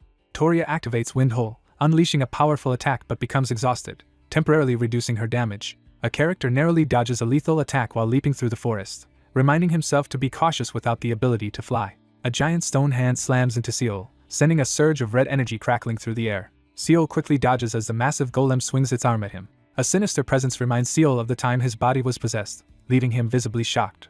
Seal pushes forward with fierce determination, ready to overpower the hunter. The imposing figure detects a clumsy attack and swiftly erases all traces of it. The confident fighter taunts the armored monster, suggesting his moves are now unforgettable. Dark energy crackles as Seal's eyes glow red, signaling the awakening of his latent power. The monstrous figure is slammed violently by a massive fist, sending shockwaves through the darkness. Seal unleashes his dark power, preparing to confront the monstrous shadow behind him. A towering beast issues a taunt, daring its opponent to jump in and prove their courage. A dark, clawed foot slams into the ground, shattering earth and grass with its impact. Seal surges forward, unleashing a violent wave of dark energy. Fiery energy erupts as a new stance is activated, causing all attacks to ignite and explode on impact. Surrounded by swirling red energy, Seal drives his fist forward in a furious, devastating attack. He staggers back, overwhelmed by the sudden loss of all his mana.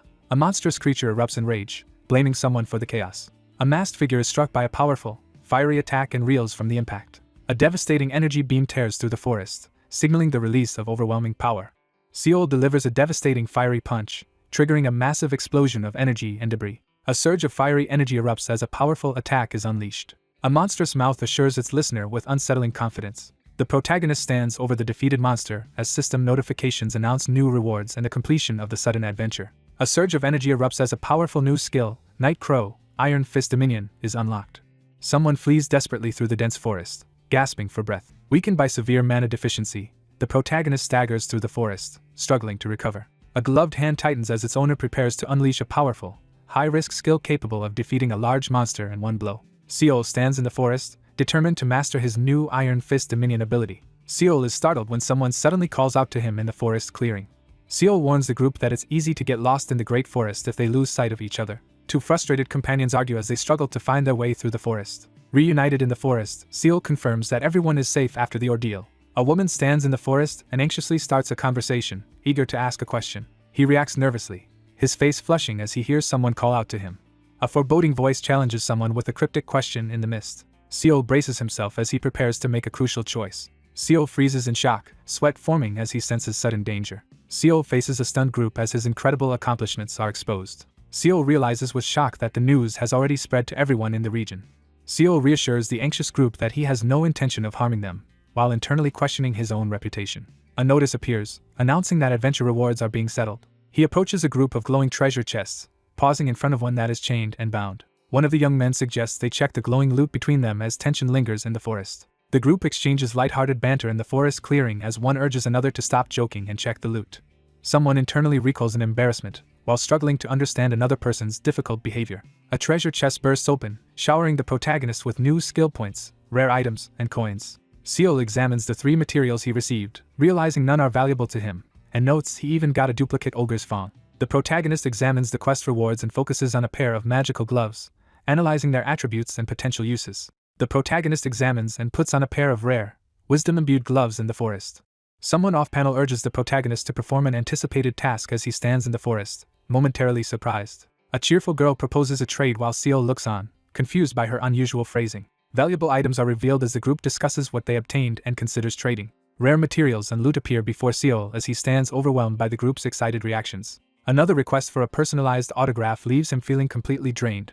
The scene shifts to reveal the sprawling ruins of Novira, where scattered figures move quietly among the crumbling stone gates and a battered arena. A hand points at the glowing adventurer ranking board as the top rankings are revealed. Seal and his companions stare at the leaderboard in shock as they realize the massive gap in point totals. A glowing medallion displays new achievements and a high score, leaving the protagonist surprised and focused. A system notification grants a special title and unique ability, prompting the character to reflect on previously earned achievements.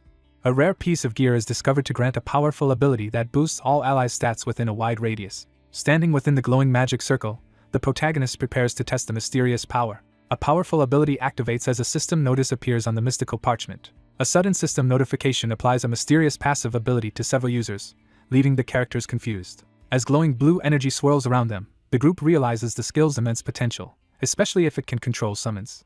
The group discusses where they will stay, with one member surprised by the suggestion that they all share lodging. A girl firmly refuses the offer, announcing her plans to leave Novira soon, leaving Seal visibly shocked. As Seal gets ready to leave, the others stop him and insist on treating him to a meal in gratitude. Seal reluctantly agrees to the persistent request for a meal. A system message announces the start of a rest phase and the recovery of Novira.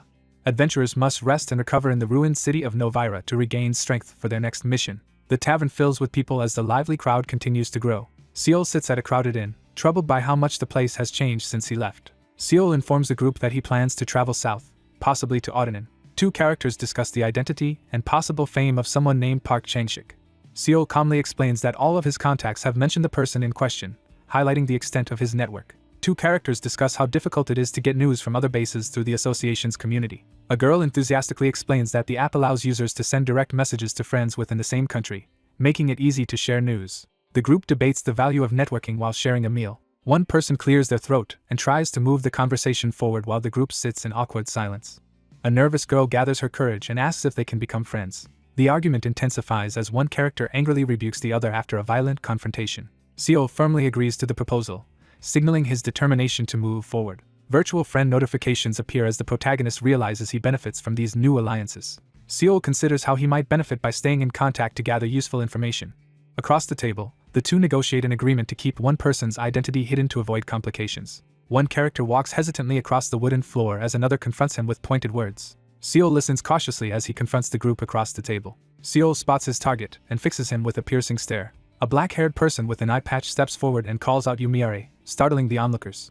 Seal turns to the group at the table, startled by the unexpected arrival. Seal asks for a private discussion, his expression turning serious. Someone questions whether there is anything left to discuss. One character reveals that a new issue has arisen, and it involves both of them. Seal is stunned as he learns that Hammond has left. A person with an eye patch explains that someone left unexpectedly and suggests hearing more from Kibo. As he realizes that everything traces back to Kibo, Seal grows tense while processing the message left behind. Determined to get answers, the protagonist follows his companion through the busy city street to meet Kibo. A secluded stone building is revealed as the lone wolf's hideout. A confident man greets the newcomer and comments on their swift journey from Guerilla to Novira. Seal advises the others to rest and not push themselves too hard. One man informs the other that he called him here to discuss something urgent about Hammond. A man reveals a letter he received before the other person left. Seal stares at the sealed letter in his hands, struggling to understand why it was left for him. A gloved figure reads a letter and is caught off guard by its unexpected message. He reads the document and reacts with resignation to the disappointing news. A character reflects on Seal's selfless actions in Yagnaton, acknowledging that no amount of gratitude can truly repay him. Seal is stunned as a threat escalates beyond words. A message reveals the reason for leaving Novira, marking a decisive turning point. A character is recognized as an extraordinary new transfer student. Seal stands alone in the stone room, tense as he reads a letter that reveals surprising recognition of his abilities. The narrator acknowledges that someone has spent more time in Pandia than they have. The narration emphasizes that Snowman is different from the other transferees. A mysterious voice questions the protagonist's apparent familiarity with the world. Amidst a battlefield strewn with soldiers and imposing figures, the protagonist stands resolute as a voice acknowledges his power to change the world. An ancient scroll unrolls as a foreboding revelation about the world's limit is declared. A dragon towers above a chaotic battlefield as the eras of myth, dragons, and iron are revealed. A glowing scroll heralds the beginning of the Age of Faith beside a radiant cathedral. A bloodied knife and scattered gold coins signal an imminent betrayal. Over many ages, evil has overwhelmed the continent of Pandia.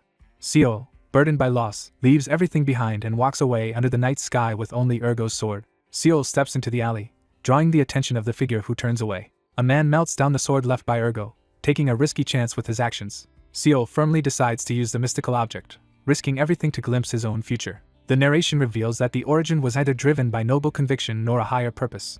Seol admits his actions were driven by cowardice and selfishness as he stands solemnly amid the flames. He sits in silence, lost in thought as the light softly illuminates his face. Most gambles end in loss and regret. This time, while riding by the window, he notices his luck has unexpectedly held. With renewed determination, he resolves to rejoin the world.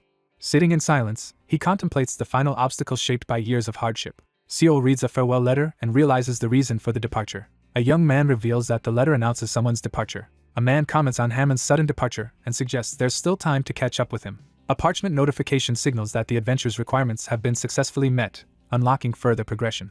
Presented with urgent options on a weathered parchment, the protagonist must quickly decide how to respond to their allies' sudden departure. Seol stands quietly as the system denies his quest, deciding to move on for now. A man laughs and warns that as Seol rises higher, their paths will inevitably cross. Someone realizes that Hammond has gone away to train. It is revealed that Hammond's aide holds the rank of hero, bears the title descendant of Ergo, and has forged 2 legendary blades.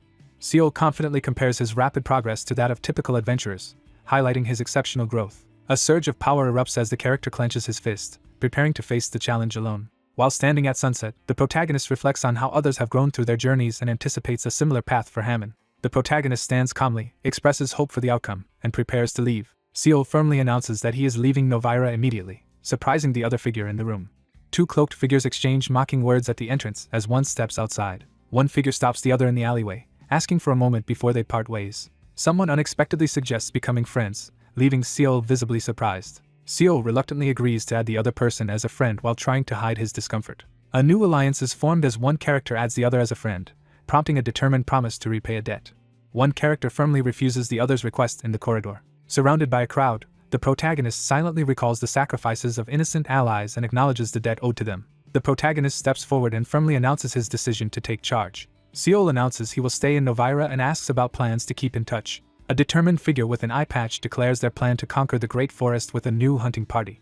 2 characters separate on a sunlit street as one offers a final farewell and encouragement. Someone silently vows to offer their unwavering support as sunlight streams over the empty medieval street. A covered wagon enters the town of Audenon as the sun sets. The travel luck die lands on 12, granting a streak of good fortune and smooth adventures near Audenon. Someone celebrates an unexpectedly high roll of 12 on a d20, reflecting on how rare and joyful the moment is. After a tiring journey, Seol and his companion pause to rest as a magical die floats between them. The 2 characters discuss finding a place to stay, with one asking if they plan to remain in town this time. 2 cloaked figures walk down the street while one questions why the search for Hamlin has stopped. A figure hides behind a wall, anxiously eavesdropping as the nearby conversation hints at someone determined to force their way through. The young woman quickly turns to confront someone approaching. Someone races down the alley, desperate to escape. A gloved hand draws an ornate, jewel-encrusted sword with determination. A red-haired figure aggressively exposes a spy, startling him with a threatening, glowing hand. A red-haired woman threatens another with her sword as Seol coldly denies any connection to the frightened target. 3 anxious figures discover a mysterious obelisk in the narrow alley, realizing the situation involves more people than they thought. Seol walks cautiously with the group through the grand hallway, alert to his surroundings as they enter an important location. 2 anxious men hurry down the lamplit street, rushing to meet someone. Seol steels himself for action as the horned figure observes him. A cloaked figure approaches and apologizes to Seol for any rudeness, asking if he has been waiting long. Seol nervously faces the armored group and prepares to reveal something crucial. A man nervously introduces himself to the group. A mysterious figure approaches and confronts Seol in the dim corridor, asking if he is private. Seol confronts someone directly, demanding to know if he is recognized. A man anxiously admits he has been waiting for the other person's return since their brief visit to Audenon. A nervous armored man invites the group to continue their discussion at a reserved lodging, while Seol watches in silence. 2 figures arrive at the castle, where one is surprised by the prepared lodging and suddenly sneezes. A red-haired character enters the spacious room and admires its impressive size. One character requests help while assuring the others that the situation will not be troublesome. A young man learns that an important item was discovered just before his arrival in Audenon. A serious man clenches his fist and prepares to reveal a secret to the cautious listener. A hand lifts a glowing, rune-engraved orb wreathed in blue flames. Startled, he reacts to something unexpected just ahead. A young man confirms the discovery of a labyrinth and reveals the labyrinth token, prompting a tense reaction. Seol stands tense in the ornate room, confirming that he is already aware of the secret as he grips the glowing orb. A gloved hand reveals the glowing qualification token, which grants access to the Labyrinth of Penance for up to 5 people.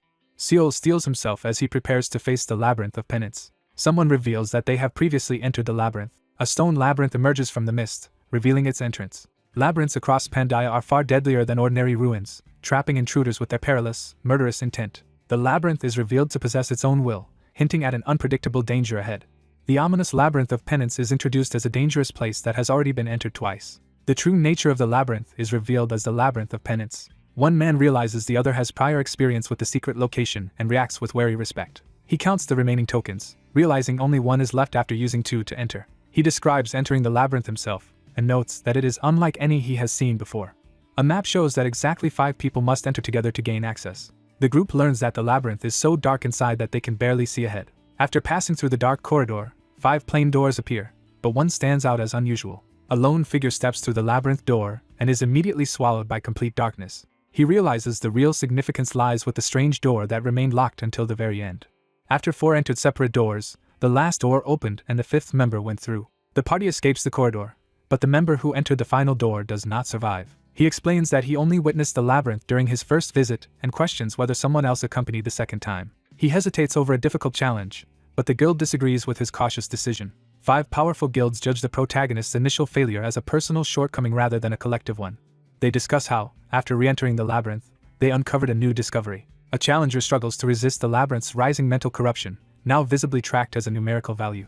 As corruption nears its peak, the group realizes no one knows what happens next, since the last person to reach this point died before finding out. Seol explains that the guild members survived long enough for them to obtain vital information. The challenger's actions upon entering the final door triggered an event that released someone from a different trial. A tense moment unfolds as the determined challenger contemplates the fate of the party before stepping toward the final door. Seol acknowledges the importance of the information and asks for the terms of the exchange. A tense silence follows as the speaker acknowledges the risks, their fists clenched with apprehension. A figure bows deeply in the ornate hall, solemnly requesting that Seol be the final challenger in the labyrinth conquest. Seol admits his uncertainty about being the final challenger, as he reveals his renewed intention to enter the labyrinth. A red-haired elf confides their deeper fears while preparing to depart despite the risks. Seol, sweating and resolute, commits to risking his life alongside his ally rather than surrendering to the labyrinth. Seol agrees to the request, maintaining his composure in the ornate room. Clutching the glowing emblem, the exhausted protagonist postpones the conversation to recover. A nervous young man acknowledges the order and prepares to leave the room. One character requests to be addressed as Snowman instead of Private before departing. A worried companion warns Seol that entering will not be easy. The horned elf confidently asserts readiness for the upcoming challenge, implying a hidden plan. Seol steels himself to face the Labyrinth of Penance, drawing confidence from his past experience. Someone learns that a member of their group failed and disappeared during a mission. A powerful figure known as the Blood Saint is introduced as a formidable contender who once attempted ascension. Seol stands before the ominous red energy, reflecting on whether he now surpasses the Blood Saint's strength when that rival conquered the Labyrinth of Penance. Seol grips the glowing pendant and steels himself to overcome the labyrinth at any cost. A confident elf woman recalls how someone once warned everyone not to enter a certain place. Seol learns that the labyrinth was once known as a tomb because no one who entered ever returned. Seol walks through the ornate hallway, pondering who created the labyrinth and why it exists. The story transitions to the following morning as sunlight bathes the quiet town. Someone apologizes for arriving early. One man informs the other that the guild union wants to reconsider the selection of challengers, creating tension between them. Seol confronts the man about opposition to his involvement, causing the man to panic and deny it. He admits that his previous failure has caused others to lose trust in him. Only one labyrinth token remains as the group prepares to choose the most capable person to enter, knowing the union is desperate for this raid to succeed. Seol points out that, besides the current faction, 4 other guilds are also sending challengers. 2 men discuss the arrival of a new final challenger, and the need for a verification process outside a castle-like building. The group arrives at the Tower of Faith, a formidable stone structure bustling with activity at its entrance.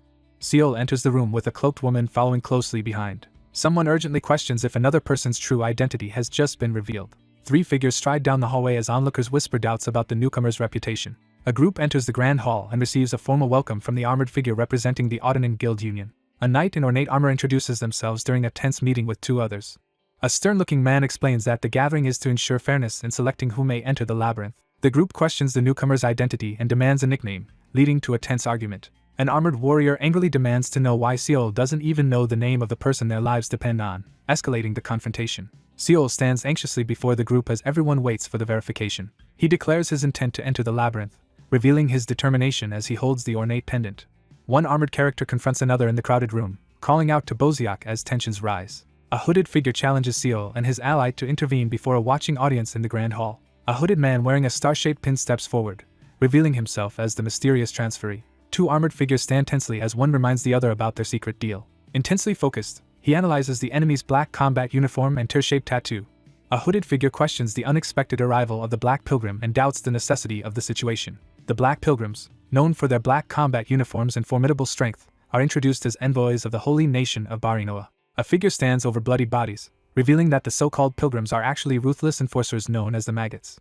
A hooded man steps forward and boldly reveals himself as a black pilgrim, asserting his status before the others. One figure clarifies that their presence in the labyrinth is strictly personal and not connected to any organization.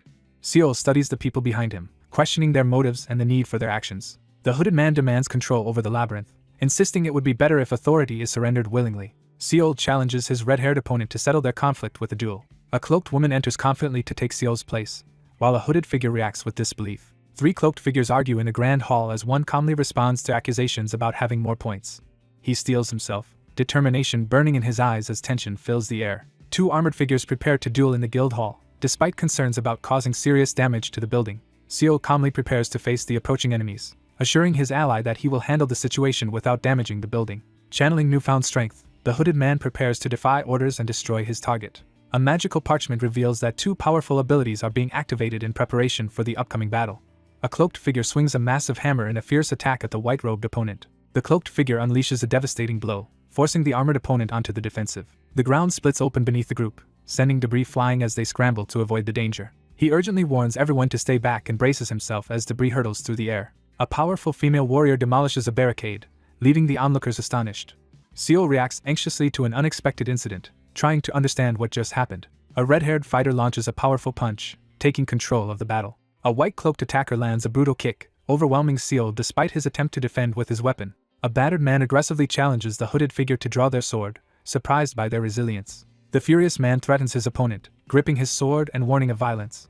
Seal charges forward and swings his large weapon with full force at the masked opponent. Seal narrowly evades a sudden, destructive attack and reacts with frustration. A man is struck by a weapon, gritting his teeth in pain as sparks fly. A furious attacker brings down a massive golden weapon towards Seal and another surprised character. Dark energy surges around Seal as he begins to unleash his ominous power. Seal smashes through the massive obstacle with his monstrous, shadow-infused arm, sending debris flying. The masked figure blocks the attack, leaving the opponent stunned and fearful. A cloaked figure is violently knocked backward by a powerful attack amid flying debris. A dark-haired figure threatens Seal, forcing him to consider a deadly choice. Seal, bloodied but unwavering, summons his strength for a decisive confrontation.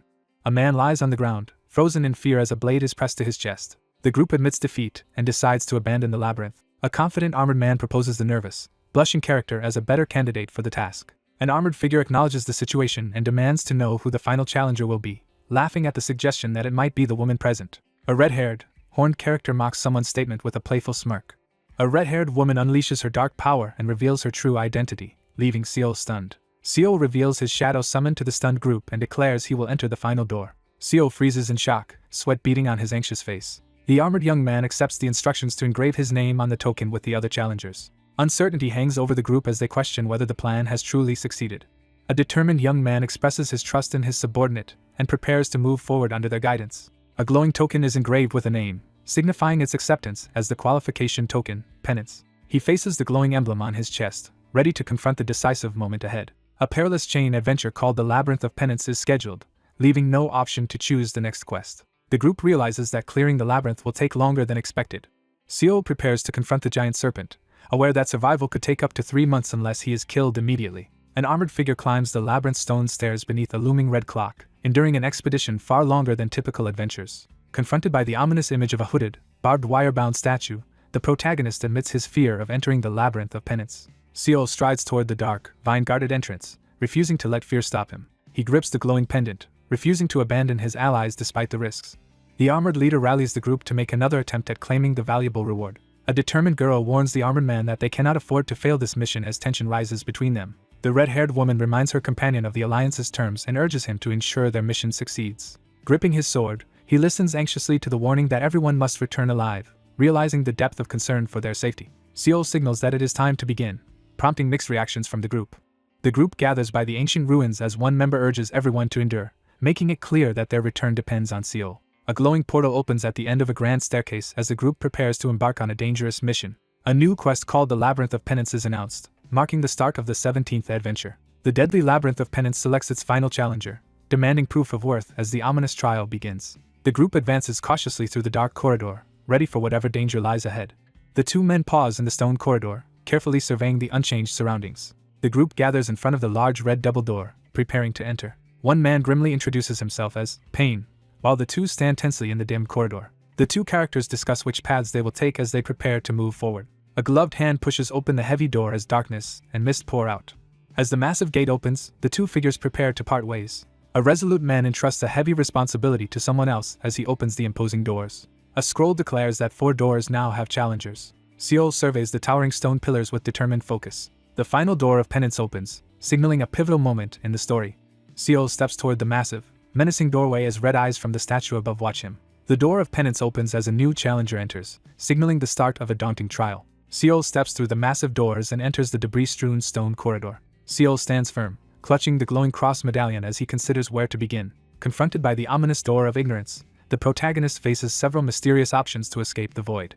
The protagonist pauses to weigh the familiar options of the Light of Isthia and the Bell of Aether, reflecting on their unchanged presence. Confronted by a mysterious interface offering several options, the protagonist carefully considers which action to take next. Amid swirling darkness, he decisively identifies the target. A monstrous figure completes a powerful transformation, assimilating new abilities and changing class. Empowered by swirling dark energy, the transformed figure prepares to combine wisdom and meet the sagacity requirement. A surge of perception heightens the intensity, as he forces himself to keep thinking under mounting pressure. He pushes forward through the empty void, determined to find a way out despite the complete darkness. Determined to escape the door of ignorance, the protagonist realizes he must understand his location as he prepares to confront the Blood Saint. Someone recalls the grim discovery that was made inside the belly of a whale. As darkness swirls, a monstrous figure begins to regain feeling in its body, signaling the return of its senses. A character is overwhelmed by the intense scent of blood filling the darkness. Seol surveys the blood-soaked room, examining the hanging carcasses and ominous lab equipment. Seol stands silently, struggling to contain his anxiety as his eye glows red. A monstrous claw bursts forth as the speaker forcefully rejects the transformation. A towering, monstrous figure strides relentlessly over a field of skeletons and corpses under a blood-red sky. Seol stands atop a mound of corpses beneath a blood-red sky, radiating overwhelming power. Overwhelmed by a wave of corrupting energy, the character endures intense mental anguish within the labyrinth of penance. A character recoils in horror upon discovering a gruesome pile of corpses sacrificed by the labyrinth. Amid a field of bones and darkness, the lone figure strides resolutely toward a glowing blue door radiating ominous energy. A monstrous figure with glowing red markings emerges from the portal, announcing that he can finally hear. A disembodied voice warns that the same fate awaits others. The masked figure surveys the blood-soaked battlefield in silence. The figure turns away from the light and walks out, leaving the room behind. A tense moment builds as someone approaches the closed blue door. A status notification appears, announcing that ignorance has been overcome and mental corruption has decreased within the labyrinth of penance. 2 days later, 3 figures arrive at a devastated, dust-filled ruin. A character trudges through endless fog, growing frustrated as a mental corruption meter rises to 24 out of 100. He checks his mental corruption level and confirms it's still safe. A curious woman with horns asks her master why he has suddenly gone quiet. The orc comments on the quiet figure's withdrawn behavior, expressing curiosity about his thoughts. The group, exhausted after 2 days without proper food, discusses the urgent need to escape the harsh ruins. Seol vents his frustration, visibly annoyed and exhausted. The protagonist realizes that the trials are out of order and recalls completing the ordeal of ignorance 2 days ago. A dense fog envelopes the rocky landscape as the ordeal of doubt begins, clouding the challenger's mind with uncertainty. Seol hesitates in the rocky terrain, anxiously checking his map to confirm if he is on the right path.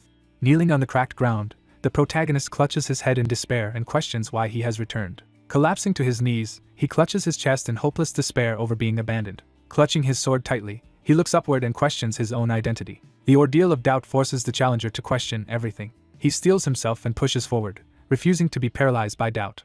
3 glowing blue doors appear between the cliffs, radiating an ominous energy. The group discovers 3 glowing doors where they expected only one. In a tense hallway, the 2 characters stop before a pair of identical doors, uncertain which one is real. 2 characters argue over which glowing door to choose, each insisting on a different option. Seol confidently demonstrates his superior energy reading ability by radiating golden energy from the glowing object on his chest while someone questions his choice. A parchment presents 5 critical options as the trial's final decision looms. Seol stands in silence, his tension visible as he holds back his words. A red-haired elf confronts the fur-clad figure, accusing him of lying during their tense standoff. A white-haired character is struck hard by a massive orange fist, reeling from the force of the attack. An armored elf-haired character resists a painful surprise attack, refusing to be deceived. A fierce, tusked warrior is blasted backward by a glowing punch but defiantly mocks their attacker. Seol exposes the evil spirit's trick and confidently leads the group toward the true target, the large red crystal. Seol confidently reveals that some information was missed, holding the glowing pendant close. A grim figure warns that the evil spirits in the labyrinth of penance invade challengers' memories and attack their minds. Seol confronts the orc and reveals that they failed to access all of his memories. A monstrous figure unleashes dark power, grinning as energy crackles around them. Seol confronts the spectral figure, demanding answers about his fragmented memories and insisting on a solution. He stands in silence, clutching the glowing medallion as he admits he struggled to truly imitate others despite his efforts. He warns his companions not to interfere in the labyrinth unless he asks, as unplanned help could make things worse. Seol calmly confronts the spectral creature, warning that finding the answer alone will take several days. Seol turns his back on the lunging monster and heads toward the glowing doors, ignoring its outburst. A monstrous, dark figure slams a fiery punch into its opponent, unleashing overwhelming force. A shadowy figure wreathed in black smoke moves menacingly toward the glowing portal. A dire warning is delivered about inevitable failure and being consumed by the labyrinth. A menacing figure warns of inevitable despair and suggests surrendering to death as a preferable option. A menacing figure senses an ominous barrier and realizes that none of the expected answers are correct. Sudden teal flames erupt from the cracked ground, catching everyone off guard. The eye patch of perception reveals hidden truths, surging with new power as the armored figure confronts the glowing door. Amid swirling smoke and embers, the masked figure confidently asserts his keen vision. A shadowy figure stands before the glowing labyrinth door, sensing the true challenge has yet to begin. Seol stands firm before the glowing energy pillar, declaring that he has not yet begun to fight. A radiant doorway bursts open as doubt is swiftly conquered within the labyrinth. Surrounded by ominous red energy, he anxiously watches the corruption meter rise and realizes he must act quickly. Seol's face contorts as he unleashes a violent, monstrous transformation. A corruption warning appears as the mental corruption meter rises. At the dungeon gate, the armored man opens the door while Seol prepares to part ways. A young man with a sword on his back stands in the doorway, entrusting everything to someone else before leaving. He steps into the shadowy doorway, hand ready on his sword as he prepares to confront what's ahead. Sensing imminent danger, Seol stands tense and alert in the darkness, gripping the sword on his back. After that, Park Changshik endured relentless torment. He stands alone in the darkness, struggling to steady himself and strategize a way to overcome his limited senses. He struggles to figure out how to endure until the final obstacle is overcome. He pauses in the darkness, gripping his sword and hesitating before making his next move. Suddenly, the character is plunged into silence, unable to hear even their own voice. The challenger is overwhelmed as the door of ignorance engulfs their senses. A lone figure advances through the darkness, holding a glowing orb while seeking a way to overcome ignorance. A shadowy figure steps determinedly toward the glowing portal as darkness swirls and skulls litter the blood-red floor. A dramatic narration emphasizes the necessity of mental strength to endure constant fear caused by ignorance. Seol sprints forward, gasping for breath as a sinister red meter hovers above, tracking his every move. Struggling to endure the relentless torment, he anxiously wonders how much longer he can hold on. A desperate figure fights to maintain control as mental corruption intensifies. Seol is slammed violently to the ground, writhing in pain. Struggling to catch his breath, Seol stands hunched over and exhausted in the darkness. Overwhelmed by lingering, unfamiliar sensations, he is gripped by fear. Four figures approach a massive, sealed door as one of them struggles to recall how he arrived or what he has been doing. He dropped to his knees in the darkness, clutching his head as corruption overwhelmed his mind. Overwhelmed by panic, he crouches in the darkness and desperately begs to be let out. The last challenger clears a crucial trial, causing ignorance to disappear from the labyrinth of penance. Seol crouches and shields himself, bracing for a sudden threat. Blinded by the sudden return of light, he crouches on the ground and clutches his face in pain. A young man jolts awake, clutching his head in panic and confusion as he questions whether he survived. Disoriented and anxious, he awakens in a twisted, unfamiliar place with writhing walls and an unbearable stench. Pinned beneath the suffocating mass, he suddenly realizes the imminent threat closing in on him. A monstrous tongue bursts forth, sending a wave of shock through the scene. Seol sprints through the narrow, rocky passage as water crashes down, desperately trying to escape. A glowing blue door suddenly appears as water rushes around it. Seol charges toward the door without hesitation, driven by desperation. Seol is hurled through a shattered door as debris scatters across the scene. Seol is violently hurled through a door and crashes onto the floor amid flying debris. A parchment message declares the completion of a crucial trial, granting the right to challenge the truth and ending hunger and thirst. Breathing heavily and stunned, the survivor staggers through the wreckage, realizing he is still alive. A mysterious system message appears, announcing that the last challenger has overcome ignorance, and that ignorance has vanished from the labyrinth of penance. He barely stabilizes himself after his mental corruption nearly reaches a dangerous level. Haunted by uncertainty, The protagonist questions whether he truly overcame his past as he faces the daunting labyrinth of penance. Struggling and frustrated, the protagonist worries about the safety of the others. The protagonist finds himself alone before a towering stone structure, facing a group of armored figures above. A character steps into the room and freezes upon spotting several bronze statues holding glowing weapons and a lantern. Tense and sweating, the protagonist hesitates as an unknown force compels him to stare at the statues. Someone's mind has been completely corrupted. He recoils in shock, visibly alarmed by an unexpected revelation. A monstrous green creature bursts through the door, startling the shocked onlooker. A surge of blinding green energy erupts from Seol as he reacts in shock among the towering statues. A ghostly figure recoils as a lantern's powerful light drives it back. A menacing spirit materializes from the mist, gripping a scythe and lantern. A figure under a hood reveals glowing red eyes, unleashing a surge of hidden power. A man freezes in terror as he suddenly understands the true nature of the labyrinth. The labyrinth trapped its victims with no escape, concealing its true nature. A massive explosion rips through the deserted hall, scattering debris among the stone pillars. A sudden burst of fire engulfs a line of armored soldiers, overwhelming them. A system message appears, announcing the failure and warning of impending mental corruption. A red-haired warrior battles tirelessly against endlessly multiplying armored enemies, struggling to hold the line. Two opponents clash fiercely, unleashing bursts of magical and dark energy as the fight escalates. After enduring the trials of ignorance and doubt, the next challenge, the trial of pain, begins with a warning of mental corruption. Clad in armor, he channels all his strength into smashing the statues with his glowing sword as part of the simplest trial. An armored opponent strikes the red-haired elf with a flaming sword, causing a cry of pain. Seol releases a surge of dark energy, destroying the armored enemies in a fierce attack. Seol unleashes a furious wave of dark energy, warning that their struggle has only just begun. The red-haired fighter clashes desperately with the armored enemy, demanding to know when the relentless battle will end. A character struggles to withstand a devastating explosion among shattered stone pillars, desperate to know if the ordeal will only end when he collapses from exhaustion. Seol stands amid the rubble, catching his breath after defeating the last of his enemies. Exhausted and desperate, the protagonist clutches the glowing medallion tightly. A system notification appears, confirming that the requirement for pain has been met. Exhausted but relieved, the protagonist endures the ordeal and the pain disappears, leaving only lingering mental strain. Seol collapses face down in the sand, overcome by exhaustion. He pauses to collect himself, silently assessing the situation. The protagonist regains consciousness and finds himself alone in a vast, empty desert. Seol braces himself as the trial of perseverance, known for its lengthy challenge, begins. The protagonist explains that he's scheduled at least a month to clear the labyrinth because the trial of perseverance takes a significant amount of time. He stands atop the battlefield's aftermath, admitting that shortening the ordeal is difficult. He considers how his strategy has focused on saving time as he stands before 3 glowing doors in the stone passage. Seol fights against armored enemies, struggling to resist the mental corruption that threatens to overwhelm him during the trial. Disturbed by the memory, the character recalls the warning about someone's mind being corrupted after passing the trial of doubt. A corrupted status notification reveals that someone involved in the trial has been completely overtaken. A character opens a pouch and discovers that all of the food inside has spoiled. Seol discovers that all the food and water supplies have spoiled, confirming his doubts about their chances of survival in the labyrinth.